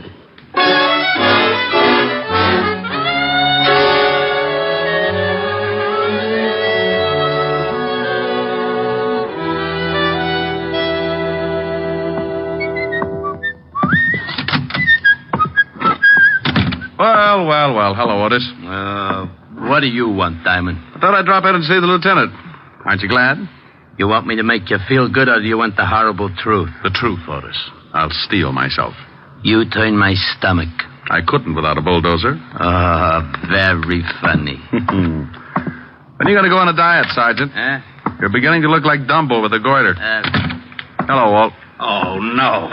Who's dead this time? No, don't be silly. I just came down to talk to see how you were. I don't believe it. Say something without corpse in it. Your smile is like the first dawn of an Indian summer. You said Indian. So what? If you said it, he's dead. All right. If that's the way you feel about it, goodbye and good luck. Oh, now, wait a minute. Stop being an idiot. That's all right, Walt. I understand. Now, come back here. You know very well I'm glad to see you. And you think just because I come down to see you, I've gotten mixed up in some kind of a murder. Oh, a fine friend. Now, you stop acting like that. You're a worse ham than Otis. That did it. I'll never send you a good dead body again. Is that a promise? Is what a promise? That you'll never send me a good dead body again. Oh, want me to break the law, huh? Hold out police evidence. Of course not. You know I was only kidding. Just like the police force, making fun of a corpse. I have never made fun of a corpse. So that's what's the matter. What? Too serious. That's what's ruining your stomach. Oh, now stop that. You know what's wrong with my stomach. I've been working too hard, that's all. So the next time I find a corpse, you'll want to take a vacation. This precinct is more corrupt than I thought. What do you mean, corrupt? Just what I said. I find you a corpse and you won't even look at it. You want to go on a vacation. I don't want to go on a vacation. I'll look at the corpse. What corpse? The one you wanted me to look at. There you go, acting like I've gotten mixed up in another killing. Trying to make it look like the corpse is mine. What? Well, it's not my corpse. It isn't? No. Well, whose is it? Well, you know. You tried to frame me with it. I did not. Don't you try to shove that body off on me. Yeah, what is it? Oh, hello, Helen. It's for you, Rick. Thanks. Hi, baby. Hold it a minute. Walt, you better do something about that body. Oh, yeah. Otis, put in the general alarm. Diamond's found another killing. Oh, wait a minute. No, Walt, it's your killing, remember? Oh, yeah. Forget about the general alarm, Otis. I've got... Oh, Diamond. Sure, Helen. I'll meet you at the store. Oh. Sure. I love you. Bye. Oh. Walt, what a funny look. You're all red. Walt, you're turning blue. Well, I got to go shopping with Helen. I hope you find the body. Bye. Lieutenant, I'm still waiting. Sergeant. Yeah, Lieutenant? Shut up!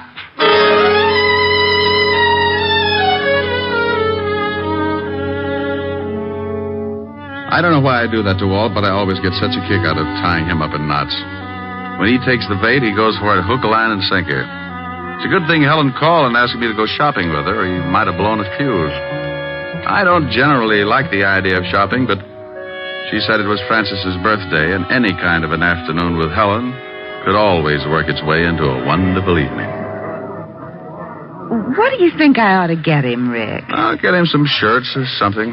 Hey, look at these. Rick, get away from that counter. What's the matter? My hips too big? Oh, I wonder if these come in baby blue. Rick, now stop that. People are looking. Is there something I can do for you? You seem to be interested in the lingerie. Is there something I can show you? Oh, I'm looking for something for a birthday. Oh, well then may I suggest a nightgown, perhaps? We have some lovely numbers. This is for Butler. A butler? Yes. Oh, then you were thinking of getting something for the lady, too. No. Just seeing whether the baby blue went with my eyes. Well, really? Oh, come on, Helen. Rick, she must think you're crazy. 5 minutes more and there wouldn't have been the slightest doubt. This is fun. Rick. That woman. What woman? The elderly one over there with the mink stove. Oh, yeah. I just saw her put a box of stockings in her purse without anyone seeing her. You saw her? Yes, but the clerk didn't. And she left the counter without paying. I know. You know? Oh, sure. Spotted her 5 minutes ago. Not a very good shoplifter. That's stealing. Shouldn't we tell the manager or something? Oh, the store detectives are sure to have her spotted. Why don't they arrest her? Point of law, baby. They can't put the arm on her until she steps out of the store. Now, look. She's going out the front door. Just watch. She's out. She's just standing there on the sidewalk. Oh, that's funny. They must have spotted her. She was too careless. Look, that big car is pulling up and she's getting in. They're driving off. Well, maybe the store dicks were looking out the window. Well, I'm going to tell that clerk. I remember her description. Oh, now, Clerk! Yes? Oh, did your husband decide that they did go with his baby blue eyes? He's not my husband, and that's not why I called you. She thinks yellow goes with my complexion better. Oh, yes. Now, stop it, Rick. That woman who was just at your counter. Which one? We've only had about 600 this morning. Now, don't be flip with me. The elderly woman who was just here looking at the stockings. The one with the beautiful mink stove. It was beautiful, wasn't it? Then you noticed her. Of course. That was Mrs. Baker, one of our best customers. Well, Mrs. Baker is a shoplifter. Oh, you must be mistaken. I tell you, I saw her steal some stockings. I tell you, you are mistaken. Oh, now, look. I was going to stay out of this, but what Miss Asher says is true. I saw her, too. Miss Asher? Yes. Oh, you have an account with us, don't you, Miss Asher? Until you started telling me I was mistaken about that woman. Oh, just one moment. Oh, Mr. Pennywig! Mr. Pennywig! What are you doing? I'm calling the manager. The manager? Yes, Miss Asher. I would prefer to have him explain it to you. Yes, Miss Phillips. What is it? Well, I'll tell you what it is. Don't ever put Miss Phillips in the toy department. She's so nearsighted, she's liable to think the electric train is the 8th Avenue subway and climb on it at 5 o'clock. I beg your pardon? Mr. Pennywig, this is Miss Helen Asher. Oh, how do you do, Miss Asher? I heard a lot about you. You're going to hear a lot more. Oh, is something wrong? Yes. Yes, something is wrong. Miss Asher here spotted a woman stealing some stockings, and when she reported it to your clerk here, she said she was crazy. I saw it, too. Is this true, Miss Phillips? Yes, sir. It was Mrs. Lillian Baker. Oh. I was just trying to do the store a favor, but since you don't seem to think that the customer means anything around here, I'll see that my account is closed out. Oh, now, just one moment, Miss Asher. May I talk with you in private? I don't see why. Come on, baby. I know a joint on Broadway where we can get things without the lip that goes with it. Come on. Oh, please, Miss Asher. It's about the shoplifter, Mrs. Lillian Baker. You can tell me right here. I must rely on your integrity to keep this a secret. You see, we know that Mrs. Baker stole those stockings. She steals something nearly every day. What? She's very wealthy, very eccentric, and very much a kleptomaniac. Oh. Her husband handles all her affairs, and he's instructed us to watch her and send him the bills for the goods she steals. Oh. Well, can't you break her of the habit? Her husband must lock his pants in the family vault every night. She's under a doctor's care, and he advises letting her continue, but without her knowing that anyone else has found out her secret. She's quite old, you see, and her husband assures us that discovery might be very disastrous. Oh, I see. Well, I'm very sorry. I didn't know. Well, I'm not. This pixie behind all the unmentionables can get a person steamed up enough to cause a minor explosion. I was just doing my duty, sir. Mr. Pennywig. Mr. Pennywig. Now what? Yes, what is it? Oh, Mr. Pennywig, we've had a jewel robbery. What? Yes, sir. 3 of our most priceless gems are missing. Oh, dear. Mrs. Baker? I don't know, sir. We watch her very closely when she's looking at jewelry. But 5 minutes after she'd gone, we discovered the loss. Was it of any consequence? Was it? $300,000 worth. Oh. Hey, wait a minute. Who else was in the jewelry department? Oh, several people. I'm so upset. Take a look over there. Where? Over there. The man in the wide pinstripe near the linen counter. Excuse me, I've got to go call Mr. Baker. Now, wait a minute. Yes? Maybe Mrs. Baker didn't lift those rocks. That man over there, was he in the jewelry department? Why, come to think of it, yes. Oh. Now, wait here. Rick! Hello, Nat. Hey, what are you doing? Now, take it easy. I just want to see what you got in your pockets. Well, Richard Diamond. You must think you're still on the force. Someone just lifted some stones out of the jewelry department. You still in the racket? In a store like this? Are you crazy? No, but I thought maybe you were. Now, let's see your pockets. You ain't no cop. Go on and peddle your papers. You look pretty silly with a broken arm. Okay, you don't have to get rough. I'm clean. Yeah, well, that's better. Now, turn them inside out. Hey, what's going on here? Now, meet Nat Fox, one of the better-known jewel thieves. Yes. He was in the shop about the time Mrs. Baker was. Oh, I've quit the rackets. I just like to look now and then. Oh. Well, at least he hasn't got them on him. Oh, what have we here? Gum wrappers. I like to chew gum. Well, you chew a lot of it. Better call the law, Mr. Pennywig. Well, if you say right away. Go to the devil. What? Rick! He's getting away. Stop him. Oh, relax. We can always pick him up. I want to take a look at your jewelry department. Nat Fox didn't have the jewels on him, but as he did have a lot of gum wrappers, the first thing I wanted to do was to case everything in the jewelry department. It was an old stunt. The thief chews a lot of gum, palms some jewels, and sticks them in the gum. Then he sticks the gum under something, and a Confederate comes along later and scoops it up. If the thief gets spotted at the scene, he's clean, just like Fox was when I searched him. Well, I looked under everything, on everything, in everything. There was a lot of gum, all right, but no jewels in any of it.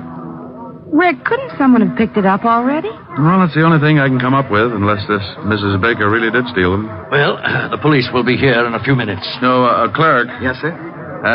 Can you remember who was in the jewelry department when you discovered the jewels were missing? Well, this Mr. Fox and Mrs. Baker had already left. But I believe there were several women.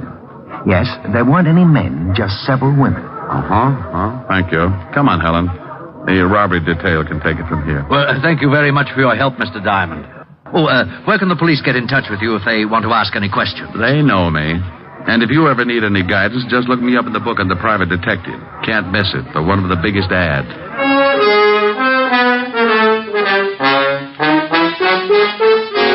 Helen and I got out of there just as the prowl cars were pulling up at the curb. I stuck my tongue out at a few old friends and climbed into her king-size convertible. We took a couple of turns around Central Park, and she dropped me off at the 5th Precinct and my dear old buddy, Lieutenant Levinson. Don't you dear old buddy me. You get out of here. Temper. I will not be subjected to any more of your fiendish humor. I won't go through another one of these routines of yours for promotion. I promise I'll be good. Oh, no, you don't. That's the most dangerous thing you could say. Yeah, what is it? Suicide, Lieutenant. See?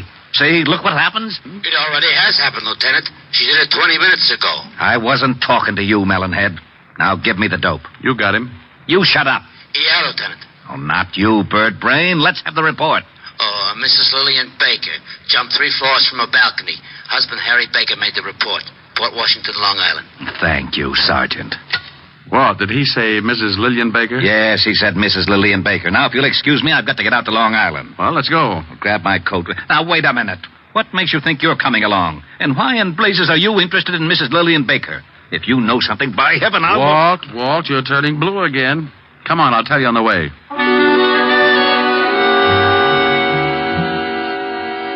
I briefed Walt on what had happened back at the store when Helen and I saw Mrs. Lillian Baker lift the hosiery. We reached the Baker estate about 3 o'clock in the afternoon and drove up a long circular driveway to the big house. The husband, Mr. Harry Baker, met us at the door. Oh, please come in, gentlemen. Thanks. You'll have to forgive me, gentlemen, but I'm still a little upset. My wife was a sick woman, but I never expected her to do anything like this. Where's the body? Out in the garden. Right this way. Have you any idea why your wife committed suicide, Mr. Baker? Oh, yes. There's the body. You don't mind if I go back inside, do you? I want to ask you some questions, then you can. I understand that your wife was a kleptomaniac. Is that right, Mr. Baker? Why, yes. How did you know? Mr. Diamond here saw her steal something from the store today. You mean the jewels? No, I mean the stockings. Did she steal the jewels? Why, yes. I found them under her mattress after the store called and told me of the loss. She was a sick woman. She's been stealing things for years, but she didn't think anyone knew about it. I had an arrangement with the stores that I could take care of all the things she took, but those jewels were too much. I had to confront her with the evidence. And she broke down completely when she discovered we knew her secret. Harry. Oh. Wow. This is my private secretary, Lieutenant Levinson. Richard Diamond. Oh, Miss Constance Loring, Lieutenant Levinson, Mr. Diamond. How do you do? Well, pretty good. I'd like to tell you about it sometime. Don't dead bodies make you a little nervous, Miss Loring? What? Miss Loring was here when my wife jumped. She's already gotten over the initial shock. Oh. She's been in the library calling some of my firms to tell them I won't be at work for a while. How long has she been here? Why, all afternoon she's been taking some dictation. With her hat on? Oh, well, you see... forget it. Tell me, did your wife jump from that balcony, Mr. Baker? Yes. 3 floors. About a 4-foot railing around the balcony. If you think that there's been any foul play, you can check with her doctor. He'll tell you she could easily take her own life if her secret was discovered. I'd like to talk to him. What's his number? Evergreen 54469. Dr. Leonard Bischoff. Thanks. While you're calling him, Rick, I'd like to see those stolen jewels, Mr. Baker. Certainly. Right this way.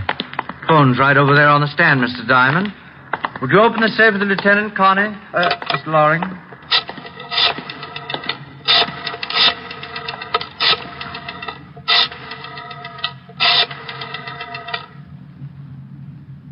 Dr. Bischoff, please.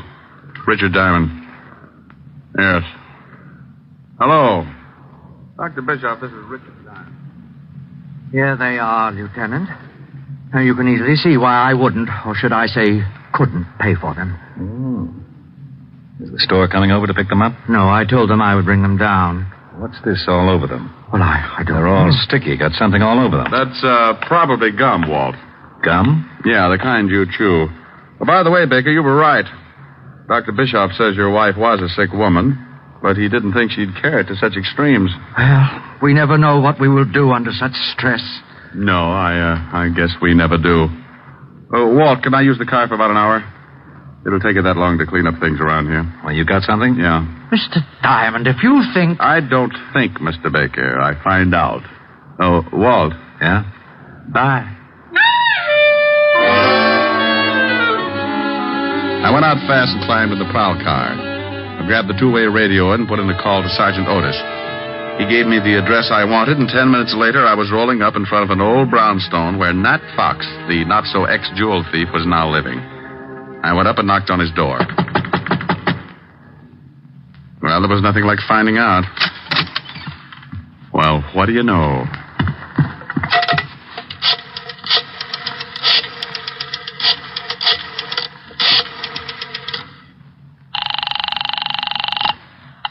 Mr. Baker's residence. Let me speak to Lieutenant Levinson, dear. He's right here. Hello. Walt, I'm over at Nat Fox's place. Now, don't say anything. Right. You remember I told you I spotted him right after the theft and shook him down? Yeah? Well, he's through giving the police department headaches. What do you mean? He can't explain the 2 bullet holes in his head. I called the station and had them send over the wagon, then I took off for the department store. I was sure that Mrs. Baker hadn't jumped, and I was pretty certain that whoever had knocked off Nat Fox was in on the Baker killing. Oh, hello again, Mr. Diamond. Have you heard we found out who stole those jewels? Nat Fox? Why, no, it was Mrs. Baker after all. Mr. Baker called us back and said that he'd found the stones. Oh, well, that's dandy. Well, I'm going to take your clerk who was in the shop at the time of the robbery. Take him? Yes, I want him to identify someone. I'll have him back in about an hour. Oh, well, I suppose it'll be all right. George? Yes, sir? I want you to go along with Mr. Diamond here. He wants you to identify someone. It's official, I guess. It's official, all right. When you point out a thief and a killer, it's always official.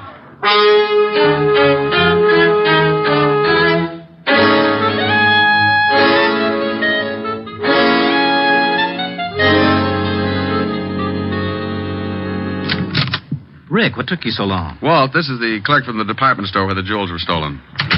How are you? What's he here for? I want him to see if he can identify someone. Oh, where are Baker and his lovely secretary? In the library. Come on. Now, look, George, I want you to stand outside this door until I call you. Then I want you to come in and see if you've ever seen anyone in the room besides myself and the lieutenant. I'll do my best, Mr. Diamond. That's all I want. Come on, Walt. What are you up to? Surprise. Well, hello. Why, hello, Mr. Diamond. Come in. Thanks. How are you, Connie? I see you've taken off your hat. You're very observing. I sure am. Why did you kill your wife, Mr. Baker? What? All right, I'll word it a little different. Mr. Baker, why did you kill your wife? Are you insane? Everybody asks me that. Maybe I should say a good doctor. Maybe you should. Like Dr. Bischoff, maybe? He's the best in town. Mr. Diamond, you're being ridiculous. I was with Mr. Baker when his wife jumped. You shouldn't have said that. Makes you an accessory. What do you mean? I mean you're lying if you try and tell me Mrs. Baker wasn't killed. She jumped. Over a 4-foot railing? Yeah. What are you getting at? How old was your wife, Mr. Baker? Oh, close to 70. Why? Pretty good health physically? Why, yes, of course. You say you were in the house and neither one of you gave Mrs. Baker a push off that balcony, Connie? Of course. Are you sure you weren't out putting 2 bullets in a cheap thug named Nat Fox? I don't know what you're talking about. Rick, what is this? Who has the money in the family, Mr. Baker? Why, my wife did. And who does it go to in event of a death? To me, naturally. Naturally. Walt, Mrs. Baker couldn't have taken those jewels. She was too much of an amateur. Helen and I spotted her swiping stockings at 50 paces. Whoever did lift those rocks was a professional thief. Well, why couldn't my wife have hired Fox to do the job? Who said anything about Fox doing the job? Why, you did. Harry. Shut up. I just said that Nat Fox was dead and that I thought Connie killed him. I didn't kill anybody. You were just coming back from it when you bumped into us. You hadn't even taken your hat off and you were still carrying your purse. I was just going out. Let me see that purse. You stay away from that. Anything in it? Yeah, well, no gun. But she probably threw it in the river. Nice handkerchief. I'll sue you, Diamond. Look at the handkerchief, Walt. It's sticky. Give me that. Sit down, lover. Oh. Oh, I'm sorry. I thought there was a chair there. It's sticky, all right, Walt. That's gum. And gum on the jewels. She must have picked them up. Yeah, right after Nat Fox stuck them somewhere. Oh, you're both crazy. She was here with me all day. Yeah. Now, George. Yes, Mr. Diamond. Who's this person? You just relax. I want to find out what's going on, too. Well, George? Yes, sir. That girl was in the shop right after Mrs. Baker. That's a lie. I wasn't. I didn't kill anybody. One of you hired Fox to steal the jewels, then you picked them up and brought them to Baker here. You killed Fox to keep his mouth shut. I did not. Yes, she did. Harry! We might as well tell them. You're right, but I didn't kill my wife. I can't get first-degree murder. Why, you dirty old man. You did kill her. You told me you were going to. You were up there and you pushed her off. Try to prove it. She jumped. No, she didn't. There was a 4-foot railing all around that porch. Well, she could have climbed it. Well, that's right, Rick. She could have, but you should keep in touch with her doctor, Mr. Baker. When I was in the store today, I spotted your wife with a cane. A cane? Yes. Dr. Bischoff said she didn't want to tell you about it because she didn't want you to worry. Didn't want me to worry about what? She had arthritis, Mr. Baker. And Dr. Bischoff said she could barely walk upstairs, let alone climb over a 4-foot railing. He also told me that under the conditions, her age and everything, she couldn't have lasted more than a year. You were in too much of a hurry. Okay, Walt, you run with the ball from here on. I got a date.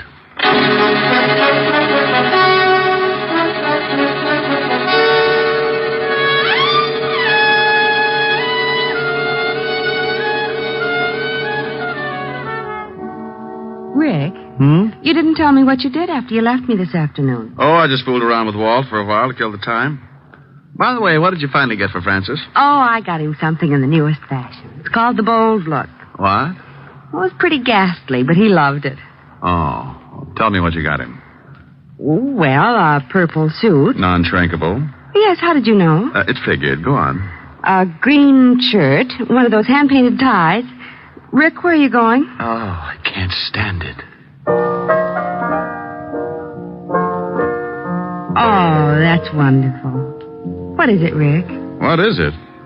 I thought you were supposed to be bugged on South Pacific. Oh, is that what it's from? Yep. Goes on next to closing, right after Fink's Mules. It does? You better get those tickets again. See what it's all about. Well, give me a preview. You'll hate me in the morning. There's an answer for that. Yeah.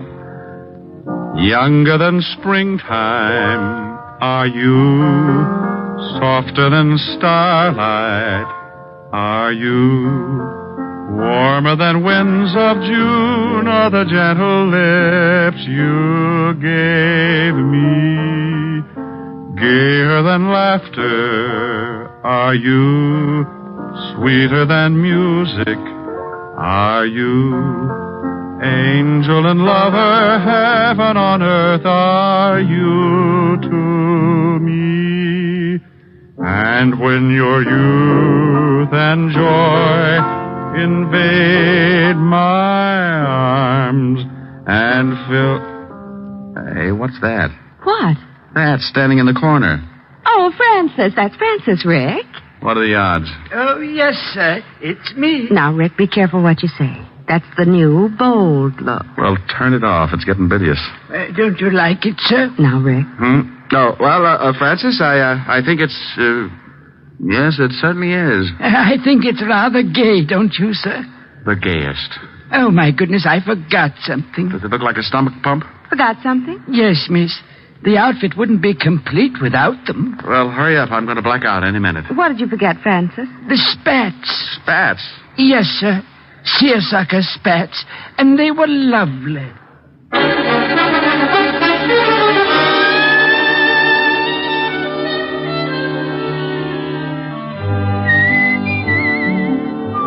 You have just heard transcribed Richard Diamond, Private Detective, starring Dick Powell.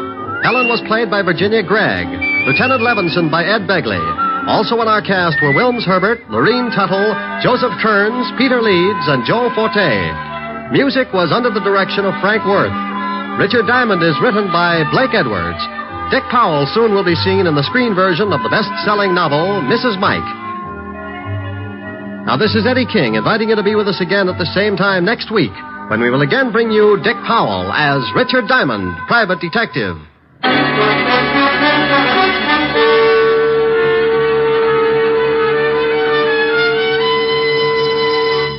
This is NBC, the national broadcasting company.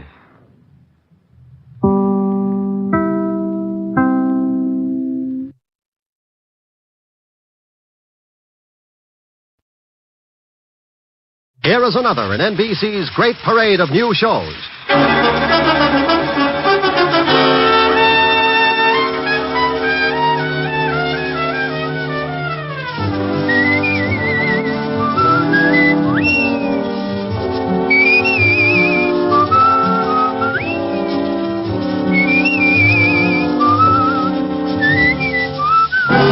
Now, Dick Powell as Richard Diamond, Private Detective.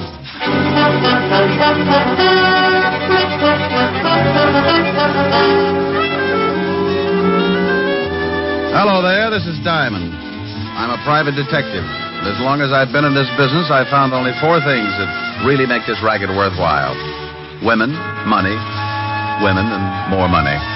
Don't misunderstand me. I've got other habits, too. I drink lots of milk, go to the fights, Dance meanest Rombo west of Ebbetsfield and write fan letters to June Allison. But no matter how you slice it up, it still boils down to the same ghastly facts. To drink the gallons of milk, you've got to have loot. To go to the fights, you've still got to have it. But you add a little something, or a big something, as the case may be. That's right, a woman. Then if you're going dancing, you like to go to a nice place. Nice place? That's an 8x10 dance floor supported by bodies of patrons who couldn't pay the $12 minimum. So now you get into more money, and there you are. Women, money, more women, and more money. About the fan letters to June Allison? No, who knows? She never writes back anyway. To show you how I make this money that gets me into so much trouble, let me tell you about a case I got mixed up in. It all started last week during a seance. Quiet, please, quiet. Now, if you will please place your hands on the table, Mrs. Van Dyke. Lightly, just the fingers touching. Dr. Langley, I'm so excited. Please, Mrs. Van Dyke. Professor must have complete silence. Oh, I'm sorry, but what's he doing? He's going into his trance. Dr. Langley. He's contacted the outer circle. I feel your presence. Who are you?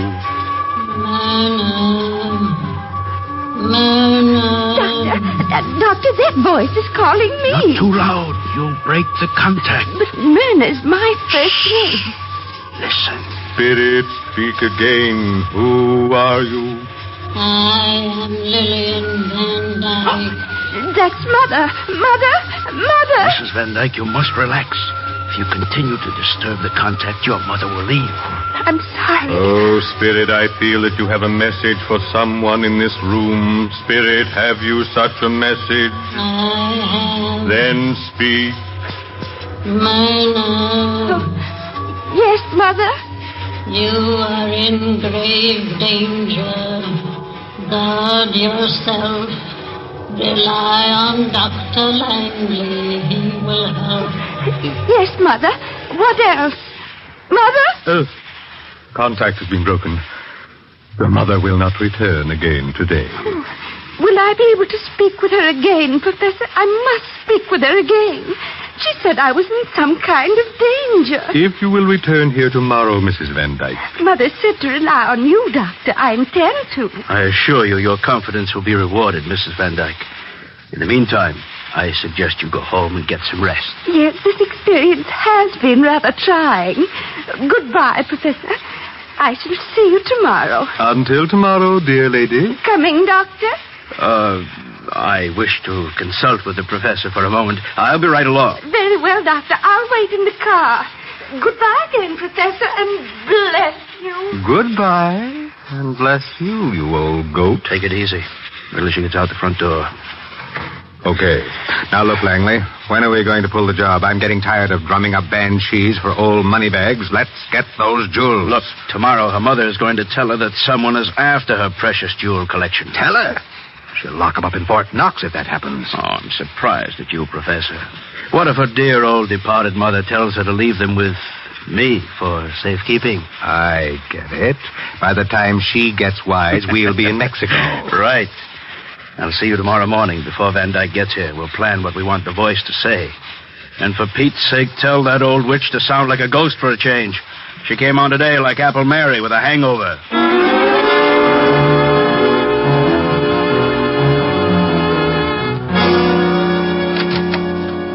Mr. Diamond? That's right. Come on in, but watch the clothesline. Oh, you've been washing. Aren't these a little loud? You should stop around when I'm doing socks. My name is Van Dyke, Mr. Diamond. Nancy Van Dyke. Miss?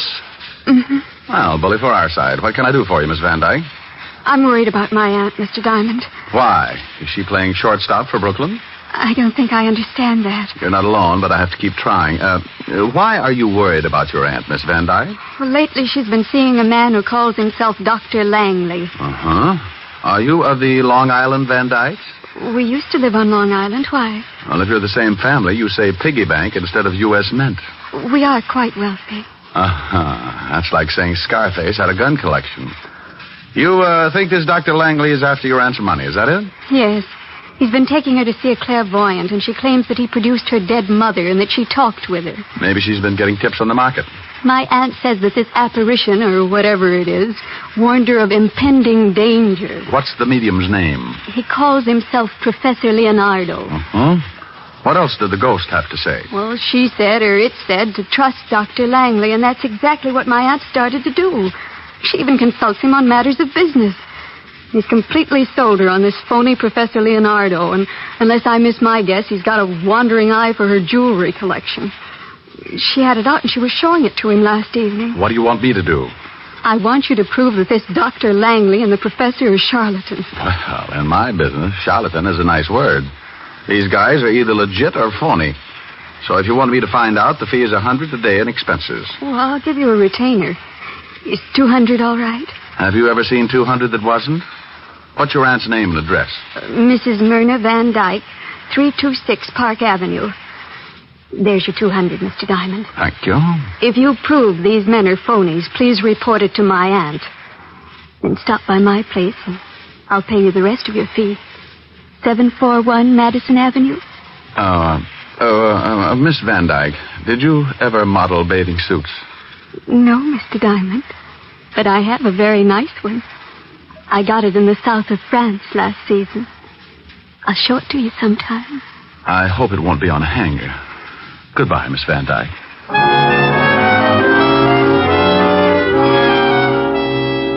Well, I had 200 fat clams in my little hot hand, and an assignment that didn't look like it was going to be too tough to crack. I needed some information on the professor and the doctor, so I headed for the 5th Precinct Police Station and Walt Levinson's office. Yeah, what is... Oh, no. What do you want, Shamus? Why, Sergeant Otis, what will the lieutenant say when you find your big feet all over his desk? He won't say nothing. He ain't here. Well, how'd you ever figure that out? Where is he? Out of town. Doing what? Doing his vacation, that's what. Don't tell me he left you in charge. Yeah. What's the matter with that? If you've got a few days, I'll tell you about it. Leaving you in charge of homicide is like stopping a leaky faucet with bubble gum. I ain't in charge of homicide, wise guy, but I could do it if I had to. He just asked me to watch his office and take the call. He'd get better results with a parrot. Well, I want some information, Sergeant. What do I see? Me. I could see more in a barrel of mud. Now, you better lay off, Gumshoe. I got instructions to throw you out if you get out of line. Oh, Sergeant, it's nothing personal. You've got beautiful eyes, and, I love all three of them. It's just that you're obnoxious. Well, okay. But you start calling me any nasty names and you go out of here, Sergeant. Well, you do. Now, what do you want? I want your file on bunco artists. Okay. You come look up some of your relatives? Oh, that was a real garter snapper, Sergeant. Yeah, here's the file. You can do me one more favor. Look up Professor Leonardo. He's a spiritualist. Oh, drunk, huh? I'll get the file. Oh, no, Sergeant. In the phone book, he's like a fortune teller. Oh, one of them guys. That's right. Well. Find something? Yeah, I was looking for this guy, too. Let's see. Dr. R.L. Langley. Alias Dr. Fred Bishop. Alias Dr. Leopold Karnowski. Hey, this guy's been busy. 2 convictions. Bunco artist. According to this, the guy goes after old dames and gives them a good fleecing. You're positively brilliant, Sergeant. It ain't nothing. It is when you do it. Did you find the phone number of the professor? Yeah, right here. Professor Leonardo, fortune teller, and clairvoyant. Okay? Oh, want to use the phone? Sure. Only leave a nickel. I wish I had your nose full of them.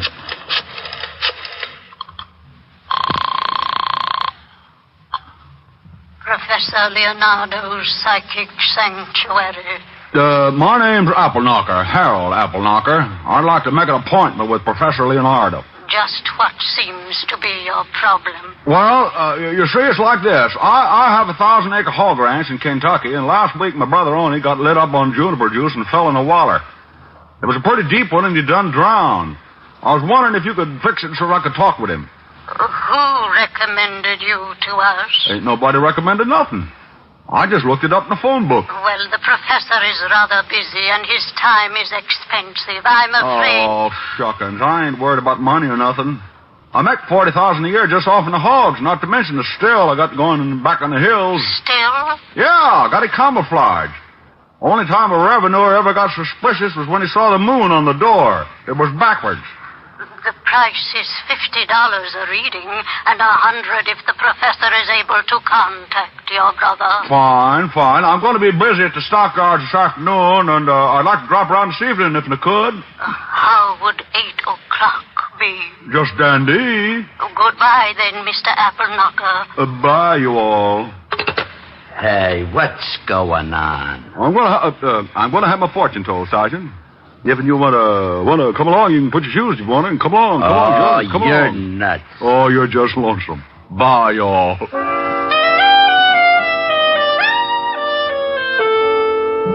I left the 5th Precinct and headed for 975 Park Avenue. The way the case looked to date, I was going to be working that night, and my lovely redhead would be unhappy if she had to sit home. Sometimes you get a case that's fun, and this looked like one of those times, so I decided to take Helen with me to Professor Leonardo's. Rick, a fortune teller? Yeah, he brings the dead back, too.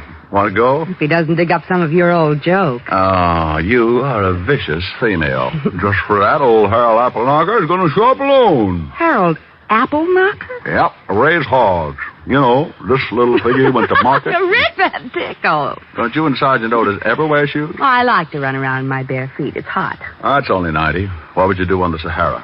Don't answer that. What time will we do at this spook parlor? Oh, 8 o'clock. That's 2 hours. In the meantime, let's start a little seance of our own. First, you start by holding hands. Rick.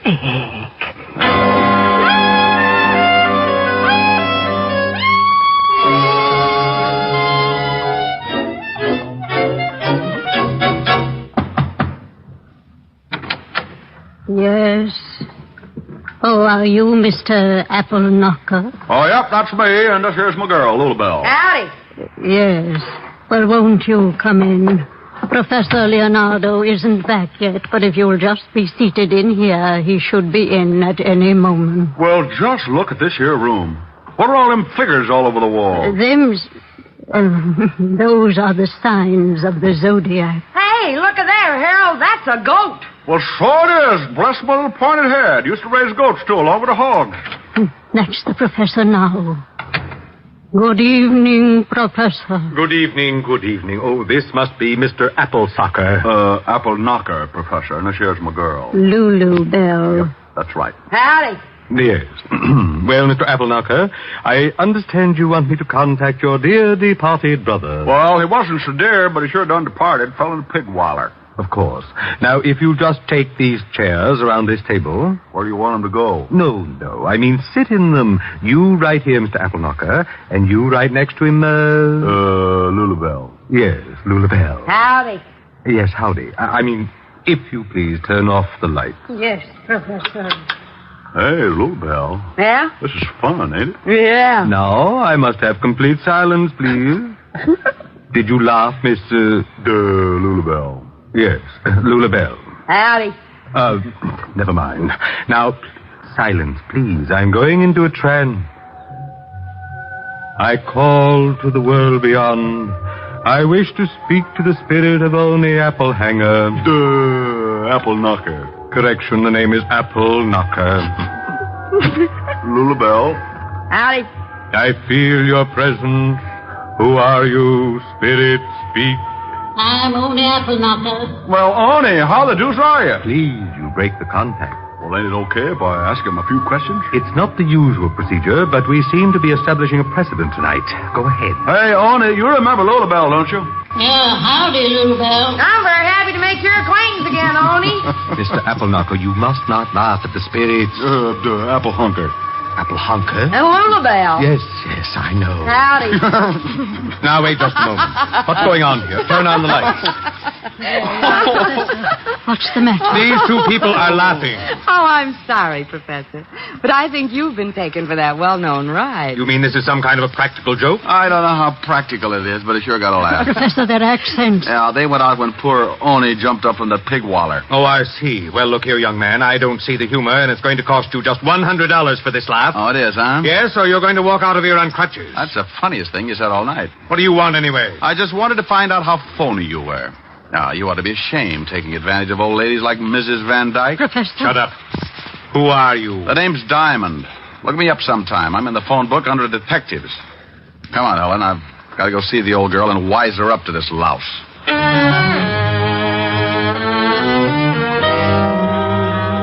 Helen and I left the professor and his witch and went out on the street. I hailed a cab and put Helen in it and sent her home to wait for me.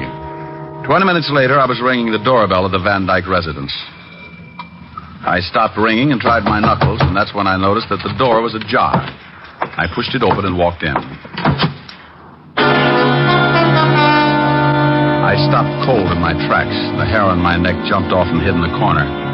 Lying on the bed was what looked like a body. I couldn't tell because it was covered with a sheet. I was sure of one thing. Whatever it was bleeding all over the place, and the first word that came to my mind was murder. I pulled the sheet back and took a look at what could only have been Mrs. Myrna Van Dyke. She was about 60, and she was wearing a quilted housecoat. She didn't have to worry about trying to button it, because it was pinned together at the neck with a long knife. Well, Diamond, you sure can dig him up, can't you? Huh? Oh, Otis, how did you get here? After you left the station, I called Lieutenant and told him you'd been in and you was acting screwy. He told me to tell you. Now, I'm glad I did. Oh, mess, isn't it? Yeah, stabbed in the throat. Looks like she was getting ready for bed. That's a towel around her head, ain't it? Could be her hair, but I doubt it. It says Adams Hotel on it. Let's take a look around. Oh, hey, get a load of this. What? Over here on the dressing table. Hey, ain't that a wig? It sure is. I want to look at the body again. You can't do that. You ain't supposed to touch anything. Well, just taking off this towel. Well. She's bald. Yep, nearly. Otis, check on Professor Leonardo and Dr. Langley. They the guys you picked out of the Rogues Gallery this morning? Yeah. I already did. The doc lives on Charles Street, apartment 209. You mean you did all that by your little lonesome? Well, when I talked to the lieutenant, he told me to, just in case. You continually amaze me, Sergeant. Yeah. Now call the wagon and get the coroner over here. Then get some of the boys to pick up the phony professor. Where you going? Over to the good doctor's house. The body's been dead about an hour. That would make it between 7 and 8. Now, you see if the professor's got an alibi, and I'll check back here. Hey, I don't know whether I'll let you go or not. Sergeant. Yeah? Bye. I went out and grabbed another cab for Charles Street. It was dark out, and the heavy fog was rolling in and staking a claim on the city. By the time I reached the doctor's, it was thick enough to be sliced up and sold in large economy cartons. The doc didn't answer my knock, so I went in anyway. I stumbled into a little two-room joint that looked like a chick sales architectural achievement. The doctor was not home, and neither were his clothes and toothbrush, so I started casing. I tore the place apart and came up with a big fat zero, but that was before I looked in the wastepaper basket. Among the trash, I found a rental bill for a hangar and an airplane at the Flyaway Airport on Long Island. I grabbed the phone and called Sergeant Otis. Yeah? Otis, this is Diamond. Oh, the boys are here now. You were right about the time of death, around 7:30. What about the professor? We sent a car over to pick him up, but he skipped. We got some dame, though, and she told us that the prof was giving one of them seances from 7 to 8. Did you check it? Yeah, and you was. Good. Now check and see who gets the dead woman's money in event of her death. Well, how am I going to find her lawyer at this time of night? Just find him and meet me at the Flyaway Airport on Long Island. Okay. Did you get the doctor? That's what I'm going to do now. And if this fog keeps up, I've still got a good chance. Sometimes a case starts off like a party and ends up like a funeral. This was one of those times, and when it happens, you're never really prepared for it, so you've got to work fast. I used my last $10, besides the $200 the girl had given me, and got to Flyaway Airport in a hurry. The fog was so heavy, I had to almost kick it aside, but I finally found a row of hangars and started looking. I reached the last hangar when I spotted the plane. It was sitting on the strip, and as I moved nearer, I could see the man. Who's there? Who is that? I got a gun out, Doctor, so just stand the way you are. Who are you? What do you want? I want that little suitcase you've got. I want to take you back to the police. Police? Oh, what on earth for? Mrs. Van Dyke is dead, been murdered. Oh. Oh, now, come on, stop there. Well, I know nothing about the killing. I swear I had nothing to do with it. What's in that suitcase? Why, just some clothes. Not the Van Dyke collection of jewels? Of course not. What would I want with them? Miss Nancy Van Dyke seemed to think you did. Oh, that's absurd. Here, you can look at the bag if you like, sir. Well, I'd like. Let's take a walk over here where we can see some light. If you insist. Where are you between 7 and 8 this evening, Doctor? Why, I was at home. Now, you're a two-time loser. If you're lying, they'll wash your mouth for 20 years. You know about my record, do you? Looked it up this afternoon. Well, I suppose I may as well tell you. I wasn't home until nearly 8. Where were you? Mrs. Van Dyke's apartment. I was supposed to put her jewels in the downstairs vault. What happened? She was dead when I got there. You sure she was dead? Yes. She was lying on the bed under a sheet. Pulled it back, saw she'd been stabbed in the throat. I left, packed, came out here.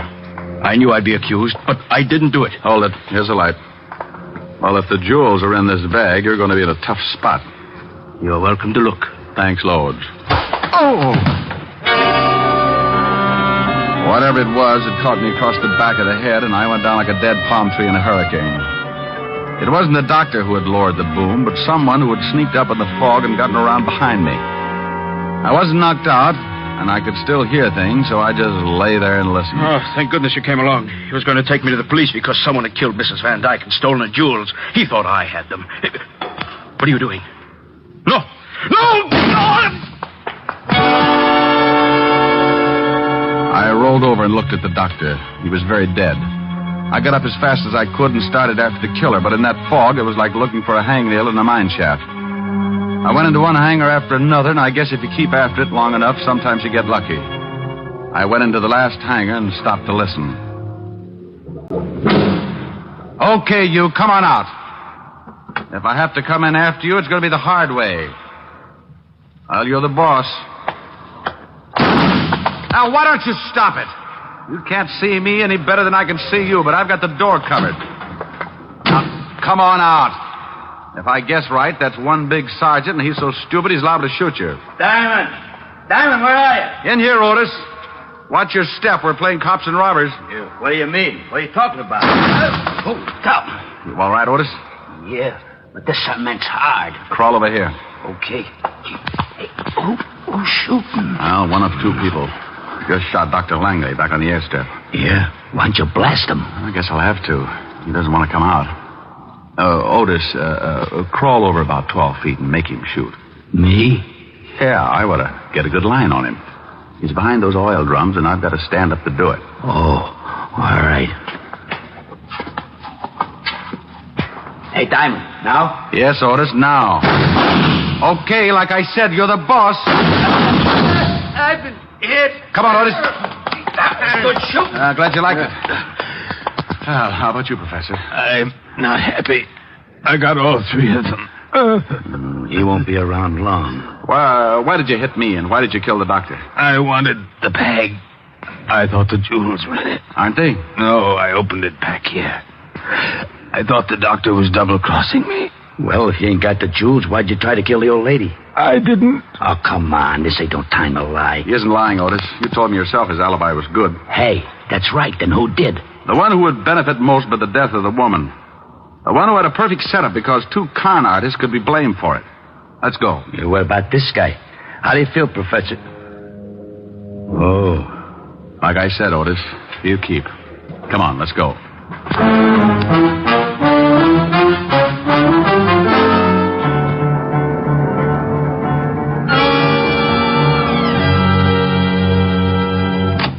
Well, hello, Mr. Diamond. You come to see the bathing suit? I hope it comes in stripes. What? This is Sergeant Otis, homicide. Has someone been killed? Your aunt. Oh, no. Isn't that touching, Sergeant? Yeah. For that horrible doctor. Oh, you've got to arrest him. Why would he want to do it? Why, for the jewels, of course. Now, put your hat on. You must have known that the doctor was going to get the jewels tonight, so you killed your aunt, knowing he'd get there and wouldn't have an alibi. Why, you're insane. The trouble was, he got so scared he ran off without him. So he had no motive. That it was a professor. Strike 2. He didn't have them either. You're crazy. You can't prove a thing. I didn't stab my aunt. Who said she was stabbed? Well, I just... Something else tipped me to you. The minute I took a good look at your aunt, I knew it couldn't have been a man who'd done the job. Why not? You're just presuming. Because there were no signs of a struggle. Your aunt must have known the killer pretty well. She knew the doctor very well. Well enough to meet him with a towel around her head and her wig in plain sight on the dresser? What? Yeah. And I got in touch with a lawyer, and he said you was the sole heir to the estate. Were, Sergeant. Oh, yeah. You were the sole heir, and I'm arresting you because I were there and saw the wig.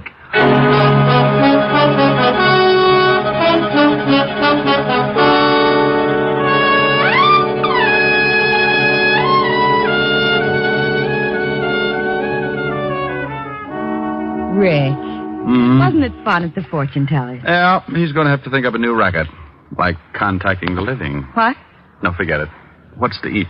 I'll go look in the icebox. Bring some milk, will you, dear? Mm-hmm. If you'll play something. I'll try. Oh, no, not again! Oh, swell. Can't you get on the night shift or something? I can't get anything around here, especially sleep. Now, please, will you kindly shut your big fat face? What do you mean? I haven't sung anything yet. Oh, but you will. I just know you will. Well, if you insist.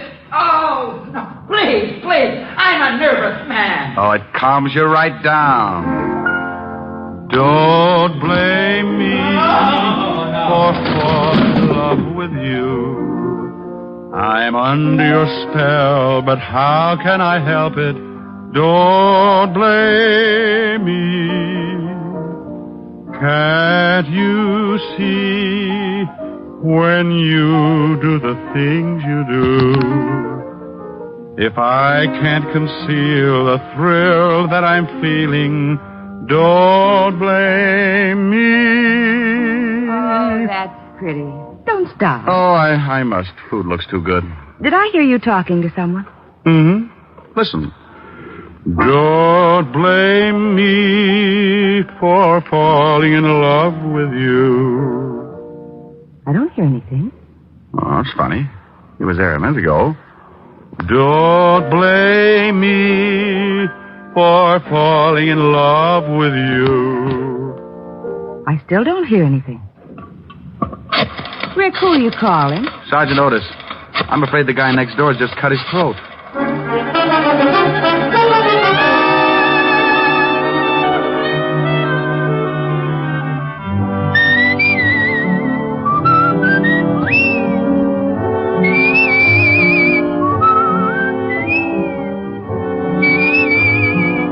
You have just heard Richard Diamond, Private Detective, starring Dick Powell.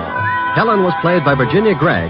Also in our cast were Wilms Herbert, Ted Osborne, Peggy Weber, and Jack Crucian. Music was under the direction of Frank Worth. Richard Diamond is written by Blake Edwards and directed by Richard Sandville. And now, Dick Powell. Friends, I want to remind you of the wonderful group of programs NBC has on tap for tomorrow afternoon and evenings. Shows like Hollywood Calling, Guy Lombardo, Four-Star Playhouse, and the Ethel Merman Show. For the best in radio listening tomorrow and always, keep your dial turned to your favorite NBC station. Dick Powell soon will be seen in the screen version of the best-selling novel, Mrs. Mike. Now, this is Eddie King inviting you to be with us again at this same time next week when we will again bring you Dick Powell as Richard Diamond, Private Detective.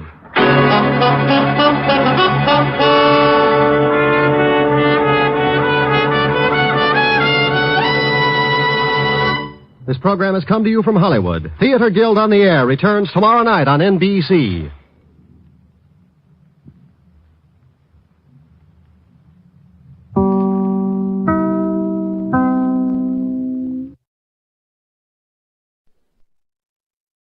Here's another in NBC's great parade of new shows.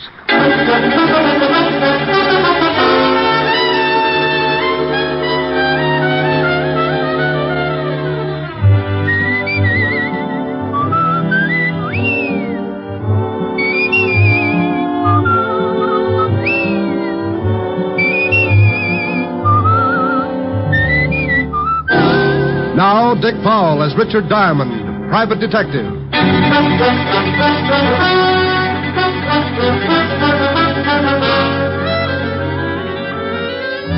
Hello there, this is Diamond. You know, if you've ever got a few idle minutes and you need a good chuckle to keep you going, just turn to the personals in any of the local papers. Now, I'm a guy with a strange sense of humor, and it really takes something right out of left field to get a spasm out of my funny bone. Well, just listen to this one out of the Little Rock Bugle. Oh, yeah. Bachelor, sincere young man, 4 feet 10, 190 pounds, handsome, out of work for a year, desires to meet woman who can straighten him out. See what I mean? If this guy does find a woman who can straighten him out, she'll probably do it with a flat iron. Oh, and get this one. Young man with large personality desires to meet woman with big bank account and small sense of humor. Object, murder. Oh, excuse me, that's merger. Oh, and here's a real whizzer. Attractive, intelligent girl, 30 years old with bubbling enthusiasm for life. Neither smokes, drinks, nor stays up late. Vegetarian and hates comic books. Would like playmate who enjoys active recreation. There'll be a month of fasting after that one. Oh, yeah, I knew I had something else. That case I got mixed up in last week. If you think those personals are silly, wait till you hear about this. It all started about 11 o'clock one morning in my office. Mr. Richard Diamond, private detective? I was out with a hula dancer last night. Wait, I'll look in the mirror and tell you. Come on in so you can see, too. My name is Jerome J. Jerome. Well, I'm not going to ask you what the J stands for. You are Mr. Diamond, aren't you? It's my face, all right, but I'm sure the rest of me's on vacation. Don't you feel well? I don't feel at all. Ever danced the hula for 6 hours straight? I'm a past master of all forms of dancing. Care to waltz? What? Forget it. What can I do for you, Mr. Jerome? It's not what you can do for me, Mr. Diamond. It's what I can do for you. Well, that's a switch, but let's give it a whirl. What can you do for me, Mr. Jerome? I'm a millionaire, Mr. Diamond. Well, bless your little pointed head. I'm also a G-man. I knew this would jump the track sooner or later. Tell me, if you're a G-man and a millionaire, where do you work? The U.S. Mint? I write songs, too. By the light of the silvery moon, I want to... Mr. Jerome. Yes, did you like it? You didn't by any chance write Swanee River? No, I believe Stephen Foster wrote that. You don't say. Yes, he stole the melody from me. I think we'd better waltz after all. Oh, Mr. Diamond, that's ridiculous. I'm glad somebody noticed. But you take a good zippy foxtrot now.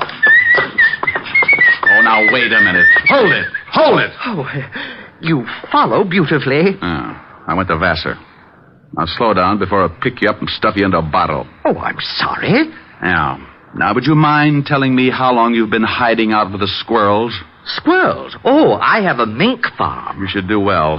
Look, Mr. Jerome, I think maybe you better go soak yourself in some hot tar or something. I came here to do you a favor, Mr. Diamond, and I do not intend to leave until you hear me out. Oh, well. Okay, what is it? You need a bodyguard. Operator, give me Bellevue. Mr. Diamond, please, there's no need to call Bellevue. Oh, stop being so narrow-minded. They'll give you a nice, quiet room, all by a little old lonesome. Well, go ahead and call them if you want to, but it will do you no good. Why not? They'll just think you're crazy. I'm on the staff there. Oh, yes, I should have known. I think you're making fun of me. I came up here because I knew of your reputation as a detective, and I want to help you with your work. You get in trouble, don't you, all the time? Habitually. Well, I want to protect you. Now, that's nice, but I really don't need a bodyguard. Early stages of schizophrenia, also a slight persecution complex. Have you seen a good psychiatrist, Mr. Diamond? It's certainly a thought. Well, when do I start work? Well, you see, it's like this. I'm awfully sorry, but I have my own nutcracker. Oh, no. I mean as your bodyguard. I'm afraid the requirements are too tough. What are they? Well, first you have to find a freshly murdered corpse. It's kind of like a treasure hunt. Oh, I've got that. You got what? A freshly murdered corpse. That's one of the reasons I came up to see you. I thought you'd like to know. Oh, well, now, I'll tell you what you do. You go back and see if the corpse is still there. If it is, call me at once, okay? All righty. I'm off. Amen. Mr. Diamond? Yes? Remember, hopping hop toads have no hair. Oh, no. Mr. Diamond? Huh? Oh. I thought you'd better know something. I can only be your bodyguard for a week. I'm getting married. Congratulations. Who's the lucky girl? It's Miss America. But don't breathe it around. I want time to check her measurements. I'll send you a fruitcake. Just bring it in. You're invited. Goodbye. Diamond's Rest Home. We specialize in nervous disorders, ingrown scalps, and the world's largest bowling alley. Oh, don't laugh. If you'd seen what just walked out of here, you'd go back to yo-yos. Well, what did just walk out of there? I'm not sure, but he had lovely blonde hair. He did? Yeah, all over him. Rick, what in the world are you talking about? I'm talking about nothing in the world. Come on, tell Helen. Well, I've got to get it all straight first. If I figure it out, I'll come over and we can throw sesame seeds at each other. Oh, I'd love to. When will you be here? As soon as I shine up my elk's tooth and lock the office. Bye.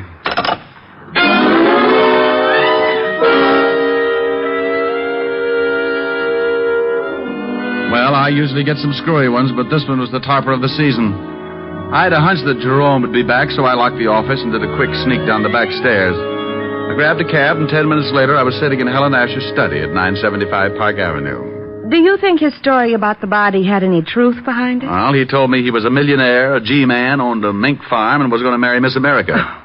Now tell me you think there's some truth behind it, and I'll have you committed. Well, all right, but if he continues to pester you ought to call the authorities about him. Yeah, I guess I'll have to.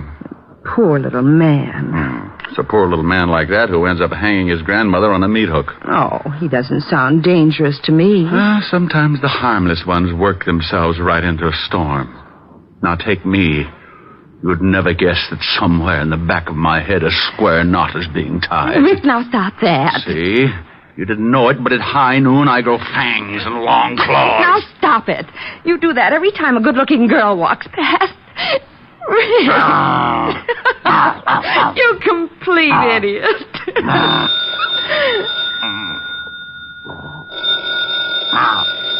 Rick, the phone's ringing. Oh, I hope it's happy. It might be something important.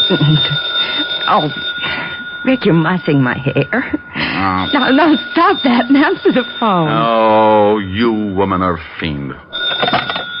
Harold Appleknocker's Happy Home for Hogs. Rick. Who is this? What's the matter with you all? Ain't you got your ear trumpet tipped right? I know it's you, Diamond. No, it ain't. This is old Harold Appleknocker. I'll let you talk to my gal, Lulabelle. Say hello to the Lieutenant, Lulabelle. Howdy. Now, Diamond, you stop that. I just got back from my vacation, and things are already so confused I may turn in my badge before the day is over. Well, come on down to the hog ranch, and I'll cook you up some hocks. Now, come on, Diamond. I'm not in the mood for any of your wild humor. Oh, what's the matter with you, Walt? Did you catch any fish? Oh, wait till I tell you. I got one that was so big. Is that why you called me? Huh? Oh, no. Some guy's been pestering me for the last half an hour. Wants to know where you are. Says he's an old friend. Oh, his name wasn't Jerome J. Jerome, was it? Well, that was the first name he gave me. The last time he called, he said he was a G-man. That's Jerome. Want me to tell him where you are? You do it, I'll handcuff you to Sergeant Otis. Oh, don't say that name to me ever again. Why, Walt, you sound bitter. That hornet head worked nights just messing things up in homicide. Lieutenant Waldo is taking calcium shots. The chief has locked himself in his office. Won't even open the door for food. Well, if Jerome calls again, tell him I've joined the South Siberian Balloon Corps. Now, wait a minute. Well, what do you want now, bonehead? It's that Jerome guy. He wants Diamond again. Says he found the body right where he left it. What? Diamond? Now, you wait a minute, Walt. What are you doing? Oh, picking up my eardrum. You better watch that yelling. You'll have an office full of hogs. Keep Otis out of this. Then I'll yell if I want to. Now, you get down here and explain about this body. Walt, I don't know anything about the body. The Jerome guy is off his trolley. Yeah?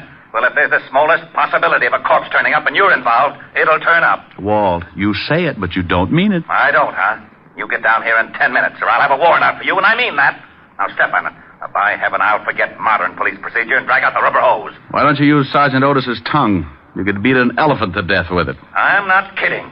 I've heard 2 words, diamond and body, and that means overtime in this department. Now, get down here. All right, but you're mean. Oh, and Diamond. Yes? Pick me up some bicarbonate on the way over, will you? I'll get you something, but don't spill it on your car. It'll take the paint off. Bye. Rick, what was that all about? Oh, Levinson's got heartburn again. That nut that wandered into my office told Otis about the body he says he's found. Oh, Walt didn't believe him, did he? Walt's been a cynic ever since we were introduced. I'll see you later this evening, honey. All right, Rick. What do you want to do? Helen. What? What you said.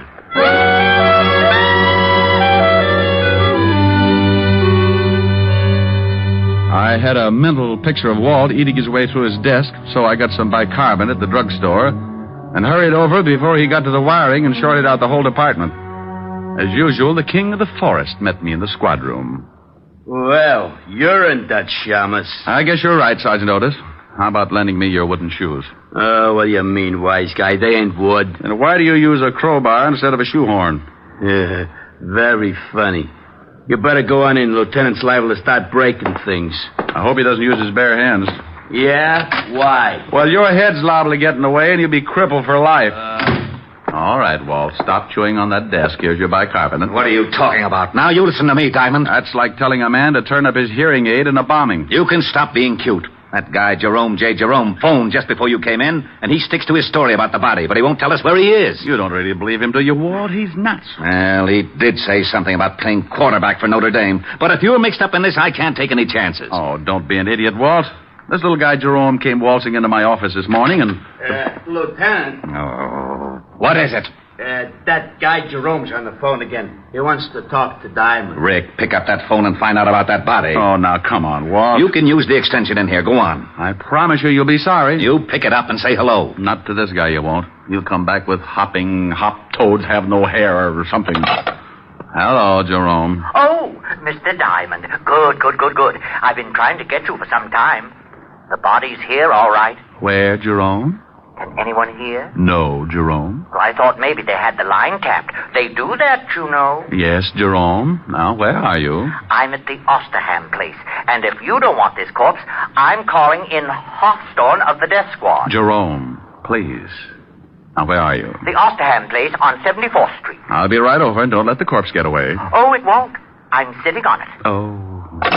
Well, did you find out where he is? Oh, he said the Osterham place on 74th Street. What the devil's that? The Osterham place? That's old man Hoster Osterham's home. You know, the eccentric old millionaire that died last year? Oh, how did Jerome get in? It's been turned into kind of a museum. The old boy had quite a collection of rare antiques, and when he died, he left the house to the city as sort of a showplace. You mean it's open to the public? Yeah. Well, let's go. Jerome's probably found a mummy for us. On the way over, I told Walt about Jerome's sweet little visit in my office, and the lieutenant was all for stopping off for a straitjacket. When we got there, we looked out of the squad car at an old 3-story brownstone. But more interesting was the sign that hung from the door. Closed Saturdays. And you guessed it. It was Saturday. We got out of the car and went up. Well, don't just stand there. Try the door. I'm with you. Got an axe? Ring the bell. If Jerome's in there, he'll probably answer. Oh, anything to make the police force happy. Mr. Diamond. What is that? That is Jerome over in the window. You will have to climb in here. Come on, Walt. We can't do that. Who's that with you, Diamond? Oh, this is Lonely Levinson, Jerome. He collects bodies. Oh, good. He'll just love this one. Climb in. Coming on? Oh, go ahead. If there's a corpse in there, it's in the line of duty. I'll give you a boost. I can make it. What you read, old fat berry? You shut up. There. All right, Red Heart, you're next. Up, and away! Oh, I'm glad to see you both. I was getting tired of sitting around with her. The conversation was so one-sided. Sitting around with who? Her. Rick. Yeah. Do I qualify, Mr. Diamond? Young girl. Been dead quite a while. Jerome. Yes, boss. Oh, Ricky, how you found her? Well, this room is supposed to be sealed up. Sealed up? Yes, the building is a museum. Not a very good one. I have much better things in my apartment. We're losing him. Jerome, how you found her? Oh. Well, when the building is open to the public, they take you on tours. When we passed this room, we noticed it was sealed. I asked why, and the guard said it was because the late Mr. Osterham had stipulated in his will that the rest of the house could be shown, but not this room. It was his private study. And he said if he ever wanted to come back, he didn't want a lot of people cluttering it up. Who broke it in? I did. You did? Don't they have burglar alarms in this museum? Mr. Diamond, Lonely Levinson has an extreme case of supersensitivity. Does he always snap like that? Only when he hasn't been fed. Why did you break in? You should be careful, Mr. Lonely Levinson. You'll bite someone. Have you been checked for rabies? Now you listen to me. Walt. Jerome, why did you break in? Well, it's perfectly obvious. When the guard told me the story, I played along with him. Of course, I knew it was just a trick to throw me off. Of course. Oh, would you mind turning your head? It's much better if you just chew on that curtain. Well, I waited until they closed the place. Then I came back, jimmied this window, and found the body. Then I came to you, Mr. Diamond. Simple? Oh, sure. Rick, what are you doing? Oh, just looking at the dead girl. Come here. Did you find something? Yeah. Got on an anklet. Name is, strike a match, will you? Oh, wait a minute. There. Adelaide. Looks like she's been dead quite a while. Yeah. Jerome, when you found... Hey, Jerome. What? He's gone. Oh, we're a couple of swell sleuths. He's not out on the street. Must have climbed out and run for it. I'll send out a general on him. Yeah, I would if I were you. A guy like that shouldn't be running around loose. He's liable to wind up on Stromboli. Well, Walt put out a general alarm on Jerome and then called in the rest of the experts to give him the dope on the dead girl. I didn't wait around because I had a hunch that Jerome would find me again. I was right, because at that moment he was sitting in my office behind my desk. Diamond Detective Agency? Rick? Who is this? Oh, now stop clowning. This is Helen. Never heard of you. Why don't you dames leave me alone? By the light of the silvery moon. I guess I'll have to write some new lyrics. Oh, dear. Yes, what is it? Well, you sure got there in a hurry. Who is this? Now, you stop that, Diamond. You know very well who this is. What do you want, stupid? Stupid? Yeah, rhymes with Cupid. Could do a song on it. Like to hear my latest? I've been working on the railroad all the livelong day. What kind of a song do you suppose I could write with Stupid and Cupid? Oh, hello, Mr. Diamond. What's going on? Well, hello, Jerome. Taking my calls for me? Yes, and wait till you hear the pixie I've got on the line. Here. Thanks. Hello, Walt. Rick? Yeah, you were talking to Jerome. I just came in. I might have known it. Don't let him out of your sight. Of course not. Now, what did you find out? Oh, yeah. The dead girl is one Adelaide Smith. Had a record. Blackmail artist. Been dead about 3 days. Working for a Patrick Mahaffey, attorney, on Pine Street. She was strangled. Blackmail artist, huh? Very smooth, or used to be. Any line on Mahaffey's background? We're checking into that now. Well, find out one thing more for me, will you? If I can. What? When that museum was open to the public. Well, that's easy. I'll call you back. Hold on to that Jerome guy. Oh, sure. Walt. Yeah? Jerome's gone again. What? Bye.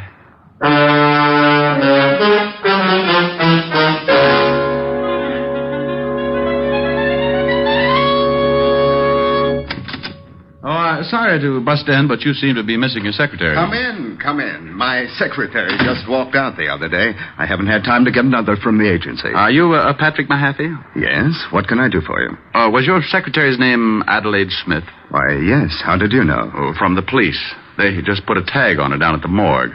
Good Lord. She isn't... She certainly is. The morgue is very choosy about its tenants. Oh, that's terrible. What was it, an accident? Well, if it was, the insurance companies are going to have to set up a new system. She was strangled. Oh, how horrible. Yes. You're an attorney, aren't you, Mr. Mahaffey? Why, yes. Are you from the police? I just left them. What kind of an attorney? Why, just general law. Ever do anything you could be blackmailed for? What? Why, of course not. Ever have any business with the Osterham estate? No, I never handled any of the Osterham business. Why? Oh, nothing. I'll see you later, Mr. Mahaffey.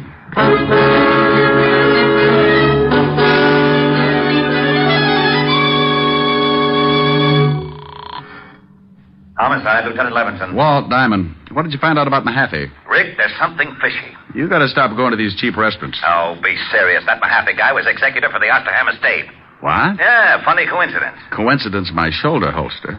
I just left him, and he told me he'd never even heard of the Osterham estate. Now, why would he do that? He's certainly smart enough to know we could check. Maybe he wanted time enough to skip. You think he's mixed up in the killing? Oh. Did you find out when the museum was open to the public? Yeah, the city completed the alterations 2 days ago. And if it means anything to you, that room was sealed up on the last day. Oh, thanks, Walt. And something else. We checked in the dead girl's bank account. She had $22,000 in it. A lot for a secretary, huh? Yeah, but not too much for a high-class blackmailer. Do one more thing for me, Walt. Find out if Osterham had any heirs. Now, what good will that do? I want to find out just how many people would know about that sealed room before the public got wind of it. Okay, I'll have Mahaffey picked up right away. No. Don't do it yet. I want 10 minutes with him. Where's his house? I got it right here. 93rd Street, West End Avenue. But I don't see why you won't let me grab Mahaffey. We know he's lying. You just check on that will. I'm going to throw you a killer.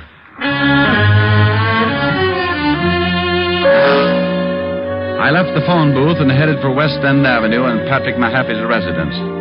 Strangely enough, it was on the west side of town. And when I got there, I spotted a green sedan in front of the house. I started up to the front door, and Mahaffey met me halfway. He had a suitcase, and he was in a hurry. Oh, it's you. Your memory's getting better. Come on, you don't want to leave right now? Let's go back inside. But I have to catch a plane. I'm leaving town on business. Oh, I'll bet you are. Let's go. Now, wait just a minute. You have no legal right. Do I have to show you my biceps? Well, all right, but make it brief. I'm late as it is. Now, just what is this all about? I thought you said you didn't have any business with the Osterham estate. Why, that's right. I checked. Oh. Just exactly what was your capacity? Well, I handled the incomes on the trust account. I was also the executor of the will. You wouldn't be handling it now, would you? When Mr. Osterham died and I executed his will, my job was done. Were there any heirs? 2. Neither of them were able to hear the reading. Who did hear it? Just an official from the city. Why weren't the heirs present? Because one of them couldn't be found, and the other one was in a kennel. In a kennel? A cocker spaniel. He received $10,000. Oh, I bet he rolled right over on his back. Who was the other heir? Mr. Osterham's nephew. He hasn't been heard from in 10 years.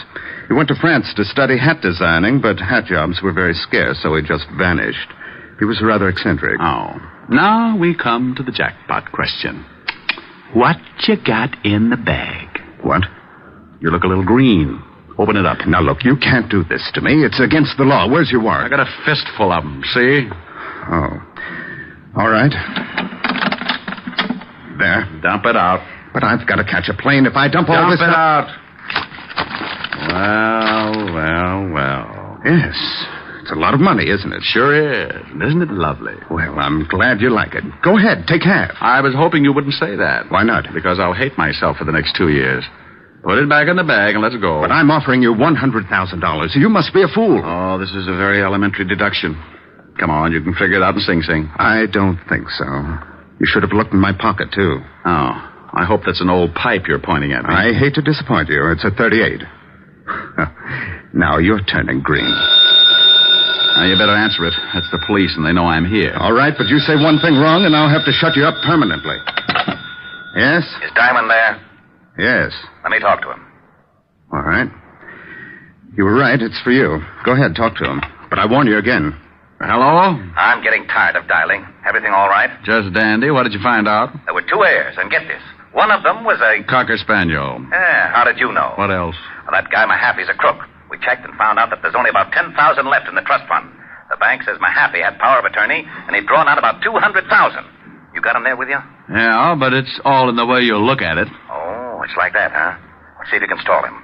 There ought to be a prowl car nearby. Goodbye, Walt.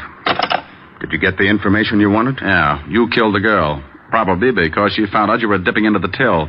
You paid her $10,000 and got her over to the museum and strangled her. I took the money, yes. But you're just guessing about the murder. No one else but you knew about that closed room until after it was sealed and the public was told. The girl was killed the day before the room was sealed. You figured she'd never be found, but a little guy named Jerome J. Jerome went in and found the body. And if I'm right, little Jerome is really the missing heir. Impossible. Wasn't the museum rigged with a burglar alarm? Yes. Well, we found Jerome inside and the window open. He'd climbed in, but the alarm hadn't gone off. Simple. A member of the family might still have a key. He found the alarm and disconnected it. I don't believe it. But you must, Mr. Mahaffey. What? No, it can't be. Oh. Well, you really throw a beautiful left jab, Mr. Diamond. Oh, thanks for turning his head, Jerome. Now, would you mind telling me something just to sort of clear things up a little? You mean, am I really cracked? No. Like Mr. Mahaffey said, just a little eccentric. You see, I found out the money was missing, so I looked up the girl. She told me for $20,000 she'd show me the thief. She told me to meet her at the museum that night and the thief would be there. When I got there, she was dead. Well, I knew I couldn't solve the case myself, and if anyone found out who I really was, I might be held. So I became Jerome J. Jerome and hired Richard Diamond. Correction, I was not hired. Correction again. You'll receive a very substantial check as soon as the estate is settled. And thank you. Thank you. Oh, you might do me one more favor. If you know anyone who would like to buy a hat, I have got some dillies. I'll speak to Hedda Hopper in the morning.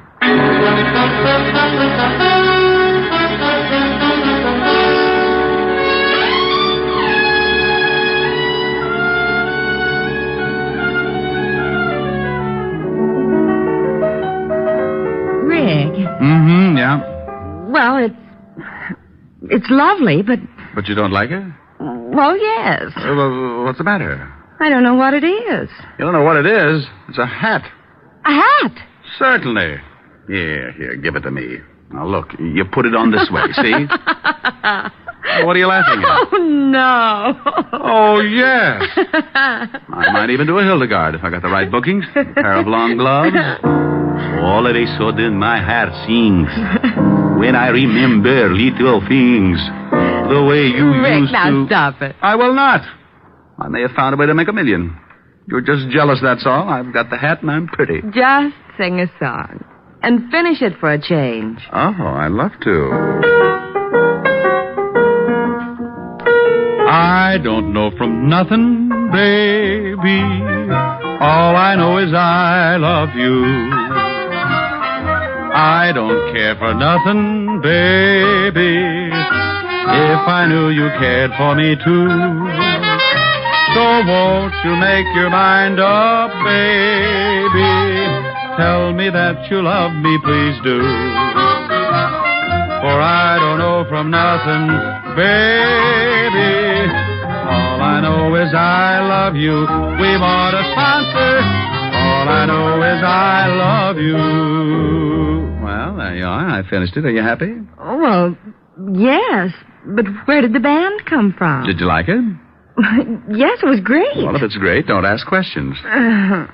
Thank you, Von Monroe. Honey, the name is Diamond. Oh, Mr. Monroe, I just love your record. No, baby, the name is Diamond. Mr. Monroe, ever since the first time I heard you sing, Come here, I want to tell you something. I'm sorry.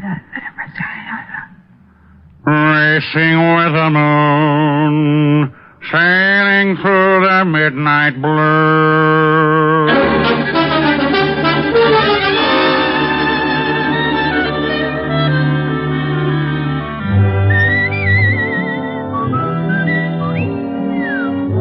You have just heard Richard Diamond, Private Detective, starring Dick Powell. Helen was played by Virginia Gregg. Lieutenant Levinson by Ed Begley. Also in the cast were Wilms Herbert, Joseph Kearns, and Stanley Waxman. Music was under the direction of Frank Worth. Richard Diamond is written by Blake Edwards and directed by Richard Sandville. Dick Powell soon will be seen in the current screen version of the best-selling novel, Mrs. Mike. Now, this is John Storm inviting you to be with us again at the same time next week, when we will again bring you Dick Powell as Richard Diamond, Private Detective.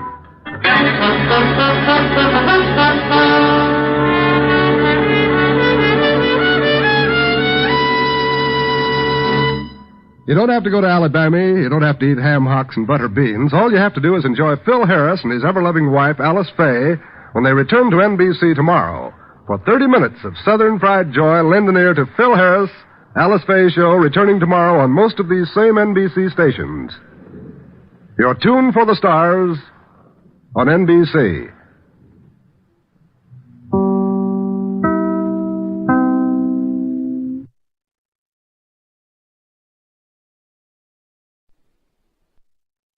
Here's another in NBC's great parade of new shows.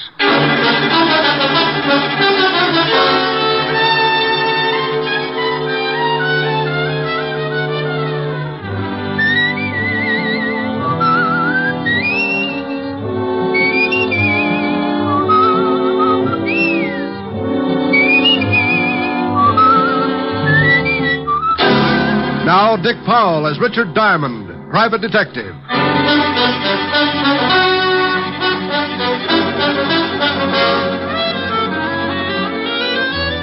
Hello there, this is Diamond.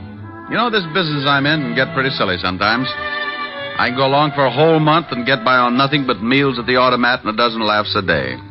The funny ones usually pay just as well as the tough ones, but eventually somebody starts something that's about as funny as an open grave.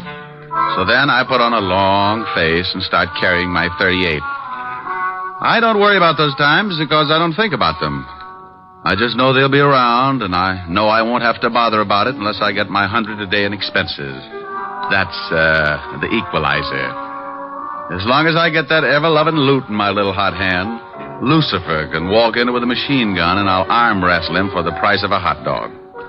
Last week I stopped in the middle of a real yocker and realized that I'd been giggling overtime. That's right. The cycle had caught up with me, and the label on my future had changed from fun time to trouble, and no guarantee as to the date of expiration. What started all this? Well, one morning on 53rd Street, a couple of guys were just pulling up in front of the garage. This the garage? Yeah. Go on, drive in.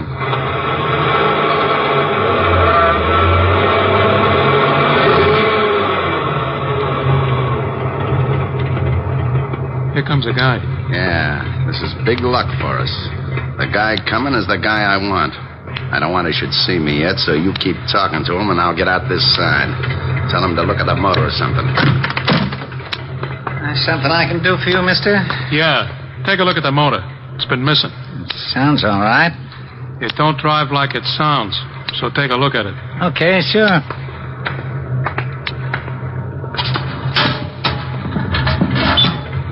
Race it once. Huh? I said race it once. He don't hear so well. Huh? Hello, Billy boy. Where did you come from? How did you get here? One at a time, Billy. I came in the car, got out the other side. You're looking good, Billy, real good. What do you want? How did you find me? Can't you ask just one simple question? You get so all mixed up, Billy. Look, leave me alone, please. Sure, Billy, I'll leave you alone. All alone, you louse.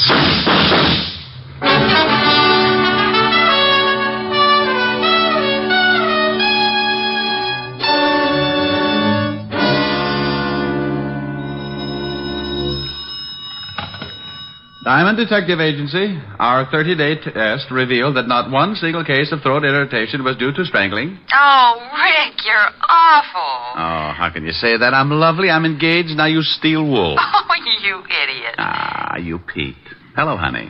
Hi. Am I going to see you tonight? Sure, what'll we do? You get here about 8, I'll think of something. Oh, let's stay in. I've got that awful broke feeling again. Oh, is business bad, Rick? Well, it's pretty bad, but it gives me a chance to get some exercise.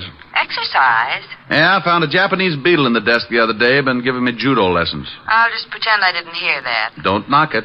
Vaudeville's on the way back. Leave it alone. Let it live. Helen. I'll see you about 8. Wait a minute, honey. I think I forgot to shut something off. People are running in. Clients? I'll find out. Oh, would one of you gentlemen mind dropping a few $100 bills on the floor? Well? I'll call you right back. I don't think they're spendthrifts. All right, Rick. Bye. Bye, honey. Well, now, lads, what can I do for you? Your name Diamond? Yeah? Would you mind closing the door? I've got a beetle that'll break my arm if he catches cold. Hey, this guy's screwy, boss. Shut the door like he says. You got a beetle, huh, funny man? Yeah, and I'll bet you 8 to 5 he can throw you. Well, if you have got a beetle, he must be running around your head, but I ain't got time to find out. You know something? I don't think we're going to get along. You may be right, funny man. It depends. On what? On whether or not you turn the bundle over to me. Look, Rockerhead, if you're looking for your laundry, you got the wrong Ben. I don't like the way this guy talks. No, but first we ask him nice. We want the bundle, funny man. You just said that. I say it again for you. Then if you don't get it, I make you understand. Like how? You couldn't point out Clyde Beatty in a lion cage. Here it is. Now try hard. I want the bundle. I know this'll throw you, but what bundle? He's going to be difficult, boss. Shut up. Look, Shamus, some of my friends think I'm kind of good-natured, but sometimes I fool them and get nasty. You should be ashamed of yourself. You want to know what bundle? I tell you. Maybe you snap out of it. The bundle the dame gave you, the 200,000. 200,000? 200,000 what? Girdles? That does it. Vern, see why the Shamus is lying. Now, wait a minute, Buster. You go on the muscle with me, and I'll tear off your biceps and stuff them in your fat face. Vern. Yeah? Oh, nuts. Why is it a 38 always changes my mind, and I wanted to be so virile? I'm going to use this gun unless you tell us where you got the 200,000. Now, this is getting silly. No, it ain't. It's getting bloody, see? Hey, now, what's going on? I told you, funny man. I want what you got. Well, what I got hurts, and you're welcome to it. You sure asked for it. Oh. Come on. You save your head from getting squashed, and me and Vern save a lot of time. Where you got the dough? Look, I didn't know what you were talking about when you started, and I'm just as stupid now. You are that, funny man. Vern? Hey, wait. Now, A gun barrel can cut you up pretty bad. You want to see how bad, or do you want to tell us? You think I like the massage? I tell you, I don't know what you're talking about. I don't like to be kept waiting, you. I don't like it none, see? Now you spill your guts, so my boy chops you up like hamburger. Open your yap and sing. Sing, you hear me? Okay, but you won't like it. I can't begin to tell you. Close his lousy mouth. Close it good. Oh, I knew you wouldn't like it. Oh! Now, funny man, you got a wisecrack? You gonna still make like a hero? Answer me, funny man, or I step on your face. Boss. Shut up. But, boss. Yeah, what do you want? He don't hear you. He's out. Huh? Oh. Well, what did you sap him so hard for, stupid? Maybe you turned him off for good. Nah. He'll be around in a couple of minutes. Then I can work on his ribs. He'll tell us where he's got the dough. I don't know. You don't know what?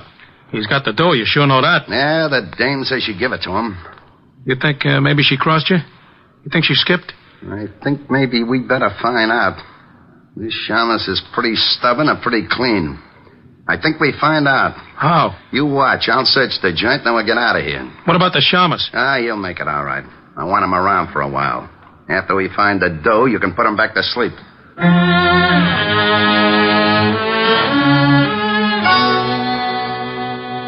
Mr. Diamond.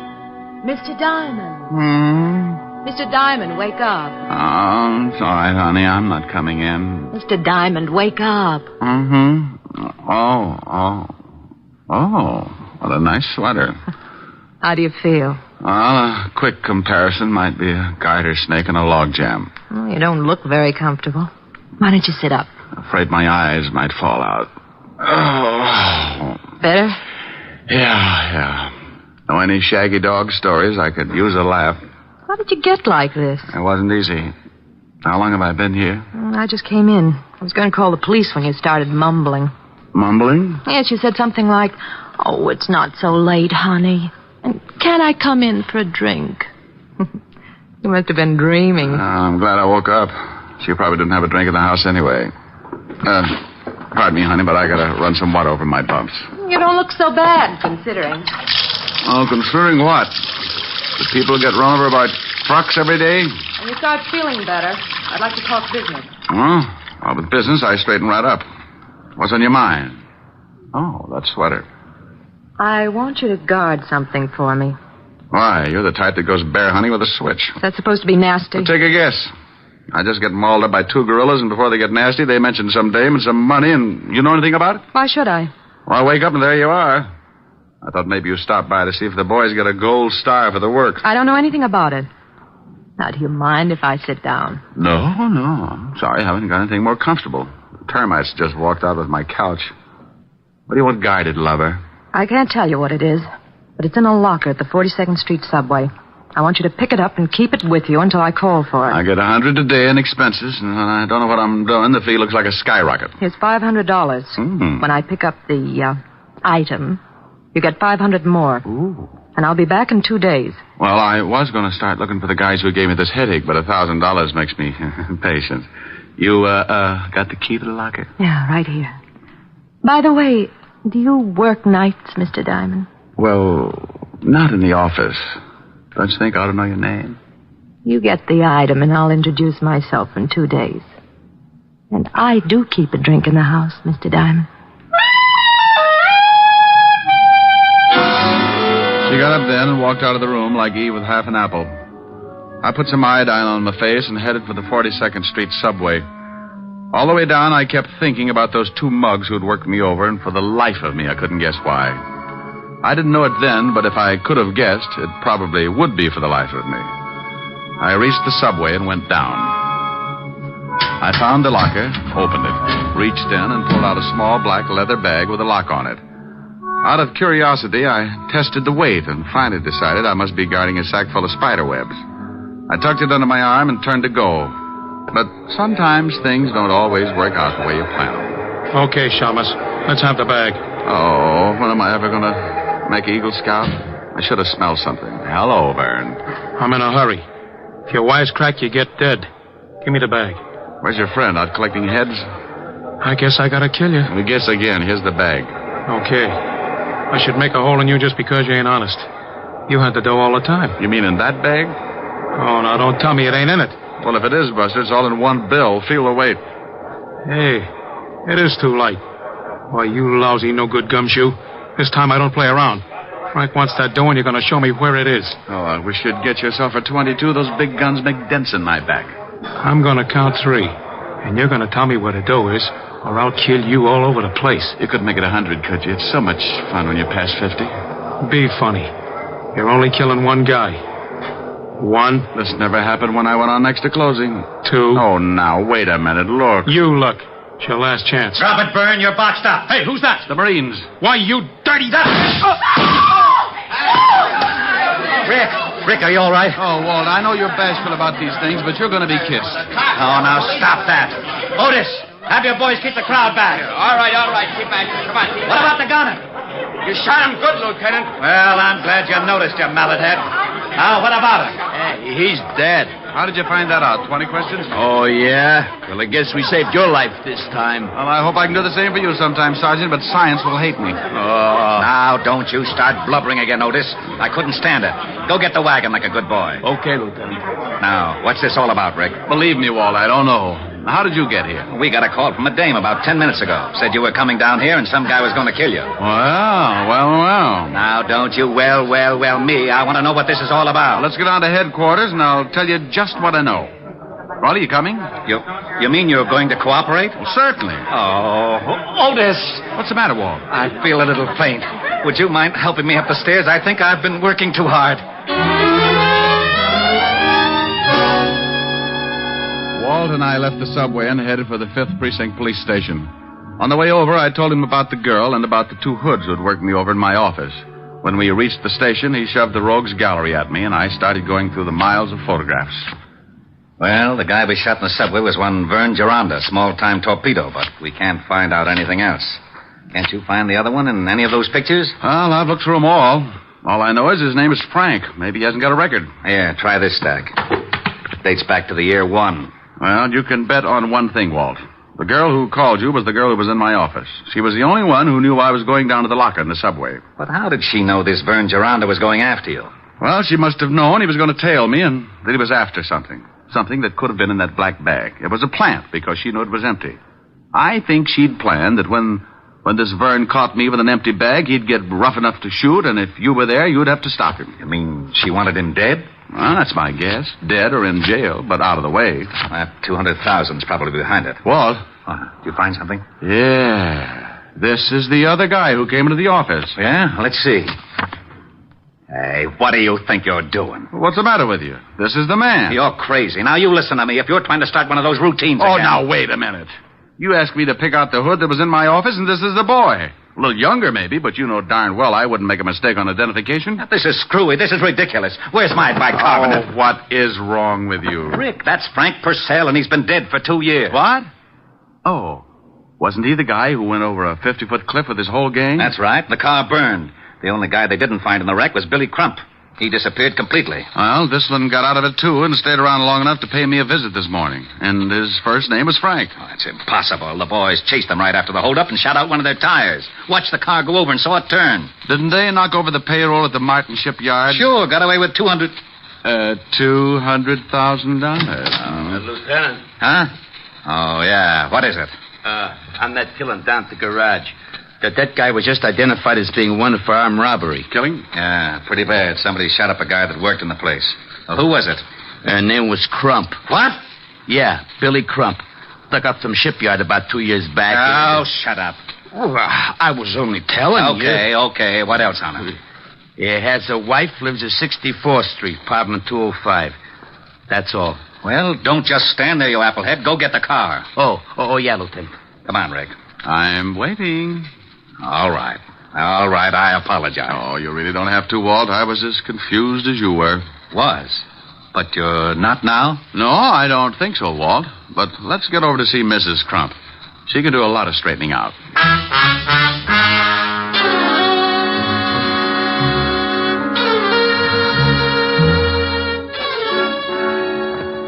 I hope Mrs. Crump is in. Oh, I forgot to tell you, Lieutenant. She calls herself Stewart, Mrs. Edna Stewart. What? Yeah. Her husband used her alias instead of Crump. Oh, well, that's all right, Sergeant. Maybe when you start pounding a beat again, you'll think of those little things. 205, wasn't it, Walt? How about it, Sergeant? It was 205, wasn't it? Oh, yeah, Lieutenant. 205, that was it. I remember. I might make a few mistakes. Shut up. Walt, hold it down. I'm sorry. Otis, Yeah, Lieutenant. Shut up. Here it is, Walt. I'll give it a knock. Go ahead.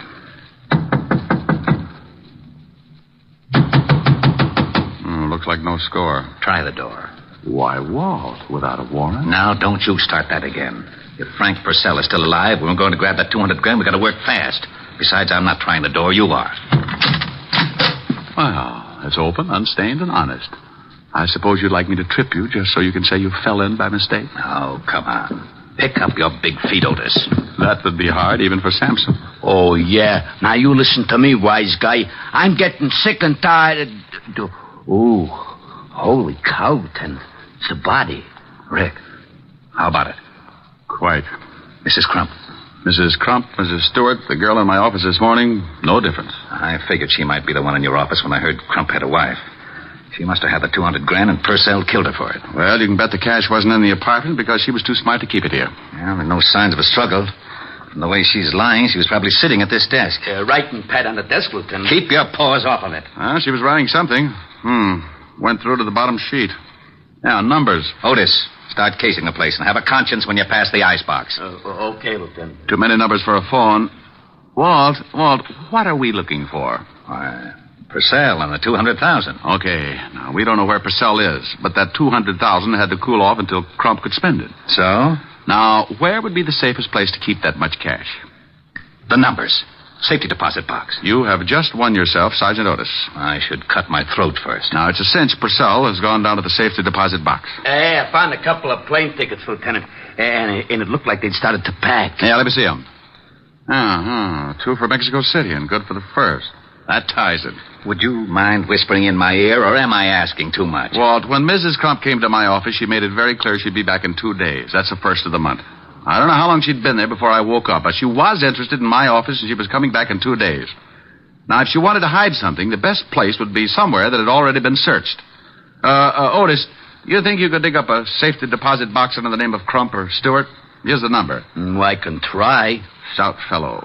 Now, Walt, if Frank Purcell did kill the girl and then headed for the deposit box, I don't think he found much. And the only other person that Mrs. Crump contacted and that he suspects is yours truly. And he'll tail you, or worse. I hope so. But I want 10 minutes alone in my office before he catches up. Now, Otis, get going and call me at my place. Right. Now, Walt, I'm going to walk around for about half an hour and see if I can pick up a tail. Then I'll lead him to my office. I'll get there at exactly 2:30. You get there 10 minutes later.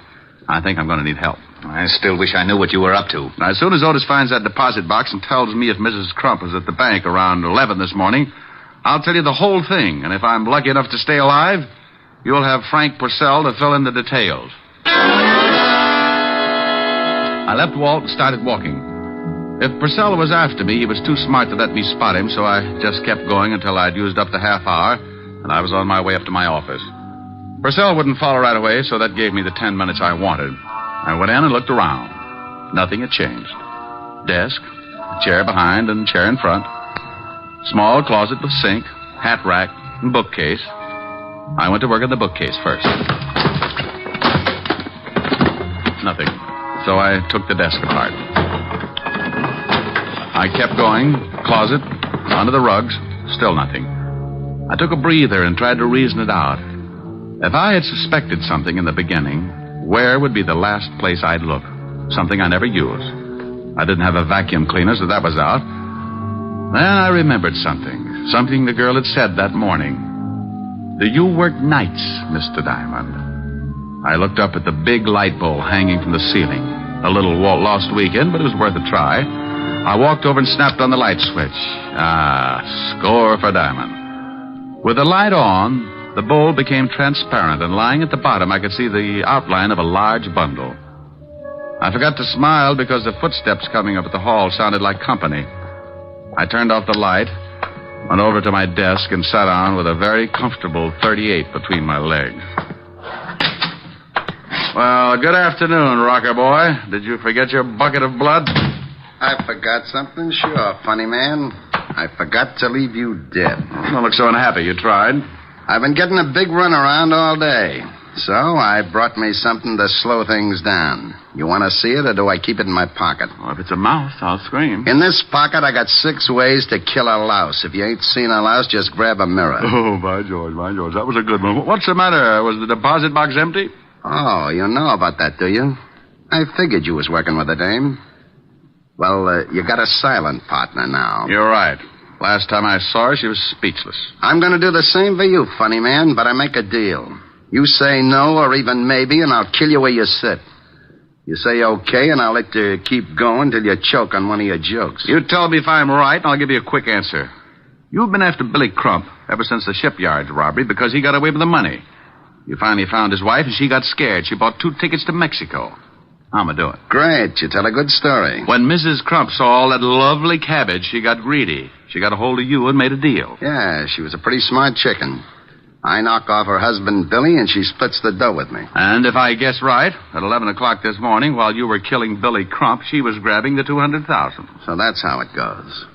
But after we rubbed out Billy, she called and said the dough was planted with you. She wanted the dough herself. She used me to lead you to the subway. Right. Where were you? Upstairs. I figured something was up. Well, nice little plot. You kill her husband, the cops kill you and your torpedo, and bless her little heart, she winds up with a pot of gold. No, she winds up dead. The dough wasn't in the box, so she planted it somewhere. We saw her coming in here after we worked you over. Now, I think she stashed the bundle here while you was out cold. So, do I get it? Or do you die? What are you going to do about that big, bad policeman outside the door? I'm going to laugh at him because he ain't there. Walt, stop snooping. Come on in. Hi. Well, what do you know? You wasn't kidding. This might mean a promotion, Purcell. You want to turn around and be a good boy, or do you want it the hard way? I stay the way I am. You're in a tough spot, Mr. Copper. If this funny man's a friend of yours, he's going to get it the minute you try your luck. Rick? Yeah, Walt? He's got a point. I might be lucky and get him just right, but it's a long shot, and if I miss, he'll pull the trigger on you. You're pretty smart for a copper. Walt? Yeah? The way it looks, we could be here all night unless somebody gets shot. That's the way it looks. What do you think, Purcell? Like I said, the cop guns me, I gun you. Silly, ain't it? Be a lot sillier if I had a gun. Funny, man, that would be a riot. Well, start laughing, Powell. You sure ruined that desk. I couldn't help it. Had the gun between my knees. I move, he shoots. Had to try it right through the desk. What are you sweating for? Me? I could use you for a shower. How's Purcell? Unhappy. How about it, Purcell? I ain't giving odds. Hey, funny man, you know something? You ain't so funny. Get the phone, Walt. Yeah? Lieutenant? Oh, no. Yeah? I found the box. The Crump dame was in the bank at 11 o'clock this morning. I found it pretty quick, huh? Hooray for you. Wait a minute. Rick, you were right about the... Hey, where did he go? Who, Lieutenant? King Kong. Now, you get your big fat head over here. Lieutenant. What is it? Okay if I turn on the siren? Oh.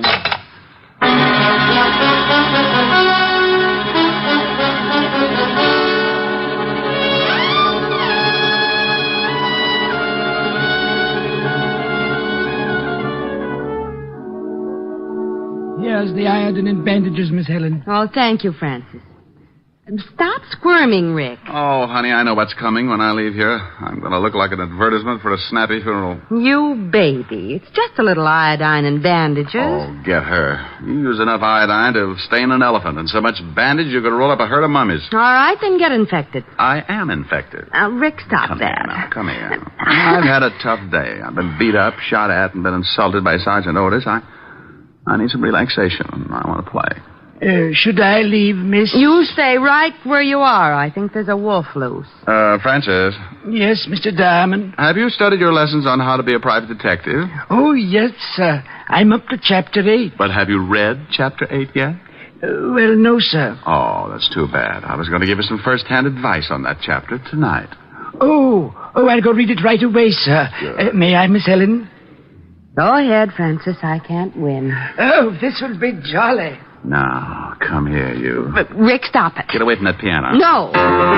You are my sunshine, my only sunshine. You make me happy. Come on. Well, you know what they say about music soothing a savage beast. If you don't like it, you sing something. Oh, what for? You don't even look a little wild. Sing something. I'll get as wild as you want. Oh, now there's a statement. Go on. All right. Little girl, you're the one girl for me. Little girl, you're as sweet as can be.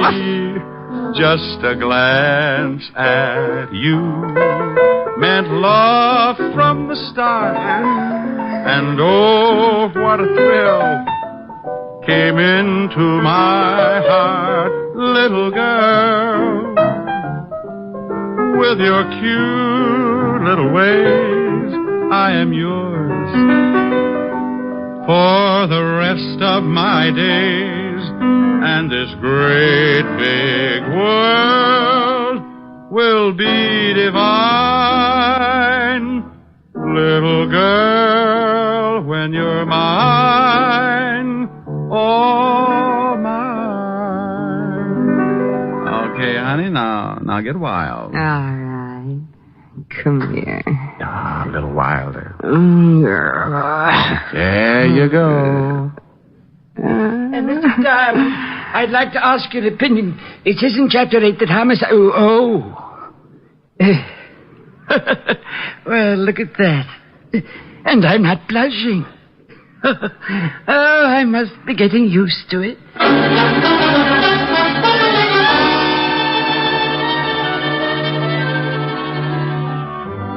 You have just heard Richard Diamond, Private Detective, starring Dick Powell. Helen was played by Virginia Gregg. Lieutenant Levinson by Ed Begley. Also in our cast were Wilms Herbert, Gene Bates, Robert Carroll, and Ted DeCorsia. Music was under the direction of Frank Worth. Richard Diamond is written by Blake Edwards and directed by Richard Sandville. Now here is Dick Powell. Ladies and gentlemen, if you've been enjoying our show, and I sure hope you have, be sure to listen on Monday evenings beginning October 3rd instead of Saturdays. Did you get that? Beginning October 3rd, we will be heard on Mondays instead of Saturdays. And check your local paper for the exact time. Dick Powell soon will be seen in the screen version of the best-selling novel, Mrs. Mike.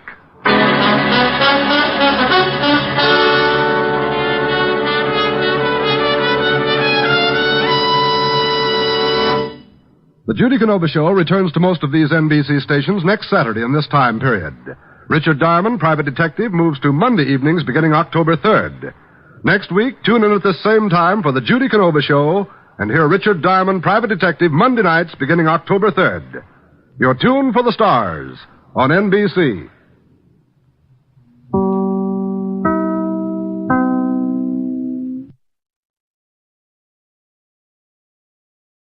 The Ethel Merman Show, previously scheduled for this time, will be heard at a new time and date to be announced shortly.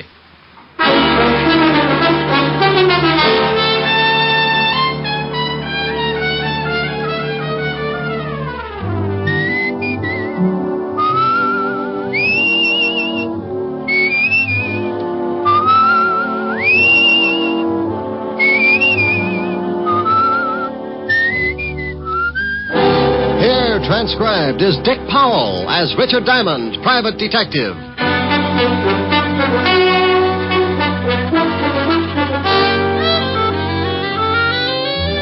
Hello there. This is Diamond. Hey, I got a beef.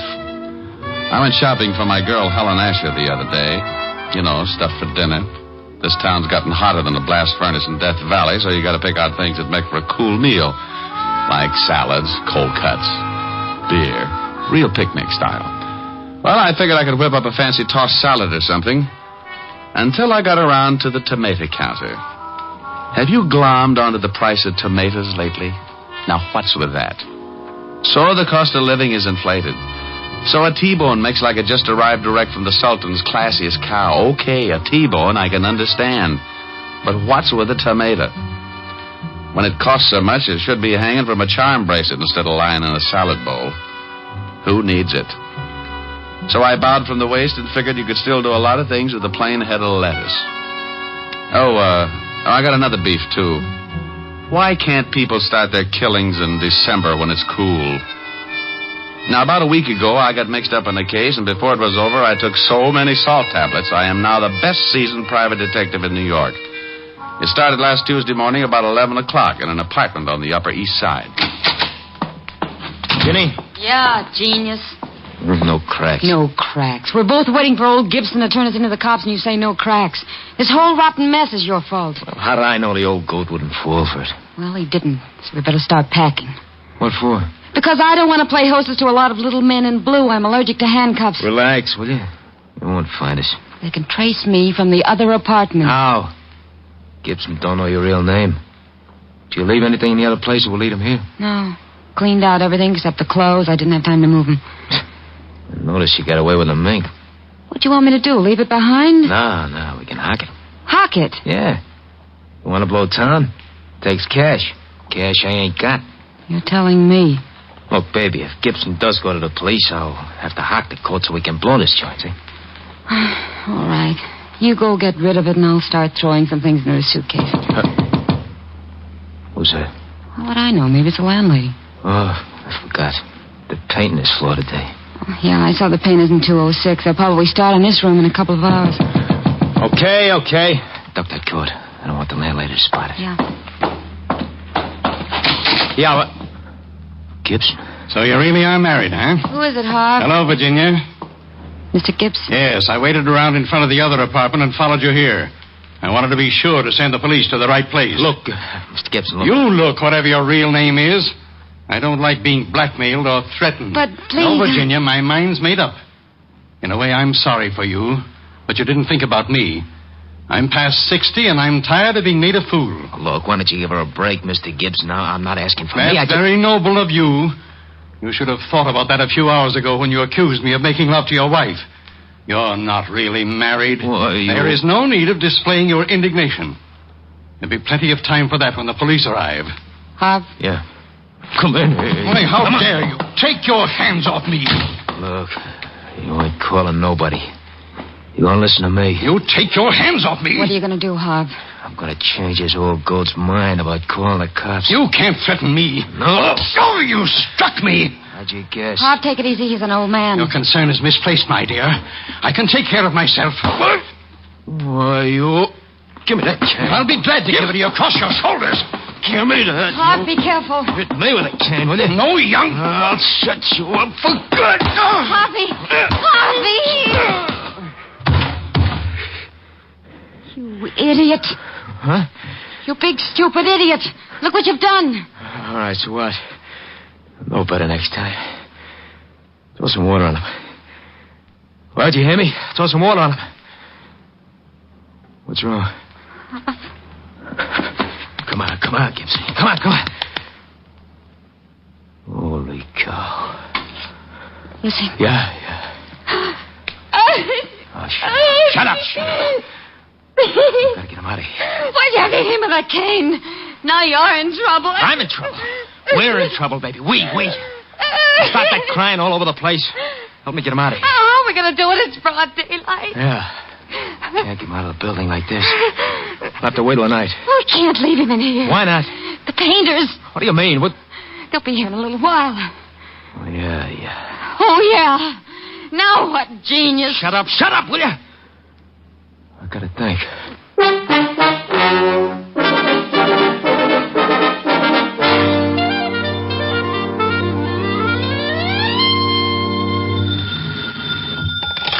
Diamond Detective Agency, murders financed while you wait. Oh, you idiot. Oh, is this Toodles Asher, the belle of Park Avenue? Hi, this is Helen Asher, the girl that goes steady with the Diamond Detective Agency. Sounds like a fine organization. Are they reliable? Very seldom. Oh. I'll tell you better as soon as I find out what I'm going to do tonight. You're going to give your butler the evening off, and the Diamond Detective Agency is going to march through your front door, single file, and show you a shortcut to spend the bottle. What time does all this begin? How long will it take you to pucker? About 2 seconds. Well, I won't get there until 8. Don't hold it, or you'll end up looking like a Ubangi. You're terrible. Yeah, but I'm pretty. So's a baboon. Oh, what you said. You won't be late, will you, Rick?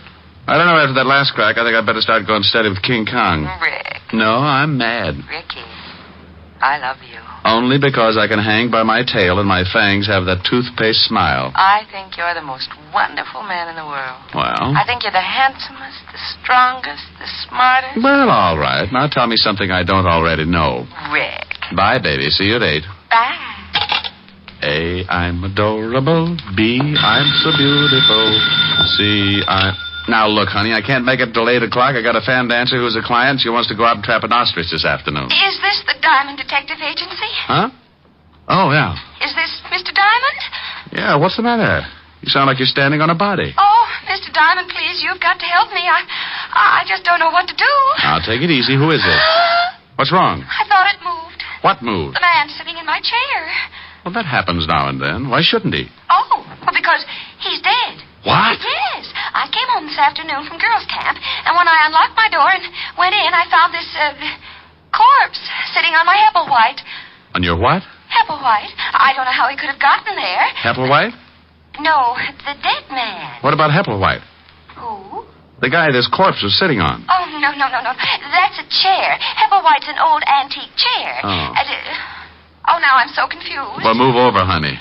Now, take it easy and give me one thing at a time. Who's the dead guy? Well, I don't know. I never saw him before in my life. Okay, now why haven't you called the police? Well, I thought about that, but I'm a school teacher, Mr. Diamond, and I was afraid of the scandal.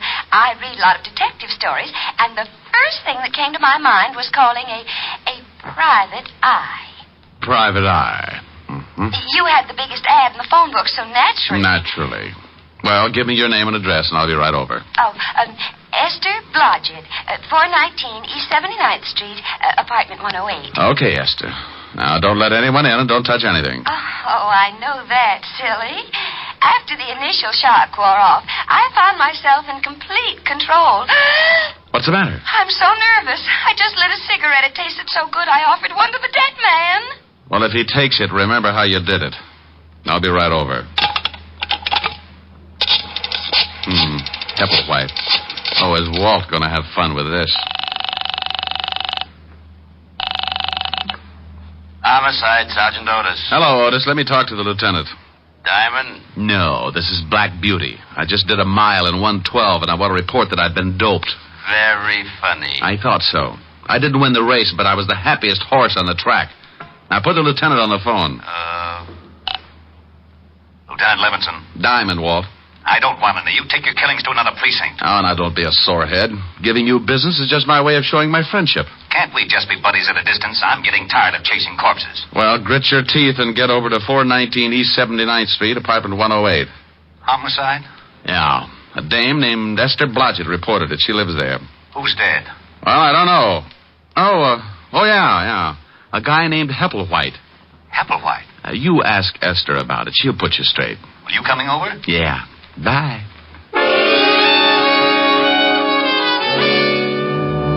As I went out of my office, I thought about Esther Blodgett and wondered how mad she would be when the police turned up. I had to call them whether she wanted a scandal or not, because homicide comes first in my book. I'm an ex-cop, and I still follow the rules. It's not a conscience. I just like staying in business, so when someone turns up with a killing, I always let Lieutenant Walt Levinson know about it. I grabbed a cab, and 20 minutes later, I was standing in Esther's apartment along with Walt, the dead man, and Hepplewhite. Oh, you're a swell fella, you are. What's the matter, Walt? I've been going through that Hepplewhite routine for the last 10 minutes. I just found out it was a chair, that one right over there, the one that stiffs in. Mr. Diamond, why did you call the police? I thought you'd ask that. Because that man's been murdered, Miss Blodgett. That's what good citizens do when they find a dead man in the apartment. But the scandal? I'm a school teacher.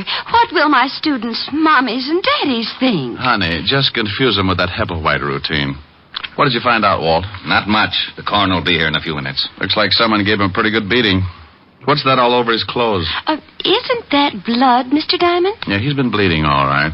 I mean that brown stuff, Walt. Looks like lint or something. I noticed that, too. I don't know what it is. We'll have the lab analyze it. Tell me, Esther, you said when you came in you unlocked the door. Yes, that's right. Are you sure it was locked? Why, yes, it has a catch lock. Besides, you have to turn the key and then use the other hand to turn the knob. Did you touch anything? Open any windows? I touched nothing. Well, there's a good one, Walt. Yeah, a corpse sitting in a room with the door and all the windows locked. Do you always lock the windows when you go out, Miss Blodgett? Well, I've been away for several weeks at a girls' camp. Aren't you a little old for that sort of thing? Oh, I I've been counseling one of the teachers who goes along to take care of the young girls. What do you think, Rick? Well, he wasn't killed in this apartment. No signs of a struggle. There's only blood around the chair and on the body. He must have been carried in. There would be blood trails on the floor. Not if he was carried in something. You say you never saw this man before, Esther. Never in my life. Any identification in his wallet? Yeah, name's Gibson. Leland Gibson. No money taken either, so that eliminates the robbery angle. Any address? Yeah, he's got an old driver's license. 12 East 64th Street. Pretty classy district. Judging by his clothes, he was well fixed. Tailored. Good store. As soon as the coroner arrives, I'm going to check this apartment building. Maybe somebody heard something or saw something. Let me check the 64th Street address for you. This is a police job. Why do you want to check it? Oh, because poor Miss Blodgett looks so unhappy. I am, Mr. Diamond. I am very unhappy. See, Walt? So she's unhappy. If you want to check the place on your own, go ahead, but I'm sending some men over anyway. Mr. Diamond, I like you. Well, thank you, Esther. No. I want to hire you to catch the killer and free me from this awful policeman. Awful policeman? Do you know how I got this way, Miss Blodgett? Oh, I'm sure it wasn't easy. Good for you, Esther. I got this way because of this private detective. Just call me Blue Eye. Ever since he stopped working with me and left the force, I've gotten mixed up in more screwy cases than an alcoholic in a whiskey truck. There isn't 1 week that he doesn't turn up with 1 or 2 killings. My, he gets excited, doesn't he, Mr. Diamond? And in his spare time, he intimidates my sergeant. Just call me Rick, dear. I've taken enough bicarbonate in the last year to stop Vesuvius erupting. And if he doesn't give me a little peace and quiet, I'm going to end up solving a killing of my own. Rick. My, that's a nice name. How did you ever get to be a school teacher? You don't look the type. Are you listening to me? Oh, what makes me so different? I've seen signs on highways that say it better than I can. What are you two babbling about? You mean the ones that say, danger, stop, look, and listen? Well, that fits, but I was thinking about curves and soft shoulders. Oh, no. Now, you listen to me, Diamond. This is serious business. A man's been killed in Miss Blodgett's apartment. If you want to take her on as a client, go ahead. But any questions from here on in will have to be gotten down at police headquarters. You are taking me in, Captain? Lieutenant. Yes, you'll have to come down for questioning. Rick? You go along with the big bad policeman, dear. I'll have you out in no time. Well, all right, if you say so, but this has never happened to me before. Now, that's unfair. Walt, stop blubbering. Yes, what is it? Oh, you get out of here. Oh! Otis! Where the devil is Otis? I left Walt jumping up and down in front of Esther and the corpse and headed for 12 East 64th Street. It was an old brownstone in one of the wealthier districts. And when I rang the doorbell, I got another surprise. Yes? Yes. Don't tell me you're a school teacher. I beg your pardon. You forget it. It's the landmarks that threw me. What do you want? Oh, do you know a Mr. Leland Gibson? Yes, he's my father. Now, just who are you? Name's Diamond. I'm afraid I've got some bad news for you, Miss Gibson. It's Father. Something's happened to Father. May I come in? Oh, I'm terribly sorry, yes. Now, please, what is it? What's happened to Dad? Well, he's dead. Oh, no. No. Look, I know this is tough, but you've got to help me. The police will be here in a minute. The police? Yes, your father was murdered. Oh, I knew something like this would happen. You did? Well, tell me about it. Well, I don't mean that I expected Dad to be... Okay, now, just take your time. Cry it out. I'm sorry. Have you a handkerchief? Sure, here. Thank you. Now, think you can talk about it? Dad left the house about 3 weeks ago and moved into a hotel. Did you have a fight or something? Oh, no. Everything was fine, but... No, hang on. Things couldn't have been better, and he was in wonderful spirits when he left. No arguments, no hard feelings? He didn't leave mad? Oh, no, nothing like that. Then, have you got any idea why he suddenly packed and moved into a hotel? Well, I'm not sure, but I think it was a woman. A woman? Yes, he told me one day that he'd met someone he liked very much. The day after that, he moved to the hotel, but I never saw her, and he never said anything more about her. Weren't you a little worried? Naturally. Father isn't a young man, and wasn't. Just one more question. What hotel did he move to? It was the Adams on Madison Avenue. He used to go there 3 nights a week for dinner and a game of bridge before he decided to move in. Well, thank you. Are you all alone? Yes. Got any friends you can call? A few, I guess. Well, call them. It's better not to be alone. And bawl your head off. It'll do you some good. I'll send you your handkerchief, Mr. Diamond. Richard Diamond. It's in the book.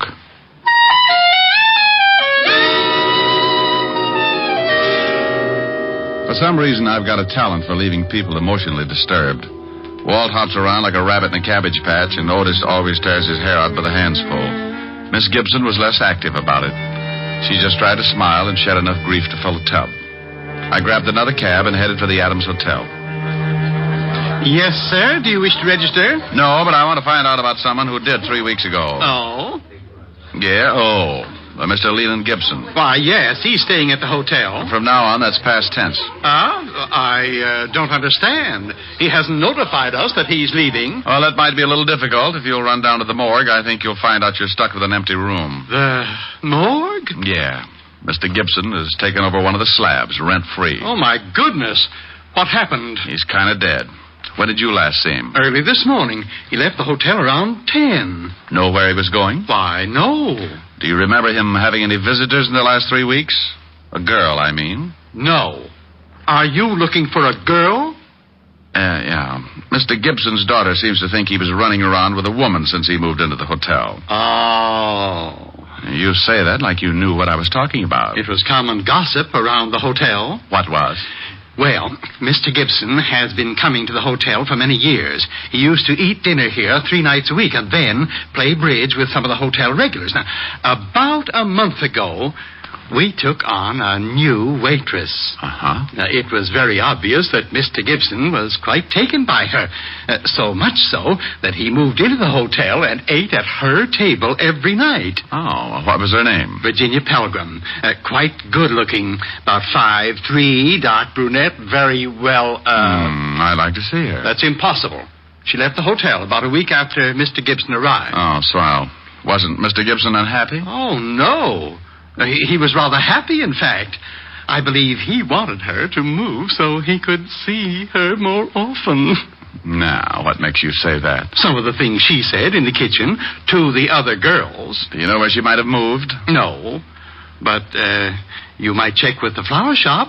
Mr. Gibson used to send flowers every day. Well, thank you. Well, I wasn't sure just where I was going, but Virginia Pelgrim was my best lead, and maybe she could tie the Gibson murder up with a silk ribbon. I talked to the flower clerk, and he gave me the address that the flowers had been sent to every day. It was a nice apartment in the village, and the landlady stuck her nose out like she was trying to smell me instead of see who was calling. Yes? I hope that door doesn't slam shut sometime. You'll have a bloody nose for weeks. What do you want? Roll out an eye with that nose, and I'll show you my badge. Aren't you cops ever polite to anyone? Well, there's a face that goes with it. I'm looking for a girl, about 5'3", dark brunette. You're in the wrong place. Her name's Pelgrim. Oh, she lives upstairs. She does, huh?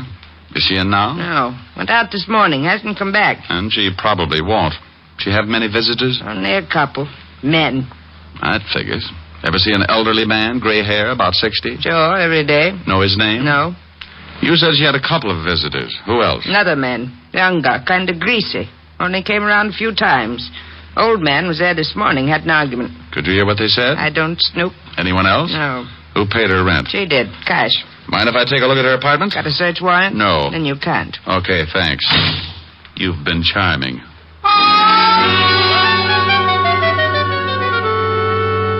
I left the old bat and headed back to the schoolteacher's apartment. If I was right, I'd seen setups like this before. But there was still the problem of finding out how Gibson was killed and how he got into a locked room.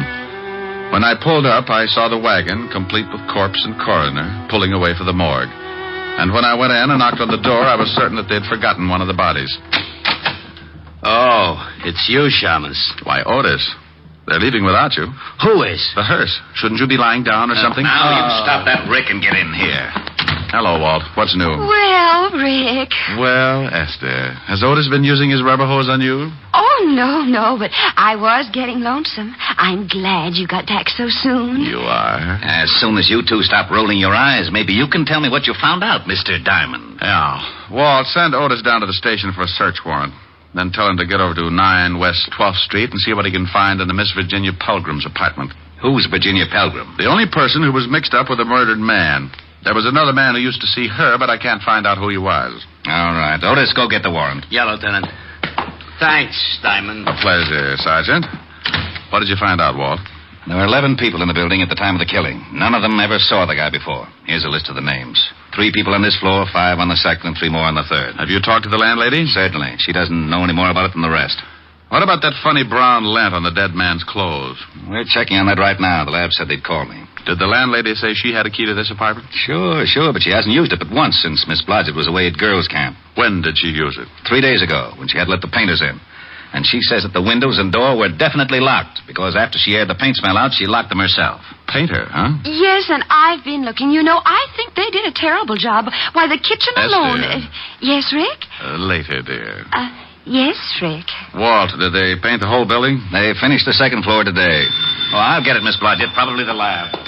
Rick, do you know who did it? Yeah. I got a hunch. Oh, I see. You're wonderful. Yeah. Okay, thanks. Lab, Walt? Yeah.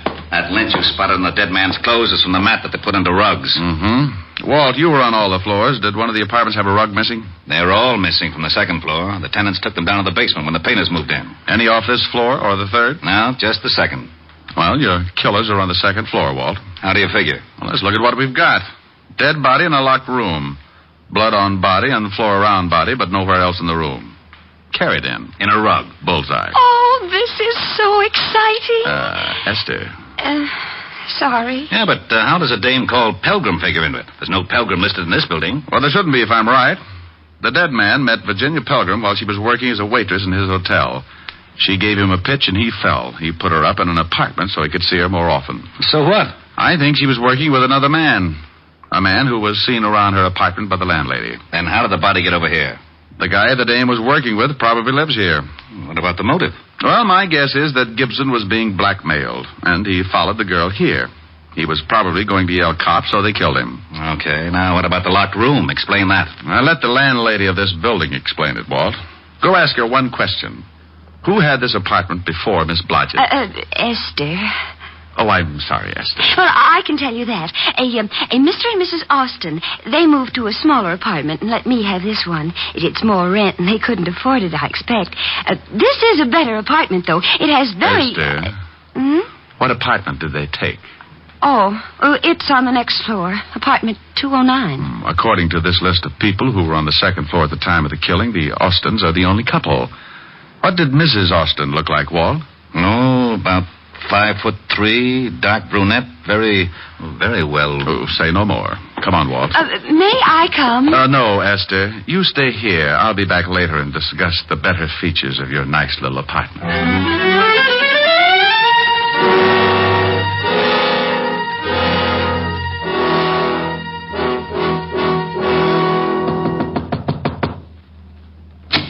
Yeah? I want to talk to you again, Mr. Austin. Why? Told you everything I know. Where's your wife? In the back. We're coming in. Okay, you don't have to shove. Who is it, Hog? Them cops again. Well, hello, Virginia. Do I know you? Where's your rug, Mr. Austin? What? It's down the basement. Miss Pelgrim, how long have you been married to this man? About 3... Hey, how'd you know me? Shut up. Know your name? You might as well tell the lieutenant everything. Why did you lie about knowing Mr. Gibson? I didn't. I never saw him before in my life. I didn't tell you the dead man's name was Gibson. How'd you know that? Don't answer that. Oh, shut up. You and your husband killed Mr. Gibson and carted him downstairs in a rug. Why'd we do that? Because the painters were on their way to paint your apartment. You had to get him out without being seen. You dumped him in Miss Blodgett's apartment because you knew she was out of town. And you used to live there, so you still had a key. You shut up. We've got enough to hold both of you on. The rug will have bloodstains on it. Get out of my way. Get out, Walt. Why, Walt, you're so rough. Yeah. I didn't kill him. Harvey did. I didn't kill him. Okay. You can tell me all about it down at the station. Hey, where are you going? Well, it's 6:30. I got a date. What about Miss Blodgett? She's going to get lonesome again. She was born that way. I've got to see a girl who's going to hold a pretty interesting class of her own. Bye.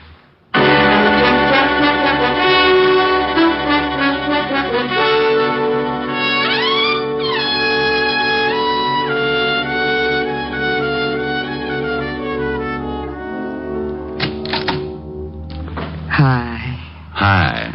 Oh, don't you look comfortable? Where's Francis? I gave him the night off, like you suggested. You're cute.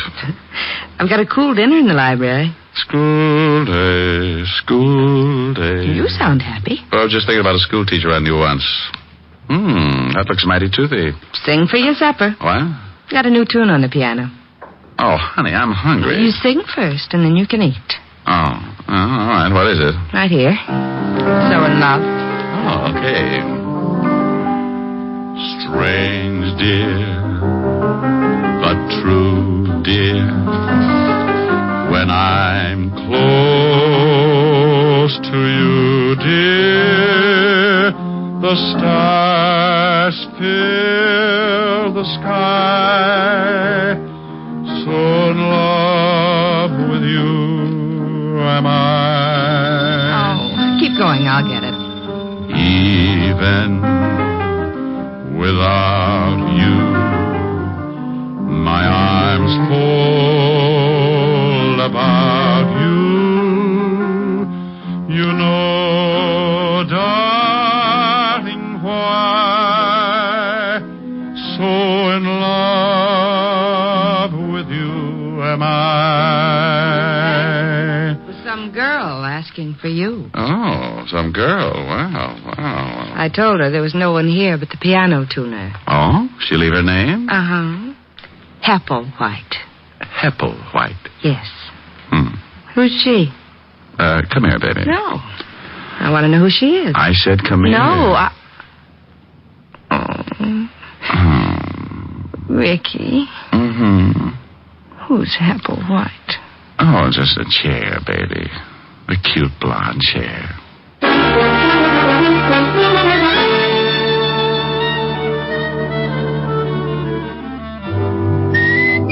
You have just heard Richard Diamond, Private Detective, starring Dick Powell, transcribed. Helen was played by Virginia Gregg, Lieutenant Levinson by Ed Begley. Also in our cast were Wilms Herbert, Georgia Ellis, Tony Barrett, Joan Banks, and Norman Field. Music was under the direction of Frank Worth. Richard Diamond is written by Blake Edwards. Now, this is Eddie King reminding you that Dick Powell soon will be seen in the screen version of the bestseller novel, Mrs. Mike, and inviting you to be with us again at the same time next week when we will again bring you Dick Powell as Richard Diamond, Private Detective.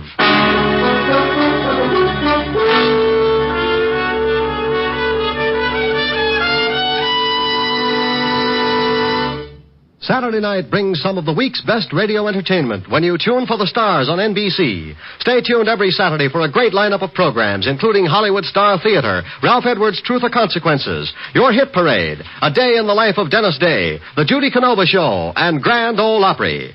All the best on NBC.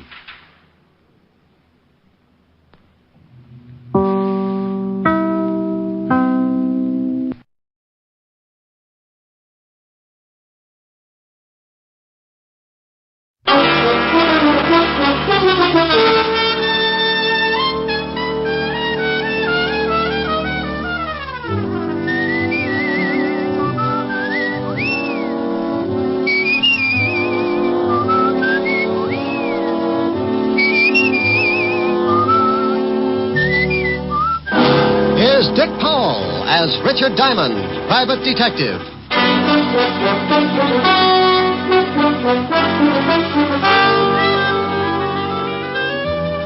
Hello there, this is Diamond. I've got a little office near 53rd Street on Broadway, 8th floor. My business? Trouble. What kind of trouble? Well, take your pick. If you come up with something unusual, a new kind of trouble, drop around and see me. Because I'm known along the big street as a shamus, a gumshoe, or to the guy on Park Avenue as a private detective. If you happen to be stuck with your problem, for $100 a day in expenses, I'll chase it around until I can catch up and break its back. I average about 20 fast rounds a week with old man Trouble, and so far the decision's been on my side. But don't misunderstand me. It's my business to beat him, but I respect him. Trouble goes to work with every trick in the book. So I play it the same way, and believe me, when I put him away for the count, I don't clap my little hands in glee. I know he's just taking a rest, and he'll be back again with some new stunts. Want to know how he works? Well, the other day, I was on the way to my office. I stopped at the corner newsstand, 53rd and Broadway, to buy a paper and to say hello to an old friend.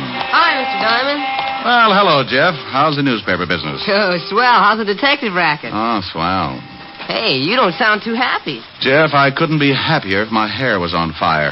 Take my advice, son. When you grow up, be sure and get a job that pays off every week in that little white envelope. Don't ever become a private detective.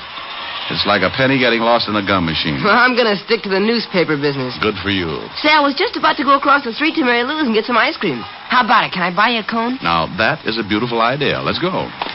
Aren't you coming to work a little late, Mr. Diamond? Well, you see, Jeff, I was up kind of late. Research, you know. Yeah, I know. I see him going into your office all the time. That blonde last week stopped traffic all the way to 42nd Street. Yeah, she was lovely. Got tired of social standards and shot her husband right through his morning cup of coffee. Was that the one in the headlines? That's the one. Oh, hello, Jeff. Hi, Mary Lou. Take a seat, Mr. Diamond. Well, what'll you and your friend have? Well, I'm going to have a double strawberry. How about it, Mr. Diamond? Sounds great. 2 double strawberries. This is Mr. Diamond, Mary Lou. His office is in that building across the street. Oh, how do you do? How are you, Mary? Well, all right, I guess. Business could get better, and I wouldn't mind at all. Here are your cones. This is on me, Mr. Diamond. Oh, no, now put it away. Oh, now, come on. I asked you over, and that makes it my treat. Here's a 5, Mary Lou. Mr. Diamond's money isn't any good today. Tell you what I'll do, Jeff. Give me a 5 a minute. Sure, here. Now, if you can tell me whose picture's on this bill, you can buy the cones. That a deal? That's a deal. Lincoln. Well, what's the matter? That's right, isn't it? Hmm? Oh, yeah. What's wrong? Where did you get this bill, Jeff?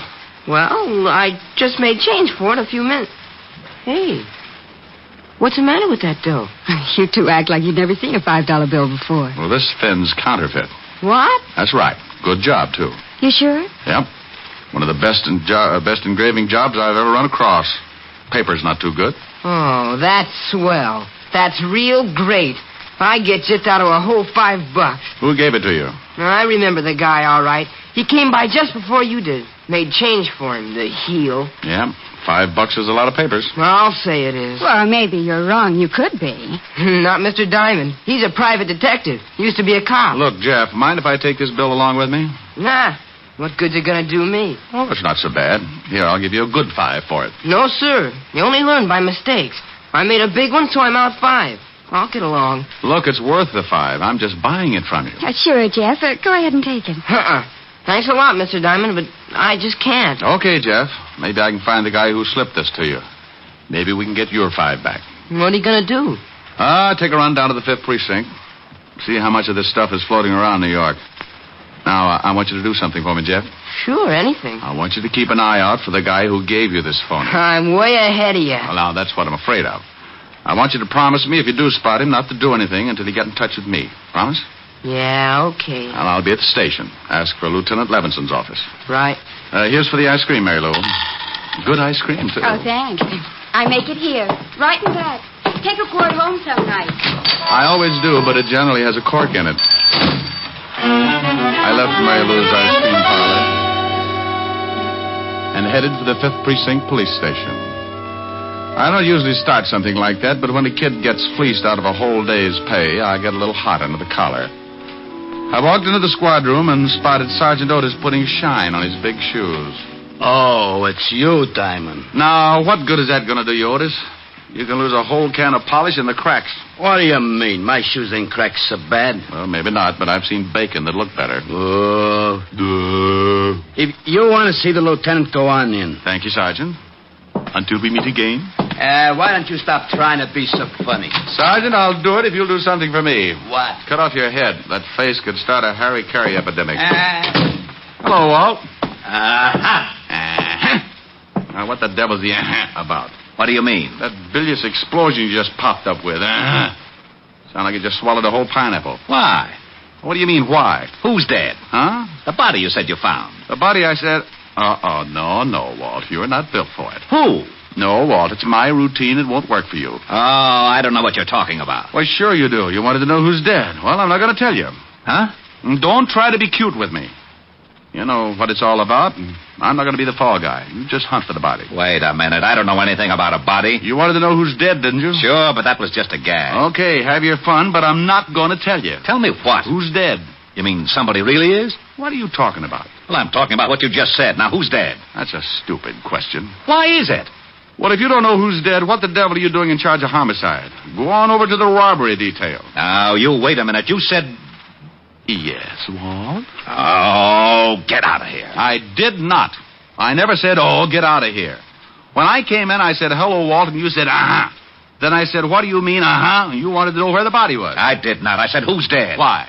Oh, no, please. I'm an old man. Oh, Walt, get away from that window and take a look at this. Oh, please. Do I have to? It'll probably explode. Now, be a good boy and open your little eyes.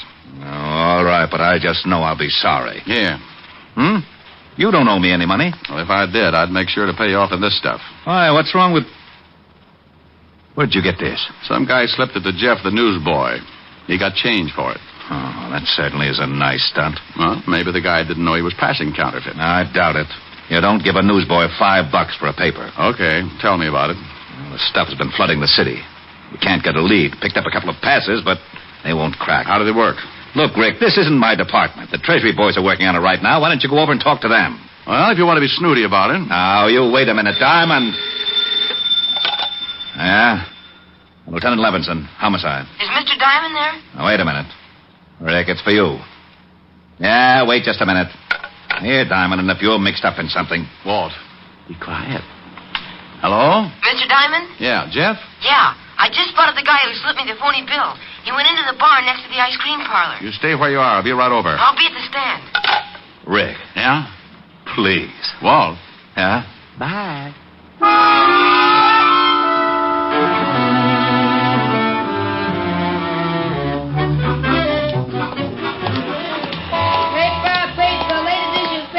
Jeff. Oh, Mr. Diamond. He hasn't come out yet. He's still in the bar. Come on. Where are we going? Leave your papers for a second. I want you to point him out. Okay. He's a big guy. You better be careful. Big guys always make me careful. You want me to go in with you? Just stick your head in the door and point him out, and then go on back to your papers. If I start bleeding, I'll scream. See him? No. Yeah, there he is. Over in that booth. Well. You know him? Yeah. Go on back to your stand. Oh, golly, Mr. Diamond, can I? No, Jeff. Go on back. Okay.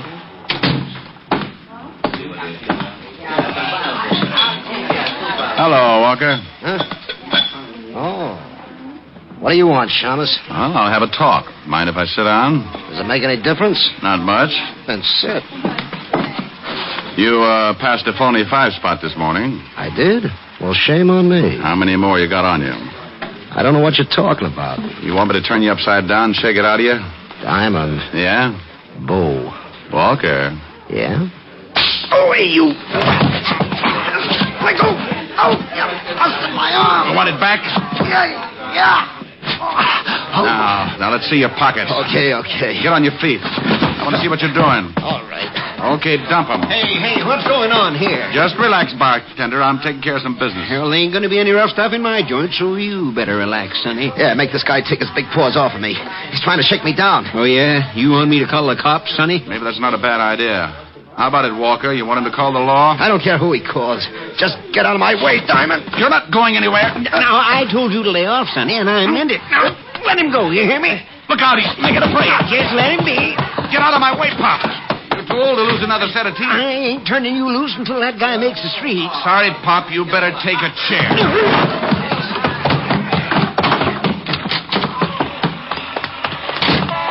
Mr. Diamond, what happened? You see which way you went? Yeah, there it goes around that corner. Stay at the ice cream parlor, Jeff, so I can get you if I need you. I took off like a seagull in a hurricane. I turned the corner and spotted my man jumping into a cab, so I did the same. He led me across town to a little dive on 13th Street and got out of his cab. My boy parked up the block, and we watched while Walker looked around for a tail. When he was satisfied he'd given me the shake, he went in. I paid off my cabbie and followed. It was another bar, and Walker wasn't anywhere in the room. I sat down, ordered a beer, and waited. After about 10 minutes, I saw a couple of guys wander out of a door in the back. A couple of minutes later, a couple of more wandered out. So I wandered in. It was a small-time gambling setup. The kind you can throw in the back of your car if the cops come. I started getting that lousy feeling again. You don't just walk into a place like that unless someone wants you to. And if they do, it's usually because they got it fixed so you stay around. Maybe permanently. What are you tailing me for, Diamond? Why? Make you uncomfortable? Yeah. That's cozy setup. Good way to get rid of bad money. Pay the winner off with counterfeit. I think we'd better go back to my office. Oh, I don't know. I might have a little fun here. I'll bet if one of those guys at the table knew he was going to be paid off in counterfeit, he'd just about tear this place apart. And you, too. Diamond, don't be stupid. Oh, something new's been added. Yeah, and it makes so much noise when it goes off. Let's go back to my office, huh? For some reason, I just can't think of a good argument not to. This way.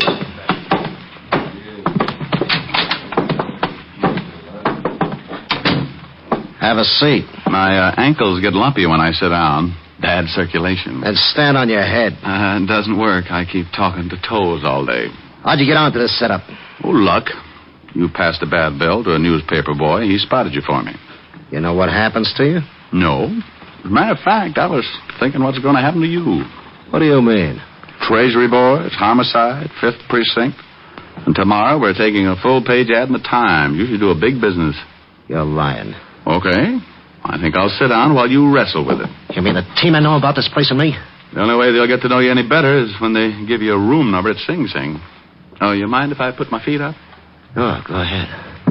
He kept asking questions, not waiting for answers. He was good and worried. And as long as I could keep him that way, the longer I was going to keep on breathing. I don't believe one rotten thing you said, Diamond. Okay. He kept trying to convince himself that I was lying. He wanted to shoot me in the worst way. He moved around behind his desk and sat down. Bless his little heart. I had both feet on the front of his desk, so I shoved out as hard as I pinned him against the wall with the desk and jumped up to get better leverage. I shoved so hard the front of the desk nearly cut him in two. He was stuck and he couldn't use his arms. I can't breathe. You want to tell me about it? I don't know a thing. Okay. You'll look pretty silly from the waist down. Come on, Walker. If I mash you anymore, they'll be able to use you for wallpaper. Yeah. Okay. Now, leave the gun in your pocket. When I pull the desk back, put your hands on top of it. You try a stunt and you end up in halves. Okay. What do you want to know? Who's the big wheel behind the counterfeit ring? You give me a chance if I tell you? No deals. I can't blame you for trying. All right, you tried. Now, you want back in the vice? No. I'll tell you. Walker! He died with his head rolled back and his eyes staring up like he wanted to starve for trying. Whoever shot him had been out in the alley and had nailed him through the window. I looked out, but the killer had disappeared. So I put in a call to homicide, and finally Walt and his boys arrived. Diamond, don't you ever get tired of corpses? Well, of course not. I just do my bit and then try to make you happy. Hey, you want me to call the wagon and get the coroner down here, Lieutenant? No, Otis. I thought we might all sit around and wait for the dead man to say something. Oh, I was only asking, Lieutenant. Well, start using that mallet head of yours, you mallet head, and make a report. Okay. Now, Diamond, I want to know how you got mixed up in this thing. Well, the dead man was the one who slipped the paper boy the $45. I tailed him, and he was just about to tell me who was behind the ring when he got a hole in his head. Oh, he was going to tell you, was he? Just like that. What did you do, set his clothes on fire? No. We were playing truth and consequences, and he fibbed, so I... Now, you stop that. This guy was the only link we had on the counterfeit ring. And you have to fix it so he dies. Rick, there's enough phony money floating around New York right now to start another Black Friday. This is the best setup we've run into since Dad Foster operated in 1937. Dad Foster? Yeah, Dad Foster. You remember hearing about him? Yeah, is he still doing time? No, he served his sentence and he's gone straight ever since. How do you know? Where is he? He runs a little saloon on 53rd Street. 53rd? Thanks, Walt. Oh, now, you wait a minute. Who the devil are you calling? A quiz program. I want to win an electric chair. Oh. Mary Lou's Ice Cream Parlor. Is Jeff the newsboy there? Why, yes. It's for you, Jeff. Thanks. Hello? Jeff, this is Mr. Diamond. I want you to do me a favor. Sure, anything for you. Okay, now, you know the saloon next to the ice cream parlor? Yeah? You know the bartender? Yeah, old guy. Buys a paper from me every night. All right. Now, stay in the parlor and keep an eye on the front of the saloon. If the bartender comes out, find out where he goes. But for Pete's sake, be careful. Sure, Mr. Diamond. I'll do what you say. Is something up? Well, could be. Now, if anything happens before I get there, call Lieutenant Levinson. I'll tell you all about it when I see you.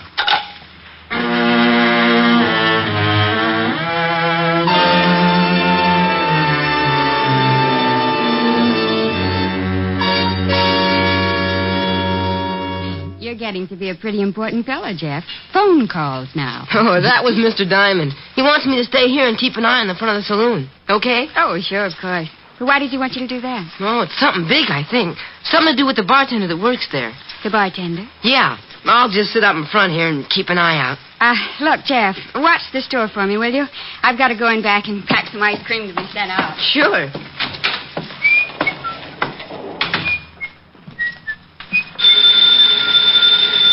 Mary Lou! Mary Lou! Guess I'd better get it myself. Mary Lou's ice cream parlor. Can I talk with Mary Lou? And she went in back. I'll get her for you. Just a minute. Thank you. I tell you, it's getting too risky. That Diamond's a private detective. Yeah, he came in the bar and started to rough up Walker. Well, that stupid Walker should have been more careful about passing out that money. What if Diamond catches him and makes him talk? He caught up, but he didn't make Walker talk. What do you mean? I took care of Walker. I got a good shot at him from the alley. Well, maybe it's better like that. But look, if we don't... Hello? Yes? Mary Lou isn't here. Get off the line. What? What? Yeah, get off.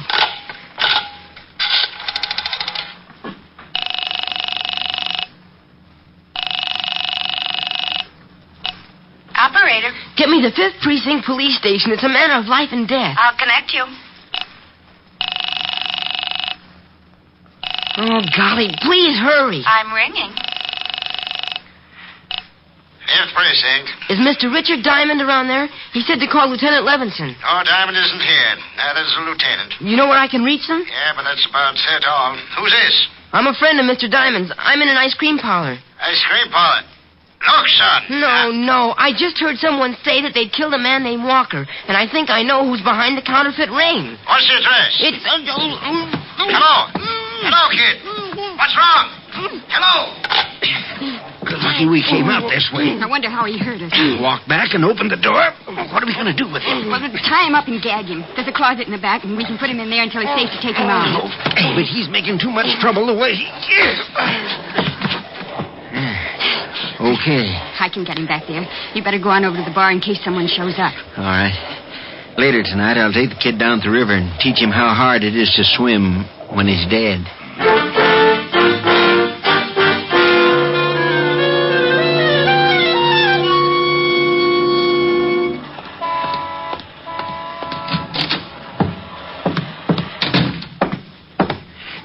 Now, you listen here, young fella. If you're back here for trouble... Dad, I'm back for a lot of trouble, and I think you're going to help me out. You'd better leave, Sonny, or I'll call the law. Why don't you? What do you want? I want to know how long you've been back in the counterfeit racket. Now, look, Sonny, I've been going straight for a long time. You know something, Dad? I don't think so. Let's get down to the station and talk about it. You got a warrant, Shamus? I got a nasty disposition. You want me to show you? No. You want a gun, Dad? Why? What difference does it make? I want to look at it. A guy named Walker got dead from a gun. Now, let's see it. Sonny. What is it? I can't show it to you. Yeah, why not? Because I got it under the bar, pointed right at your belly. If I drag it out, it might scare the customers. Oh, it's like that, huh? It sure is. You see that door there in the back? I know. That's a good boy. You just keep walking along your side of the bar and don't try anything. I just had my floor scrubbed. It'd be a shame to spill you all over it. Okay. Open the door. Go on out. Up the alley. You shoot Walker? I might have. Oh, where you got your printing presses? You're just full of questions, aren't you, Sonny? Okay. Stop here. Behind the ice cream parlor, huh? Well. Mary? Make mine hot fudge with the nuts. Mary? Just a minute. Say, what's the idea? I thought you... Oh. Good afternoon. I'm selling a new brand of Indian nuts, great for banana splits. What's the shamus doing here? He's too smart. I gotta cut off his education. Are you crazy? This guy's got friends. That kid was calling the 5th Precinct, remember? Kid? Yeah, your little news hound. What did you do with him? He's all right until tonight. We got him locked up. Dad, I think I'll make you eat that 38. I don't think so. No difference if I kill you right here. Oh, hold it, Dad. We can't have a gun going off back here. Even if we could hide the shamus, they'd find the presses. Oh, so that's it. Those ice cream machines, the cover-up. Ain't he smart? What do? Ship the stuff out in ice cream cartons? What's with you? You want a tour of inspection? Come on, now, take it easy. You won't be smart for long. Well, how are you going to do it? We're going to take a walk, aren't we, Shamus? Oh, I have the most horrible instep. I'll never make it without skates or something. You'll make it. Come on, the car's around front. Hi. Hey, what's happening in the street? Dad. Yeah, it's only some drunk come out of the bar the wrong way. Funny, I didn't see him in Oh, this is very confusing. If this is 53rd Street, somebody's stolen some buildings. Oh, hi. Hello. No, take it easy, Shamus. I'm putting the gun in my pocket, but it's still right in line with your belt. I'm going back inside. No. Play it straight. Just like we were talking. Well, you're pretty unsociable, to say the least. What's the matter? Can't you even say hello? I'm lost. Sure. You're in an alley. The entrance is right out there. Oh, yeah? Oh, would you mind showing me? I seem to be a little confused. Now, look, it's right up there. Just keep going. Hey, where'd you go? Oh, no. Oh, there you are, Lieutenant. Lieutenant. The cop. Look out, Walt. Get the girl, Walt. Come on, Dad. Give me that gun. Let go of me. Let me go, you loving copper. You got him, Rick? He won't play. There. Now you will. Just take it easy, lady. Hey, what's going on? Otis, Yeah? go out and start walking around the block. Huh? You hear me? Go on. Okay, but I don't get it. What do you want me to walk around the block for? I want you to get used to it, because that's what you're going to be doing for the rest of your time on the force. In Flatbush. Flatbush? Yes. No.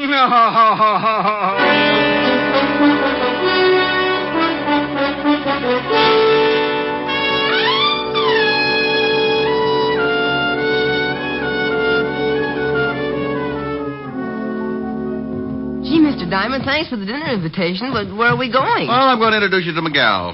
She's a redhead, Jeff, so no cracks about my office research. Oh, sure. But don't you think you should have called her first? How do you know she's got enough dinner? Jeff, this girl's got more steaks in her deep freezer than a bullfight arena sees in a year. Here we are. Yes? Oh, good evening, Mr. Diamond. Good evening, Francis. This is Jeff, Francis. He's going to have dinner with us. Hi. Oh, hi. Come right in. Miss Asher's in the study, Mr. Diamond. Thank you, Francis. Mr. Diamond. Yes? You know the various items that you've left with me for safekeeping? Look, Francis, I promise I'll get them out of hock as soon as I get a paying client. Oh, no, it's not that, sir. I didn't really want to hold them as security in the first place. But as long as you insisted in such a fine collection, I'd like to show them to my girls, sir. Why, sure, Francis. I didn't know you had a girl. Oh, yes, sir. She's the upstairs maid in the apartment below us. Oh. I'm afraid I told her a wee fib to get acquainted, as it were. She thinks I'm an undercover agent, and I'm afraid I'm going to have to prove it. Well, my gun and the badge should do the trick. And if it doesn't work, just get under a cover. Oh, by George, that was the real... Yes, sir. Good evening, sir. Come on, Jeff. We're not appreciated. Rick. Oh, hello. Hello. Helen, this is Jeff, the boy who's helping me send Dad Foster and company back to prison. Jeff, this is Helen Asher. Yes, sir. Well, thank you, Jeff. They had him locked up in the closet for a couple of hours, and he looked kind of hungry when he got him out. How about it, honey? You think you can grind up another cow? Oh, well, there's plenty for Jeff and me, but you've got to make up for 3 things. 3 things? Yes. First of all, you haven't called me in 2 days. Second, you're half hour late for dinner. And third, well, I'll tell you later. I'll leave the room if you want me to. No, Jeff. You stay right here. You're going to literally see a man sing for his supper. Helen. All right. Come on, Jeff. We'll go dig into those nice, fat, juicy steaks. Oh, boy. Steaks? Hey, wait a minute. My taste buds just started whipping each other. My vibrato may sound like a machine gun, but I'll do it. Oh, I thought you were kidding. Is he really going to sing, Miss Asher? No, I'm not going to sing Miss Asher. I'm going to do a little song I used to sing with hip boots and a gondola. You're breaking my heart 'cause you're leaving. You've fallen for somebody new. It isn't too easy believing you'd leave after all we've been through. It's breaking my heart to remember the dreams we depended upon. You're leaving a slow dying ember. I'll miss you, my love, when you're gone. I wish you joy, though teardrops burn. But if someday you should want to return, please hurry back, and we'll make a new start. Till then you're breaking my heart. Mr. Diamond, did you really sing a gondola with hip boots on? Yeah, that's right, Jeff. Well, I know you don't need the hip boots anymore. Will you loan them to me? What for? I want to wade out of here. Well, get him. For that, you get 2 desserts.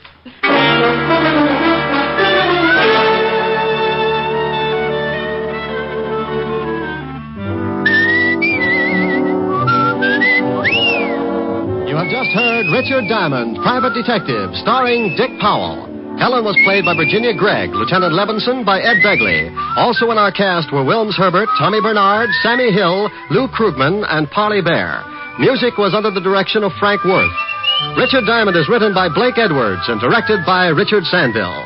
Dick Powell soon will be seen in the screen version of the best-selling novel, Mrs. Mike. Now, this is Eddie King inviting you to be with us again at the same time next week when we will again bring you Dick Powell as Richard Diamond, Private Detective.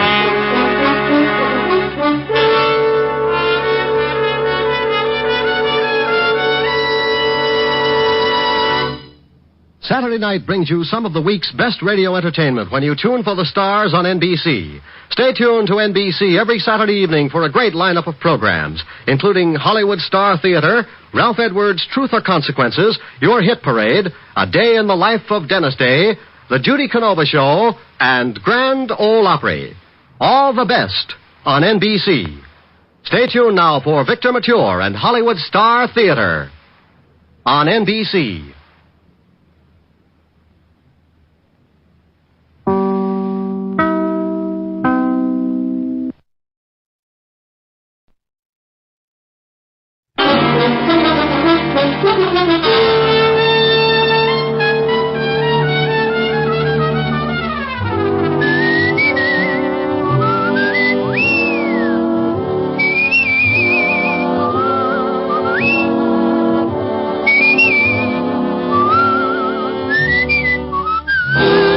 Dick Powell as Richard Diamond, Private Detective.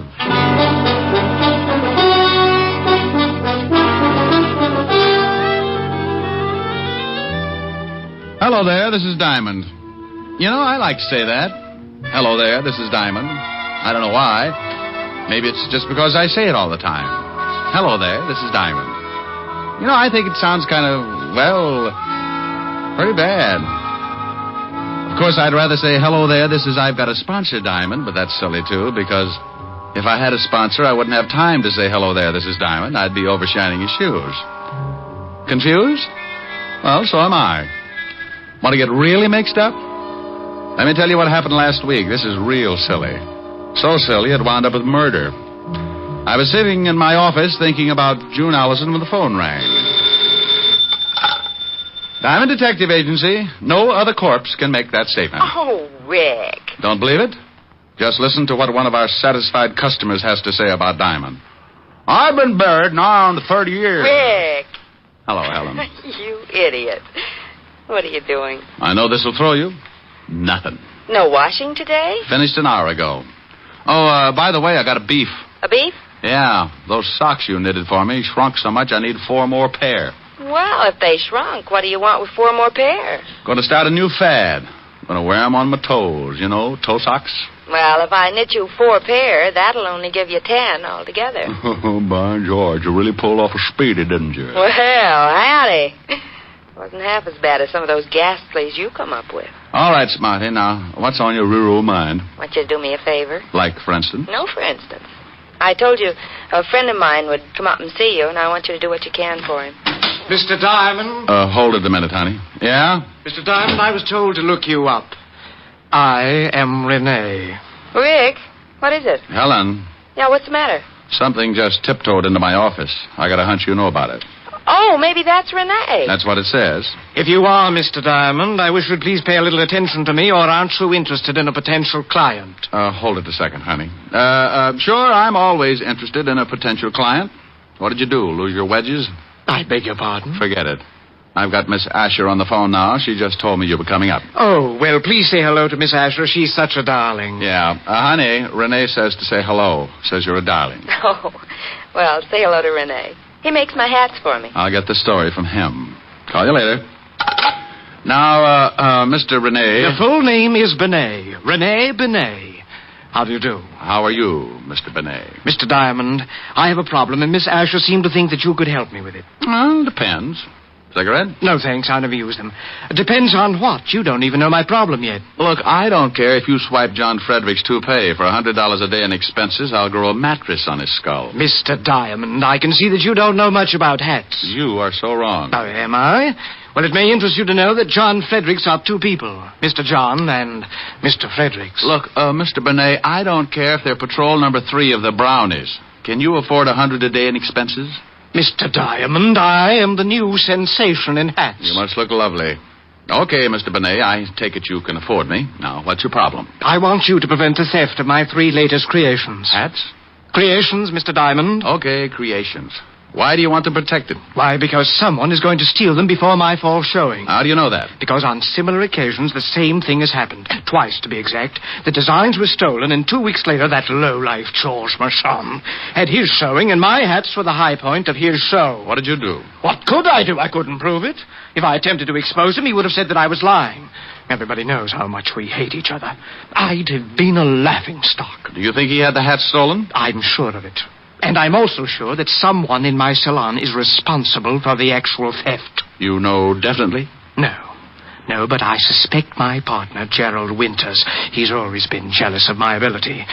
Mr. Diamond, couldn't you open a window or something? It's frightfully hot. Oh, it's the air conditioning. I keep a bag of red lip jumbos up in the vent. Sometimes they get stuck. Red lip jumbos? Pistachio nuts. You like hats, I get hung up on pistachio nuts. Perhaps you should see a psychiatrist. I did. What happened? I sent him 5 pounds of pistachios just yesterday. Oh, well, here's my card. I'll see you at my salon, Mr. Diamond, in about an hour. Oh, and something else. I don't want my partner or the help to know that you're a private detective. What am I supposed to do, buy a hat? Well, I'll tell them that you're a designer from Hollywood. That way, whatever you say will be all right. See you in an hour.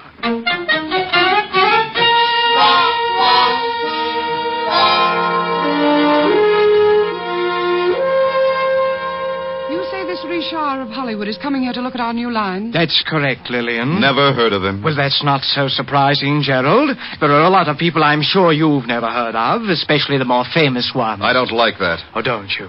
Well, I'm overjoyed that you're sure of one thing, at least. Now, don't you two start fighting again. I've never heard of this Richard of Hollywood either. Well, he's a new man, works for the studios, has made quite a sensation the last year or so. Well, I'm sick and tired of temperamental artists. I'm going back to my office. Well, why don't you do that, Gerald? Keep the books in the black, dear Potter, while I work to pay for your salary. You know, Rennie, someday I'm going to strangle you with one of your own hats. Why don't you buy yourself a barbell instead? Then the next time you get into a bathing suit, there'll be no doubt that you have muscles.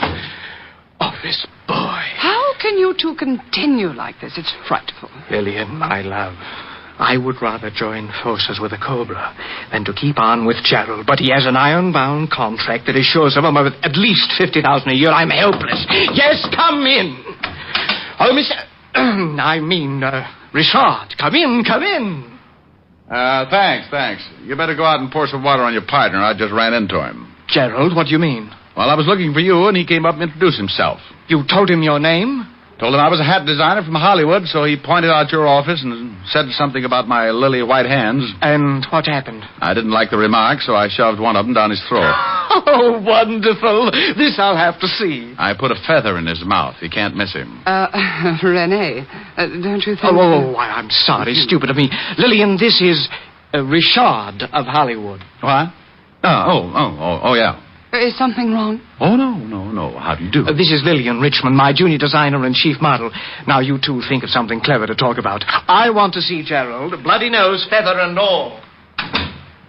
Cigarette? You look nervous. Oh, thanks. So, Gerald was the victim of a collision? Yes.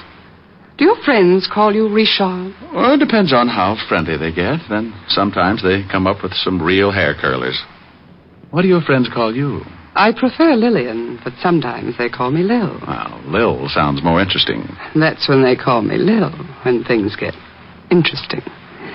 You don't act much like a hat designer, Richard. More like you should be playing football. Oh, well, I started by designing helmets for Notre Dame. I understand you work for the movies. You with any particular studio? No. I'm with an independent company. Real Square Productions. We make training films. Training films? Oh, that was simply wonderful. I had to pour a vase of water on him. Several customers were so frightened they left, but it was worth it. And how are you two getting along? Richard was just talking about football. He was explaining the merits of a short pass. Oh. Well, if you don't mind, Lillian, Mr. Richard and I have some business to talk over. Not at all. Get him to tell you how he started by making helmets. Maybe you'll get some new ideas, Renee. Helmets? Oh, my goodness. See you later, Richard. I'll wear my muzzle. Isn't she lovely? She has about as much conscience as a tiger in a chicken coop. Okay, now, what about our business? Oh, of course. Now, here's a retainer. I trust that $500 is enough to start on. My landlord will think so. What do I do? Well, I've told everyone that you're going to be with us until the fall showing. You want to see how I work. Perhaps take some designs back to Hollywood with you. Now, all you really have to do is to get to know the people that work for me. Now, be here from 9 in the morning to 6 at night and keep those designs from being stolen. Oh, by the way, where are the designs? In my safe here. Tomorrow they go to the designing rooms, and that's when the situation becomes acute. We'll have nothing to worry about until tomorrow, so I'll see you tomorrow in the morning at 9, Mr. Diamond. Okay. Oh, in case you need me, here's my card. I'll write my home number on it. For some reason, when I get a client, they always run into silly little things like murder or something. You just might need me. See you in the morning. I left Renee and headed for my apartment. I had suddenly found myself in the horrible position of a man with a steady job. 9 in the morning until 6 in the evening. Now, I'm a guy who can get along without too much sleep, especially when the situation calls for it. Like the little blonde dancer that works over on 52nd Street. There was a situation. But this time, I figured a good night's rest wouldn't do me any harm, so when I got home, I fixed a bite to eat, took a hot shower, and climbed into my little old shack.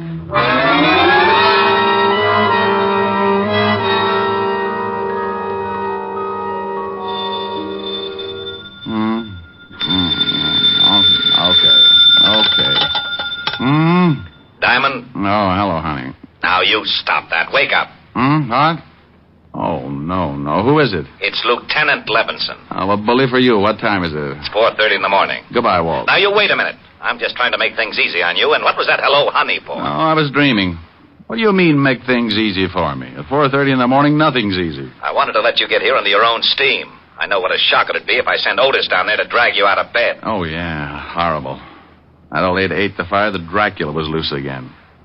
Hey, what do you want me there for? Well, I know you won't be surprised, but there's been a Rittero killing. Well, so what? So you're mixed up in it. Now get down here. Now, wait a minute. Who's dead? A guy named Benet, auto accident. Rene Benet? Yeah, I guess that's the way you pronounce it. You see, Otis, you mallet head, you were wrong. It's pronounced Benet, not Benny. That idiot was calling him Rennie Benny. Walt, how did you know I was working for Benet? Your card was found in his pocket. I'm at 125th Street, so come on up as fast as you can. Well, as soon as I get my football helmet off. Football helmet? You sleep in a football helmet? Well, I do. Don't you? Bye. I left the apartment and took off the address Walt had given me. It was way uptown on Riverside Drive. It was cold and the fog had begun to drift in. I found Walt over near the prowl car, and he briefed me. Rene Benet had been killed in an automobile accident. His car had crashed over a 100-foot viaduct. He went through the guardrail up there, Rick. Oh, wonder what he was doing way up here. Certainly wasn't headed home. Maybe he was going to see someone. Oh, maybe. Better check and see if he knew anyone out this way. Now, you wait a minute. You think something's wrong? Could be, huh? He had a partner who might want him out of the way. Oh, it's a mess, isn't it? Yeah, pretty badly burned before the fire boys got here. Wait a minute. Otis is over there with him. Otis! Probably warming his feet. He couldn't warm those big things on an atom bomb. Otis! Yeah, Lieutenant? Yeah, Lieutenant. Did you find anything? Yeah, there's been a fire. Oh. Get over here. Walt, what about that card you found in his pocket? Why didn't it get burned? It was in one of his suits over at his apartment. I put in a call, checked his license plate, found out who he was, where he lived, and sent a couple of boys over. They came up with your card. You know how they all love you. Anything else in the apartment? Nothing yet. We'll get a report. Here I am, Lieutenant. He's getting smart. Oh, hello, Shamus. Otis, get the car started. We'll go back to the station and wait for a report about this accident. Yeah. Lieutenant? No. No? That's right. You touch that siren and I'll throw you out of the car. Oh, guy can't have any fun anymore.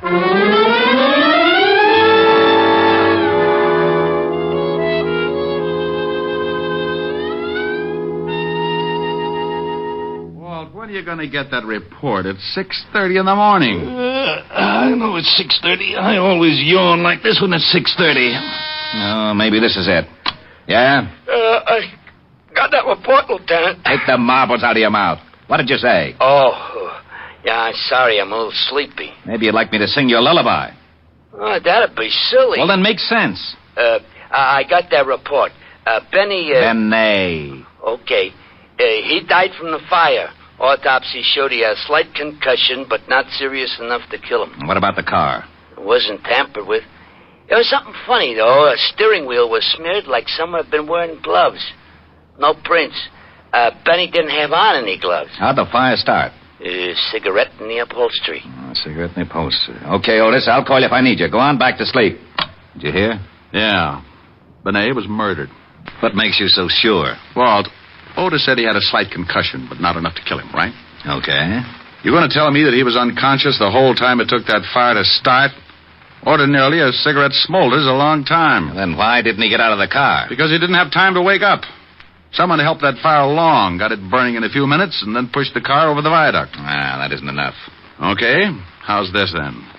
Benet didn't smoke. Now, that I'll buy. But how do you know? He told me. I offered him a cigarette in my office this morning. Well, who do you think did it? Well, I know he had two enemies. His partner, Gerald Winters, and another hat designer, George Marchand. I'll have them picked up. No. Let him alone for a while. Huh? Let's have some breakfast first, and then go down to Rene's salon when it opens.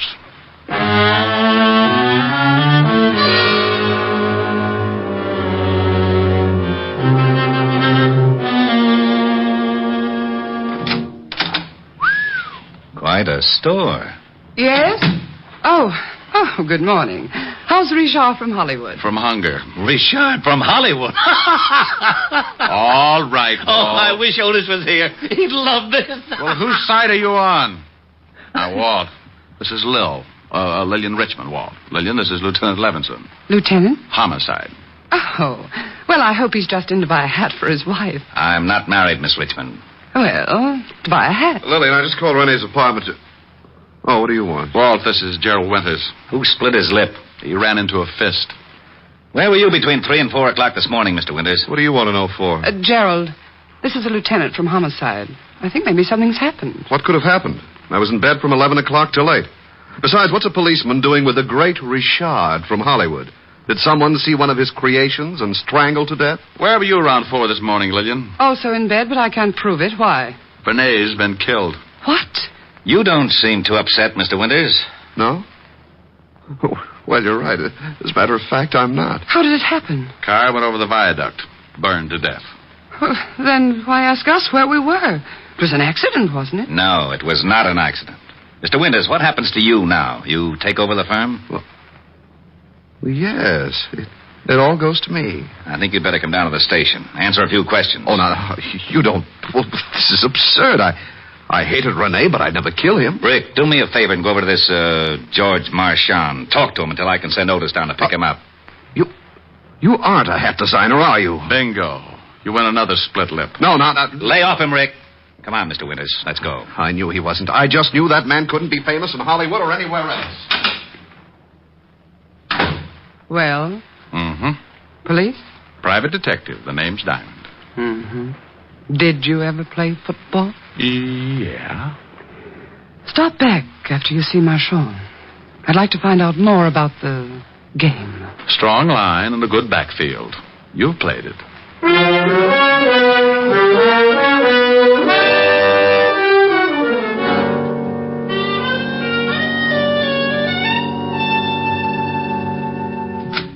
Good morning, good morning, good morning. What can I do for you? George Marchand? Yes. Well, I'm from the police, Mr. Marchand. The police? Your competitor, Rene Benet, was killed last night. What? He was burned to death in his car. Oh, but this is horrible, horrible. But what has Rene's death to do with me? Well, we think he was murdered, and we're trying to find a good motive. Mr. Diamond, it's true that Rene and I were enemies. Everyone knew it, but to think that I would take his life is utterly absurd. Yeah. Where were you about 4 this morning, Mr. Marchand? Well, I was in bed, asleep. Everybody sure had a dull evening. How well do you know Gerald Winters, Rene's partner? No, just slightly. How about Lillian Richmond? By reputation only. One more question. When's your fall showing, Mr. Marchand? In 2 days. Well, be sure to be around for it. The police get very unhappy if a murder suspect catches the first plane for the border. Murder suspect? See you later, Mr. Marchand. I left Marchand counting his pulse and wondering just how much I did know. And if he could have seen what was going on in my little old mind, he might have grown a few white hairs. I grabbed a cab and headed for the 5th Precinct Police Station in Walt Levinson. Needless to say, he was not happy. Oh, now, you wait a minute, Diamond. I'm satisfied with Gerald Winters. He's the only one who had a motive. The only one who had a motive that you can see. Too many things point to someone else. Give me a for instance. Oh, you always want a for instance. Well, hang it, you're trying to convince me that Winters isn't the killer, aren't you? Yes, I am, Walt. Then I want a for instance. I want to know your reason. Well, Winters and Rene hated each other. Even as partners, they really wanted each other out of the way. You crazy. You just gave me the best reason for hanging on to Winters. Walt, when Rene was killed, he was 10 miles away from his apartment going in the other direction. So what? Did you find out if he knew anyone who might live out that way? Even if he didn't know anyone out that way, I still say so what? The killer went for a drive with him, got out there, hit him over the head, poured gasoline on the seat, and dropped a cigarette. Pushed him off the viaduct.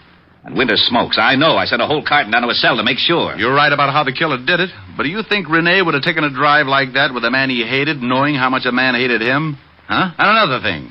It was pretty warm yesterday and last night, wasn't it? It certainly was. Lousy weather. Okay. The killer wore gloves.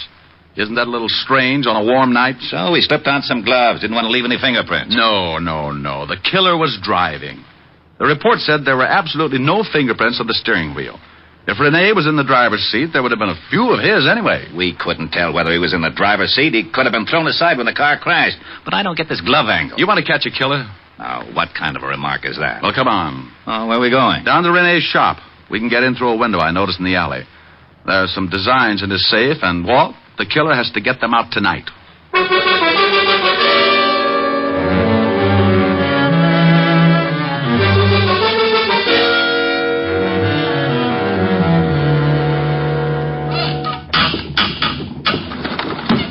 There you are, Lieutenant. It's Jimmy. Rick, I don't like this. Busting into a place without a warrant. Oh, go on. Climb in and watch out for the burglar alarm. All right.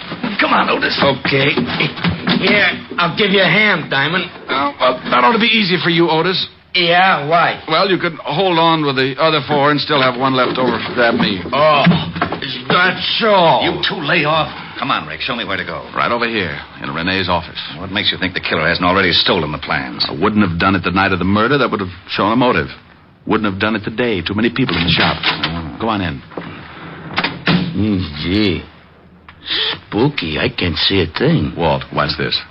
Boo. For Pete's sake, Sean. Now, lay off, Otis Diamond. And where do we hide? Just sit down anywhere and be quiet. The first person through that door is our killer.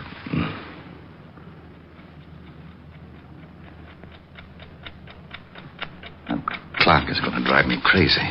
You want me to shut it off? How do you shut off a clock, stupid? Busted. Oh. Rick. Yeah? I still don't understand why that glove angle is so important. Well, as a single item, it's not so important. But along with the rest, it was the first thing that gave me an idea of the killer. Dad, Yeah? I think I got it.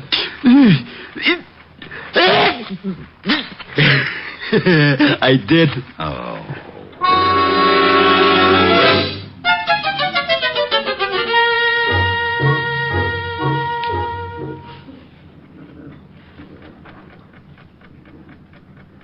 Rick, it's 3 o'clock. I don't think your killer's going to show. Yeah, I'm getting stiff.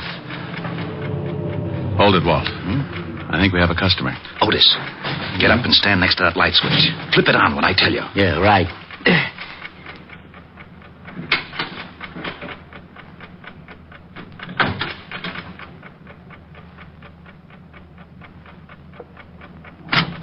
Okay, Otis. Oh, hello, Lillian. Oh, you startled me. What's this all about? What are you doing here? Waiting for you. For me?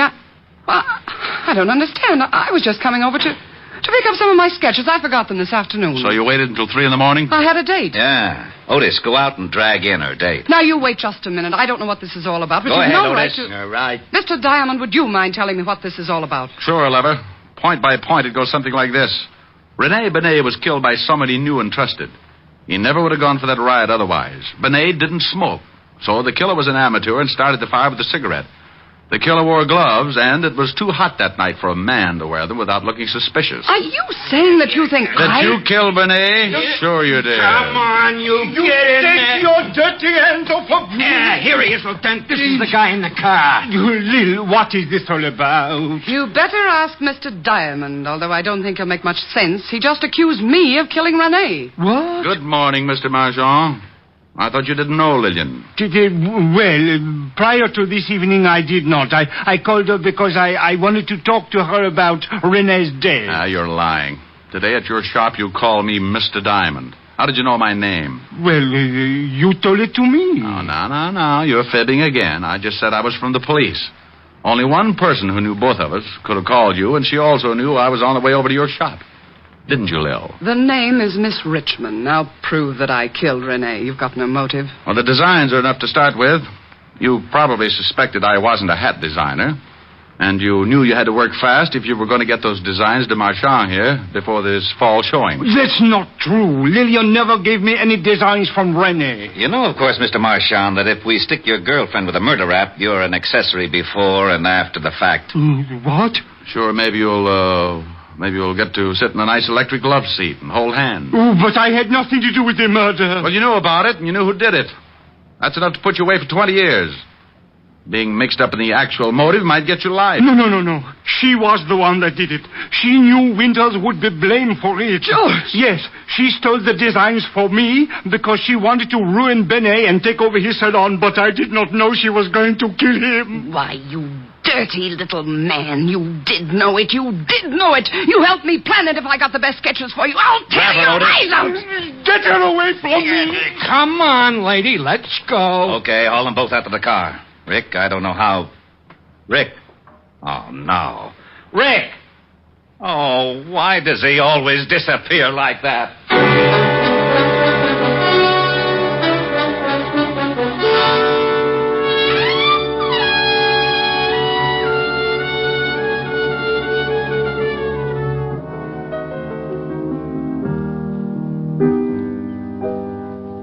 Rick, what's that you're playing? That's a new thing. Kind of pretty.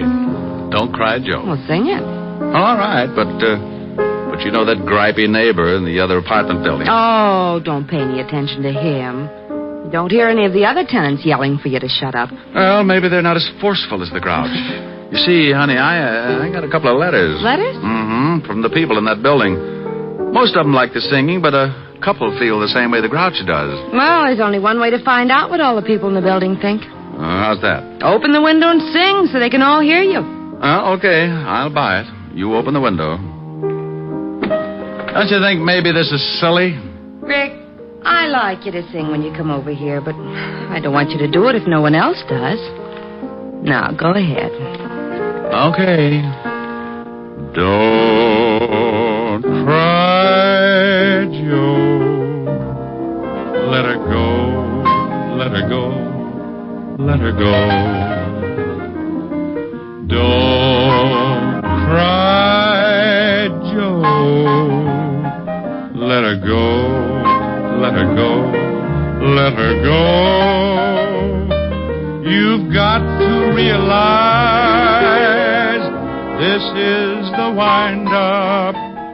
You'll feel much better once you make your mind up. Don't cry, Joe. Let her go. Let her go. Let her go.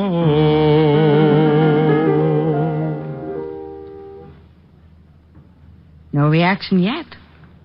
Maybe they all took poison. Well, give them time. We'll find out soon enough.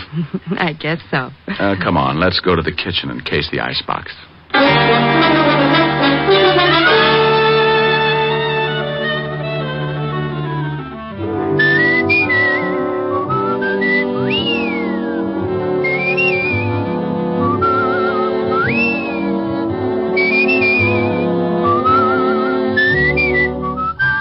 You have just heard Richard Diamond, Private Detective, starring Dick Powell. Helen was played by Virginia Gregg, Lieutenant Levinson by Ed Begley.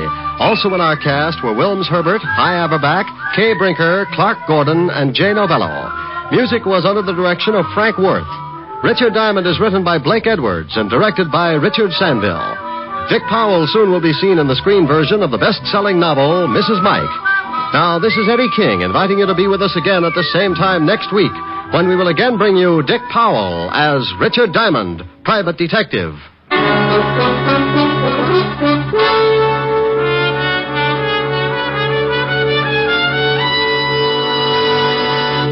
Saturday night brings you some of the week's best radio entertainment when you tune for the stars on NBC. Stay tuned to NBC every Saturday evening for a great lineup of programs, including Hollywood Star Theater, Ralph Edwards' Truth or Consequences, Your Hit Parade, A Day in the Life of Dennis Day, The Judy Canova Show, and Grand Ole Opry. All the best on NBC. Stay tuned for Irene Dunn and Hollywood Star Theater on NBC.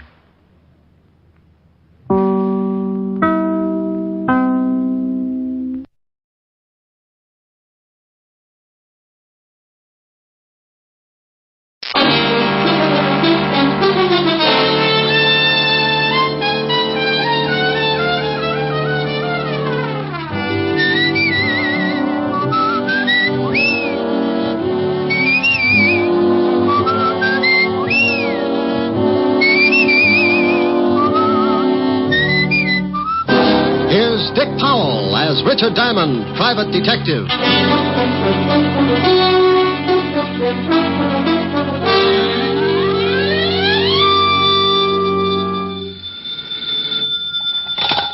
Diamond Detective Agency, surplus homicide, surplus hand grenades, black market embalming. Oh, Rick. Oh, Helen, what's with you? It's what's with you I'm worried about. What do you mean, what's with me? You know what's with you. Now, you stop that. That's my routine. I want that which you pilfered from the living room the other night, and I want it back, and I want it right away. Oh, but Helen, baby. Don't you baby me. Now, you get it down here. But I can't leave the office. I just got in. I haven't even washed out one sock. Rick, it wasn't fair when you stole that picture, and I've been embarrassed about it ever since. Now, I want it back. Oh, but, honey, don't be that way. It looks lovely. Can you see it? Well, sure. Got it right on my desk. Now, Rick, I won't have it. Now, look, if anybody asks about it, I'll say it's me. You never were a baby. You started with a beard and a low whistle. Honey, I had a baby picture just like it once, and believe me, from the way you were facing in the picture, you couldn't tell the difference between us. I'm lying on a rug. You probably had yours taken on spikes. Now, you bring that right over, or I'll tell everybody your middle name. Helen. I'll see you in 20 minutes, or I'll take a full pay of Chad and the time. You wouldn't. 20 minutes. With the picture. Bye. Helen. Oh, dandy. Mr. Diamond? Yes, but I'm afraid you'll have to come back. I've got to take care of something that might mean my whole future as a private detective. I'm sorry. I won't keep you, but... Well, could you tell me the name of another good detective? There aren't any. Goodbye. Oh, please. I don't know where to go. Oh, now, well, wait a minute. I'm sorry. Something's really wrong, isn't it? Oh, well, that's all right, Mr. Diamond. You go on. I'll find someone. Look, I really didn't know you were in a tough spot. I've got enough time to listen. Oh, thank you. Who recommended me? My son. Oh, I've heard about you for several years. My name's Kirby, Mrs. Lenore Kirby. How do you do, Mrs. Kirby? Just how did your son know me? Well, he didn't know you well, only by reputation. He was a private detective also. Kirby? Bill Kirby? Yes. Well, now tell me what's worrying you, Mrs. Kirby. Well, I don't know quite where to start. Bill has been acting strangely for the last month or so. What exactly do you mean by strangely? Well, he's changed. He's begun to act nervous and irritable. When his sister or I would try to find out what was wrong, he'd get angry. He got steadily worse. And then one morning, Gloria... Gloria? My daughter, Bill's sister. Oh, go ahead. Well, she went into his room. He was asleep, so she started to hang up his trousers. When she turned them upside down, a lot of money dropped on the floor. Oh? Well, what do you mean, a lot of money? Well, Gloria said there must have been several $1,000s. Mostly $100 bills. Did he have another source of income? I mean, besides the private detective business? Oh, no. At least nothing I know of. Mm-hmm. We're not wealthy, Mr. Diamond. Bill supports us with what he makes, and Gloria works as a secretary in a law firm, and I try to keep my house in order. Of course, I haven't been terribly well since the children's father died 10 years ago. I see.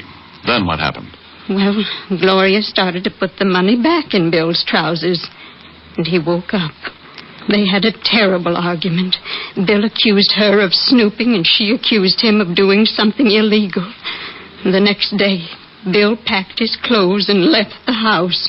He took a small apartment on 110th Street. Uh-huh. Now, what is it you want me to do?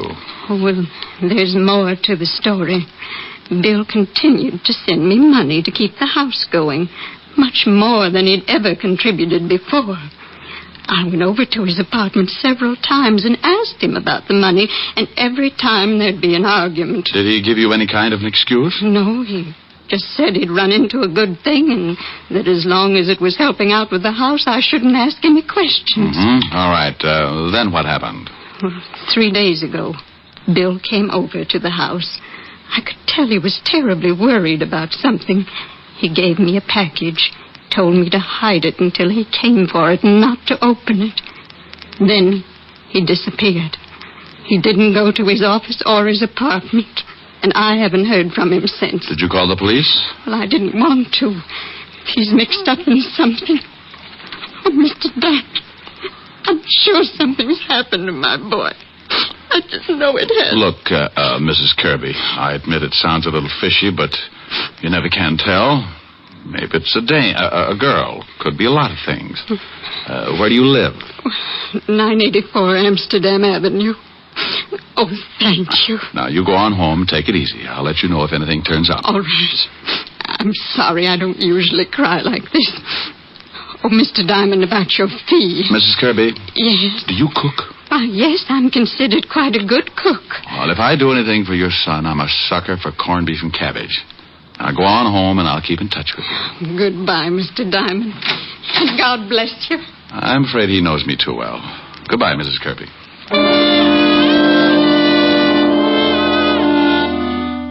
Funny how you can run into a situation like that. Any other time, it's got to be $100 a day in expenses. But that's because trouble doesn't usually bother me. There's too much of it around, and everybody's a stockholder. Then a little old lady walks in with a bucket full of heartache, and you realize the $100 a day in expenses is only the difference you carry around to make up for that big, cold world outside. I put my merit badge away, grabbed Helen's picture off the desk, and headed for 975 Park Avenue. Well, you're late. I was just going to call the papers, but I wasn't quite sure how you spell your middle name. It's, C-H-O... Here's the picture. Thank you. I didn't know you had a mole in your... Rick. Aren't you coming in? No, I'm not. I'm mad. Won't even let me keep your little old baby picture. Now, about that mole... Now, you stop that. Why can't you come in? Well, I got a client right after I talked to you. I got to go down to the 5th precinct and do some checking. Will I see you tonight? If you'll tell me about the mole. Now, Rick. See you at 8. Bye, mole. Sam, a baby.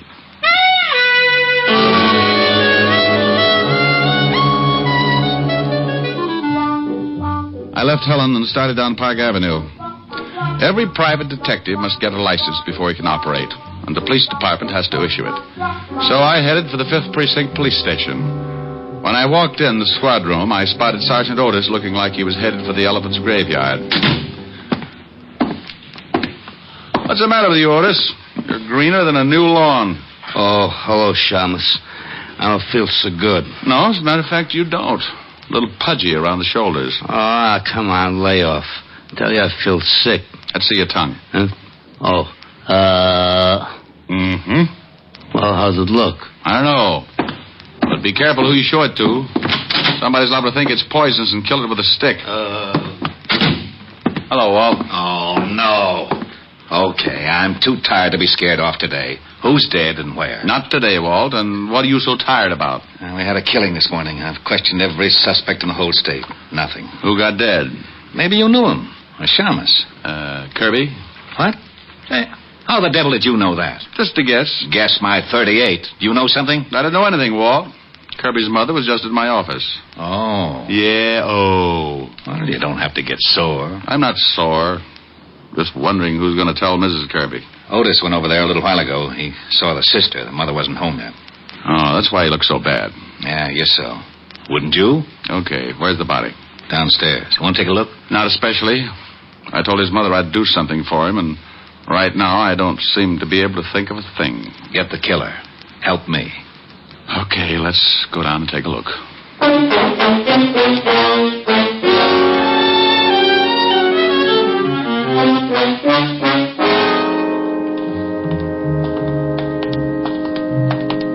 Right over here.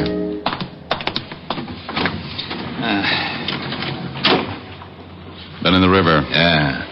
Put 4 slugs in him first, though. What kind of a gun? 12-gauge shotgun. Used a deer load. Anything on him? Just the usual identification. Okay, let's put him back. I don't know why he got knocked off. No motive, no nothing. The mother has quite a story. Yeah? She told me your son... Hey, Lieutenant! Lieutenant! Oh, no. Yeah? And here comes Malicious. Hey, we just got a call. Kirby's mother and sister just got beat up. Something awful. What? Come on, Walt. Well, this is crazy. First the son gets it for no apparent reason, then the rest of the family get beat up. I think I can tell you why the mother and sister got beat up. Yeah, why? Probably the package Kirby left with his mother. What package? I'll tell you about it on the way over in the car. Okay, Otis, okay. Come on, step on it. Lieutenant. Yeah. This time you can use the siren. Oh, boy.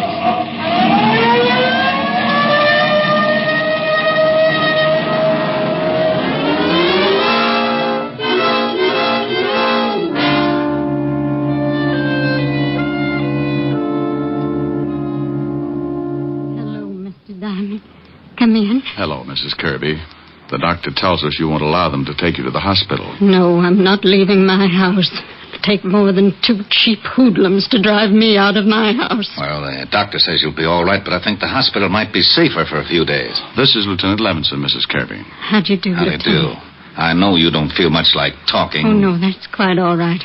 I'll be glad to help in any way that I can. Were they after the package your son left with you? Yes, but I didn't give it to them. I almost did when they started to hit Gloria, but I knew they had something to do with Bill's death. And you knew the package was important, too? Yes. Oh, where is the package, Mrs. Kirby? In the bread box, in a bread wrapper. Pretty cute. Otis. Yeah, Lieutenant? Go in the kitchen and bring me the loaf of bread in the bread box. You want some sardines, too? Otis, just the bread. Please? Oh, okay. Mrs. Kirby, the 2 men who came here, do you think you could identify them? Oh, yes.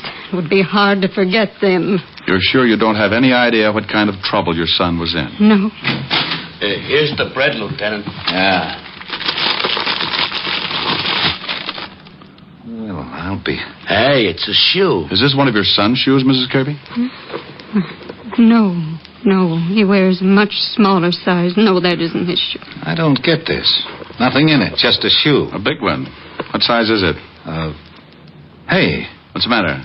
Well, the shoe size on the inside, it says 6B and then 5 numbers after it. Well, if that's a 6B, Otis wears matchboxes. Oh, yeah. Otis. Oh, okay. I don't understand. Why would Bill leave a shoe and act like it was so important? Because it probably was very important.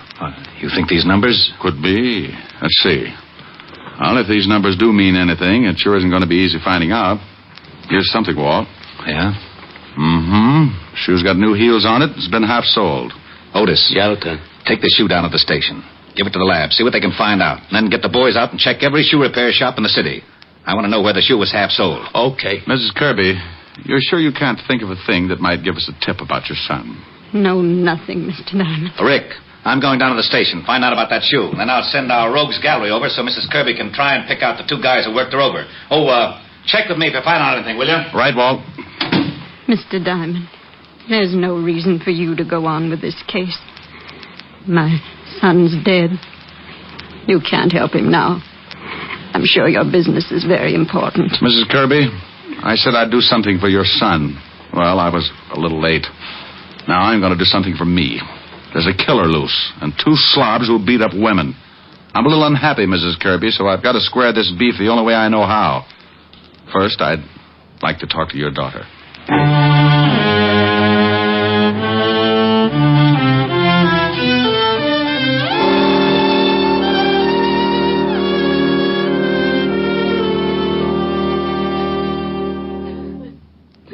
Now, look, Gloria.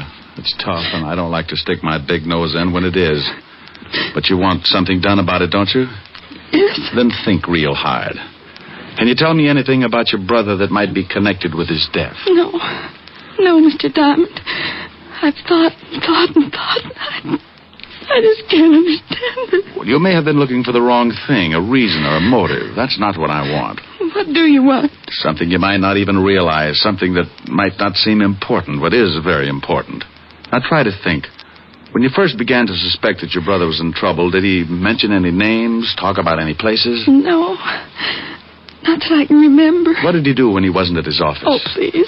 Please, I don't know. I just don't know. Okay, I'm sorry. Oh, I'm sorry. Mom and I appreciate what you're doing, Mr. Diamond. Right now it's hard for me, but I'll try. Okay. No places? No names? Did he have a girl? No, he didn't have a girl. He led a fairly simple life. Had a regular routine. Routine? Mm-hmm. Mom used to worry about it sometimes. Said he didn't have enough fun. Didn't know anybody. What kind of a routine was this? Well, the usual thing around the house in the morning. He'd go to work. On his way home, he always stopped at a bar on Columbus Avenue for a beer. Then home. Dinner. Read until 10:30 or 11. Go to bed. Nothing else? No, he did that every day. At least up until the time when he started acting funny and I found all that money. I see. Well, thanks. I'll let you know if anything turns up, Gloria. Thank you, Mr. Diamond. I hope you... Yeah.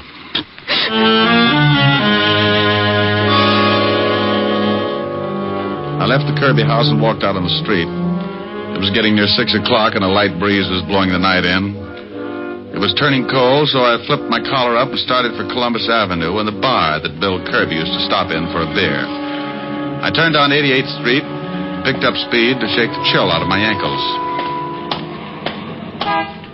Hey, you. Yeah? You Diamond? So what? So where's this shoe? Oh, you're going to find it harder working me over than a couple of women. Working you over, maybe, yeah. Killing you? Everybody dies easy. Give me the shoe. Where's your friend? Move in this alley. I'll give you an introduction. I'm busy. You're going to be busy getting dead if you don't get in the alley. I got my gun in my pocket. I bet you shrink 4 feet when you aren't carrying it. What? Okay. Did you get him? Yeah. But it don't look like he's got the shoe on him. Yeah, but he knows where it is. Tell me, boys, is it fun beating up women? More fun beating up those gumshoes. Ain't it, Danny? Sure. You want to tell us where the shoe is, Shamus? Right now, it should be in the police lab. Hey, Danny, you think those cops really took it out of the house? I don't know. I couldn't see. Diamond, I still think the old dame gave it to you when she went up to see you at your office this morning. What did you kill her son for? Who said I killed him, friend? Kirby got smart about the shoe like you did. He got dead for his trouble. How do you feel about your future, friend? Pretty good. The cops will figure that shoe out. Not unless they know what they're looking for. He ain't got the shoe on him, Bart. I think he's telling the truth. Let's go tell the boss. Yeah, what do we do with the gumshoe? Oh, I'm surprised at you, Bart. Give me your sap. Hey, now, wait a minute. For what?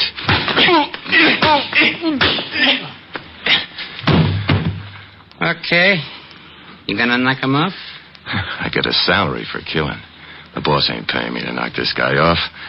I want to save him in case he thinks I should later on. Let's go. It isn't easy coming out of a fast beating. When the guy works you over slow, you don't go to sleep right away. Not until he wants you to anyway. Then he taps you with a good one, and that's it. When he does it in a hurry, the first one's enough to stun a dragon, but for some reason he decides you need a few more. And, friend, that's when coma sets in. When I finally pulled myself out of it, my watch said 7 o'clock, and my head felt like a balloon with rice in it. I finally came around to a reasonable way of thinking and headed for the bar on Columbus Avenue. Yes, sir? Holy Ike. Give me anything with nerves in it and tell me where your phone is. Sure. You're a mess. Yeah, I know. Been advertising a popular cigarette. Been stepping out of thousands of store windows all over the country. Now, where's your phone? Right over there, the end of the bar. Hey, you want us to put some plasma in this drink? Oh, that was a gem dandy.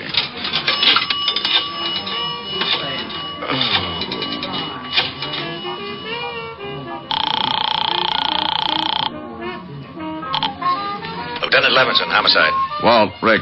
Rick, where the devil you been? Playing patty cake with the two gonniffs who worked over Mrs. Kirby and her daughter. Well, we've been trying to get you. Otis been calling blondes all over town.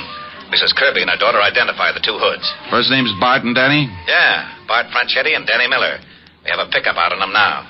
They hurt you bad? Oh, I'll make it, but I'm going to ache for a while.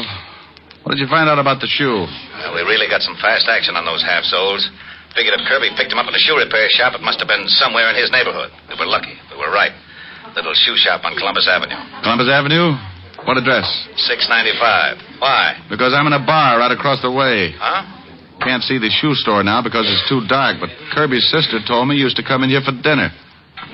He could have watched it then. Oh, stay there. I'll be right over.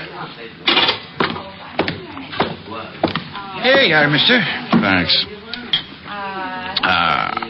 Say, did you know Bill Kirby? The shamus? Oh, sure. What do you mean, did I know him? He's pretty dead. Oh, no. He came in here every day, didn't he? Yeah, for a beer. But come to think of it, I ain't seen him since he left... Left you what?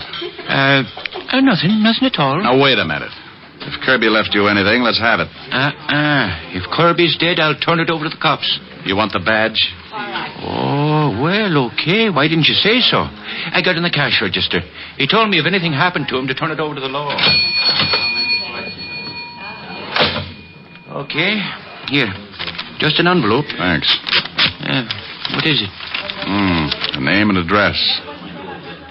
Look. Lieutenant Levinson will be here in a few minutes. Tell him I've gone to this address, 18 North River. That's down near the docks. Yeah. And tell him I've gone to find a guy named James Willis.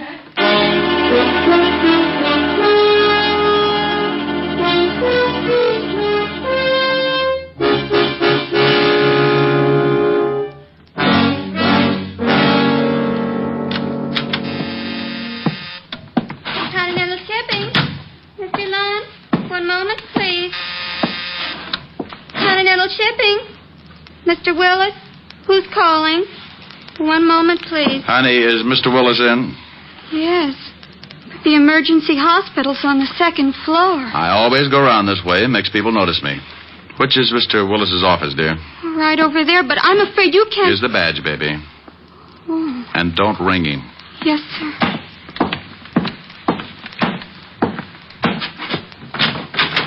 Yes? Well. James Willis. When did you change your name from Kozlik? Now, look, Diamond, I've got a good job here. I never could have gotten it if the company had known I was James Kozlik and I'd done time. In the shipping business, huh? What's an old-time safe cracker like you doing in the shipping business? You're not a cop anymore, Diamond. You helped put me away once, but I've quit the rackets, and I'm doing fine in a legit way. Now you can leave. What does your company ship? We're in export and import firm. We ship and receive everything. Now get out. What does your company import that might interest two professional thugs like Bart and Danny? What?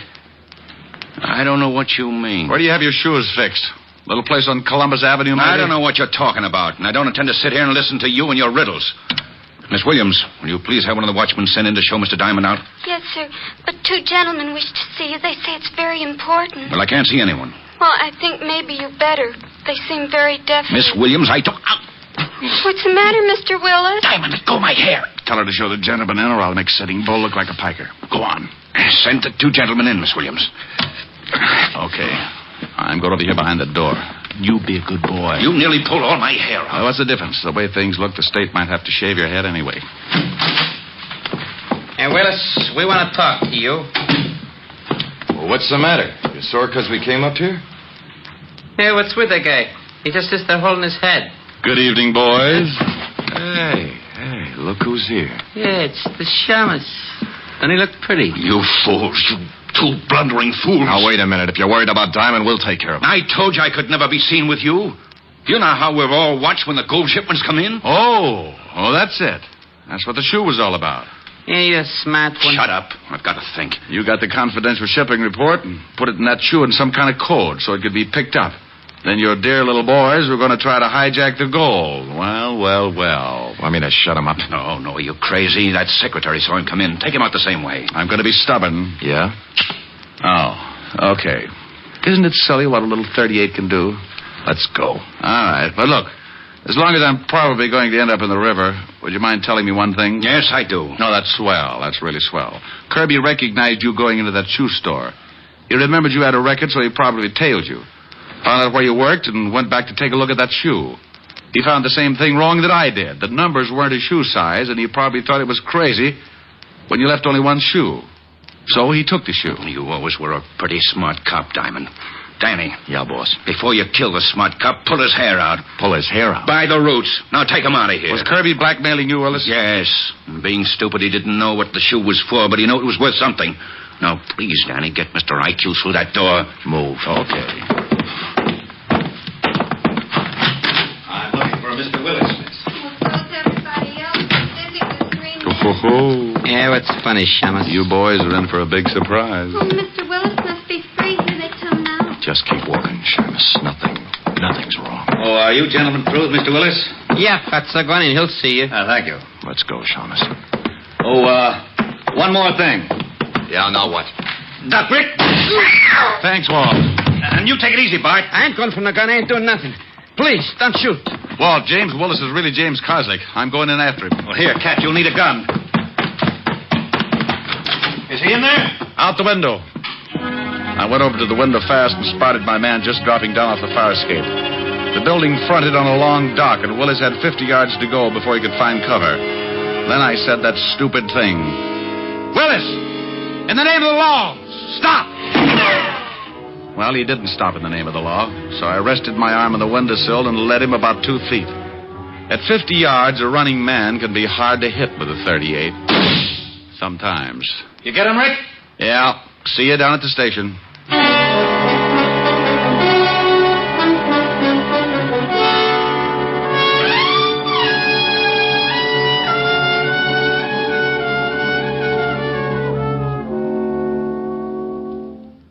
How do you like it, Rick? No cream. 12 lumps. All right. Say, I had a phone call from the president of Continental Shipping where that Willis guy worked.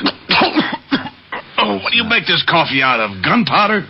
He says there's always been a standing reward of $1,000 for the apprehension of any person attempting to rob their shipment. Hey, Diamond, Miss Asher phoned. She wants you should call. Thanks, Otis. Thanks. What's wrong with you? You heard him, Otis. He said thanks. Okay. He must be sick. More coffee, Rick? Yeah, I'll have another cup. Hello? Hi, honey. Rick, where are you? I thought you were coming over. Well, baby, I've got to stop by and see a nice old lady named Kirby. Her son got killed. Oh, I'm sorry. Will I see you later? No, I don't think so, honey. I'm a little tired. All right, Rick. Well, don't sound too unhappy. I'll see you tomorrow night. Well, all right. But you always sing to me, and I wanted you to sing tonight. Well, I haven't gotten any letters from the apartment building next door yet, so I'm going to lay off 1 week and see if the tenants miss the singing. All right, Rick. I'll see you tomorrow night. Goodbye, baby. Bye, Rick. Well, I think I'd better get over to Mrs. Kirby's, Walt. Oh, don't you want your coffee? Yeah, give it to Otis. What are you going to tell Mrs. Kirby? I mean about her son and the blackmail. Well, what are you going to tell Continental Shipping? Well, you caught him. You get the 1,000. Oh, Mrs. Kirby's pretty broke. Uh-huh. Kirby was the one who really spotted the play. Yeah, but if I say anything about the blackmail... What blackmail? Huh? Oh, yeah. Yeah, come to think of it, that was another case, wasn't it? See you later, Walt.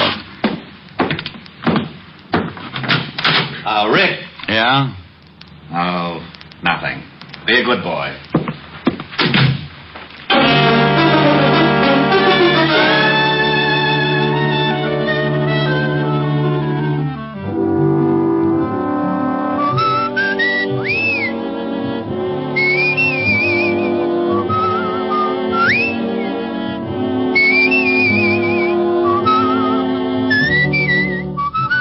You have just heard Richard Diamond, Private Detective, starring Dick Powell.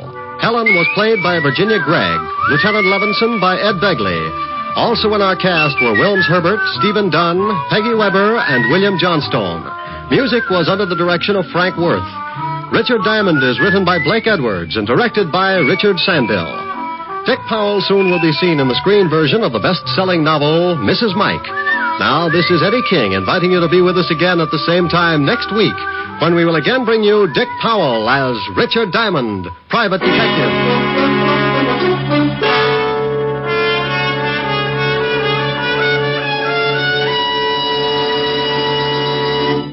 Saturday night brings some of the week's best radio entertainment when you tune for the stars on NBC. Stay tuned every Saturday for a great lineup of programs, including Hollywood Star Theater, Ralph Edwards' Truth or Consequences, Your Hit Parade, A Day in the Life of Dennis Day, The Judy Canova Show, and Grand Ole Opry. All the best on NBC.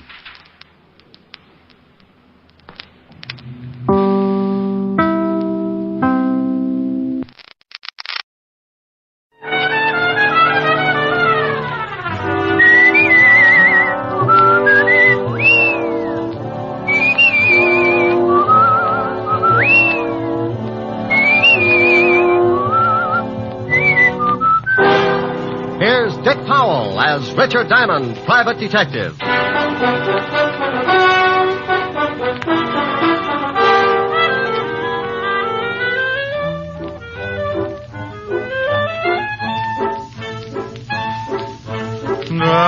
da da da da da. Da da da da da da da da da. Oh, hi, baby. Why, what in the world are you so happy about? Why aren't you at the office? Now, don't confuse me, dear. One question at a time. Come on in the study, and I'll tell you all about it. Oh, now stop being so mysterious. You never come over here at this time of the day. Read some of these. What are they? Letters. Read them. All of them? Well, there must be at least half 100. Well, close. 53, and those are only about 1/10 of the pile that's in my office. Oh, Rick, are these? Yeah, the lovely, dear, sweet tenants in that gorgeous building right next to this one. They like your singing. Read a couple. Me, me, me, ho, ho, ho, di, di, di, di, di. Dear Mr. Diamond. La, la, la, la. Rick. Go on. Well, stop sounding like a whole quartet. All right. Dear Mr. Diamond, I live in the building across the way from Miss Asher's apartment. Right over there. At least once a week, I sit in my living room and listen to the sounds of your melodious voice. Last week, however, I waited for 7 straight days, but without result. You did not sing. Please, Mr. Diamond, for the sake of my family, continue to sing at least once a week. I'm beginning to nag my husband, and yesterday I took the rubber bone away from my French poodle. Everybody shall be exalted. You see, it's getting to be a real problem with me, and if you want to save me the $25 a day, I would have to pay my psychiatrist. Sing. Lotto. Yours expectantly, Mrs. Louise Cartwright. Rick, are they all like this? Well, certainly not. Some of them are really desperate. Now, here's the one I saved out. Read this one if you really want to get a charge. Oh, me. My dearest Mr. Diamond. Go on. I have been listening to your beautiful singing. What? What do you mean, what? What you just read. I've been listening. No, the last part. Your beautiful singing? Yes, I'm in a enchanted evening. Oh, you sure? Go on, finish it now, finish it. Well, she's been listening to your beautiful singing. Oh, yes. And many times I've seen you going into Miss Asher's apartment, and I think you are as beautiful as your voice. Oh. What? Now, you said that. Turn off the steam and read the last part. I wouldn't miss it. Last week, I waited and waited, but you didn't sing. Everybody shall be exalted. I know you were in Miss Asher's apartment, and you certainly had the chance. If Miss Asher is the one that won't let you sing, come over to my apartment. I have a piano, and I just love it. 977 Park, apartment 303. Signed, your most ardent fan, Ellen. Mademoiselle from Armitage. Rick, what are you doing?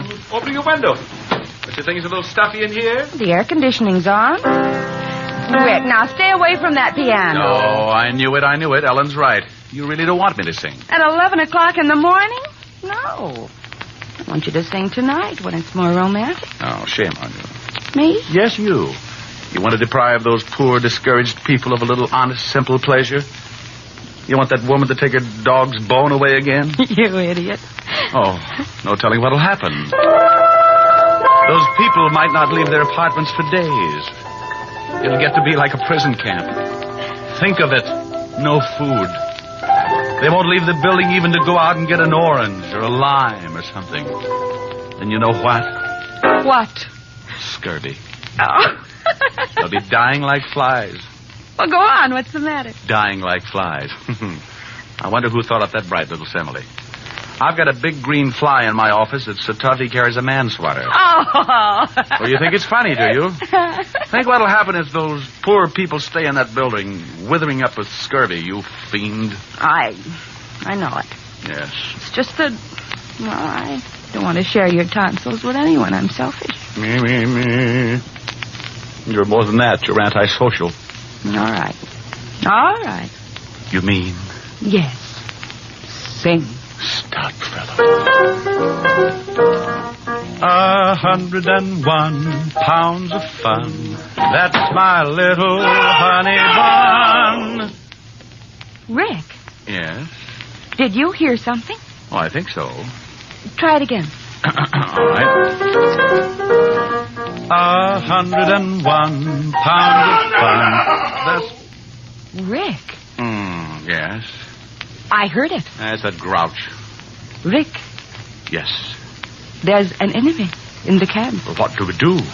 We can't just let those people die over there. Sing him. You mean? Yes. Sing. It's your duty. You're right. It's no longer a matter of personal pride. I must defeat the grouch at all cost. For those 1,000 starving tenants. 1,000? Big rooms. Stand back. Good luck. Thank you. You are my sunshine. You are my sunshine. You are my sunshine. You are my sunshine. He's weakening. You are my sunshine. You are my sunshine. You are my sunshine. Sunshine. He's nearly down. You are my sunshine. You are my sunshine. You are my sunshine. You are my There he goes. You are my sun. Rick. Victory? Decidedly. Bull Run was never like this. All right. Now sing Honey Bun and save those poor people. 101 pounds of fun. That's my little honey bun. Honey bun. Rick. Good grief. Bun. Rick, what happened? I don't know. I can talk all right, but the minute I go up, something happens. I hope you didn't hurt it. La la la la la la la la. Oh, Rick. Oh, now isn't that ridiculous? I can't help laughing, but it isn't really funny. Come on, let's go get you some warm milk or something. Mimi, Lord, I'm off. Oh. Now stop that. Give it a rest. Oh, if that grouch only knew, I may never bother him again. Well, he's the only one that doesn't like it. Poor guy. Poor guy, now, that's a silly thing to say. Well, honey, he doesn't like it, let's face it. He'll probably get so desperate he'll have to move. Okay, let him. I wonder what he's doing right now. I'll bet he's planning something fiendish. You think he's going to start shooting burning arrows? I wouldn't put it past him. Now, let's take care of that throat.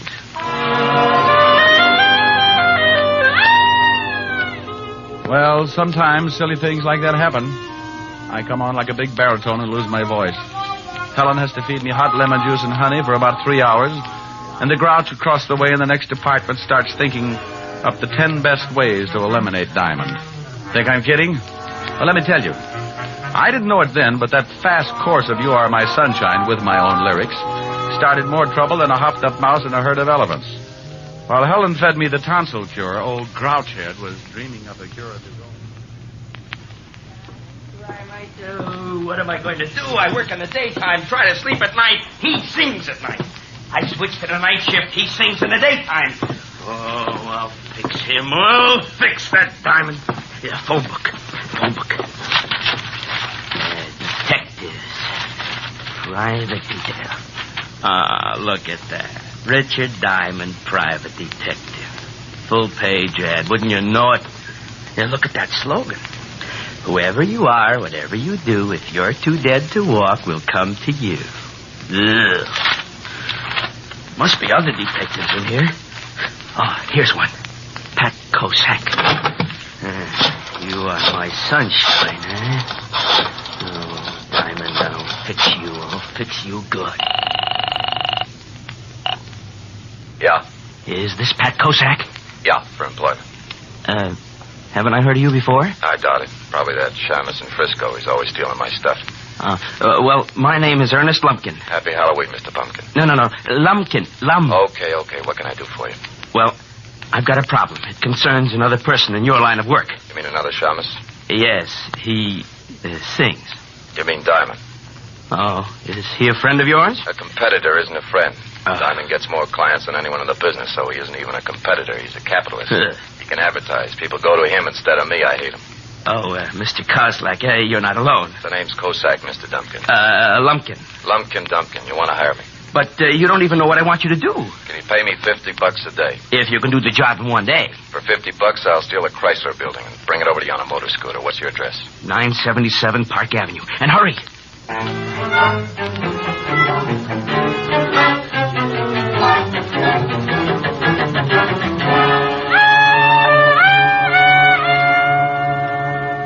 How does your throat feel now? Oh, scalded.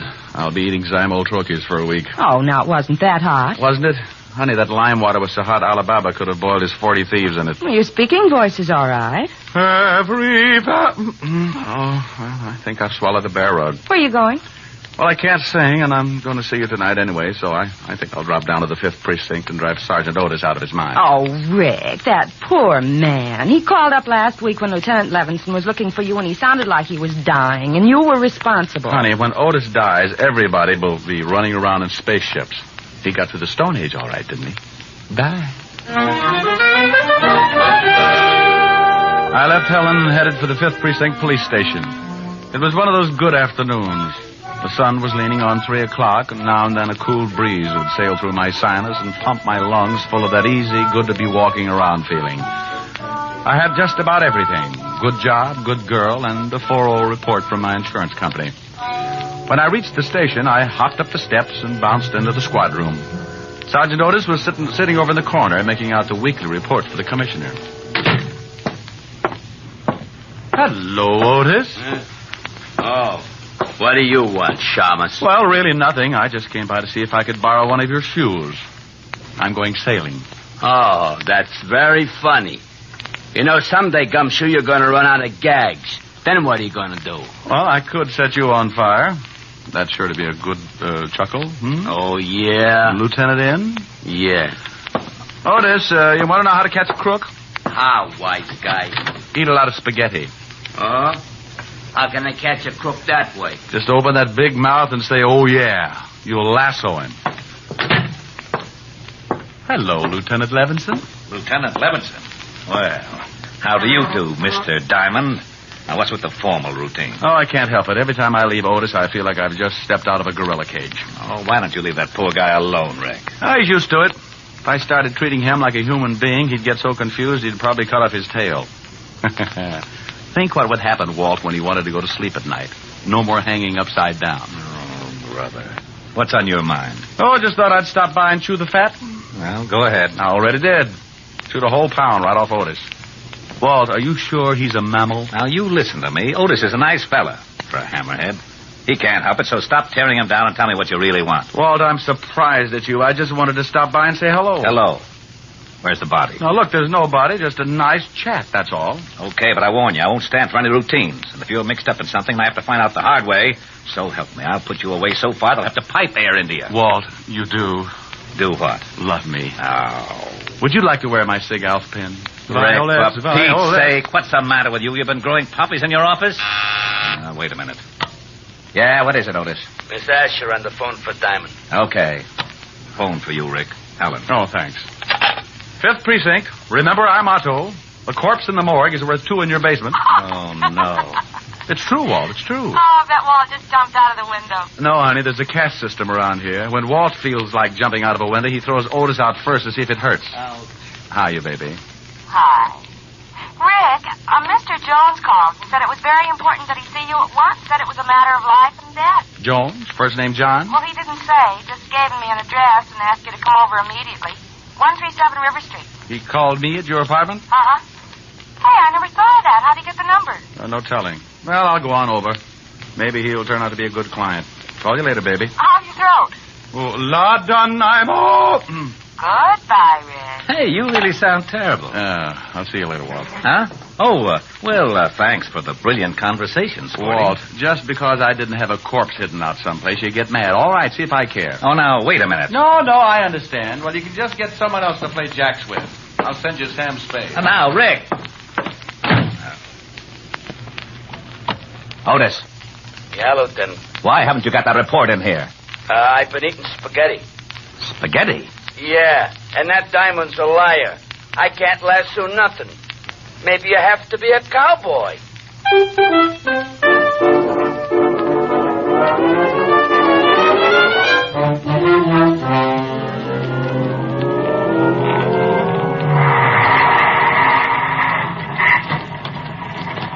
Thanks, Cabby. Keep the change.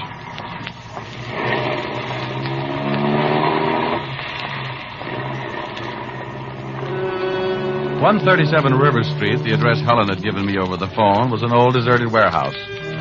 Now, I want to stop right here and say I admit it was pretty stupid to wander into an empty warehouse like that. But I figured that this Jones guy must be in some kind of trouble to leave a message like that with Helen. The place was as empty as a fairground in the winter. I put my hand on my .38 and kept moving toward the back of the building. Then I saw a door. A sign on it said, "John Jones. Enter." And wouldn't you know it, I did. Hey,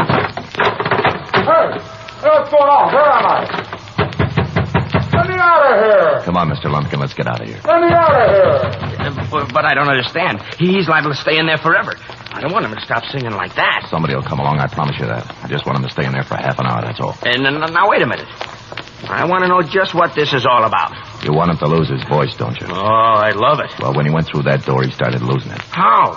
Well, what's behind that door? An ice box. Come on, Mr. Grumpkin.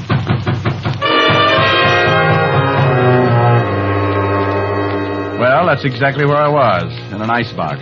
Not a very big one, but a very cold one. The kind a company might have to store fresh meat and drinks. I tried breaking down the door, but it was a foot thick. I struck a match and looked around. Lots of ice, no way out. So I turned up my collar and sat down to wait. I don't know how long I sat there, but I guessed it to be about 20 minutes. I could tell because my feet had frozen up about 20 minutes worth. Then I heard that lovely sound. Rick, you in there? Yeah. Hand me an ice pick. I want to get my feet uncrossed. How in the devil did this happen? Well, I think one of the frozen food companies got a new idea. What's the matter, Diamond? Forget your sleigh. Shut up, Otis. You think you can walk, Rick? Yeah, sure, but I might squeak a little. Ooh, got a Bunsen burner handy? Otis. Okay. How did you find me? We got a call. From a guy named Jones? Yeah. Said he was in danger and that you were coming down to meet him at the warehouse. Said he saw 2 guys lock you in this icebox. Oh, dandy. Did he say where he was? Yeah. Here's the address. Thanks. Hey, where do you think you're going? Well, I feel better now. I'm going over to find Jones. Well, you might get in trouble. Well, if I can find the two guys who locked me up, you can bet on it. Well, I'm going to send Otis along with you. Otis?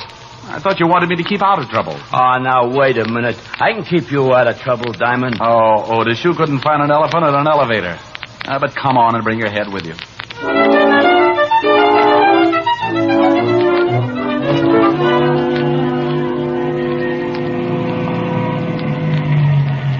This is the address where that Jones guy said he'd meet you. I'm Mandelbaum, Swedish massage. This guy really picks out some great places to hide out. Come on, Otis. Feet first, or the rest of you'll never get out of the car. Oh. Hey, Diamond. You think while you're talking with this guy Jones, I might get me a rub down? Otis, to rub that stomach of yours, it would take a gallon of baby oil and an octopus to get anywhere.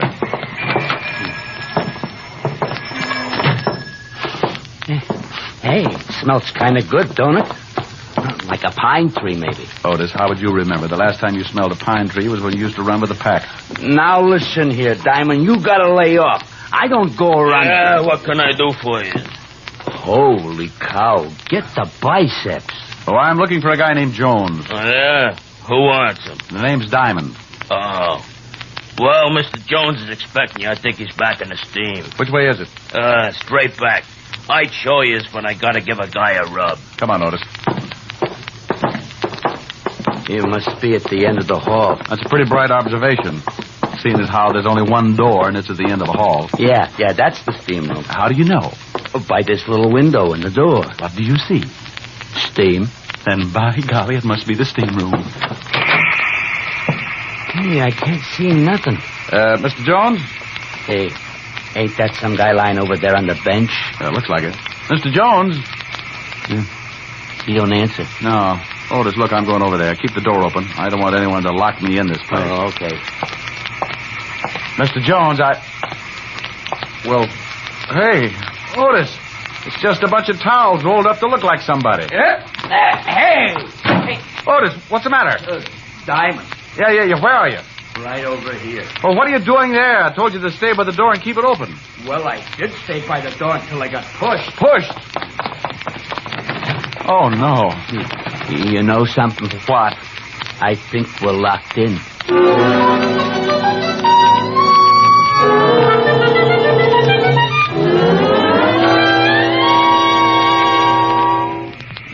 Oh, shut up, Otis. But I don't feel so good. What are we going to do? Oh, why don't you be happy? It's the only chance you'll ever get to sweat off some of that blubber. Yeah, you want I should look like one of them atrocity pictures? Otis, you could lose 300 pounds and still weigh in with King Kong. Yeah, there's no time to get nasty. Well, relax. Read a magazine or something. What do you mean? Just what I said. Read a magazine. Isn't that one right over there? Yeah. Oh, for Pete's sake. How can I read this thing, Shamus? The pages is all stuck together. You couldn't read the first line of an eye chart anyway. Just look at the pictures and shut up. Okay. Hey! What's the matter? This magazine. Take a look at this. What is it? It's one of them movie magazines, Movie Stars Parade. So what? Well, get a load of these pictures. Ain't that you? Let me see. Well, how about that? Some guy acting like Richard Diamond, private detective. Well, it looks like you. No, it's that Powell guy, that actor. Tear it up. Oh, no, it's a good magazine. Give me that. Oh, hey, what'd you do that for? If it hadn't been for that juvenile, I could have been in pictures myself. Now try kicking in that little window again. It's no use. That glass must be bulletproof. Oh, swell. First an icebox and now a steam bath. I'm going to start thinking I'm in California. Well, don't just sit there sweating. Do something. My uniform's shrinking. Well, maybe now it'll match your head. I just can't figure this. If someone wants to get rid of me, why did they do it the old-fashioned way? Oh, don't say that. How long do you think we've been in here? I don't know. Hey, Diamond. Yeah? My socks just disappeared. Well, go kick on the door again. It's your turn. I don't think I can make it. We've been in here for days. Hey, look at your watch. It's all steamed up. I can't tell. You think there'll be anything left? Just your shoes, Otis. It'll take a blast furnace to get rid of those. Oh, wait a minute. What's the matter? I thought I heard somebody outside. Yeah? Hey, help! Help! Shut up. Hey, what's going on in here? Who closed the bolt on the door? We're saved? Would you mind helping us out, old man? We seem to be a little limp. Hey, where's Mr. Jones? Hey, what are you doing in here with your clothes on? Trying to get him steam cleaned. Oh, fresh air. Now, would you two guys mind telling me what this is all about? Maybe you better tell us, Buster. I don't know what you mean. Who locked the door on us? How do I know? I give a guy a rub. When I come back, I find the door bolted. Hey, where's Mr. Jones? You sure he was in the steam room? Sure. He comes in and says he wants a steam. You should show up. I should send you back. I told him I was going to give a rub to stay in long as he liked. Did he ask you how long the rub would be? Yeah. Matter of fact, he did. I said it'd be about half hour. I don't get it. He wanted me in that steam room for just a half an hour. He wanted me in that ice box for about the same time. What's with this? Diamond, look at this uniform. Oh, I think it's lovely, Otis. You should always wear knickers.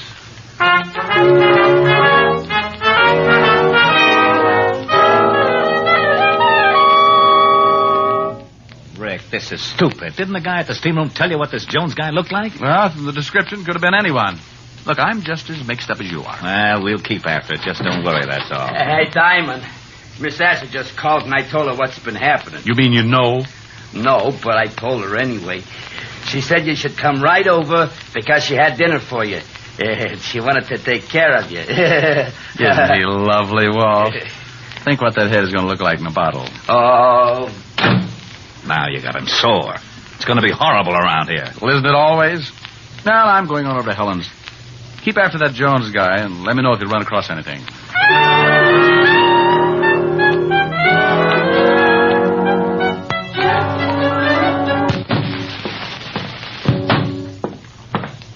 How are you, Mr. Klumpkin? Lumpkin.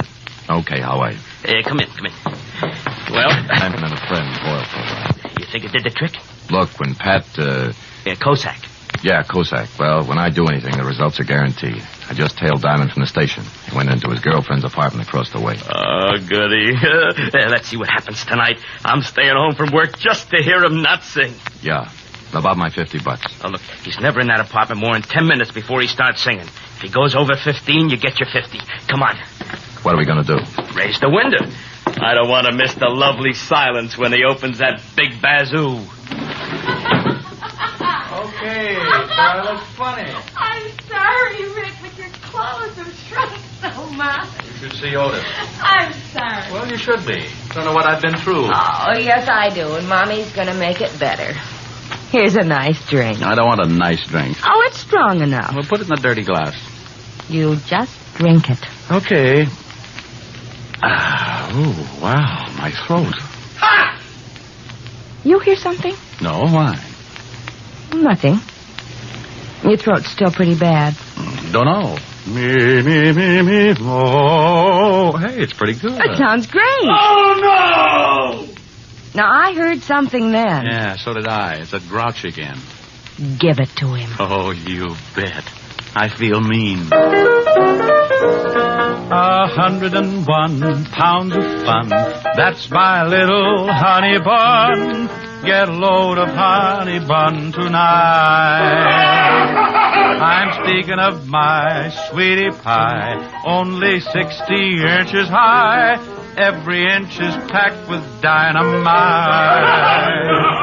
Her hair is blonde and curly. Her curls are hurly-burly. Her lips are pips. I call her hips. Twirly and whirly. She's my baby. I'm her pap. I'm her booby. She's my trap. I am caught and I don't want to run 'cause I'm having so much fun with honey bun.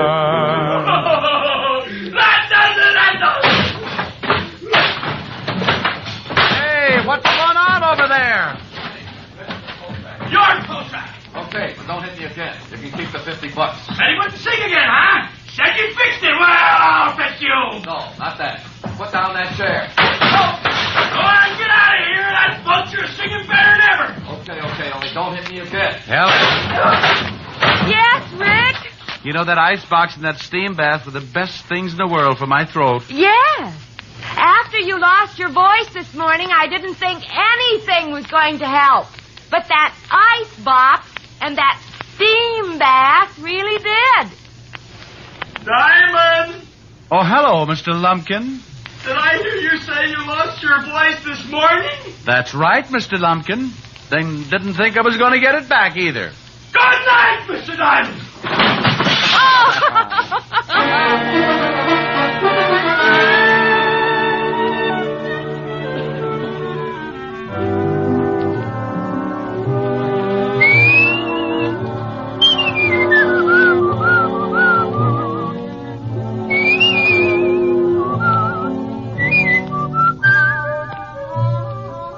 You have just heard Richard Diamond, Private Detective, starring Dick Powell. Helen was played by Virginia Gregg, Lieutenant Levinson by Ed Begley. Also in our cast were Wilms Herbert, Jack Crucian, and Stephen Dunn. Music was under the direction of Frank Worth. Richard Diamond is written and directed by Blake Edwards. Richard Diamond, starring Dick Powell, was previously released over the National Broadcasting Company for listeners in the United States and has been re-released to you men and women overseas by the United States Armed Forces Radio Service, the voice of information and education.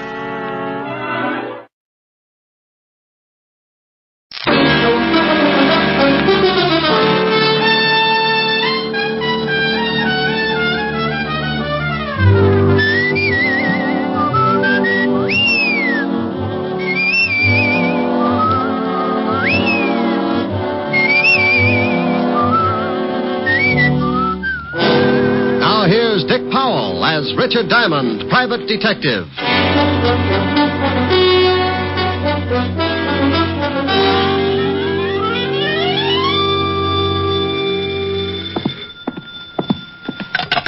Diamond Detective Agency, a corpse to fit every pocketbook. Rick? Oh, hello, Helen, baby. Let me sit down. Oh. Rick, what's the matter? You sounded like your arches just broke. You got the right idea, baby. Oh, but your geography is cockeyed. Are you really hurt, Rick? Now, believe it or not, I was trampled by a herd of horses. Oh, Rick, you idiot. Now tell me what did happen. Okay, one horse. He ruined me for life. You went horseback riding? Oh, I don't believe it. Yeah, want to see my bull legs? You actually did. Uh-oh. Took a girl to get you to ride a horse. But it was some slinky blonde. No, baby, it was a palomino. And look, let's get off horses. I've had enough to last me. What's with the early call? Early? Rick, did you just get in? It's after 11. I was dreaming of you, baby. You wouldn't have wanted me to stop just to get into the office. It's probably a whole harem. Helen, you got to stop that peeking. You read the morning papers? They come out in the morning? Now, you stop that. Did you read them? Well, didn't have a bet down. Why? You on the society page again? Oh, much more exciting than that. The police commissioner's house was robbed of $50,000 worth of diamonds last night, and his gardener was murdered. What? I thought that would fetch you. Better get a paper. The commissioner's statement's written in blood. Yeah. And if things don't wind up fast, tomorrow's statement will be in Walt Levinson's blood. It'll be his case. Now, you stay out of it, Rick. This thief cuts throats. Yeah, I'm scared. Are you, Rick? Well, come over tonight, and I'll frighten you at close range. Say 8. I'll practice my knee knocking so I'll be in good form. And stay in. No nightclubs. At the sound of the castanets, Francis can open the door. It'll be me and my knees. See you tonight, baby. Bye. Is this the Diamond Detective Agency? Just like it says on the door. Come in and close it gently. My Japanese beetle's still asleep. Asleep? He's got a better union. Sit down, Mr. Burton, Phineas Burton. What can I do for you, Mr. Burton? Well, I want to hire you if it's agreeable. Well, for $100 a day in expenses, I'm pretty agreeable. Well, that's fine. I have a package I want you to deliver to a party in Philadelphia. You can get a messenger for $5, or if you're hard up, a carrier pigeon for a handful of popcorn. Why a detective? Well, I'm perfectly capable of judging for myself what I need, Mr. Diamond. Now, here's $300. There will be $200 more for you after you make safe delivery of the package. Why? Well, why? 3-letter word meaning why you want to pay me for 5 days when the trip to Philly and back can be done in a few hours. Mr. Diamond, I simply want you to drop everything else and take this job immediately. And that is my reason for the added payment. Oh, all right. I'll take your money. Just as soon as you tell me what's in the package, who it goes to, and why it's so important that I take it personally. I can't tell you that. Okay, it's your problem. Now, where did I leave my soap chips? Do you have to know? Of course. How can I do any washing without soap? I mean about this package. Oh, no. I can recommend another agency who will do it for $25 and no questions. Oh, very well. Mr. Elliott will meet you at the Philadelphia Station Information Desk at 2 o'clock today. I will wire him your description, and he will make the contact. As for the package, it contains some very valuable papers, which Mr. Elliott is afraid his wife will try to intercept. I see. He commissioned me to find the best man I could to bring the package to him. Oh, you must have read my ad. You'll have to leave immediately. Mr. Elliott is very anxious to get the package. You call me at the Astor when you return, and I'll send over the rest of the money. Good day. It may be at that. What? Forget it.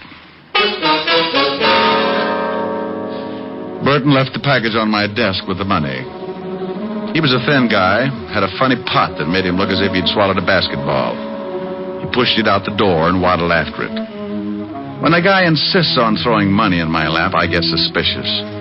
And when I remembered the robbery of the night before, I got that lousy feeling again. Now, paragraph 4, section B, rule A of the Detective's Code of Ethics says, quote, upon receiving money to deliver package, detective must never open same. It is unethical.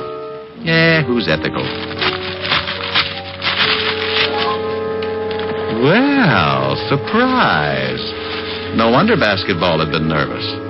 At the bottom of the box were 5 pretty little diamonds. About 10 grand worth at a guess.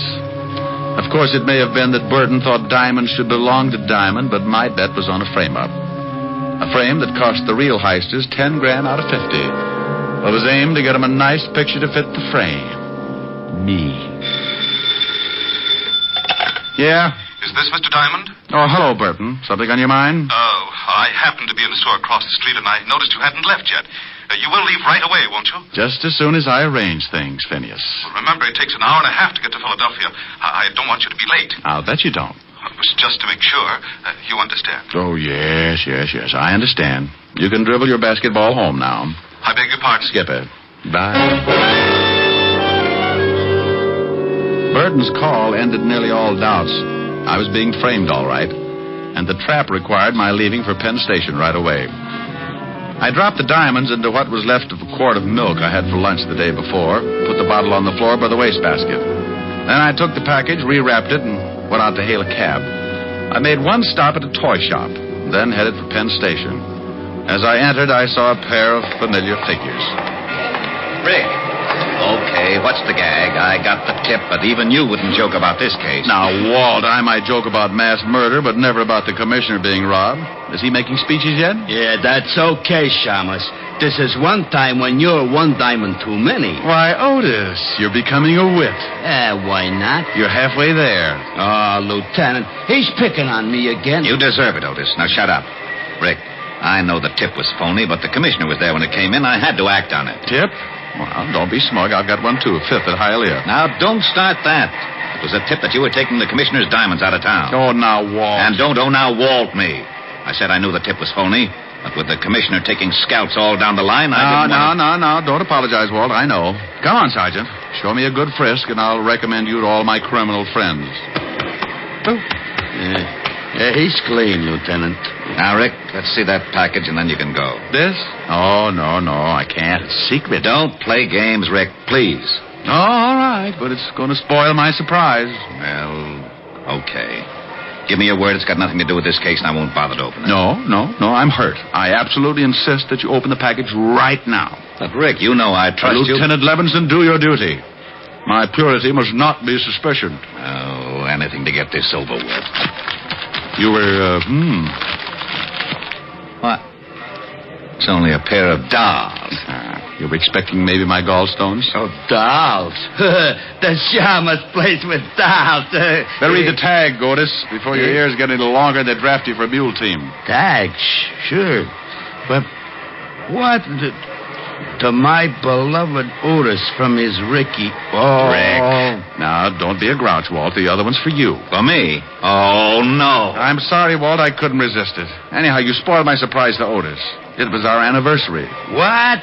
Our anniversary? We ain't even related. Oh, you don't remember. Oh, Otis. Lieutenant, can I go back to traffic? I can't stand much more. Oh, shut up, Otis. Rick, if we weren't such good friends, Walt. Hey, now you're upset. Upset? Why should I be upset? Just because two hoods lift 50 grand in ice from the commissioner? Or because it's dumped in my lap with the murder of the gardener? Or that I'm given 24 hours to break the case and then get a tip that leads me to a friend who decides to play games and wreck my cycle beyond repair? Now, why should I be upset? Oh, here you are, Lieutenant. But take it easy. That's a second bottle of bicarb today. Won't you write an apology and I make it? I'll do better than that. I'll help you if you'll let me. Well, I can sure use your help, Rick. I haven't got a single lead. You want to look at the corpse first? May as well. Has he got a record? No. And the commissioner swears he was honest. Probably stumbled onto the thieves and they had to put him away. How about the rest of the servants? They were all out. Commissioner and his wife were at a party. They'd given the entire staff the night off, but I guess perhaps the gardener returned a little early. Yeah, well, let's go down and take a look at him. I've got a personal interest that makes me want to crack this case. A client? Call him an ex-client. I'll explain him later. Come on.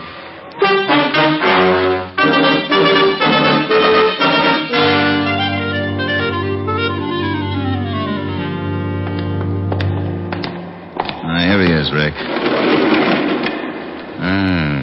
Nasty cut. How was it made? Well, it could have been a sharp knife, but it's a safer bet that it was a razor. Remind me not to go to his barber. What safecracker's got enough nerve to pull his job, Walt? Well, I got 3 guys that could fit the job, but not one of them has ever been known to carry a weapon of any sort, much less a razor. Correction. One did it. That gardener's playing a lousy joke on us. I suppose this could have been the first time one of them carried a razor. I don't buy that, neither do you. Give me the names. I want to talk to them. Maybe I can get a lead of some sort. Sure. Here they are. And please, Rick, call me if you get anything. If I can find a nickel. Bye.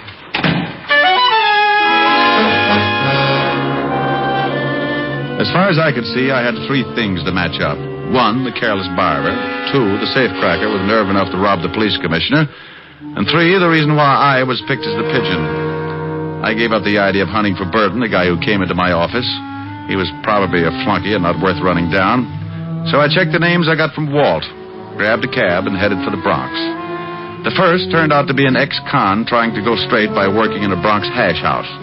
The second was likely, but he'd kissed his wife with a beer bottle and spent last night in jail. At the third address, down in Greenwich Village, I met a landlady with gin-loaded tonsils and a cute mustache. She tipped me that my third prospect, Vincent Mayer, might be playing pinochle at Pietro's, which turned out to be a cafe with a 30-foot bar, 3 tables, and a back room. Hey, barkeep. Yeah. What'd it be, Fred? Milk, no chaser. Milk? Who makes it? Oh, you mean like from cows? Never carried the stuff. Where can I find Vincent Mayer? Why don't you ask me, handsome? Wow. Hello, baby. Now, do I look like a baby? No. My name's Jean. What do they call you? Take your pick. Call me Rick. Hey, you talk funny. But you're awful nice. Too nice to be hunting for Vince Mayer. He's a bad boy, Rick. Yeah. Well, I'm trying to be a hero. Where is he? In the back room. There. The guy with the light hair. But be careful. Thanks, baby. I'll buy you a palace. You figure me for 80 mil, Joe, 20 clubs, 20 spades, and 40 pinochle. What? No diamonds? Hey. Well, look who's here. What do you want, Shamus? Vince the Iceman, isn't it? Well, now, let's see. Sing Sing, class of 38. Where's your school tie, Vince? The name is Mr. Mayer to you, Diamond, and privates are not welcome here. It's a closed game. Yeah. Move on. Give me a reason. You want to play dead? Oh, come on, Vince. You're not going to get upset just because I think you robbed the commissioner? You did, didn't you? I told my story to the cops. I'll bet. But you didn't answer my question. And here's another. Who's your barber? You're asking for it, Diamond. I was brought up right. Now, let's get off this cat and mouse kick. I want some answers, Vince. Do you? That's right, Junior. I do. All right. Cool him, Joe. Hey, what? All right, Joe. Stop it. That's enough, Joe. All right, now drag him out in the alley. Vince, can I, Yeah, okay. Maybe it'll teach him not to get so nosy. But keep that razor in your pocket. I will, honest. This is gonna be real fun. Come on, Shamus. Here's where I do some road work on your liver.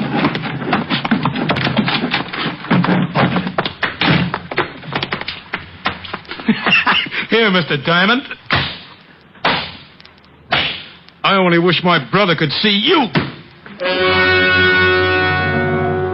When I came to, I was curled up around a round metal object I couldn't see, and I felt as if I was smothered in a mountain of cotton. And Getting out of it was like trying to shovel sand with a pitchfork.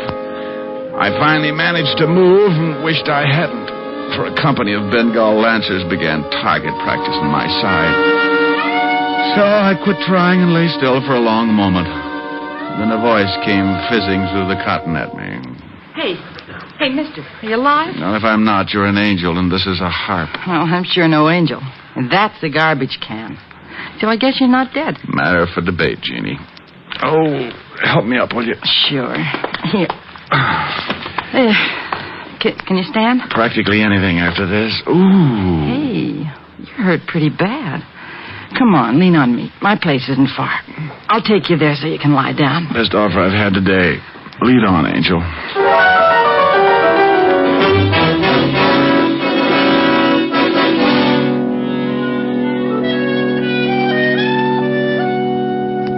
There.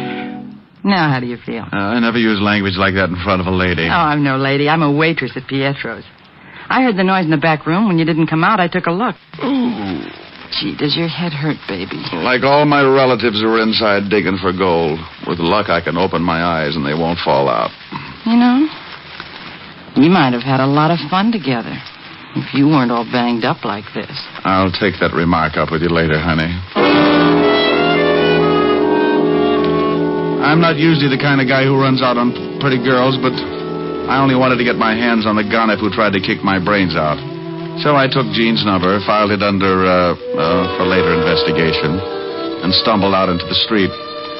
My head was clearing, but it was as slow about it as a dummy doing a striptease. Maybe that's why I didn't notice when I came out of the house that I had two guys for company.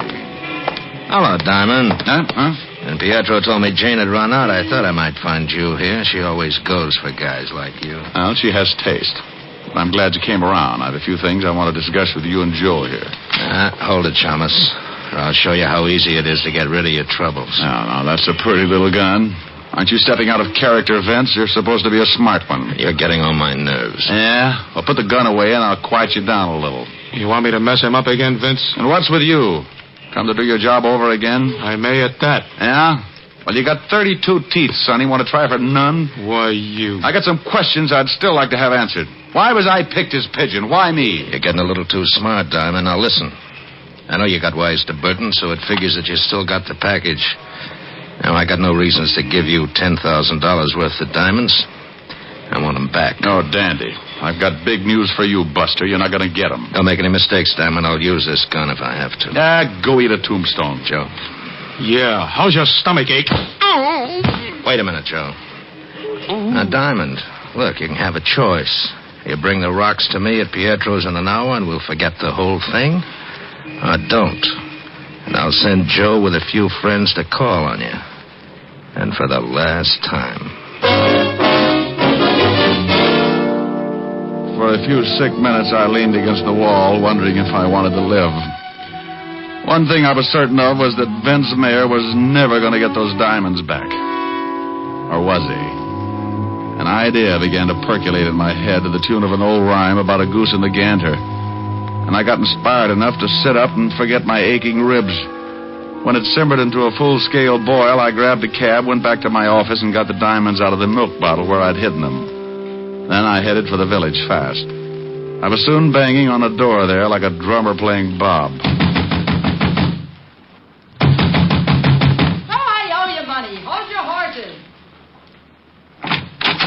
Well, if it ain't my cripple. I got the bruises to prove it. Come on in.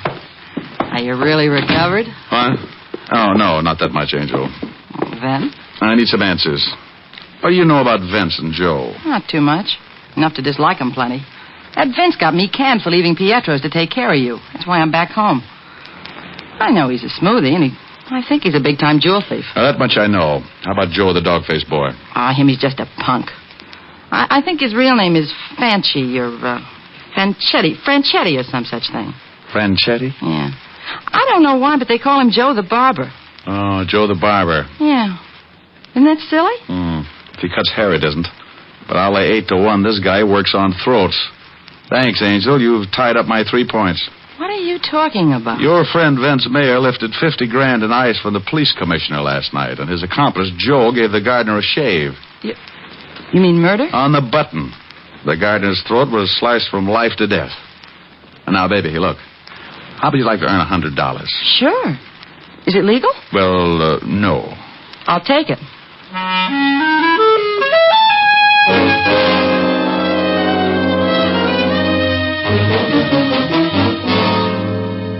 Now, where is he? Will you tell me? Where's Rick? I know where I'd like him to be. I'm worried, Otis. Seriously. Rick is in this thing up to his ears. You mean he was in on that job? Don't be stupid, Otis. Of course not. Rick's no crook. But he's mixed up in this case some way, and I'm worried. He should have called me by now.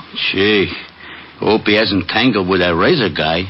I thought you hated Rick. Oh, you know I was just talking. I know. What a mess. Rick in danger, and I can't find him. The commissioner's spouting lava all over the city hall. Why the devil did it have to be the commissioner's house? You know, it's kind of funny at that. The commissioner himself. You knucklehead. For 2 cents, I'd... Maybe that's him. Lieutenant Levinson, homicide. Walt, Rick. Rick, where the devil you been? Taking care of some arrangements. Arrangements? Never mind, just listen. I was picked as a pigeon, and some of those diamonds were planted on me this morning. What? I've traced your hoods. They're Vince Mayer and Joe the barber Franchetti. Now, you come to Pietro's in half an hour, and you'll catch him with part of the diamonds on him. Rick, what is this? Well, Vince had it figured as a double-barrel gag, Walt. First on the cops by raiding the commissioner's house.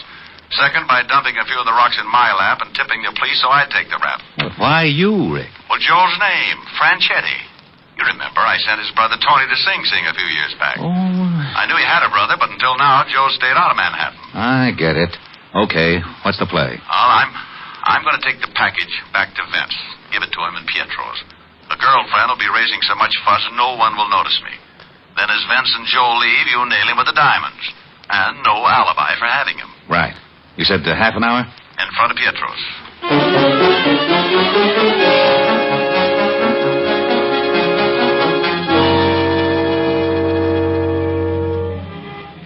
Take a peek, Angel.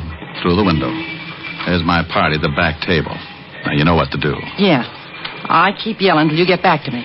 Right? As rain. I'll make it a good one. I got good lungs. Let's go in.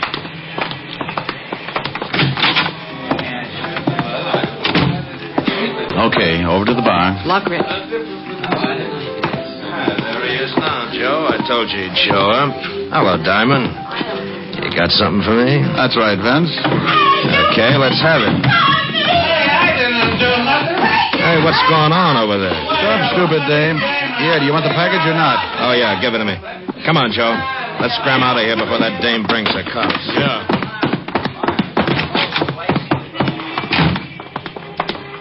That's an easy way of getting back to 10 grand, ain't it, Vince? Shut up. Come on.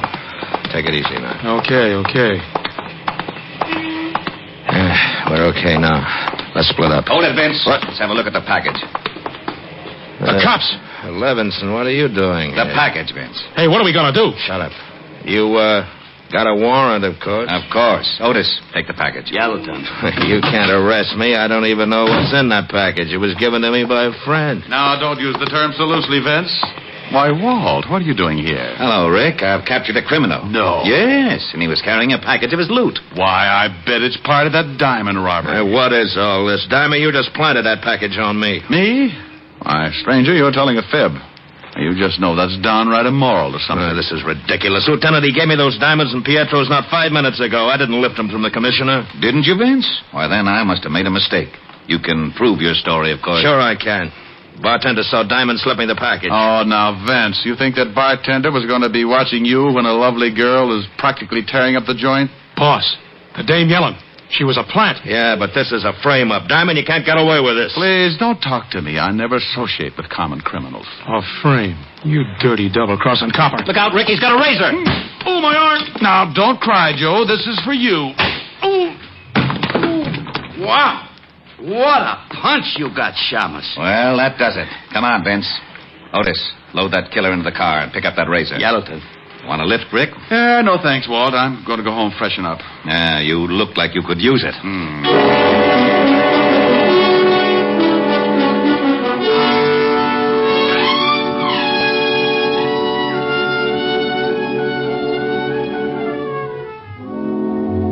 I left Walt and headed for my apartment, where I grabbed a stomach full of vitamins and planted myself under the hot shower. It felt so good I fell asleep. And if Walt hadn't phoned, I'd have probably become the only man in history to drown in the shower. Walt shocked me wide awake with the news that he was holding a $1,000 reward for me. I gave him my nicest thank you and made a mental note to drop by and give half of it to Jean to make up for her losing her job. Around about 8 o'clock, after I'd taken care of dividing the reward, I steered for 975 Park Avenue, made it with no trouble, and rang the bell to Helen's apartment. Oh, good evening, Mr. Diamond. Miss Asher's expecting you, sir. She's in the library. Thank you, Francis. How's your health? My health, sir, is very good, thank you. Well, now, this may come as a shock. But, Francis, about the money I owe you. Oh, don't fret about it, sir. We'll tell. I'm going to pay you what I owe you. You're going to?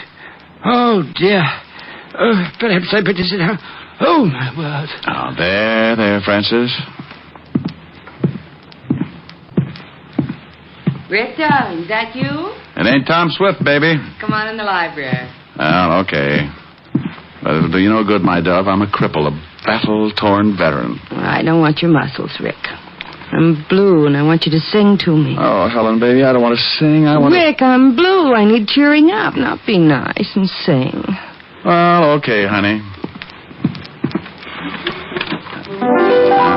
How's this, huh? I can see, no matter how near you'll be, you'll never belong to me, but I can dream, can't I? Can't I pretend that I'm locked in the bed of your embrace? For dreams are just like wine, and I am drunk with mine. I'm aware my heart is a sad affair. There's much disillusion there, but I can dream, can't I? Can't I adore you? Although we are oceans apart, I can't make you open your heart, but I can dream, can't I? Now there. Still feeling blue, baby? Oh, Ricky, come here. Here I am. Oh, now I'm contented. You in my arms, my bills paid off, and my bills... Oh, for Pete's sake, I forgot Francis. Francis? Rick, what are you talking about? Come with me, I'll show you. Now, there he is. Francis, you all right? Oh, yes, sir. I think so, sir. Rick, will you tell me what's going on in my own home? Oh, honey, I paid Francis off, and the shock of having to give back my gun and badge undid him. Oh, well, are you feeling better, Francis? Not very much, Miss Asher. It's that badge and license. Will you miss him that much, Francis? Well, sir, to be very honest, there's a waitress in a tea shop down the street with whom I've been, if you'll pardon expression, having a fling. Francis, you? Oh, that's not the worst, Miss Asher. I'm afraid I've been a bit of a fraud with her as well. In fact, with several of the waitresses there. Now, wait. Where does my badge and license enter into it? Did you hock them for crumpets? Oh, much worse, Mr. Diamond. You see, to all the waitresses of Miss Tuppingham's tea shop, I am Richard Diamond, private detective. Oh, no.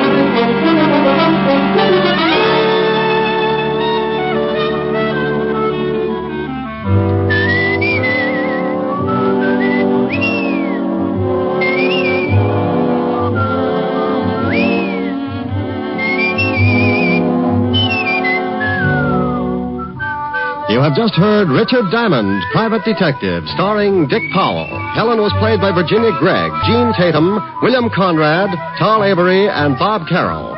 Music was under the direction of Frank Worth.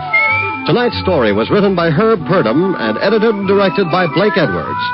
See the Richard Diamond picture story in the December issue of Movie Stars Parade.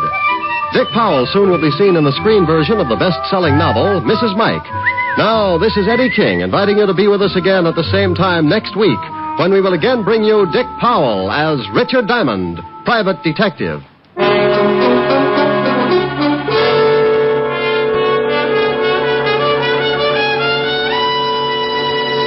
Listen tonight to NBC for a star lineup of entertainment. Every Saturday on NBC, you can hear such stellar programs as Hollywood Star Theater, Ralph Edwards' Truth or Consequences, Your Hit Parade, A Day in the Life of Dennis Day, The Judy Canova Show, Grand Ole Opry, and songs by Morton Downey. There's always a program of interest on NBC, so keep tuned here. Shortcut to Death with Fred McMurray is next on NBC.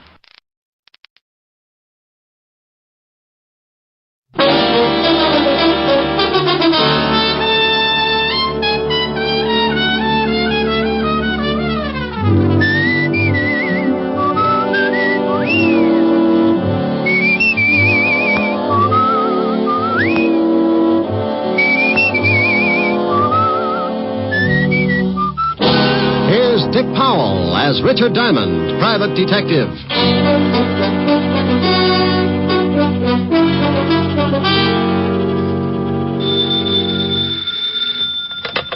Diamond Detective Agency, the Smiling Gumshoe. Rick. Sign up for our new contest and win yourself a beautiful all-chrome, pre-tested, genuine electric chair. Oh, lovely. What do I have to do? Just tear off your scalp and send it along with 25 words or less why you love Richard Diamond. I can do it in 2 words. What are they? You're pretty. Oh, you win, you win. Where do you want the chair sent, madam? At 975 Park Avenue, but I think I have AC current. No problem with the Jiffy Toaster chair. It works on any current, AC, DC.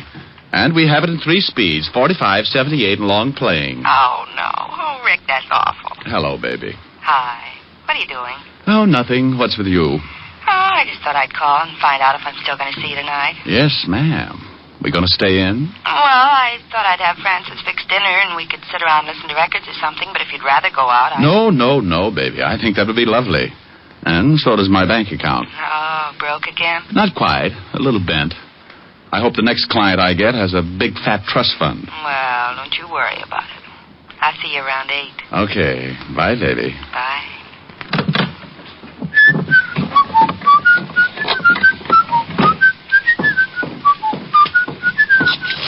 Now, let's see. 6 shirts, 4 pairs of socks, and... Hey, how did that get in there? Well...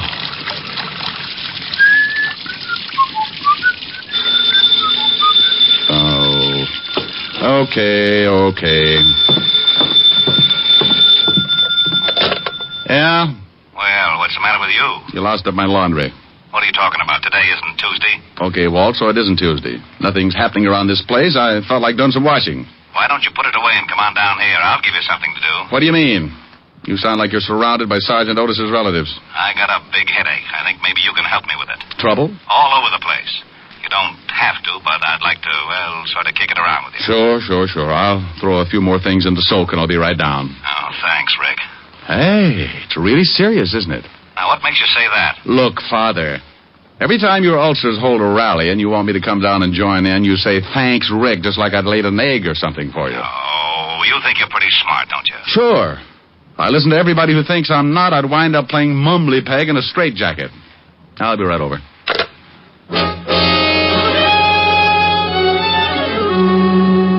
Well, that's the way trouble can get in the way of an otherwise quiet afternoon. Walt doesn't usually call me like that, but when he does, I know things are bound to get pretty rough.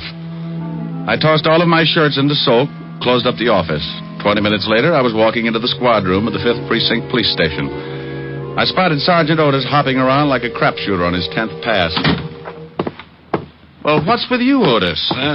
Oh, don't bother me now, Shamus. I gotta get these reports into Lieutenant. Well, get you. What's the matter? Did you suddenly discover you were working for the police department? Now that's very funny. Ha. Okay, you gotta laugh. Now beat it. The lieutenant expects you. Well, all right, but for Pete's sakes, Otis, stop acting like that and don't bust into the lieutenant's office like that. He'll swear you've been doped and start an investigation. Shamus, someday I ain't even going to bother to answer you. Sergeant, the day you don't open your mouth to say something stupid, the whole world will start singing. Oh, yeah? Yeah. And when I think about it, why don't you start combing your hair? What's the matter with it? Looks like a mattress after the lions got through with it. Oh. Hello, Walt. Hello, Rick. Sit down. Oh, maybe I should have worn black. That or a propeller on my hat. First I run into Otis, acting like he was shot out of a cannon. Then I waltz in here and you give me that big hello like you just discovered a body in your desk. Lan Jacoby is back in town. What? Yes. Oh, but we got an indictment on him. Got him deported 6 years ago. Look, Rick, there's no mistake. One of our stoolies brought us word. Oh, but that's crazy. Jacoby knows the feds will pick him up in a second. How'd he get back in? Who knows? Florida, maybe. Last we heard, he disappeared in Italy. And about 6 months later, we got a report he was seen in Cuba. Oh, are you just going to take the stoolie's word for it? What else have you got? I got 3 bodies to date, and they're all very dead. Jacoby? It's got to be. Why? Well, the first 2 are the guys that turned state's evidence and helped to put Jacoby away. You remember them, Ross and Kreisel. Jacoby swore he'd get him someday. Who's the third? The stoolie who gave us the tip. Walked out of the station, and somebody with a Thompson scattered them all over the front steps. Right in front of the station? Yeah, it'll be in the evening papers. The commissioner is very unhappy. How about the feds? Are they working on it? Up to their necks, but nobody can find out how he got in or where he might be hiding out. Oh, here's something else that makes us sure it's Jacoby. In this town, there are at least 5 of Jacoby's old mob. The minute this thing broke, we started to check. They've all disappeared. You think they're organizing again? Oh, Walt, come on Rick, now. I don't know what to think. That's why I wanted you to come down.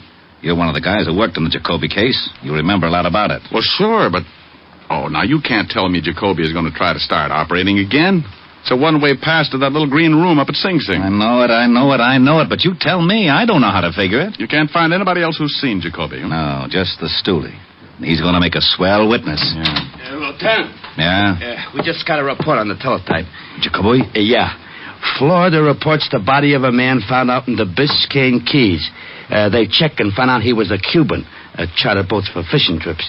And the immigration boys checked with the authorities in Cuba, and it turns out that this dead guy took a party of 2 out for a trip and never showed up again. Wait a minute. You said a party of 2? Yeah, a dame and a guy. Well, what makes you think the guy with the dame was Jacoby?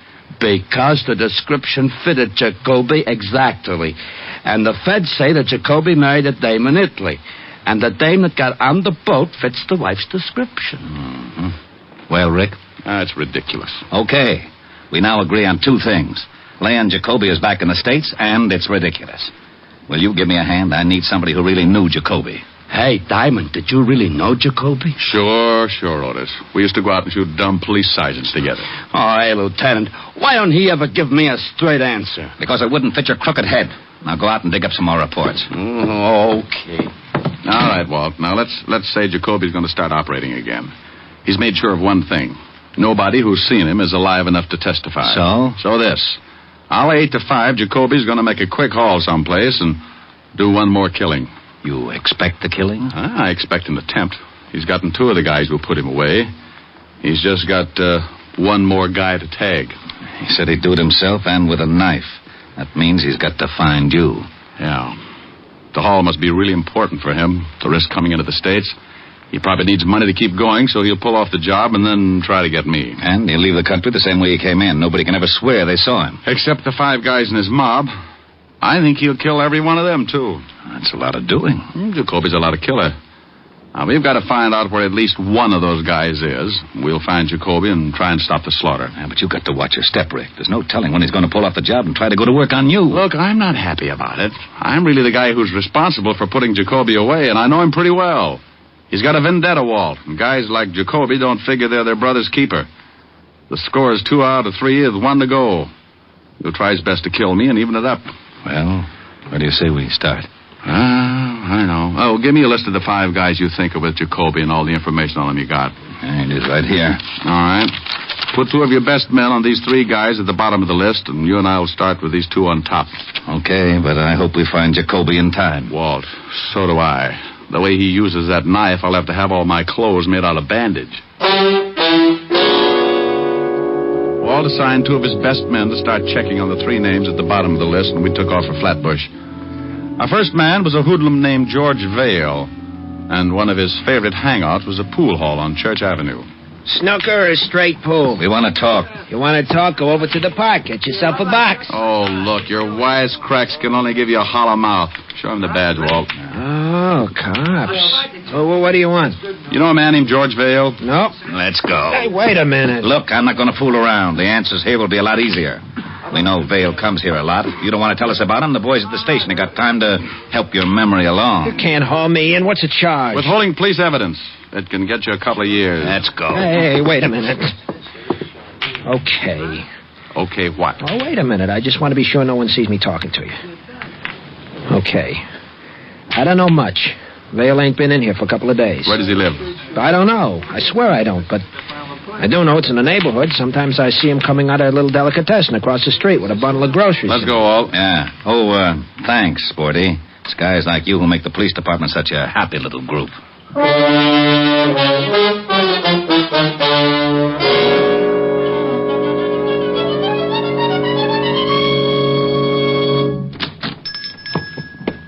good afternoon, gentlemen. You own this place? Yes, there's something wrong. Does a man named George Vale come in here much? Oh, something is wrong. I told Mama that George was on no good. Then he does come in here. You're a policeman, maybe. Yes, we're policemen. Now, would you mind telling us, please, if whether... Mama! Oh, she must be out and back. I want to show her. She liked this George fellow. He was always with the flattery. Now I want to show her what happens to that no good. Mama! Please. We haven't got much time. Oh, I'm sorry, gentlemen. You must excuse an old man. There's so little excitement. So, now what can I do for you? Do you know where George Vale lives? Sure. I'm sending him over stuff lots of times. It's up 2 blocks, but he ain't there. How do you know that? Because his wife, she's coming in for the last couple of days. She said he was out of town on business. He's got a wife? Sure. A blonde.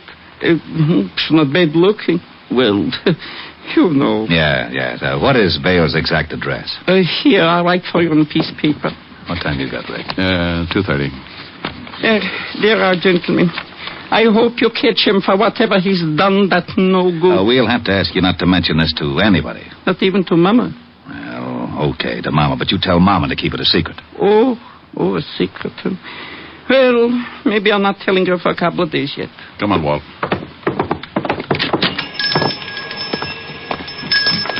We going down to see Vale's wife? No, I got a better idea.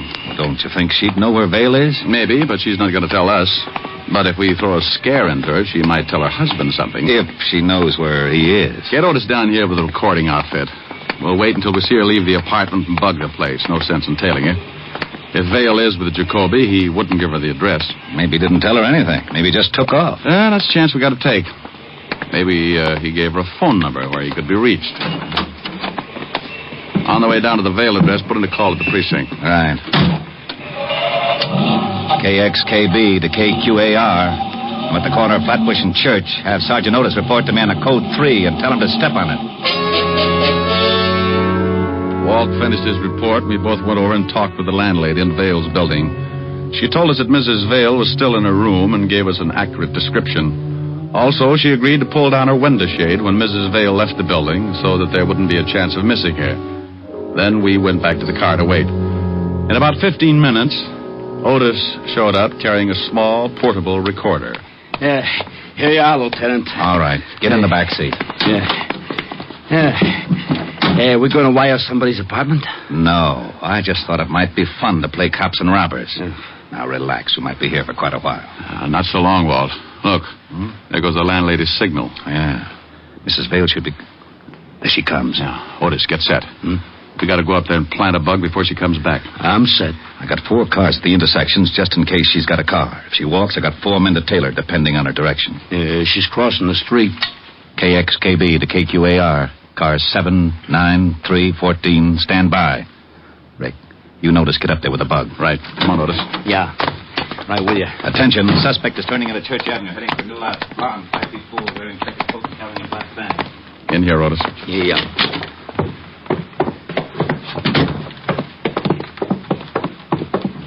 Well, this is her room. The landlady said she'd unlock it for us as soon as Mrs. Vale left the building. Bingo. Go on in. Okay. Now plant it just like you knew what you were doing, Sergeant. I'll take the box down in the basement where we can listen. Give me 5 minutes and then give me a quick test. Well, how long have I got to set it up? Who knows? Don't worry about it too much. If Mrs. Vale comes in, just tell her you're selling tape recorders. Oh, she won't believe that. Otis, with your face, you'll have to believe something as stupid as that.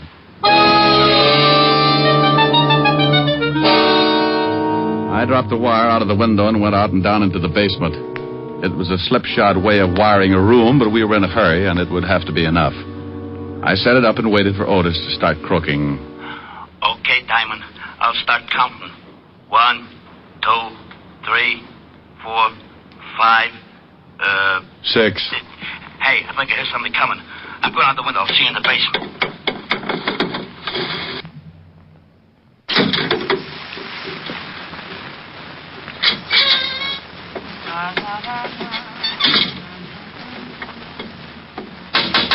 Oh, for Pete's sake. Gee, she nearly caught me. I come down the fire escape. Come on in. Yeah. Hey, how's it working? All right. Listen. Hey, she ain't got a bad voice. You probably got me plugged in with Morton Downey. What are we going to do? Just sit here and listen? The lieutenant's going to give Mrs. Vale a scare, Otis. Then we're going to listen. I don't get it. Shh. That's Walt. Who's there? The police, Mrs. Vale. Huh? Oh, well, wait just a minute. Hey, it sounds pretty good, don't it? Shut up, Otis. Yeah? I'm looking for your husband, Mrs. Vale. He isn't here. He's out of town. What's wrong? He's wanted. For what? Murder. Mind if I come in? Got a warrant? Okay, make it tough. Where's your husband? I told you. Well, we're out of town. You didn't tell me. Okay, I'll be back with a warrant. Now we'll see if it works.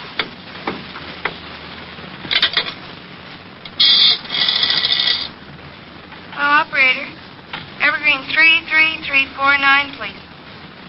Yeah. Hello, is George there? Oh, Tom Mary. Hello, honey. Oh, look, I'm sorry. Yeah, I know, but this is one of those times. Yeah, a cop was just here. Yeah, a cop. Murder. I don't know. No, I didn't let him in. Huh? Oh, I never thought of that. Okay, I won't call again. Bye, baby. Okay, Otis. Stay here and keep this thing going. I got to get back to the lieutenant.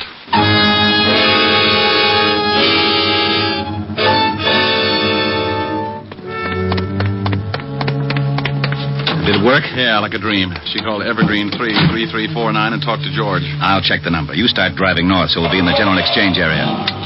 KXKB calling KQAR, code 600 Evergreen 3. We headed across town while Walt put in the code to the precinct. In less time than it takes Sergeant Otis to say, oh, yeah, we had our address.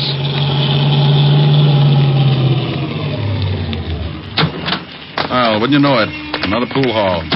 Yeah, guy must like the game. Hope he's in.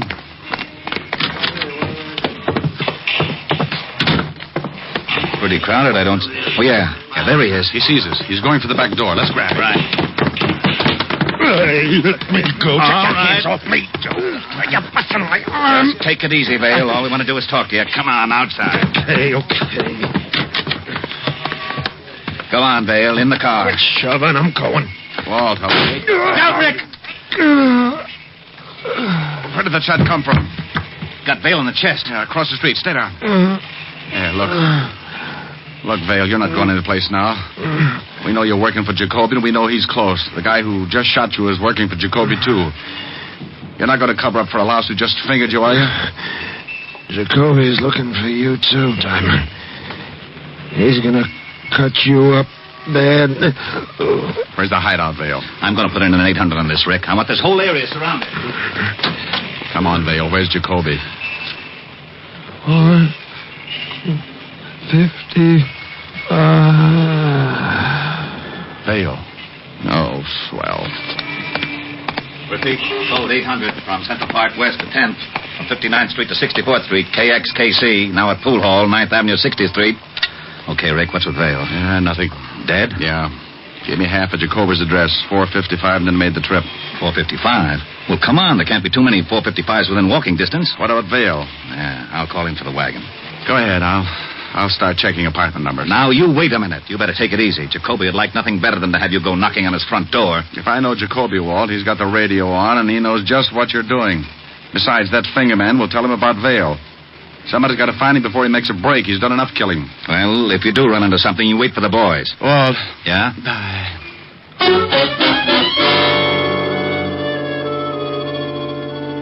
I took off and started checking addresses that began with 455. The first was Cold Turkey, nothing but a married couple who looked like they were in training for Madison Square Garden. I moved on. Somewhere in that neighborhood, Leon Jacoby was listening to his radio. Car 3, code 800, 455 to 61st Street. Car 16, 17, and 18. Shut it off, Jane. 61st But and 5th Leon, Avenue, same what's wrong in code. this whole area? Shut it off. All right. All right. I wish the boys would get back. All right, take it easy. Take it easy. Yeah, who is it? Eddie, boss. Okay. Boss, the cops... Come in. 2 cops picked up Vale in the pool hall. Oh, so that's what it's all about. That Vale will talk. No, he won't. What do you mean? Well, I waited across the street. Got Vale when he came out with the 2 pigs. Oh, you did, huh? Well, you did me a favor, Ed. When I figured he didn't want anybody around that might squeal, you know, Vale, wife and everything. Yeah. Yeah, you know what else you did, Ed? What? No, what? When you plugged Vale, you brought the whole New York police force right down to my neck. Huh? Yeah. So, I got to return the favor. Well, what do you mean? I just didn't think. No, you didn't. Leon, come on. We got to get out of here. Will you shut up? Hey, now, wait a minute. What's with you? I got a present for you, Ed. Huh? Leon. Huh. No, boss. Put that knife away. Sure. No. Oh, Leon. Oh, no. No. What's the matter with you? What did you do that for? I'm in a tough spot. I go faster alone, baby. Alone? Yeah, baby. You mean... Yeah, that's right. You'd leave me. Look, I got no choice. You know how it is, kid. 1 might get through, but 2, no chance. Nothing to say, baby? Yeah. Go on, get out. Just like that, huh? And what would happen to you? You might help the cops find me, huh? Ellie, aren't you a little scared? No. Just sick. I've been sick since we got here. I wish I'd known what you were really like. I'd have laughed at you when you asked me to marry you. Oh? Well, go on, baby. Laugh now. Maybe it'll help. Well, go on. Laugh your head off. Trying nothing funny? You're trying not to act scared. Jacoby don't scare you none, huh? Now I laugh. You're scared plenty because you think I might kill you. Well, say something. Don't just stand there. You're scared. You gotta be scared. Everybody's scared of Jacoby. You slapped Jacoby. Okay, baby. Nobody slapped Jacoby. Not you, not the cops, not anybody. Maybe you like to beg me not to kill you, huh? Good. Go ahead, go on, beg. Oh? Okay. I think about you when I'm back in Forenzy, baby.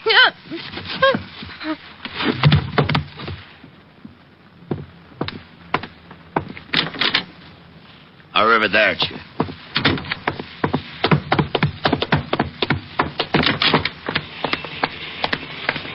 Jacoby, hold it. What? Stop, Jacoby.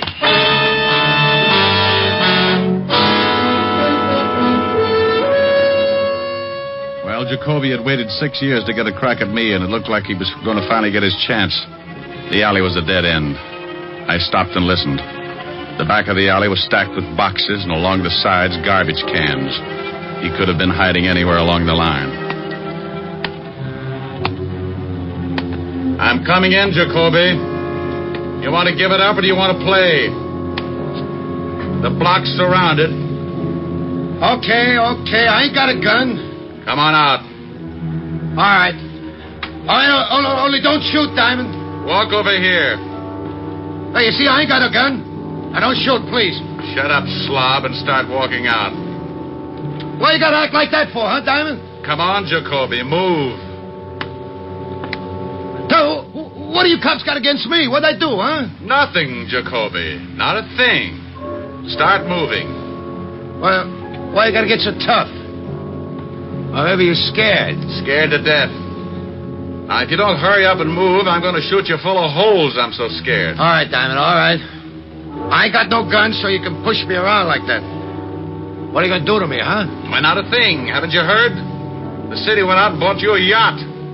They like the way you kill people, so they're going to give you the yacht and send you back to Italy. Now, walk out of that alley. Okay.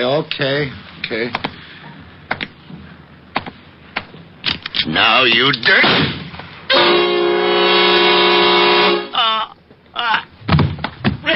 Rick! Over here, Walt. Over here. He pulled his knife on you, huh? Yeah, I didn't think I'd see it. Well, you're lucky you're dead. Yeah, well, I expected it. There used to be an old saying 6 years ago. When Leon Jacoby wants you dead, he'll use a knife and you'll lose your head. Yeah, he should have remembered. I keep up on slogans.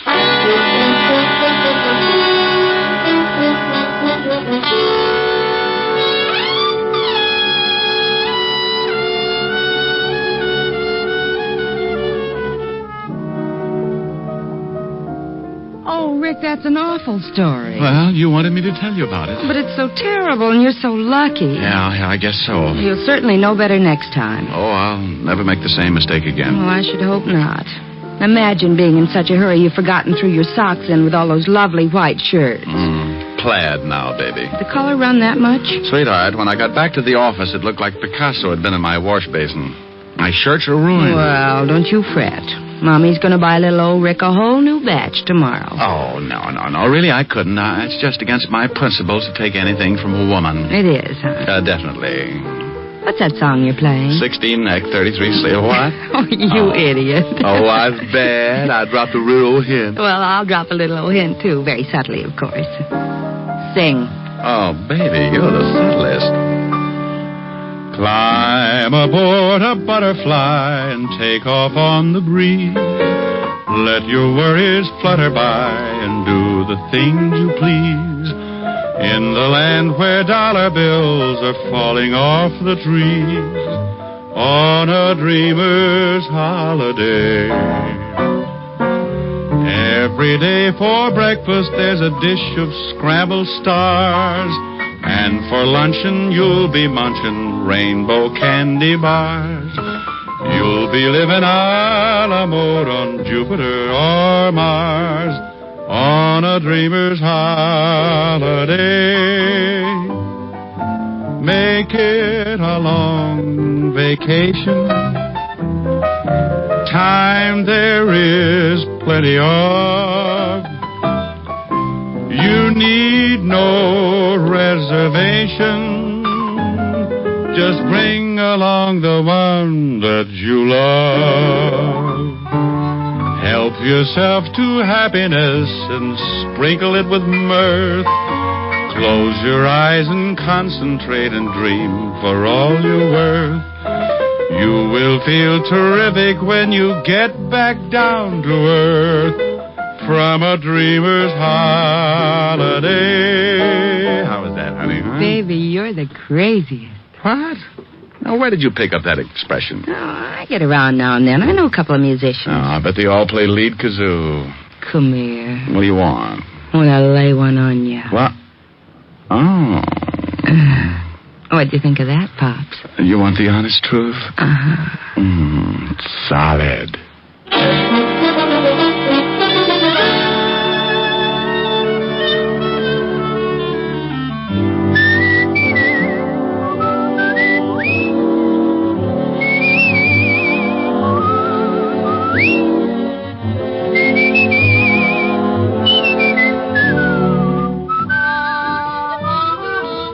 You have just heard Richard Diamond, Private Detective, starring Dick Powell. Helen was played by Virginia Gregg. Lieutenant Levinson by Ed Begley. Also in our cast were Wilms Herbert, David Ellis, Gene Bates, Edmund McDonald, and Charles McGraw. Music was under the direction of Frank Worth. Richard Diamond is written and directed by Blake Edwards. Dick Powell soon will be seen in the screen version of the best-selling novel, Mrs. Mike.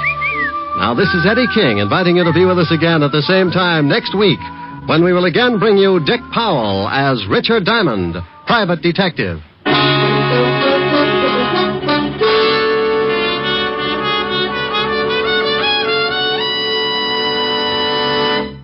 Sunday evening means stellar listening on NBC. Tomorrow, be sure to hear the American theater's foremost acting couple, Alfred Lunt and Lynn Fontanne, in the whimsical comedy The Great Adventure on the Theater Guild on the Air. And for another great adventure in comedy tomorrow, remember to hear the Phil Harris Alice Faye Show. Great entertainment Sundays on NBC. Next, it's Death in the Rain with Maureen O'Hara on NBC.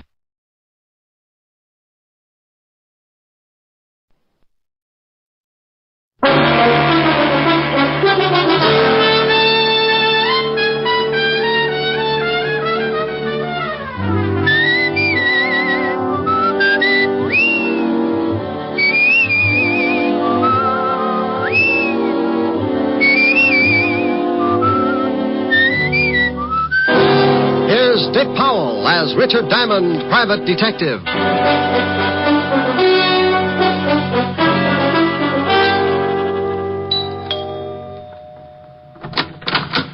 Oh, good evening, Mr. Diamond. Evening, Francis. You look like you're going out. Yes, sir.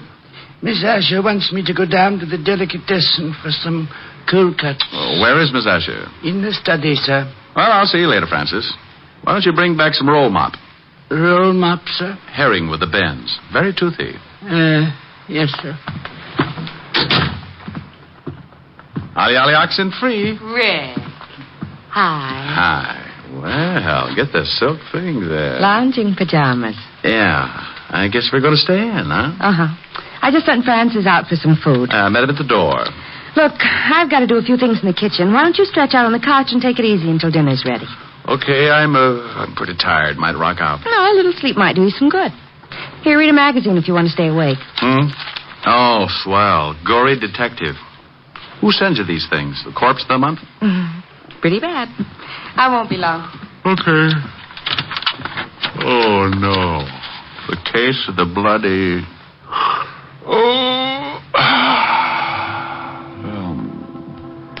It was going on 11 o'clock, and the fog encircled the old house like a thin, wet blanket. Oh, swell. The figure of a man crept stealthily across the gravel of the garden path. These riders really dream it up. Mr. Diamond? What? How did you get in here? I followed you from your office. Shh. You left the door unlocked when you came in. Well, now, look. I know I shouldn't have come into someone else's house, but this is a matter of life and death. Hey, pulling down the blinds. I don't want anyone to see us talking. Well, you're on the 8th floor. Who's chasing you? A herd of monkeys? Please, you must listen. Now, look, if you got troubles, come to my office in the morning. Tomorrow morning may be too late. I'm supposed to die tonight. Try breathing. You expand your chest, take a lung full of air. No, Yes, it does wonders. Keeps you around for days. You better get out of here. Please, Mr. Diamond, don't give me away. Please. Yeah, baby. Wait a minute. Duck under that desk. Oh, bless you, Mr. Diamond. Rick, I thought I heard you talking to someone. Talking? Oh, no. Must have been reading out loud. This is swell literature. The case of the grisly ghost. Oh. I like to keep up on the exploits of a private detective. You don't tell me anything about your cases. I'm modest. Hey, you got your coat on. Where are you going? Oh, Francis just called. He's had a flat tire. I'm going to pick him up in the other car. Don't you want me to do it? Oh, I'm not going to let you out of this house. I'll be right back. Okay. Read The Grizzly Ghost. It's not bad. Bye, baby. Bye. Okay, Spider-Man, you can come out now. Oh, thank you. Now, what the devil's going on? I told you my life's in danger. I need help. Tell me about it. I haven't time now. Come to this address in about an hour. My name's Leeds. Leland L. Leeds. Oh, for Pete's sake. I must get back before they miss me. I don't want them to know I got out. Say I called you and told you to come over. Here's the address on this card. Please don't fail me, Mr. Diamond. Now, wait a minute. My fee's $100 a day and expenses. Of course. I'll have a check for you. Goodbye.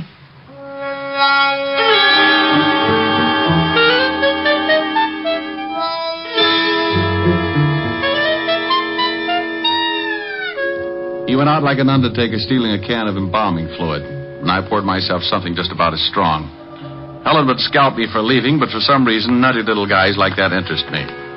I left Helen the note saying I'd be back later and took off to the address Leland L. Leeds had given me. It was out of town about 10 miles, but after hunting around for a while and running up a good-sized taxi fare, I finally found the house.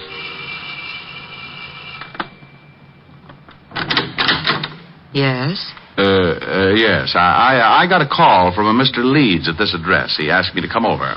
My brother? I don't know. Well, it couldn't have been. He's very sick. He's upstairs sleeping. Well, he was just coasting off to Dreamland when he called me. I think you'd better let me in. Oh, a detective. All right. Just what did my brother tell you, Mr. Diamond. He said his life was in danger. I'm Nina Leeds. I think you'd better come into the living room, Mr. Diamond. Dr. Miller can explain things better than I can. Sure. Roger? This is Mr. Diamond. He's a detective. Oh? Lee just called him. This is Dr. Miller, Mr. Diamond. Hello, Doctor. How do you do? You from the police? No, private stuff. Oh, I see. Now, Mr. Diamond, I'm afraid you made a trip for nothing. Well, here are the drinks. George, this is Mr. Diamond. He's a private detective. What? Mr. Diamond, this is George Brodeen. How are you? Well, fine, thank you.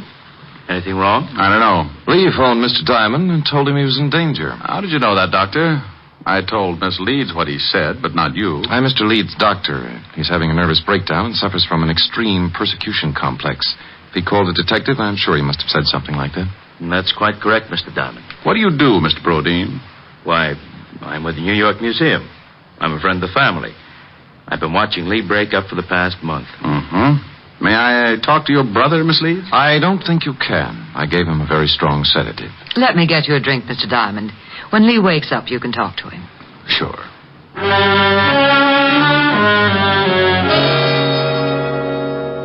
We went into the bar, and she got out a big bottle and 2 glasses. I forgot all about Leland L. Leeds for a while and started concentrating on his lovely sister. It was easy. Champagne? Sure, but I've run out of slippers. I've got a small foot. Might take you a long time to get enough. I drink fast. It's the open toes that bother me. I like the patter. Where'd you come from? Same place you did, lover. Experience Alley. What do people call you after they get to know you better? Oh, different things at different times. For now, you can call me Rick. And later? Oh, you'll think of something easier. It's like that when you haven't got much time to talk. Here's to later, Rick. Yeah. What does a doctor specialize in? Roger's a brain specialist. Mental disorders, mostly. It's Lee. He's off again. Maybe he's been listening to Sam Spade. Come on. You'd better stay down here, Nina. I'll take care of it. I'm going up. Lee needs me.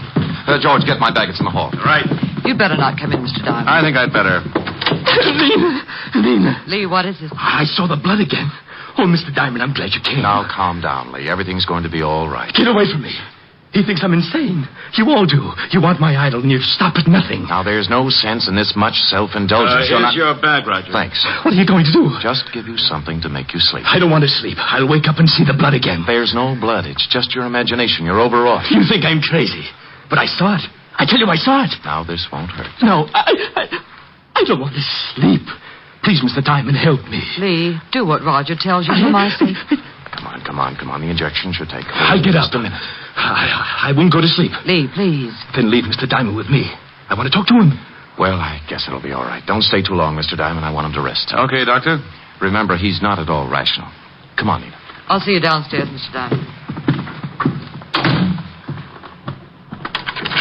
Hey, what's the idea, Leeds? I'm locking the door. I don't want anyone coming in. Pardon me for walking around in circles. I've got to stay awake. Those people downstairs are trying to drive me crazy. They must have been working overtime. They're after my idol. Your what? My idol. That carved image standing on the night table. Oh, yeah. Here, look at it. Look at it. Well, that's dandy. How many box tops did you have to save? Mr. Diamond, at this moment, you are holding $100,000 in your hand. I am? Last month, my grandfather passed on and left his entire estate to my sister and me. Among the effects was that idol. It was left to me. What is it, platinum? Oh, no, Mr. Diamond. That is the lost idol of King Tut.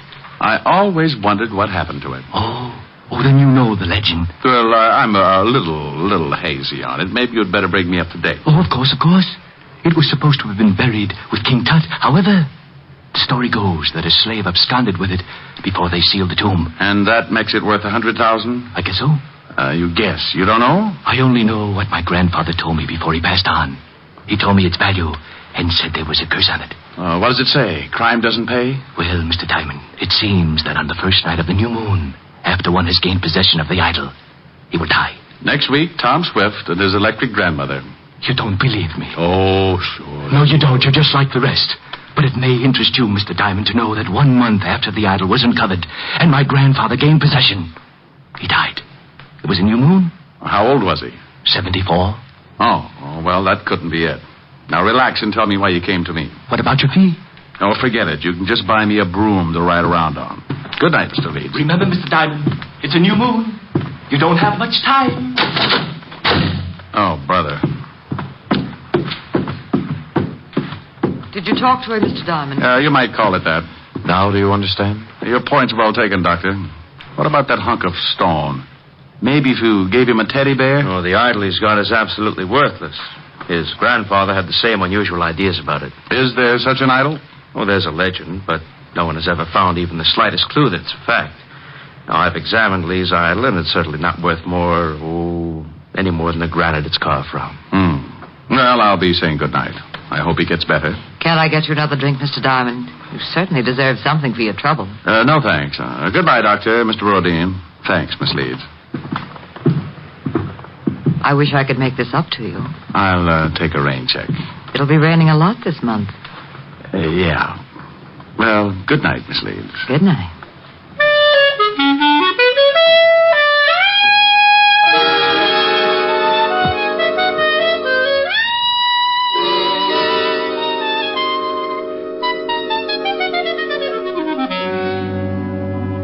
I went out and got a cab. As far as I was concerned, the frightened little man in the nightshirt was going to end up modeling straitjackets, and the private detective would only add to the confusion. It was 8 o'clock, and I told the cabbie to take me to 975 Park Avenue. Helen would be angry, but it was worth going back to. A couple of hours with her could make a guy as contented as a bear that had just cornered the honey market. We pulled up in front of Helen's apartment, and I paid the cabbie. I was just going in when a small convertible skidded to a stop in front of the building. Mr. Diamond! Mr. Diamond! It was Leland L. Leeds again, and you could still see part of the nightshirt under his topcoat. He leaned out of the car window and called, Over here, Mr. Diamond. Please, I must talk with you again. I'd had enough of the jumpy little man with the idol, so I started into the apartment without answering. He called again, climbed out of the car, and started to cross the street toward me. I looked back just in time to see the other car swing in toward me. Look out, Leeds! I ran back into the street and looked after the disappearing car. The lights were off, and I couldn't get the license number. It was too far away. I leaned down by the little man in the nightshirt. He was pretty far away, too. He was dying and hurt. Mr. Diamond? Yes, Leeds? Take the idol. When you left, I found out why it was worth all that money. They didn't want me to tell you, so they followed me and ran me down. It's in my coat pocket.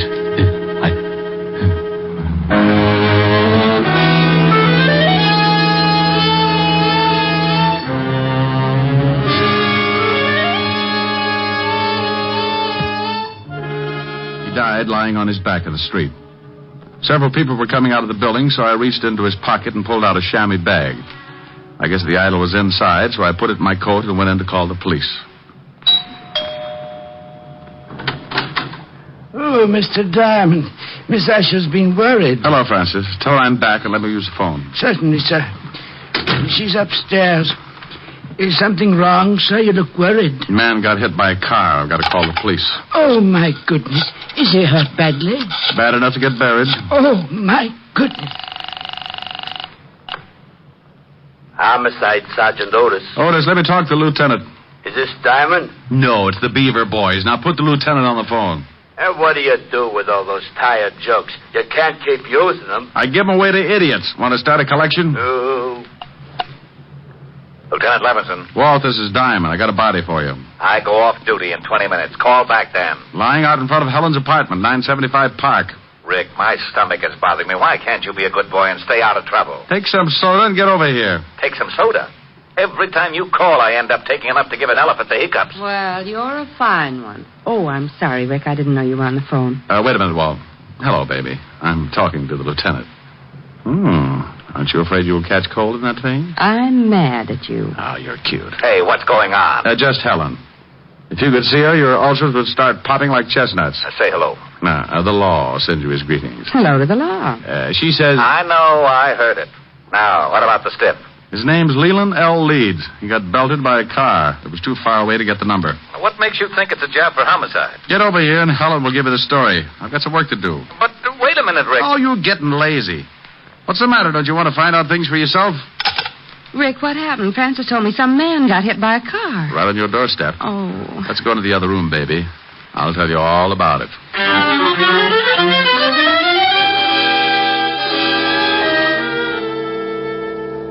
We went into the warm study, and Helen poured me a tall drink. I briefed her on what had happened earlier in the evening, and she sat down next to me. There's something about red hair that does things to me. It smelled fresh and clean, and with her that close, I could have been sitting in the middle of the Arctic and still kept my temperature above 102. Rick, do you have to go back out there? Well, somebody's got to tell his sister, and in a way, I feel a little responsible. Are you going to give her the idol? The idol. The thing you took from poor Mr. Leeds' coat. You could at least show me what I'm playing second fiddle to. Oh, that's right. Yeah, I nearly forgot about it. Oh, here it is in this chamois bag. Oh, what an ugly little thing. And that's supposed to be worth all that money? Oh, that was what Leeds, Hey, something's missing. Yeah, one of the eyes. Must have come loose when the car hit him. Probably in the bag. Yeah, there it is. Rick! Yeah. Well, it was painted over. You'd never guess it unless you pried it loose. Why, it's as big as a marble. Is it real? Well, you've got enough of them around, you tell me. It is. Rick, I think it's a pigeon blood. Why, it's worth a fortune. What are you doing? I'm scratching the other one. Well, Mr. Leeds wasn't so squirrely after all. This is ridiculous. You only read about things like this. 2 pigeon blood rubies. No wonder he thought it was worth $100,000. He said he found out tonight. He must have been scratching at them. Oh, then it wasn't just a hit and run. I don't know. Baby, I don't want to get hung up with a lot of explanation to Walt. Rick, what are you doing? Taking the other eye out. There. Now here. Hang on to these and don't let them get out of your little hot hand. When Walt gets up here, tell him what I've told you. Well, will you be back? An hour ago, I laughed at a little guy when he told me he was going to die. He said it was a full moon and he had a curse on him. I'm still a skeptic, but I'm a new boy when it comes to voodoo. I've got to hurry over there before the whole bunch of them turn into bats.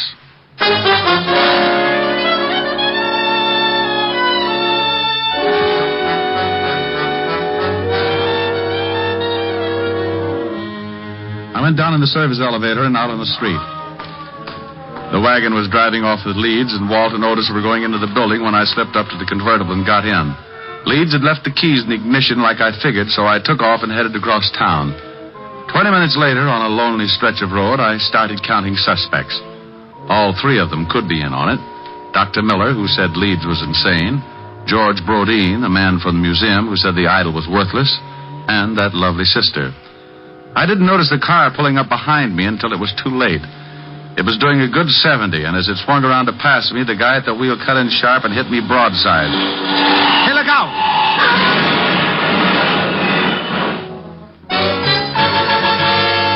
I went through a white fence and over an embankment. The car rolled, and somebody dropped the night on my head. I went to sleep. I don't know how long it was before I started coming around, but when I tried to shake myself back, it was like pulling my head out of a barrel of molasses. It stuck to my eyes and plugged up my ears. I tried to claw the stickiness away, but my hands were like 2 baseballs. I moved my shoulders and felt the stiffness in my back. It spread out to my hands and down to my feet. I opened my mouth and took in a lot of air. I finally made it.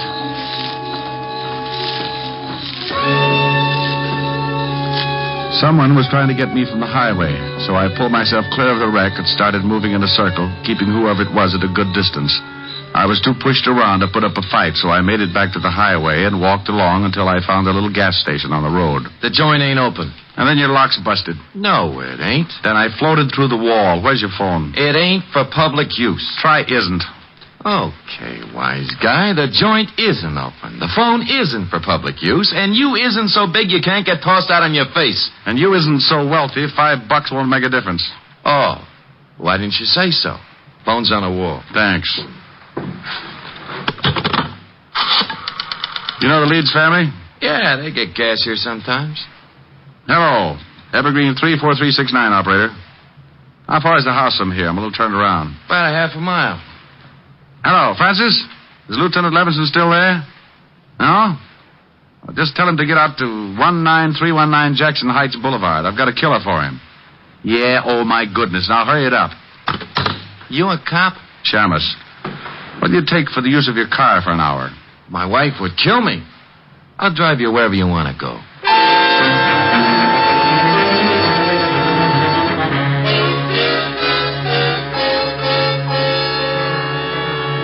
He gave me a lift in his old sedan, and 10 minutes later I was ringing the doorbell to the Leeds house. I was glad the girl answered. She made me feel better right away. Oh, Mr. Diamond, come in. Thank you. Where are your friends? Raj and George? They went out to look for my brother. He disappeared right after you left. I'm terribly worried. Oh, have you got that drink? I could use it now. Certainly. I don't know why Lee ran off like that. He shouldn't have been driving in his condition. Were Roger and George together when they left to look for Lee? No, they took separate cars. Why? Has something happened, Mr. Diamond? Have you heard from my brother? I guess I'd better give it to you straight. Your brother's dead, Miss Leeds. I'm sorry. Dead? Oh, no. He was hit by a car. It's all because of that horrible idol. That stupid, horrible idol. If my grandfather hadn't told Lee it was worth that much money, this never would have happened. Did you think it was worth anything? No, of course not. But we couldn't convince Lee. Now he's dead.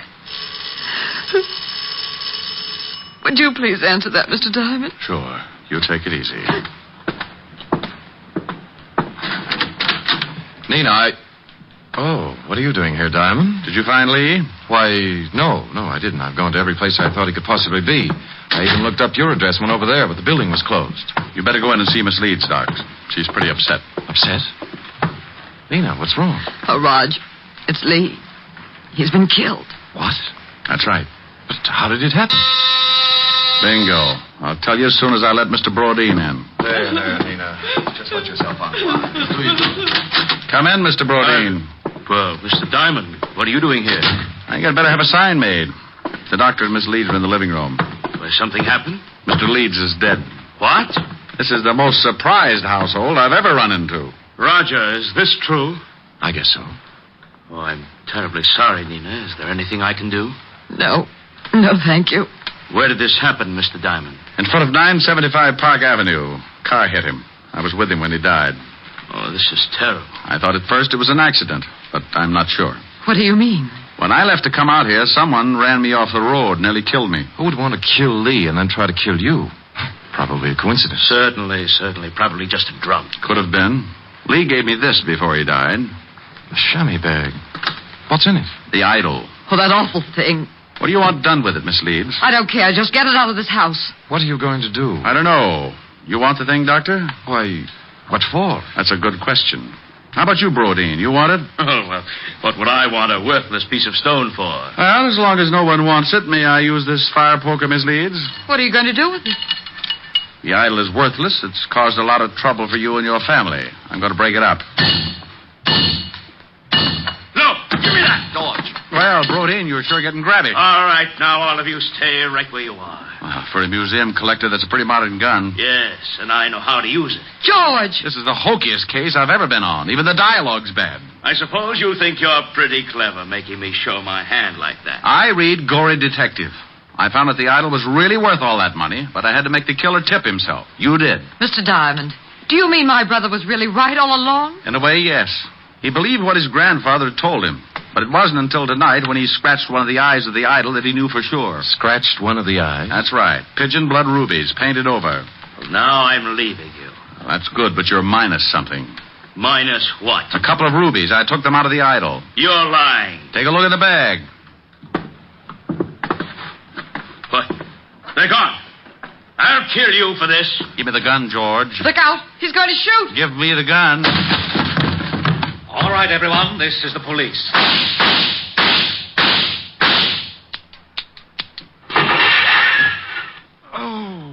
You killed Mr. Diamond. He shot Diamond, all right, Lieutenant. Put the bracelets on him, Otis. Sure. Come here, you. Not him. Put him on Diamond for disturbing the peace. In the middle on the other guy. No. Sure thing. How do you like that, wise guy? Oh, no. Rick? I'm dying. Ricky? Oh. Rick, wake up. All right, George. Drop the gun. Rick, you've been dreaming. Oh, Helen. Oh, you were having a big, fat nightmare. I came down from upstairs and you were asleep on the couch with Gory Detective. Oh, well, I started reading some story and I got mixed up with Egyptian idols and the rubies. I got shot. That's the case of the ruby eyes. That was the craziest dream. I solved the crime and got shot 6 times for my trouble. Oh, Lieutenant Levinson and Otis came in and arrested me for disturbing the peace. After you were shot 6 times? Yeah. Otis loved it. That wasn't in the magazine. I worked out my own ending. Move in. That's pretty. What are the lyrics? Well, an awful lot of them. Sing them. Okay. I'm sitting high on a hilltop. Oh, I remember that. Tossing all my troubles to the moon. It's from Thanks a Million. Where the breeze seems to say, don't you worry. With Alice Faye. Things are bound to pick up pretty soon. Here, neath the sky on the hilltop, seems to me the world is all in tune. I forget all the bustle and hurry, tossing all my troubles to the moon. I know someone will love me, and everything will be just grand. Just so the stars up above me continue doing business at the same old stand. It's mighty sweet in the evening when I've had a busy afternoon, sitting high on a hilltop, tossing all my troubles to the moon. Sing it again, Rick. I'm sitting high on a hill. Oh, Rick, the grouse. Yeah, listen to that. Where the breeze seems to say, don't you Hey. worry. How you like that, wise guy? Oh, that's really awful. Yeah, well, maybe you know how I feel when you open that big bazoo of yours. You mean I sound like you do? Look, Diamond, what do you think the rats keep jumping out of my window for? Well, maybe if you had some plastic surgery. And your crummy jokes are as bad as your crummy singing. So please, save the world from a horrible fate and cut your throat or something. Oh, yeah? Well, let me tell you, old boy. I'm sitting high on a hilltop, tossing all my troubles. Hey, you! Shut up! We want to hear Diamond. Yeah, shut your big bazoo. Yeah, shut up! What's that? You heard us. We want to hear Mr. Diamond. No. Rick. Yeah, my dear public.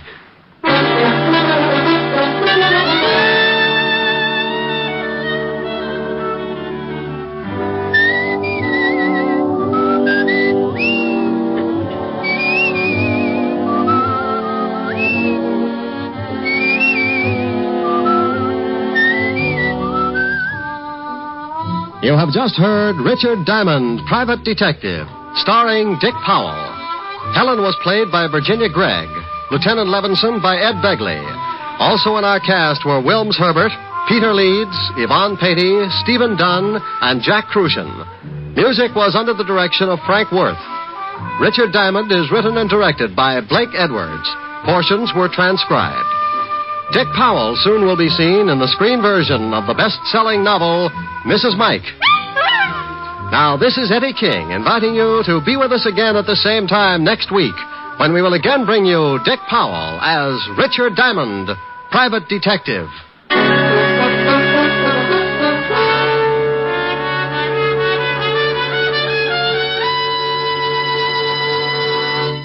What's on NBC tomorrow? Detective story fans will want to hear Madeline Carroll and Basil Rathbone in the detective melodrama The Amazing Dr. Clitterhouse, tomorrow on Theater Guild on the Air. And for more detecting, listen tomorrow for The Adventures of Sam Spade. He'll present his most humorous caper of the season. Yes, you'll enjoy both Theater Guild and Sam Spade tomorrow on NBC.